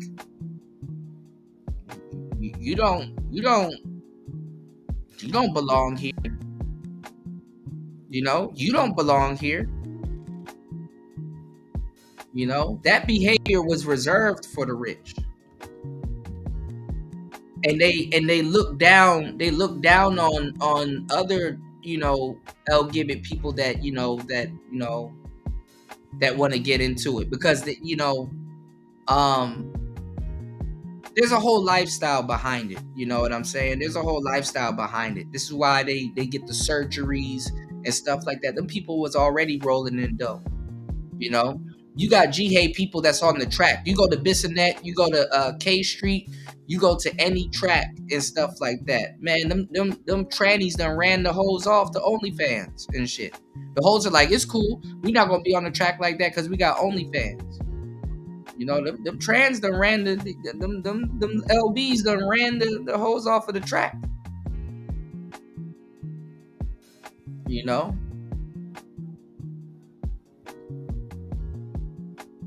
Yeah, they can hide it till trannies in your bathroom, and that's what they want, But the thing is that there's a spiritual level to it, like if you're, especially as a guy, you know what I'm saying? Women, they kind of really don't get that much out of it. This is why they need somebody to cosplay as a guy. You know what I'm saying? And dudes fall for this stupid shit, like them studs, like your woman. Something's wrong with a bitch if she'll smash something that look like Manny Fresh. And I'm telling you, a lot of those baddies that y'all talk about dating, they've already been there and done that with those women in their youth, or they're gonna revisit it when they get older in their 40s and shit like that, or they themselves will become the Manny Fresh, or the Kevin Gates, or the King Vons, or the Lil Boosie studs, Remember, and it's funny because those studs don't need to make six figures. Those studs don't need to drive 600 horsepower car or have a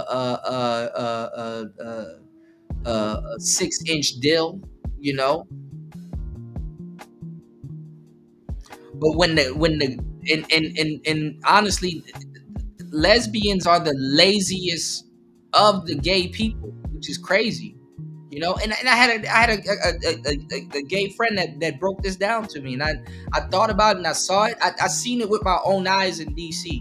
You know what I'm saying? That's why I like when I was in Thailand, right? And I had to bring y'all the story about how they were taking the femininity symbol off the Tampax and off the female sanitary items and stuff like that. It's like they tried to blame it on the transgender dudes, and it's like, no, they didn't do it. It was the lesbian women that were mad that they bleed every month still and stuff like that. And I'm not gonna lie, a lot of those women are pussy. They're still prehistoric. For example, this is how warped the West is, right? If you come to a third world country, let's say Asia, because you know, Thailand and certain surrounding cities, they have what's called ladyboys, right? LBs. They're so prehistoric and they're doing their own thing that they're not trying to, cause see, Western first world Jihad people, they want the surgeries. They're like, no, I'm not this. I feel like I'm a woman.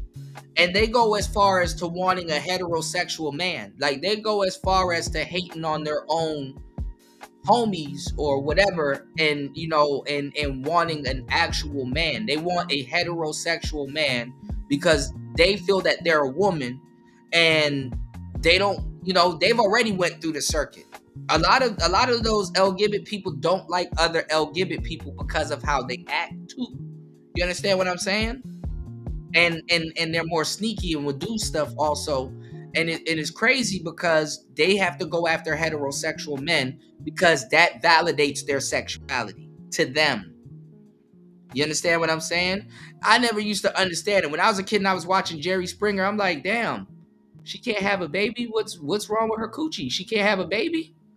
Something wrong with her coochie? And it's like, I didn't even look at it as some of those women probably was dudes on there, you know, back in the day. Some of the ones back in the day that could afford it, remember, they come from money. Some of the ones that can afford it, they you couldn't tell. Obviously, you can tell if it was a man on some bullshit in the 90s and in the 2000s on Jerry Springer, but like, come on now, you know. And then there's women that legitimately can't have kids. They're infertile. But when they took the symbol off of the Tampax logo, I was like, dang, that means something, because they took the feminine logo off the shit. Like they snatched that from women. Women are literally, it's fucked up in the West. Women are literally getting their sexuality snatched from them. And it's sad. It's very sad. You get, bro, if you ask a woman what's a woman nowadays, it's like trying to solve a Rubik's Cube for them. It's sad. And they're getting bullied. They're getting deboed out of their own femininity. They're getting deboed. They're fighting for their life to be feminine. That they got to explain it to you like it's like a Dragon Ball Z power-up. If a man loves me properly, I will be in my Kaioken status. You know, if a man loves me properly, I can be Super Saiyan 3 just the way I am. Soft girl era, who's telling you to be hard? Like a pack of women feeds them a bunch of lies, and then they blame it on men. All my life I had to fight. No, you had to fight them bitches you was around. You didn't have to fight around no damn dude.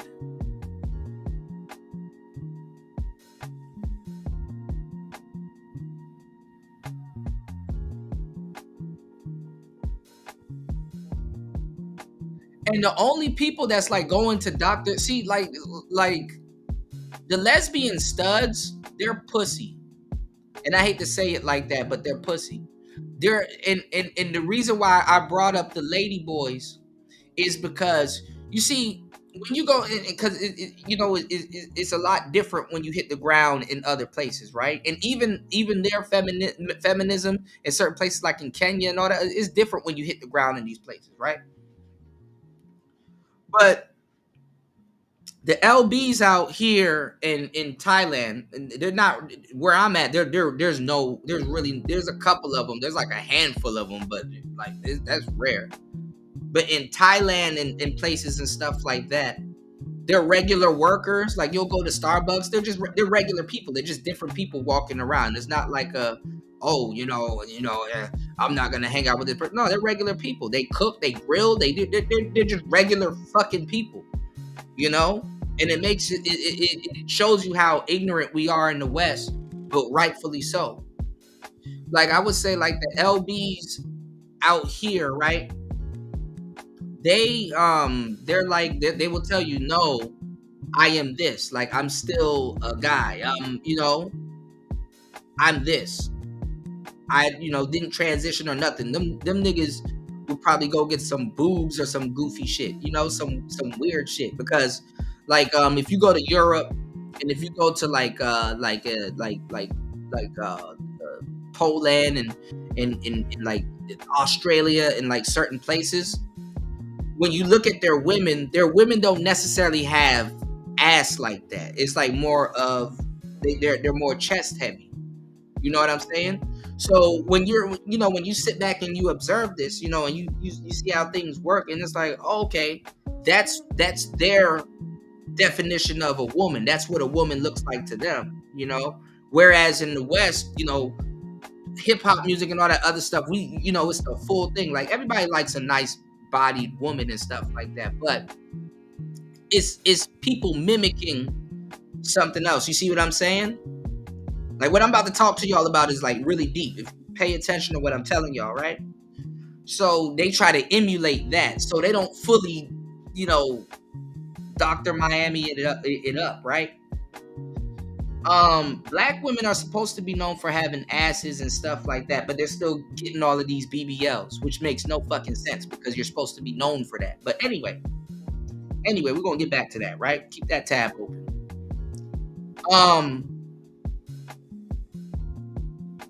The LBs are not trying to be women. Like I don't know if if they haven't caught up to the West yet or whatever, and the new feminism iOS hasn't updated for them, but they're trying to be their own slither of what they are. You understand what I'm saying? It's like, no, I'm not that. I am this. Do they appear as that? Probably, but they are like, no, I'm not that. I am this. Okay? So they'll go get surgeries and stuff like that, but it's like some other shit. You know what I'm saying? Lesbian studs in the West are like the equivalent to the lady boys in Thailand, which is hilarious. You like to even just think of that concept, right? Because first of all, they're too pussy to go get the fucking surgery. And I agree with them. That shit look like it hurts. And they're still a slave to their emotions, so they don't, they're really gonna be fucked up in the game if they have to detransition. So they're just running around cosplaying as niggas all day and using other stuff, and then probably turning to gangsters and shit. The little gangster studs. Them the ones I don't really like that. The super gangster studs and shit. The ones that got something to prove, right? And even if they get a phallus, they really can't feel nothing. So they're better off just cosplaying as niggas and playing with toys all day. You know what I'm saying? It's the goofiest shit ever. So, the people that's really moving the chains and moving stuff forward in the LGBT community, as always, because we're the ones that always got to move shit forward, are the dudes. And that shit look like it hurts too. But guess what? The dudes are the main ones getting the surgeries. If you ever see a woman go under the blade to get surgeries, it's usually a BBL or some or breast enhancements or some other cosmetic stuff. And that's mainly regular women and stuff like that. Those lesbian studs are too pussy. They're not getting the surgeries like that. Some of them do, and they're creepy as fuck. And a lot of them really are on the verge of detransitioning. But for the most part, it's the dudes that's really moving the chain, as always. So it's crazy to see. It's crazy to see females getting their gender snatched from them like that. I'm like, well, them y'all friends, bro. Y'all open up Pandora's box, you know. Because it's what I do, I observe. You know what I'm saying? I observe. I sit there and I watch and I see certain things and I put two and two together and all kinds of other stuff. And it's like, it's because I look at all the chess pieces, which as a lot of men should, because you got to see how you fit in with all this madness going all around you. You know what I'm saying? Like, how do I fit in with all this madness going on all around me? How do I fit in? Where do I draw my line in the sand?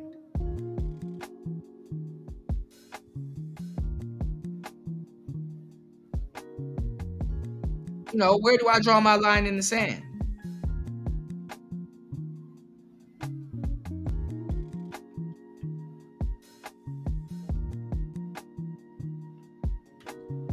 Shout outs to everybody in the building. Please hit the like button. Please support the show. Please hit the Cash App at $PTV888. That's $PTV888. That's $PTV888. That's $PTV888.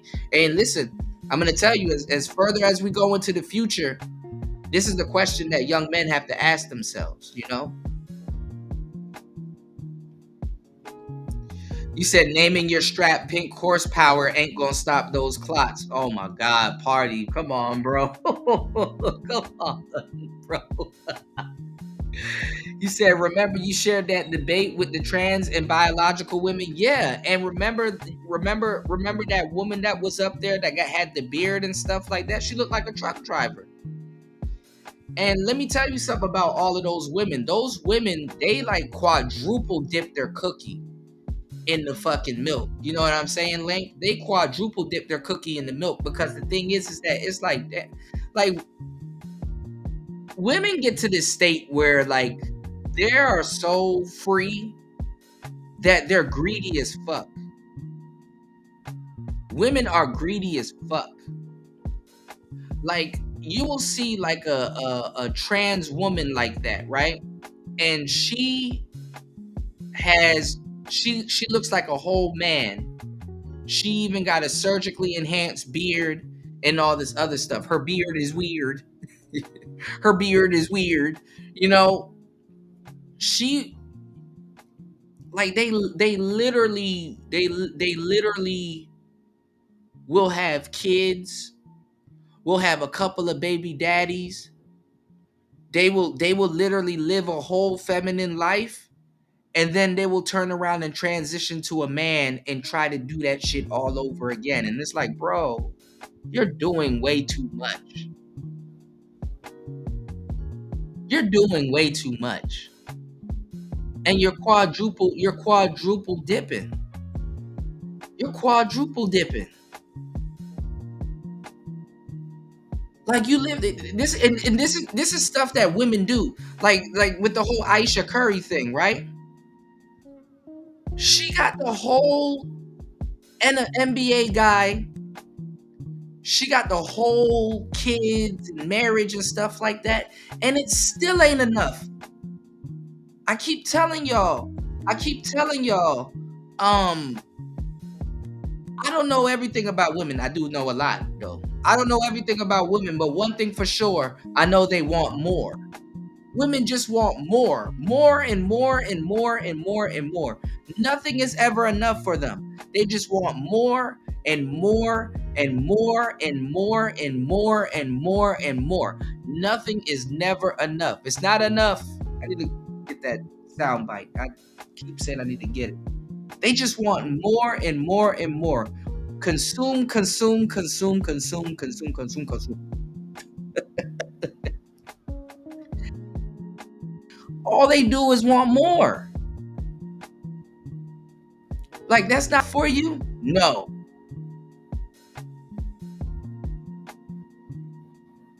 They want more until they hit a wall.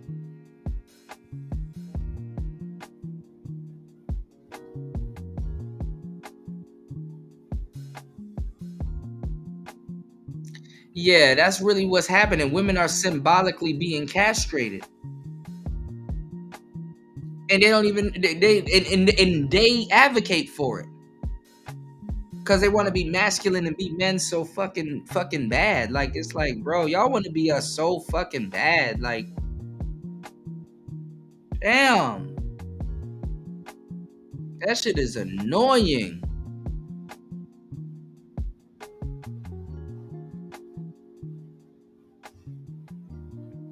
That shit is annoying. Please hit the like button, support the show. Please hit the Cash App, hit the PayPal if you guys are rocking with the content and soaking up this game. You said, I remember when you shared, yeah, definitely. You said, what's crazy is that women actually scream and moan and fight for the right that the people who are snatching their honor they fight for them, for the right for them to snatch their honor. Like, women don't want to listen to you as a heterosexual man because you're at the top of the food chain and you're the enemy. But if you go into the bathroom and go put on a dress and come back out, now all of a sudden you have the authority to say anything you want to her.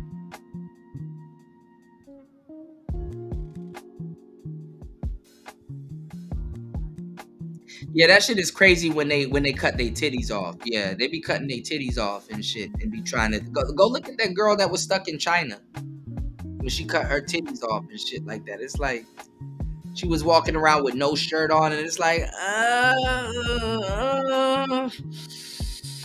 oh no, you know. It's to the point nowadays you got dudes that call themselves stud chasers. That's how bad it's gotten. There's this guy, and it's funny because he actually goes after studs and be bringing them flowers and shit like that, and they be going off on him, and then some of them, they actually still got an ounce of femininity in them and stuff like that. Because, you know, studs want attention too. They're women. They're hardwired as women, man. It's like, it's just craziness. Men have built such a utopia for women that they could live in Delulu world as much as they want. You know?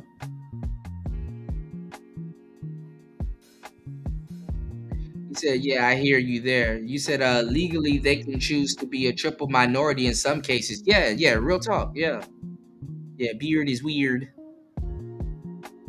But they taking all of these hormones and stuff like that and stuff, but they're not fully committing to it. And then, you know, then you have the ones that detransition and then, you know, their shit is in shambles, you know? And it's not good. What's going on, D Chicago? No, we're not talking about other people's relationships. We're talking about a concept, you know? Yeah. You know, but you know what it is? This is how contradictory the L Gibbet is, though.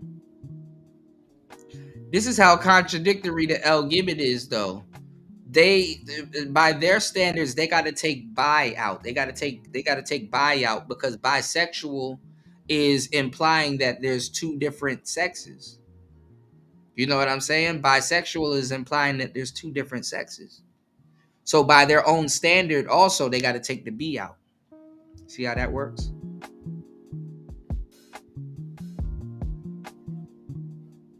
That's just a little Easter egg a lot of people don't catch.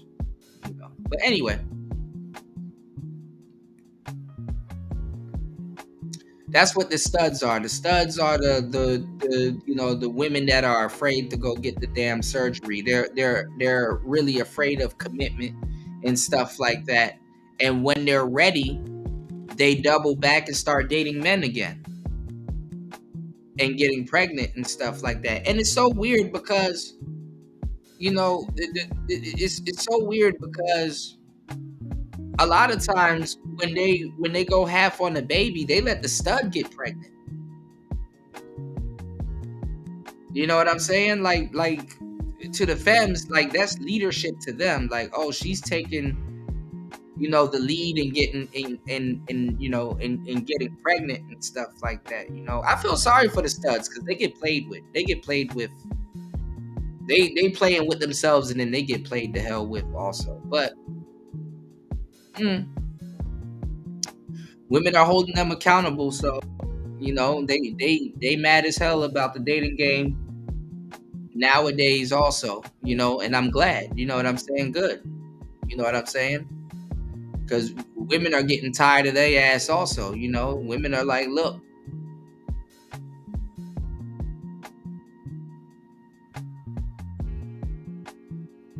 you want to be the man?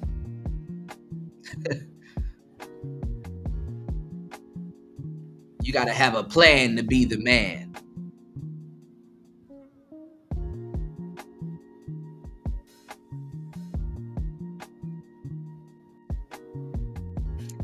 What Ric Flair said, none of y'all can be my only one, but all of y'all can be next. He said, ladies, none of y'all can be my only one, but all of y'all can be next.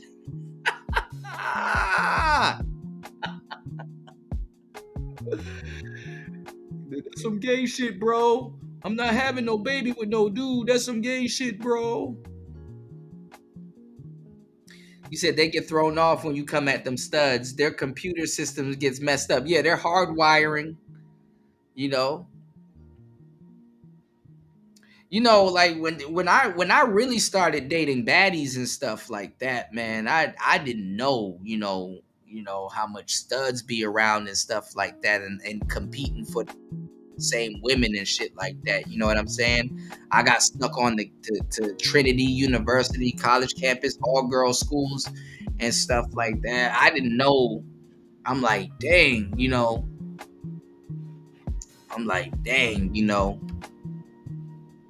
These you know these baddies be around studs all fucking day. You know what I'm saying? Like being around a nigga is like a breath of fresh air to women and shit like that. You know what I'm saying? Y'all hit the like button, support the show. Let me tell y'all something. When you a real man and you walk into the room and a stud is in the room trying to pretend like she you know, your sexuality kind of just I would say it offends people, but you can see like you get a first hand feel of presence, right? You know, your presence shut a lot of shit down. Like you'll be able to walk into a room and know that before you got into that room, a lot of foolishness was going on. You know what I'm saying? A lot of foolishness was going on. And, you know, and I'm like, shit, pardon me, but hey, what else am I going to be? What am I going to start acting like a bitch? No. I remember I walked into a room full of lesbians, just girls having just a big ass bacchanalian, just sitting around licking on each other. And I remember I got, you know, this happened to me all the time. And I walked into this room and immediately all the bitches that were acting like men, that were acting like studs, immediately went back to being ugly bitches. I said, damn, pardon me. Like, it was the craziest shit ever. Like, I walked into a room full of lesbians and immediately all the studs that were in that room cosplaying, sagging their pants, trying to walk around like, you know what I'm saying? You know, because they don't never turn into like the nice studs, you know? Like, have you ever met a cool female stud that you could just hang around with, play 2K and you know, watch Dragon Ball Z with and shit like that, you really don't get those, because guess what? They'll start getting attracted to you. Cause they lying. You calling they bluff. They LARPing. They live action role playing as a nigga. But when I immediately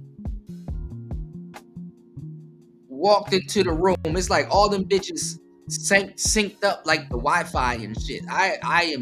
Those women went immediately back to being ugly bitches when I walked back into the room. The ones that was cosplaying as men. You know what I'm saying? And they immediately, all that shit synced up like Wi-Fi, bro. Like Bluetooth connected. Like, nigga, the lesbians, so-called lesbians, was eyeballing me, and the studs right along with the lesbians started eyeballing me too. And I said, damn. Pardon me, you know, because I could hear, you know, that the bitches was in there running amok. And then when I got in the room, and I'm like, oh, hey bitches. Hey bitches, you know, what y'all got going on? What y'all got going on in here? And like I said, I've been friends with a lot of studs. You know, my favorite type of stud is the little player studs, because I could chop up game with them and shit like that. You know, and they be going, you know, I used to be their best friend. The little player studs. I like the little player studs, little King Von type studs, the ones that's not super gangster. I don't like the gangster studs too much. I'm not a fan of them. But the little cool player type studs, oh yeah. You can get some bitches with them. You could pass some hoes around too and shit. You know, the little Coil Ray looking studs. Not necessarily because the Young Ma is like the gangster studs, but the more cooler Young Ma looking type studs. Oh, they cool. You could chop up some game with them. You know, they're the players. You know, I've never seen a stud.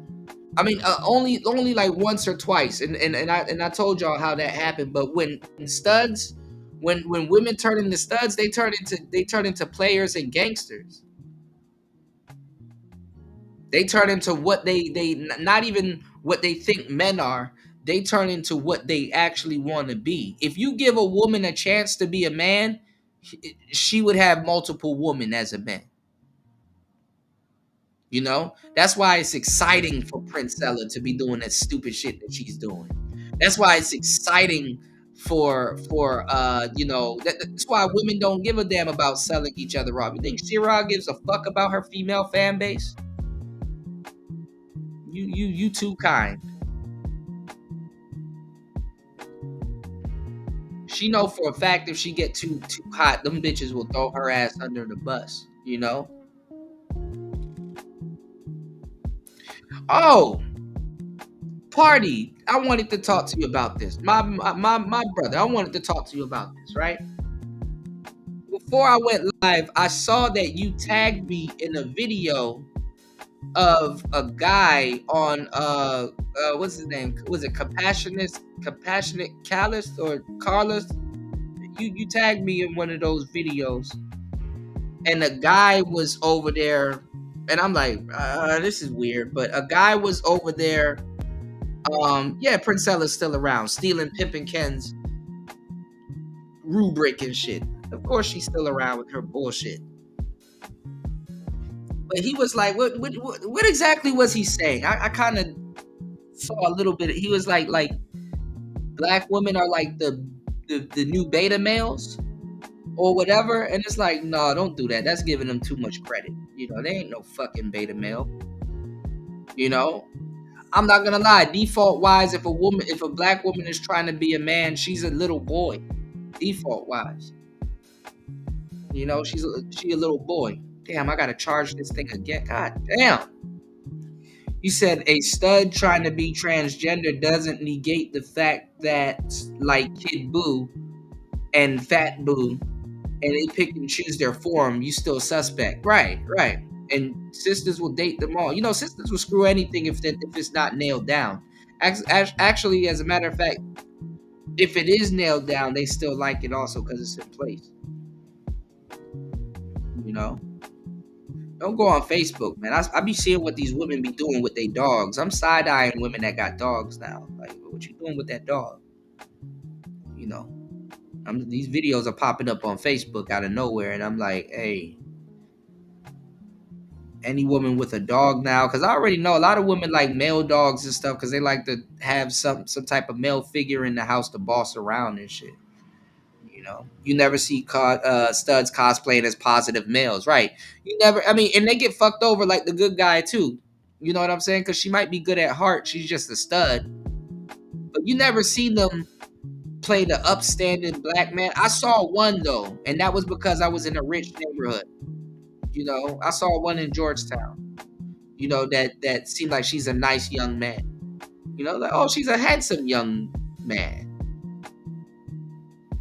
You dig? Hold on, y'all. Give me 1 second.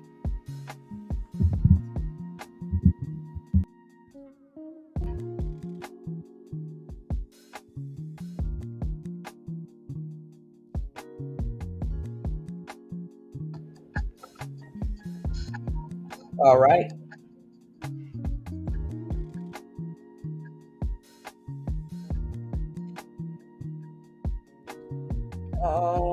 You said there's no facts with studs. You said y'all shouldn't be a part of that community to know that much about them. That's why it's called the gay community. No, everywhere.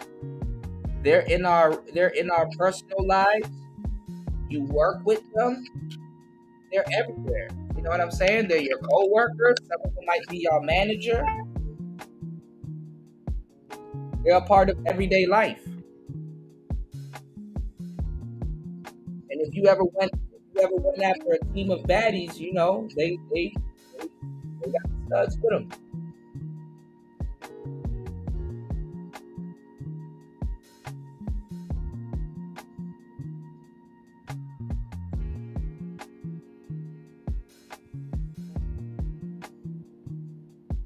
Yeah, I like Compassionate. He's cool. I've been seeing him around for years. He's cool.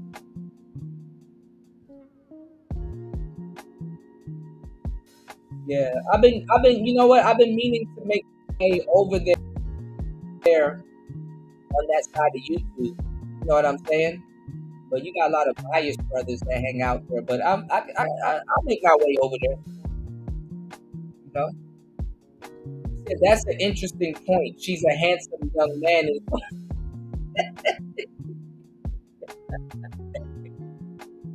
Oh, you a little handsome little fella. Okay. You know, that's it.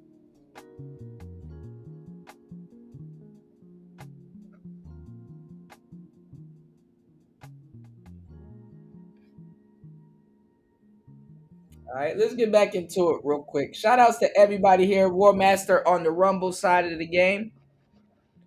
We're going to get back into it. 9 hours and 44 minutes into the madness. Please hit the like button, support the show, Player Talk Radio. Let's get back into it. No, they're not. I see studs in passing. That's it. No, they're everywhere. Co-workers and all kinds of stuff. You go to Washington, D.C., they're everywhere. You know, there's the El Gibbet parade and all kinds of stuff. You know, they're everywhere. You know,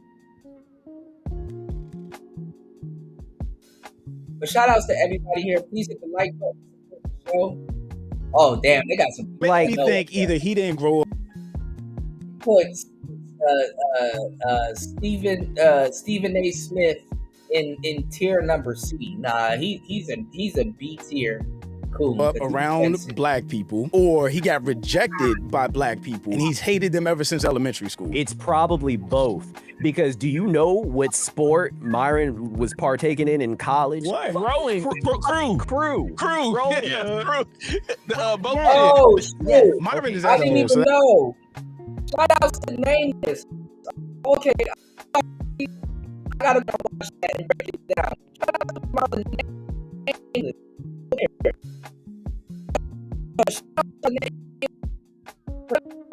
I know this boy sound a little familiar.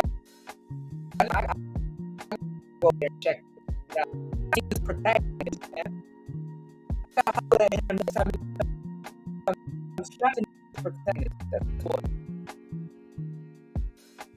That's easy. Yeah. Between A and B.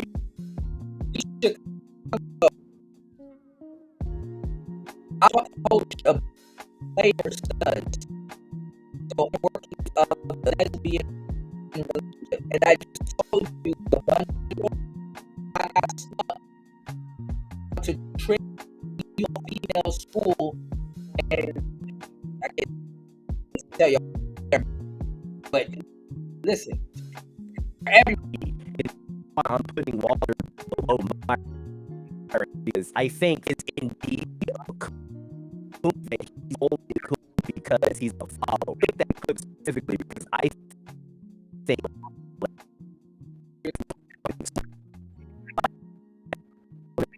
this one like for me, it's not for money. Met through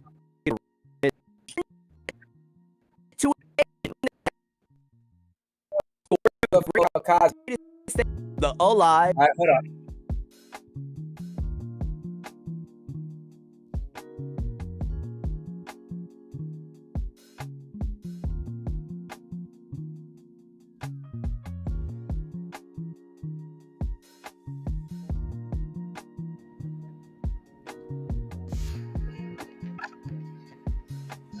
All right, hold on.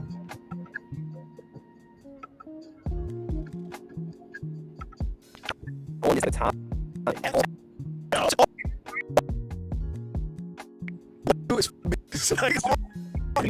He's trying to get cheese, and he don't want none of this drama. Real quick. He find some loves you for you on arrangements and saying there's a bridge somewhere to be loves you for you.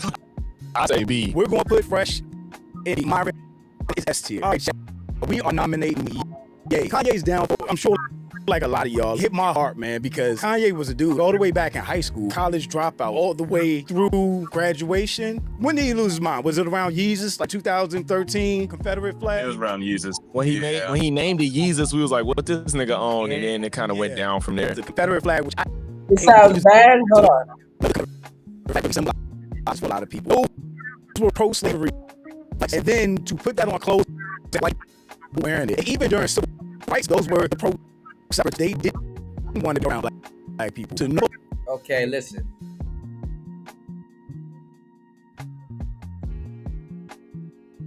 Y'all.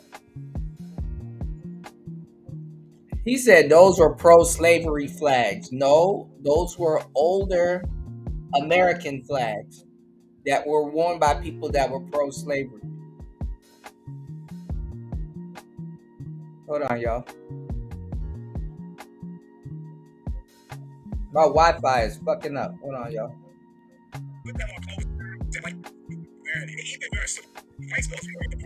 Hold on, y'all. Okay, listen. Do this. He said those were pro-slavery flags. No, those were older American flags that were worn by people that were.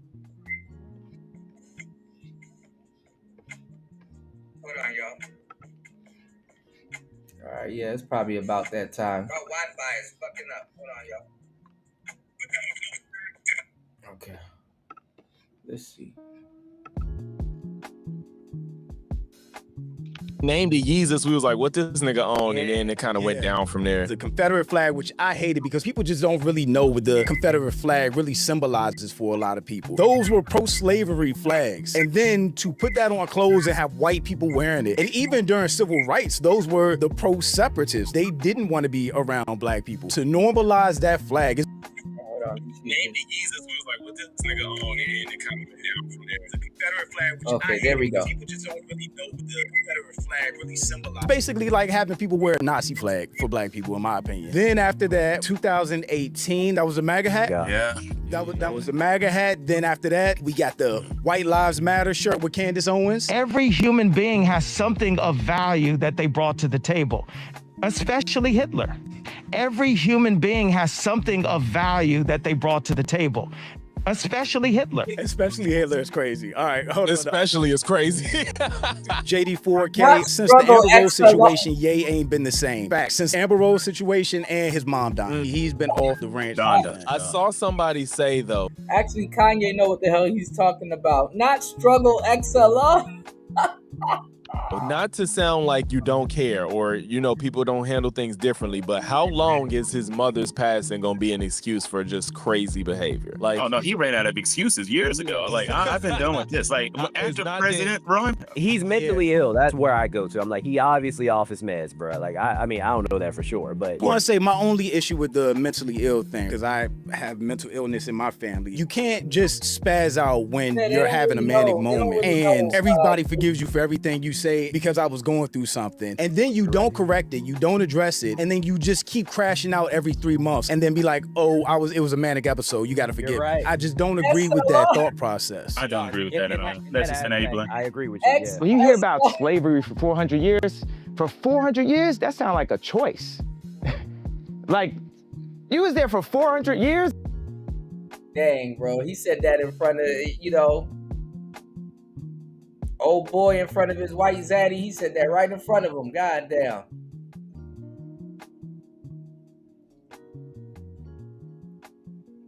Kanye. And it's all of y'all, it's like we're mentally in prison. I like the word prison because slavery goes too direct to the idea of blacks. It's like slavery, Holocaust. Yo, the awkward laugh when nobody reacted was like, it just made it so much worse. He was like, slavery's a choice. And they just like, I get what he meant, but he's just been radicalized without the context that like Nick Fuentes or Candace Owens would give that statement. Saying slavery was a choice is crazy considering how many... Nah, he probably was dabbling and he actually went down the rabbit hole. And I think I know what he found out, but I can't talk about it. Black people on plantations saw each other die, get raped. Yeah. There's no way you can put that trauma into slavery was a choice. That's crazy. Yeah, that's like saying somebody held cap. You actually can. And I hate to say it, but you actually can. And I caught flack for saying Kanye actually kind of is right. You actually can. Beyond their will is making a choice if they don't attempt to get away without getting. And he's not talking about actual slavery. He was talking about after it. He's like, damn, that sounds like a choice. Because we still talking about it today like it was yesterday, which it kind of was. Killed. Like, there's plenty of people, I'm certain, that have died trying to escape this choice you claim they have. And then the second part that he was saying about mental slavery, I get that, but the problem is with all of these people, with all of these conservatives, it's only... Yeah, he wasn't completely wrong. And then, but look at this. Look at how goofy niggas are though. They're trying to do a live stream, doing a tier list, calling guys coons. Whereas, if you're on the side of quote unquote, let's say Harriet Tubman, and you're like, oh, the coons was the ones that was telling the master about the slave revolt. Oh, the coons was the one that was like, oh, I don't want to leave.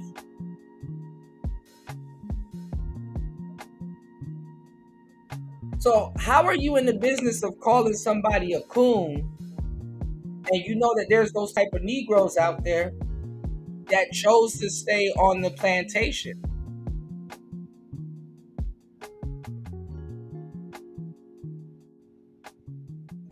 Yeah, try to run away or death and stuff. What's going on, Shannon B? But this is what I'm saying, right? This is what I'm saying. A lot of them did run away. A lot of them did choose death. A lot of them, you know what I'm saying? But a lot of them stayed. Like, some of the slaves was, he got a hut for me. He got warm food. He got a wife. He got kids. He got all kinds of stuff.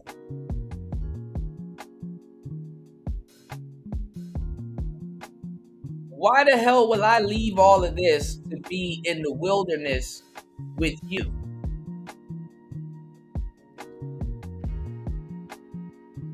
What house do you have for me?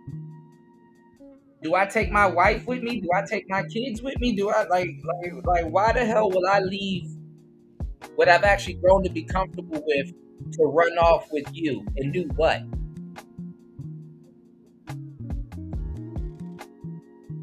You were called a coon. So slavery to a certain, you know what? Never mind. Yeah, I'm staying. Free thinkers when you agree with them. If you They said namaste. Yo, are you gonna leave the plantation? Namaste.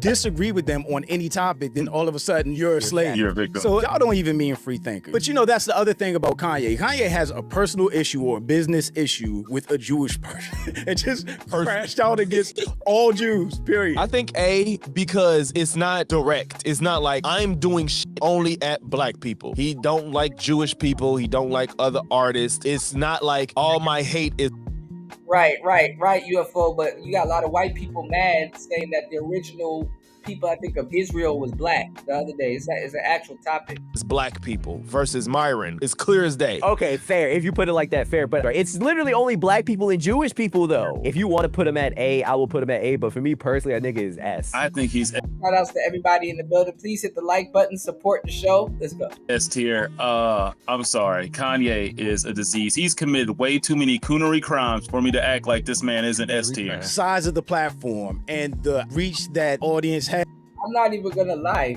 Who is Kanye cooning to?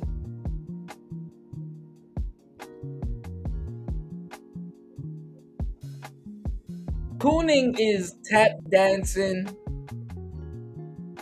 and bucking for butter biscuits from the white establishment. Kanye's not cooning.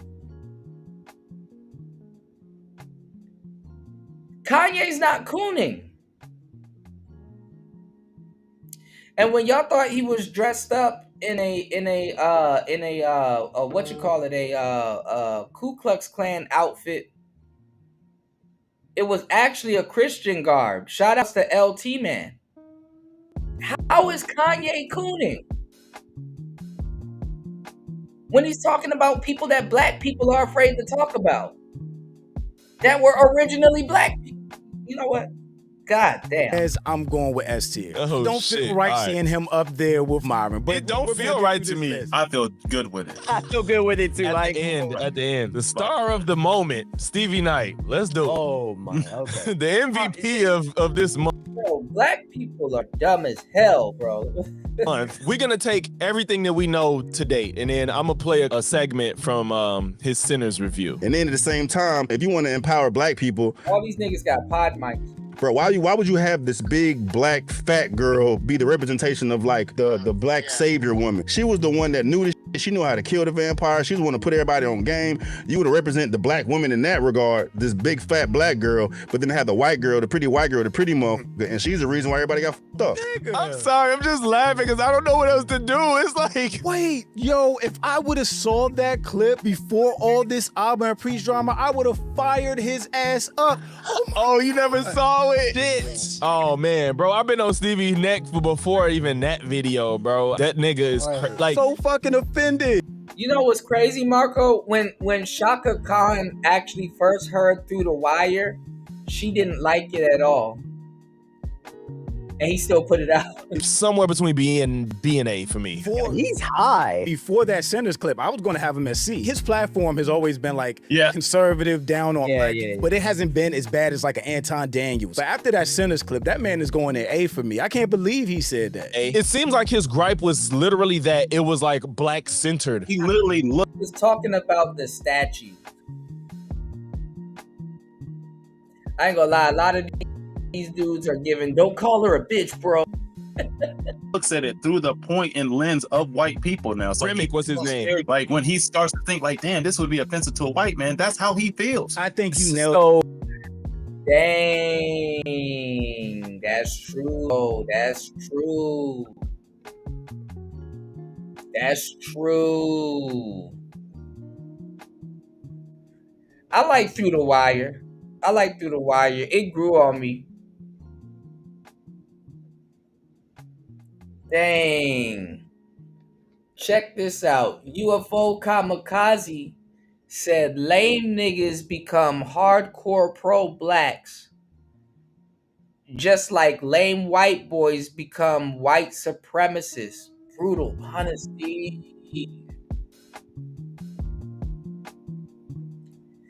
Listen, I don't know if you were here earlier, UFO Kamikaze, but Party dropped the bar too.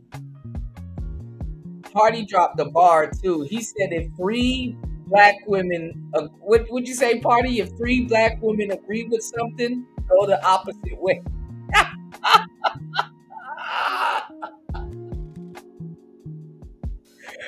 Wait, what'd you say, Party? Hold on. Let me see if I can. Let me see if I have it pinned. Fuck, I don't have it pinned. Damn.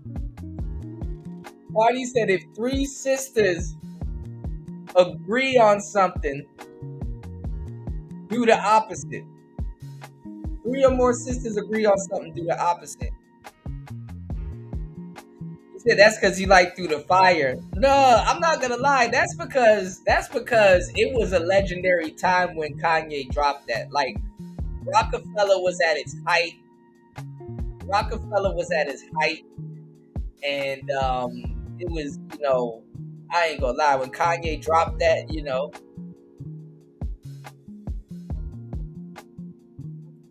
yeah, I like some of the, I like some of the I like a lot of the samples Kanye did. Like, he's a legendary producer to me. New said Kanye got in trouble for talking about those people. What cooning? That's what I'm saying. Black people are afraid to talk about them. I am. Shit. They fucking with Candace Owens right now. Candace Owens had to say Kanye was right. Candace Owens is in fear for her life. But, hey. Shout outs to everybody here. Please hit the like button. Please support the show. Dang, we're a little bit over 10 hours. All right, y'all. I got to wrap it up soon. Let's go. Damn, this would be offensive to a white man, so I'm going to get offended for them. Oh, my God. Yeah. I actually, I got to see who actually produced that beat. I wonder if it was Kanye West that did Hard Knock Life.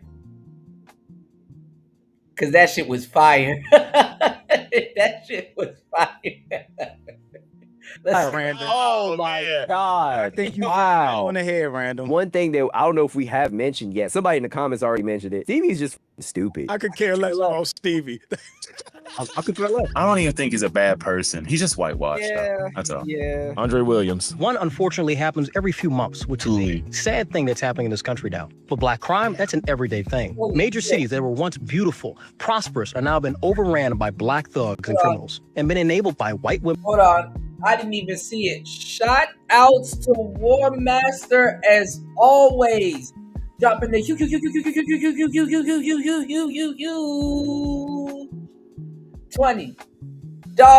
on the Cash App. I didn't even notice 20 minutes ago. Thank you, bro, for supporting the show as always. Shout outs to War Master, and I gotta show you this monitor. I'm gonna see if I can go on StreamYards on the next show. If you can, join the stream. I'm not sure if you're back to work. I'm pretty sure you're back to work. War Master don't even get a chance to chill. Hold on now. This guy on the stream, I need to do more research on him before I call him a coon. But for what I've seen, he's a coon. He's a coon. He's a coon from what I saw. But then again, I don't know. He popped up when everybody was talking about black fatigue. But listen, you know where we going. Let's get it. This Player Talk Radio. All right, we going. What a money reside. What a money reside. What a money reside. What a money reside. Okay, let me tell y'all something. I'm doing something real big this month. Any deal that y'all got and they beating us, I'm going to be about $400. Just give me your pen and the paper because I'm asked. What the what? What a money reside, what a money reside, what a money reside, what a money reside. Okay, I told y'all before, y'all know what I do. I give all these good deals and everything else. Y'all better ask about me because I do all that all the time. And that's on who? Mary Had a Little Lamb. Okay, okay, okay.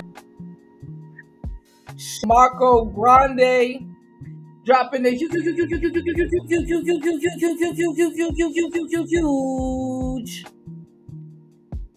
$5 on the Cash App. I'm late, y'all. My Wi-Fi is fucked up. I didn't even see it. Thank you, everybody, for supporting the show. All right, we going. What a money reside. What a money reside. What a money reside. What a money reside. Okay, let me tell y'all something. I'm doing something real big this month. Any deal that y'all got and they beating us, I'm gonna beat about $400. Just give me your pen and the paper, cause I'm at what the what? What a money reside. What a money reside. What a money reside. What a money reside. Okay, I told y'all before. Y'all know what I do. I give all these good deals and everything else. Y'all better ask about me because I do on that all the time. And that's on who? Man had a little lamb. Okay. Okay. Okay. Oh my God. Why is his back like that, man? What the? I don't even want to ask that question because it Stop. That's gay. Why are you gay? Oh my God. War Master says real men play Xbox. Agreed. And that's the next thing on my list that I'm gonna track down. The Xbox. I'm gonna get a regular Series S. I don't want to get like a big one that gets damaged traveling. But yes. Shout outs to everybody here. We're gonna get back on the video game tick. Yeah, too much sugar in the tizank. Crack back. Now this dude looks like Miguel in a weird way. You know? You said, how comes Honda Boy ain't taking over the Manosphere? Well, look. Let me see. Who did I say on the last show that's coming into the Manosphere? There's a new, I don't know if you've seen him, Marco. There's a new therapist dude that's in the space. And I think there's another girl that's coming in. There's another woman that's coming into the space. There's another woman that's coming into the space.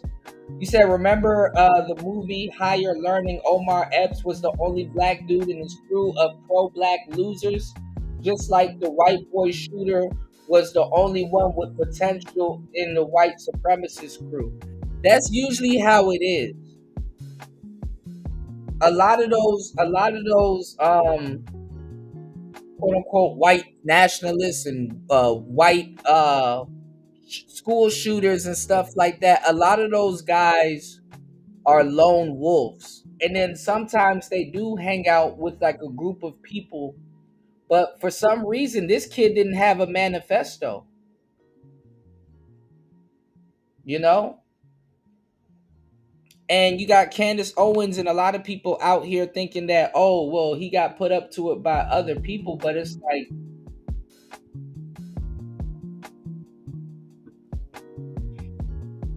how?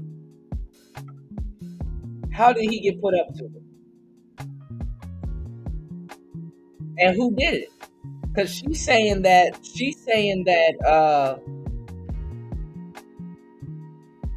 her life is in danger. Who's putting Candace Owens' life in danger?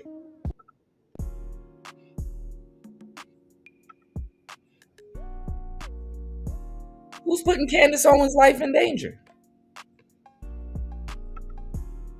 Who sit back and clap for these individuals, George Floyd. We said that already too. And black people who avoid any accountability. They don't want to sit back and take responsibility for the failures of raising these people. One more. This is how shitty black cities like Detroit are. We got the strip club next to the academy, down the street from how do you make your life into something like that? How do you get to this point? The moment you start talking down on the black community, you get views because there are people that agree with you that want to say what you're saying but can't. The first clip, I purposely picked that one out because it pissed me off so bad. It was like, one doesn't happen as often, but the other one happens every day. What the f are you talking about? White people commit crimes every day, B. Can we stop acting like crime is an intra-racial, meaning black people commit crimes against black people, white people commit crimes against white people. D-Money said, I hate him strictly because of his raised eyebrow. Bro, he's fully committed to the coonery. So that's there for me. I agree. He's S tier. Oh, this dude, he might be right next to him. All right, so every time I come to an area that's nice, the thing that they have in common is that there are like no black people around, and I am dead serious about that. And I know that people are not going to like me. You're going to be talking crap about it, whatever. This is the reality of the situation. I'm in Boston for work right now. I'm at the waterfront or seaport or whatever it is, and I was just walking around. It's nice. It obviously looks expensive. There's nice restaurants. Everybody's just chilling, like families. Just everybody is acting normal, and I'm just like, oh my God, there are like no black people here. And when I mean no black people, I mean none. All right, like I'm the only one that I've seen that's not like some kind of employee, right? And then there are the people that are here from out of town for the conference that I'm here for, and it really does remind me, like, it makes. Well, I mean, these guys would be called Oreos. And I'm not gonna lie, if you're an Oreo or you're a black man that grew up in, like, you know, the suburbs, they're gonna call you a coon. Me think of, well, why is Miami Beach so chill? Why is Miami Beach so quiet? Again, there are no black people. Oh my God.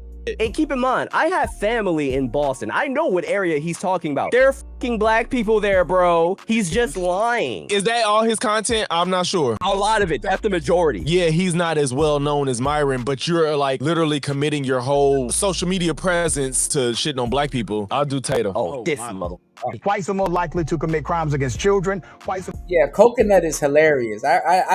Coconut's a new term for me, which is funny as hell. Coconut. More likely to commit crimes against co-workers. Whites are more likely to commit crimes against individuals who are inside of their families. Now, that is also from FBI.gov, but are you using that as a pretext? Are you using that as a pretext to follow all white people and think that they are child molesters who are about to commit a crime against You're trying to, the FBI statistics are on conviction rates. The FBI homicide statistics. No, it is not, brother. You need damn people stats. can go out and do the research. Not based on conviction rates, brother. I ain't gonna lie. I think Officer Tatum is cool, but he be tripping a lot.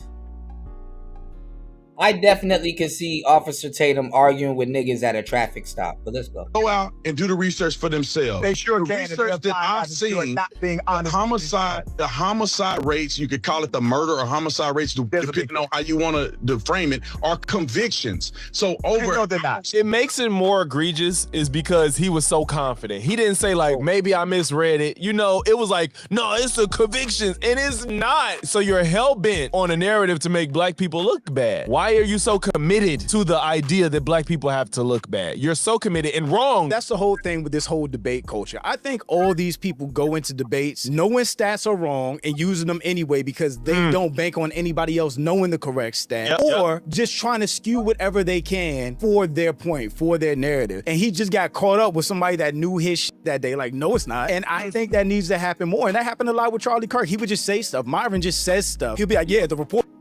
Actually, see, bro, that did not happen a lot with Charlie Kirk.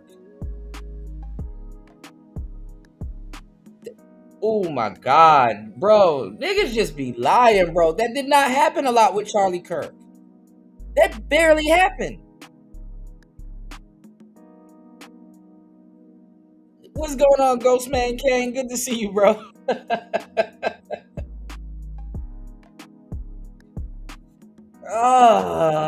Bro. Party, Ghostman K, War Master, UFO, Marco, New, Link, Chris G, Bronze Flat Power God, and One Play 5, and everybody here in the building. When I tell you that if Black Man regains whatever goofball power that they're trying to regain, it's going to be niggas like this that's going to give black women the power. Black men wouldn't even want a fucking, I don't know what type of black patriarchy is going to happen. These are the dudes that I'm telling you that's gonna hand the reins right over to women. Shout outs to UFO Kamikaze. These are the type of brothers that like gonna be like, yo, don't call her a bitch, bro. Hey, don't. These are the ones that's gonna be in your way. These types. And they're not bad brothers. They're uninformed and committed to being uninformed.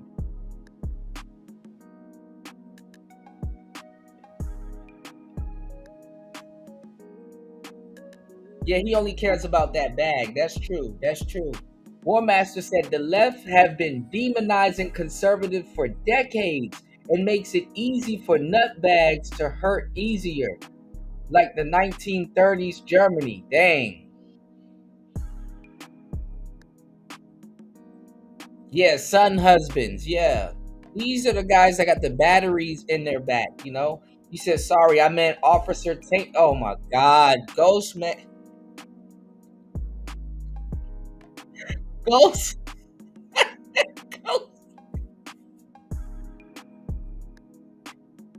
Ghost man, bro. Why do you choose violence every day, man?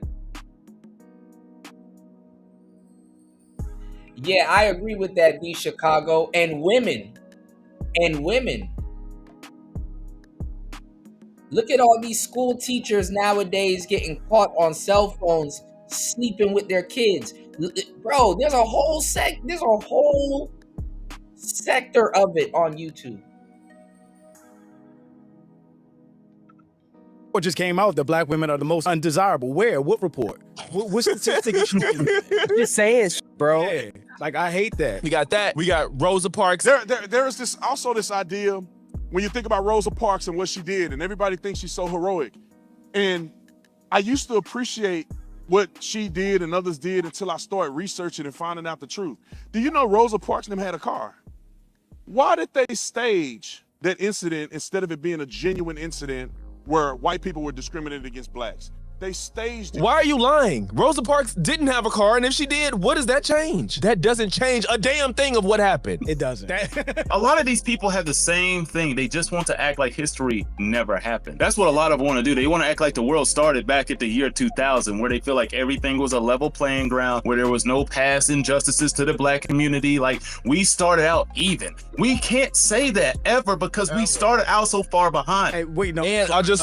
Rosa Parks had a car. Whoop-de-doo. Also, I see somebody say in Jew chat, if Nick Fuentes calling you out for being a coon, you know it's a fucking problem. You know it's a problem. You know it's terrible. You take S? He went against Breonna Taylor. He went against George Floyd. S. He was justifying everything for the police. I got Anton. Let's go. Yeah. Oh, that was you. Okay. Anton? Okay, yeah. Oh, Jesus Christ. This specific clip is him defending MAGA being able to go on school campuses, and he was calling out the students who were peaceful. All they did was say mean words and absolutely. I agree, UFO.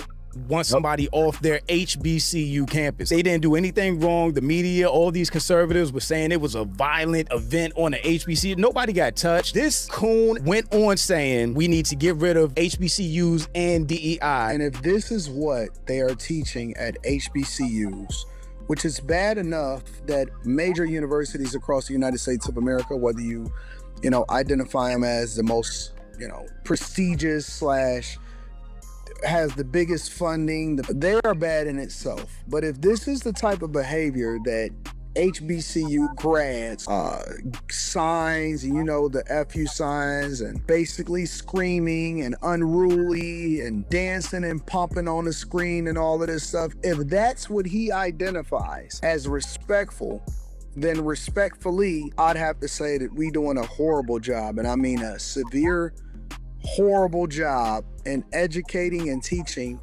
young people of tomorrow how to conduct themselves. And actually, we're supporting and upholding prejudice, bias, and racist views that does not have any place in society, and is one of the reasons why we need to dismantle diversity, equity, and inclusion and start making it merit-based. Tell me it don't look like if he were to take off his glasses, his nose will come off. I hate what? Imagine he would have full. Why do you have those? DI, just like affirmative action, exists to allow people who have historically been locked out of opportunities, specifically work opportunities, to fairly get their foot in the door. There have been tons of black people that are overqualified for positions, that have masters, doctorates, like literal PhDs that can't even get an interview at some companies because a CEO or a white person in charge just hires another white person that they know that are mostly unqualified 9 times out of 10. So what they're saying is DEI is not true at all. It's the only way to level the playing ground for everybody else, women included, women, black people, anybody else that you can think of. Just think about the stupid conversation that Charlie Kirk has when he. Oh God, the white man's holding us back again, huh?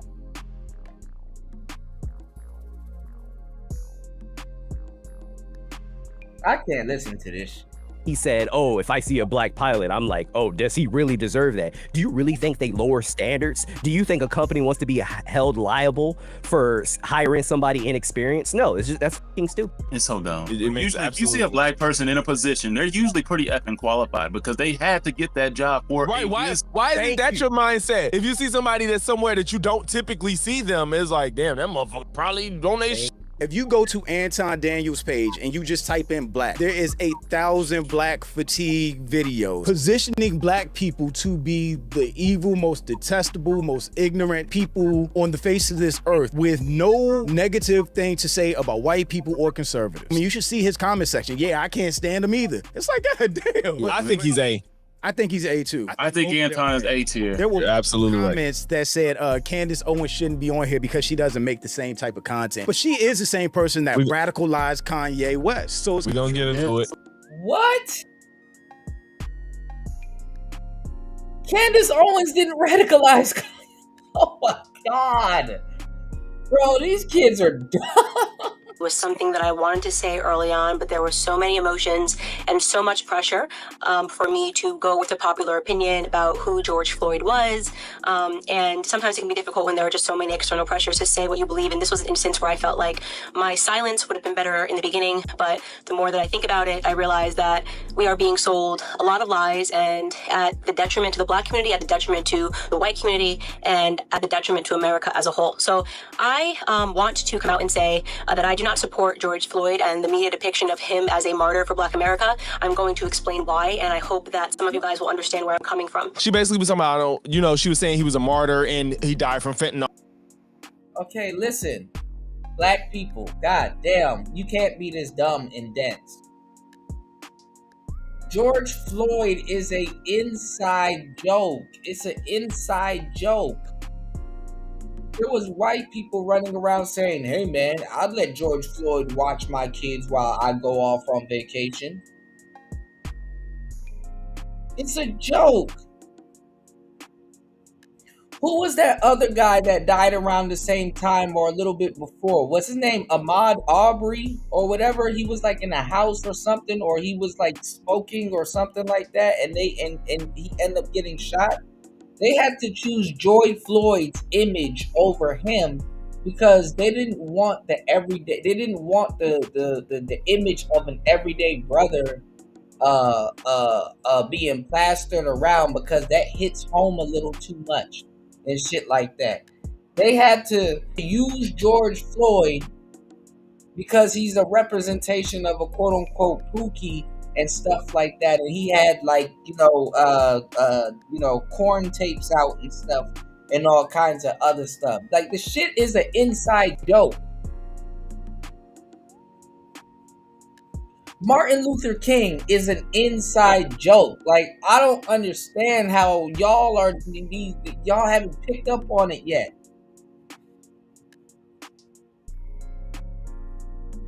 And these are people that aren't red-pilled and they aren't black-pilled. If you don't got no black-pill or red-pill lens, you won't know exactly what I'm talking. What do you mean it though?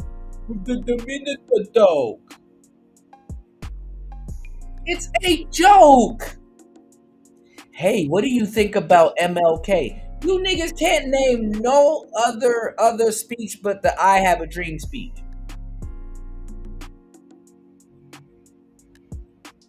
And you can only name that one part. That one part of the "I Have a Dream" speech is like a TikTok to black people. After that part, nobody knows the rest of the lyrics. And just the other day before Charlie Kirk passed away, they were running around calling Martin Luther King and Malcolm X tethers on Twitter.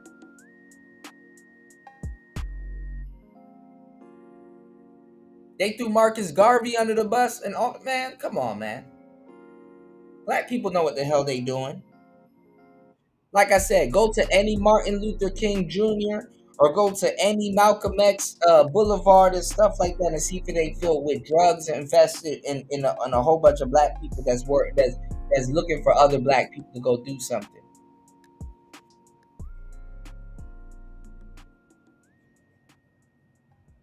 Okay, then it wasn't Ahmaud Arbery. It was another guy that had more of a clean cut look.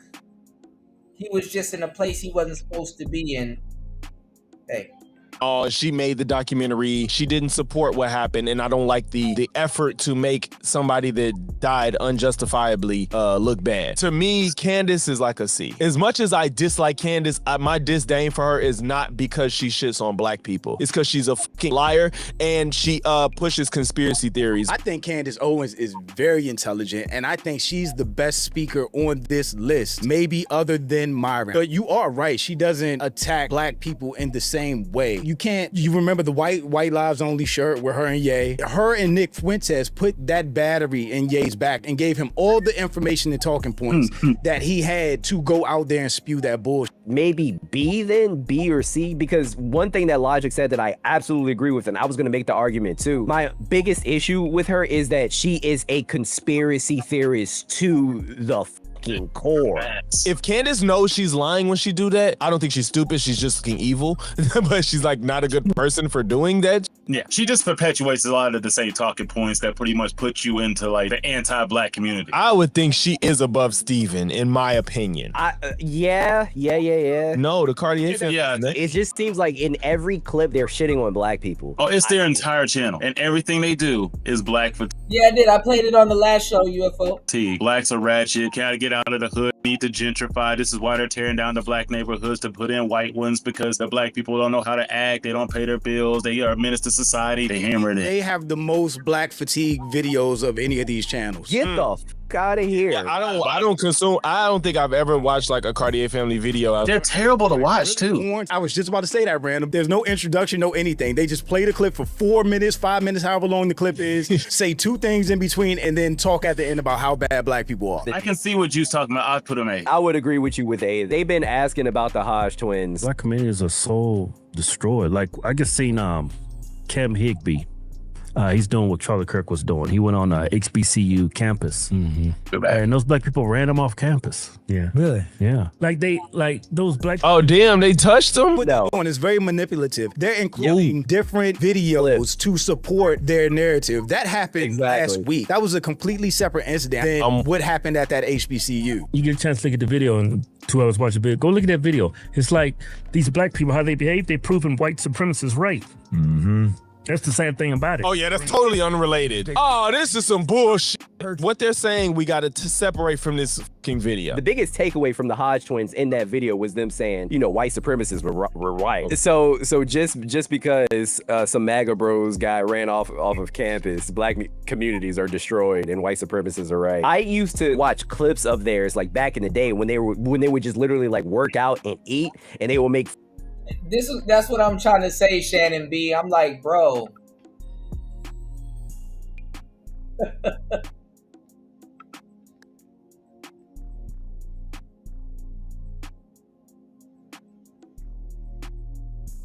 Like, they're going out of their way to be extra black and pander to black women. This is the thing. Like, it's like what UFO Kamikaze said. Like lame black dudes like turn into these like fake hoteps, these fake middle ground hoteps, and lame white dudes, they turn into Gunther. They turn into goddamn shooters, man. There he goes. Shout outs to Kwafi. I gave Kwafi a shout out earlier. Good to see you, my brother. Yeah, and they're simping and dirty Macs and stuff like that, you know? Yeah, I remember when the HBCUs were nonviolent too. Yeah. Kwafi said, in my opinion, I think everybody's grifting from racism, the tethers, the American immigrant tether coon, black hurt male content creators who have jumped on the coon train for views. Yeah, it's all content. He said, and for the white supporters who are white supremacists, know that they don't think the way they do about their own. They're just doing this grip. Yeah. People gonna forget about this too, by the way. Two things can be true at the same time though. Yeah. Funny jokes. So I was surprised when they made this weird MAGA turn. It's weird. It makes sense though, because they're obviously doing it for the bag. Like, they admitted that they're doing it for the bag. They admitted that it's a grift. They said that they pander to their white right-leaning audience. So just by them admitting that, I think we have to put them at S. They're going in S for me because they want to join all white town. Yeah. White. That's what I was about to say too. What you know what? I'm not full sub-Saharan. Can you let me in, please? Oh yeah, begging to be with the white folks, and he told him no. He told him no. So we're going to discuss Andrew Tate first, right? He does have a black father. He shits on black community and says the hard R. This white woman said her, and now she's got money. I'm like, okay, good. I actually have a good point on that. Like, who cares? Let her say, like, if getting nigger gets you $500,000, I'm saying everyone should say it. Yeah, true. And if a white woman come up to me and said, excuse me, distinguished gentleman, I'm about to call you a nigger for my own financial motivation. Sure.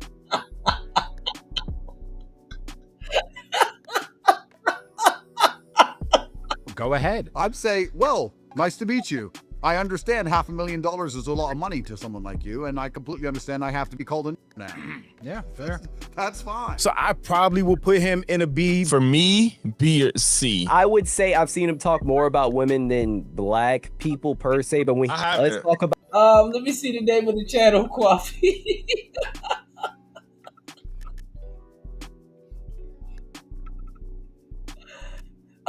Jew Almighty. I think I've heard of Jew Almighty. Jew Almighty.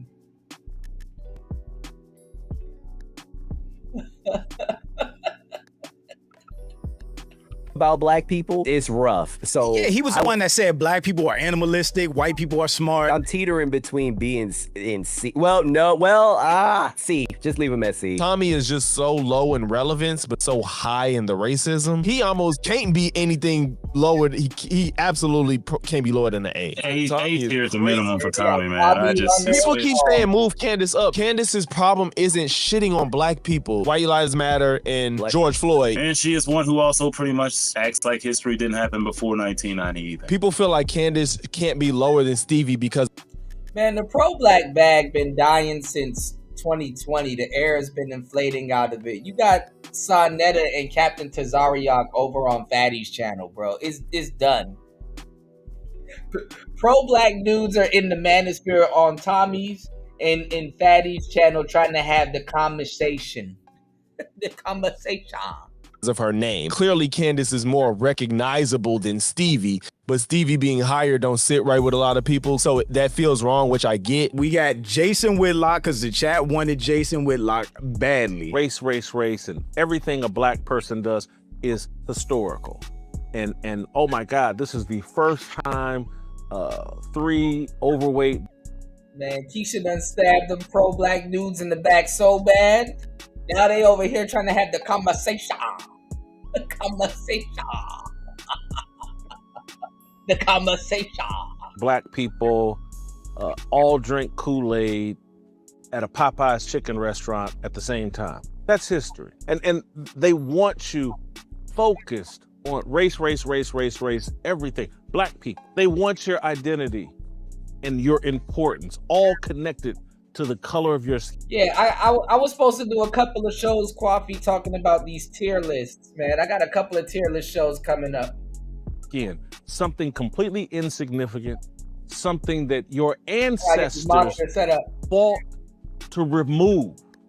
as some kind of important standard. And we keep wondering why people are like looking at us like we're crazy and we're stupid. And I don't want to be around someone who thinks the color of their skin is some kind of defining characteristic, and the most important thing about them, that's a person with no substance. Jason Whitlock is trash, and very intentionally so, to just talk down on every black person he can. He started with athletes, right? Just shitting on athletes as much as possible. Yep. Jason Whitlock for me is going to A. At the minimum, he's going A. I can make a case for him to go S tier. I mean, his rhetoric has been really bad, very direct.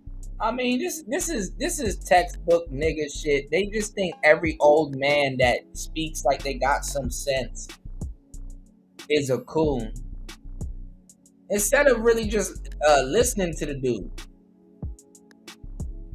Right? This is textbook Negroid behavior.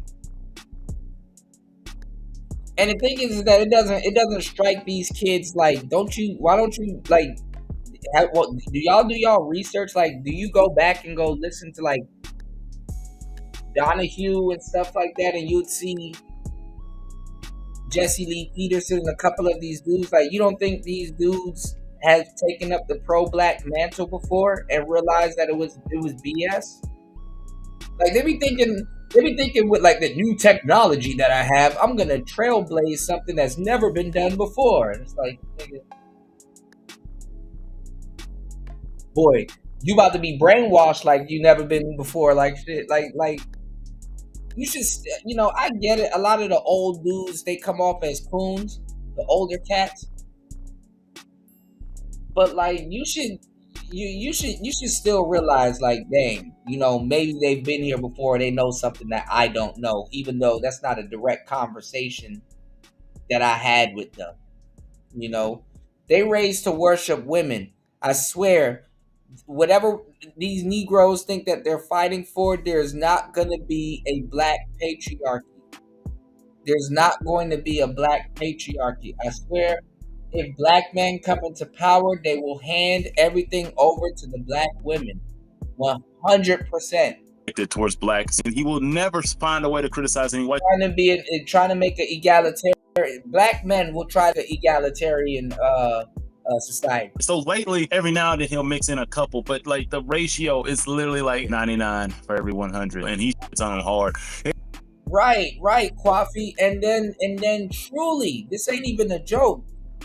Truly, we believe that their ice is colder. It feels like he wants it to hurt when he says it.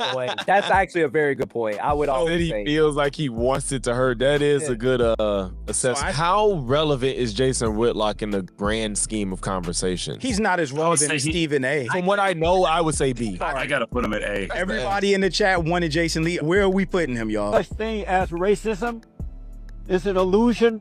It's a lie that's been made up by the race hustlers in order to intimidate white Americans and to keep black people angry in order to control them. He's arguably S tier, dude. He hates black people. Also, he hates black people, and I just think he's a person in general. He literally calls Trump great white hope. He thinks black people ain't See, so this is where I have a problem. Putting somebody who actually hates black people on the same row with Stevie, I can't do it. He's ass. This whole row hates black people. 1,000%. I think we got it. Chat, are we good with this? Is this the final version? Does this feel comfortable? I'm not uncomfortable with this, looking at it. We have S tier, right? We have Myron with his racist crash outs. We have Ye, slavery was a choice. We got Tatum being Tatum. Rob Smith, the only nice places don't have black people. We got the Hodge twins that want to move to an all-white town but got rejected by white people. Jason Lee Peterson, who just hates black people. We got Anton Daniels, who manipulatively uses his platform to shit on the black community, just like the Cartier family. All the black fatigue videos are these two sections right here. We got Tommy, who's just racist, but he's not relevant enough to be any higher than this. Jason Whitlock, again, is very manipulative, using his sports talk to down black athletes whenever possible. Goofball Stevie, he's just a jock. I feel bad for Stevie for being on this list. Because he doesn't feel evil. Stevie's only at B, I think, because of his recent recent rise, dude. I swear. A year from now, he probably would either be D or not on here. We got Andrew Tate, C. Candace Owens. We're giving her C. Stephen A. He's just very conservative, pro-conservative lately, so that's where he is. I just don't think Stevie can't be A. He's not evil like that. No, Stevie's not an A, bro. Sinners did it for me. I think that's why Stevie got moved up. True. Yeah. This is true. I gotta remember the Sinners part. Like, how dare you? That's our movie. I already know you're probably gonna say we left somebody out, but if there's anybody missing, please let us know in the comments. But thanks for watching the video. Please leave a comment and let me know what you think about everything. Also, make sure you check out the next video, and don't forget to follow me on Instagram for behind the scenes and life stuff. And don't forget to go check out Watts, Random, and Illogic.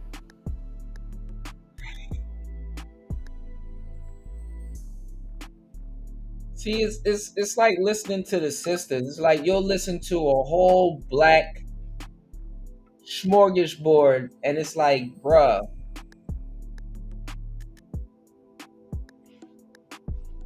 what did we learn? We ain't learned a goddamn thing.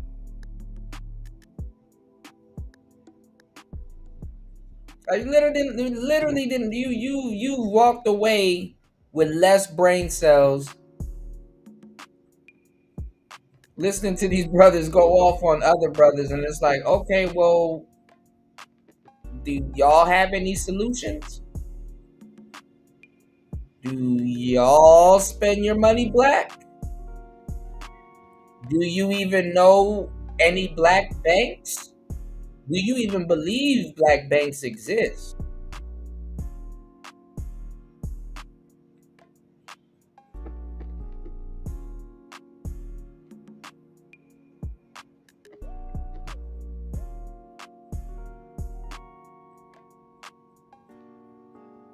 Some BS, man.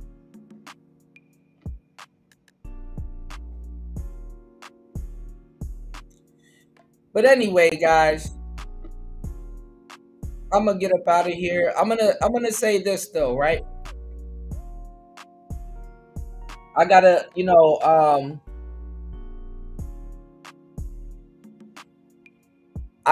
I gotta do my research because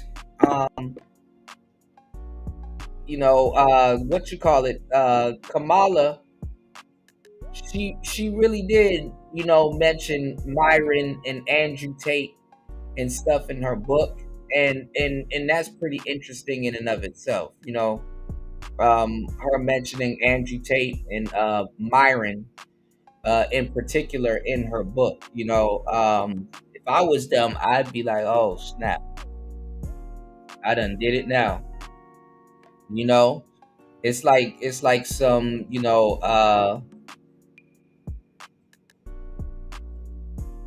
some dog whistling type shit, which is pretty interesting in and of itself. It's like, hey, you might be on a radar, my boy. You definitely might be on a radar.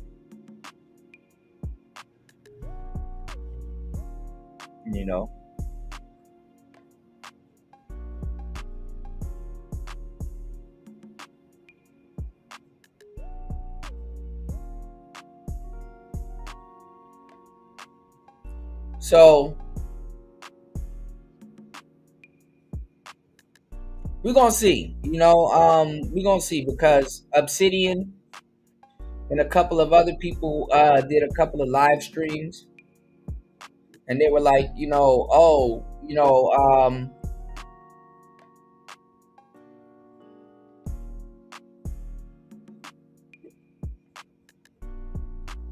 we made an impact and all this other stuff, kind of, I wouldn't say necessarily taking credit. I haven't seen the live stream, so I can't say, he taking credit for, Myron and Andrew Tate and all this other stuff. And then, you had O'Shea over there hating like shit. I know O'Shea low-key mad as fuck. Because it could have been him, If he hadn't screwed so many people over in the manosphere, it could have been him. But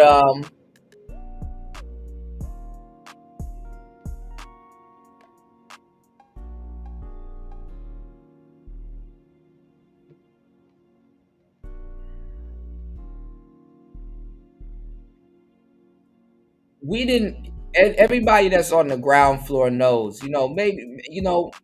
Maybe Andrew Tate and Myron probably gonna celebrate, but we didn't do anything.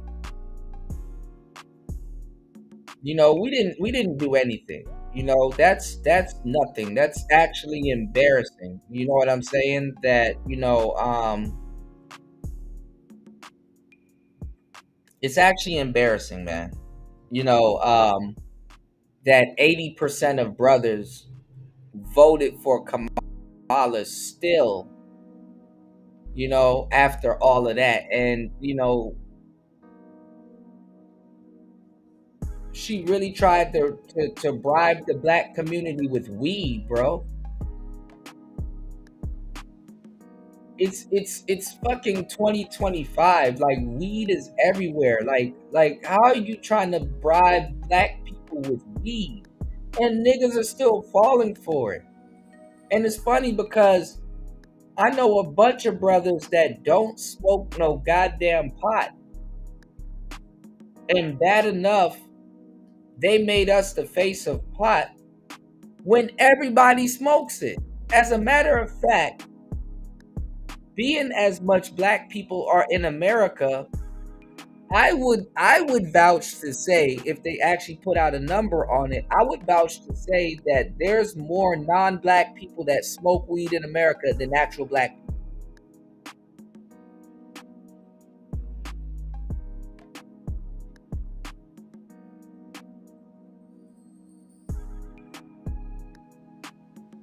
Real talk.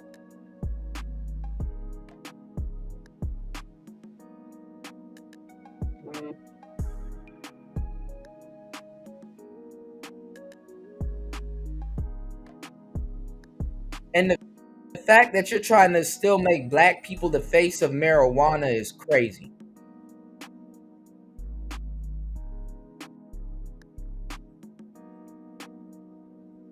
And the crazy thing is that you have Indian people literally in your neighborhood with a smoke shop that sells the shit.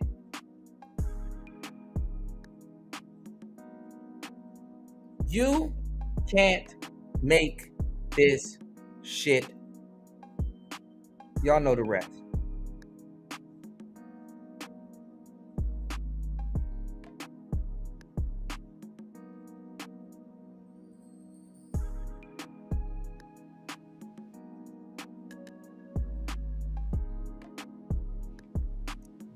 Man, Black America is screwed the hell up, man. I don't know what to tell y'all, man. But we're going to pick it up on the next show.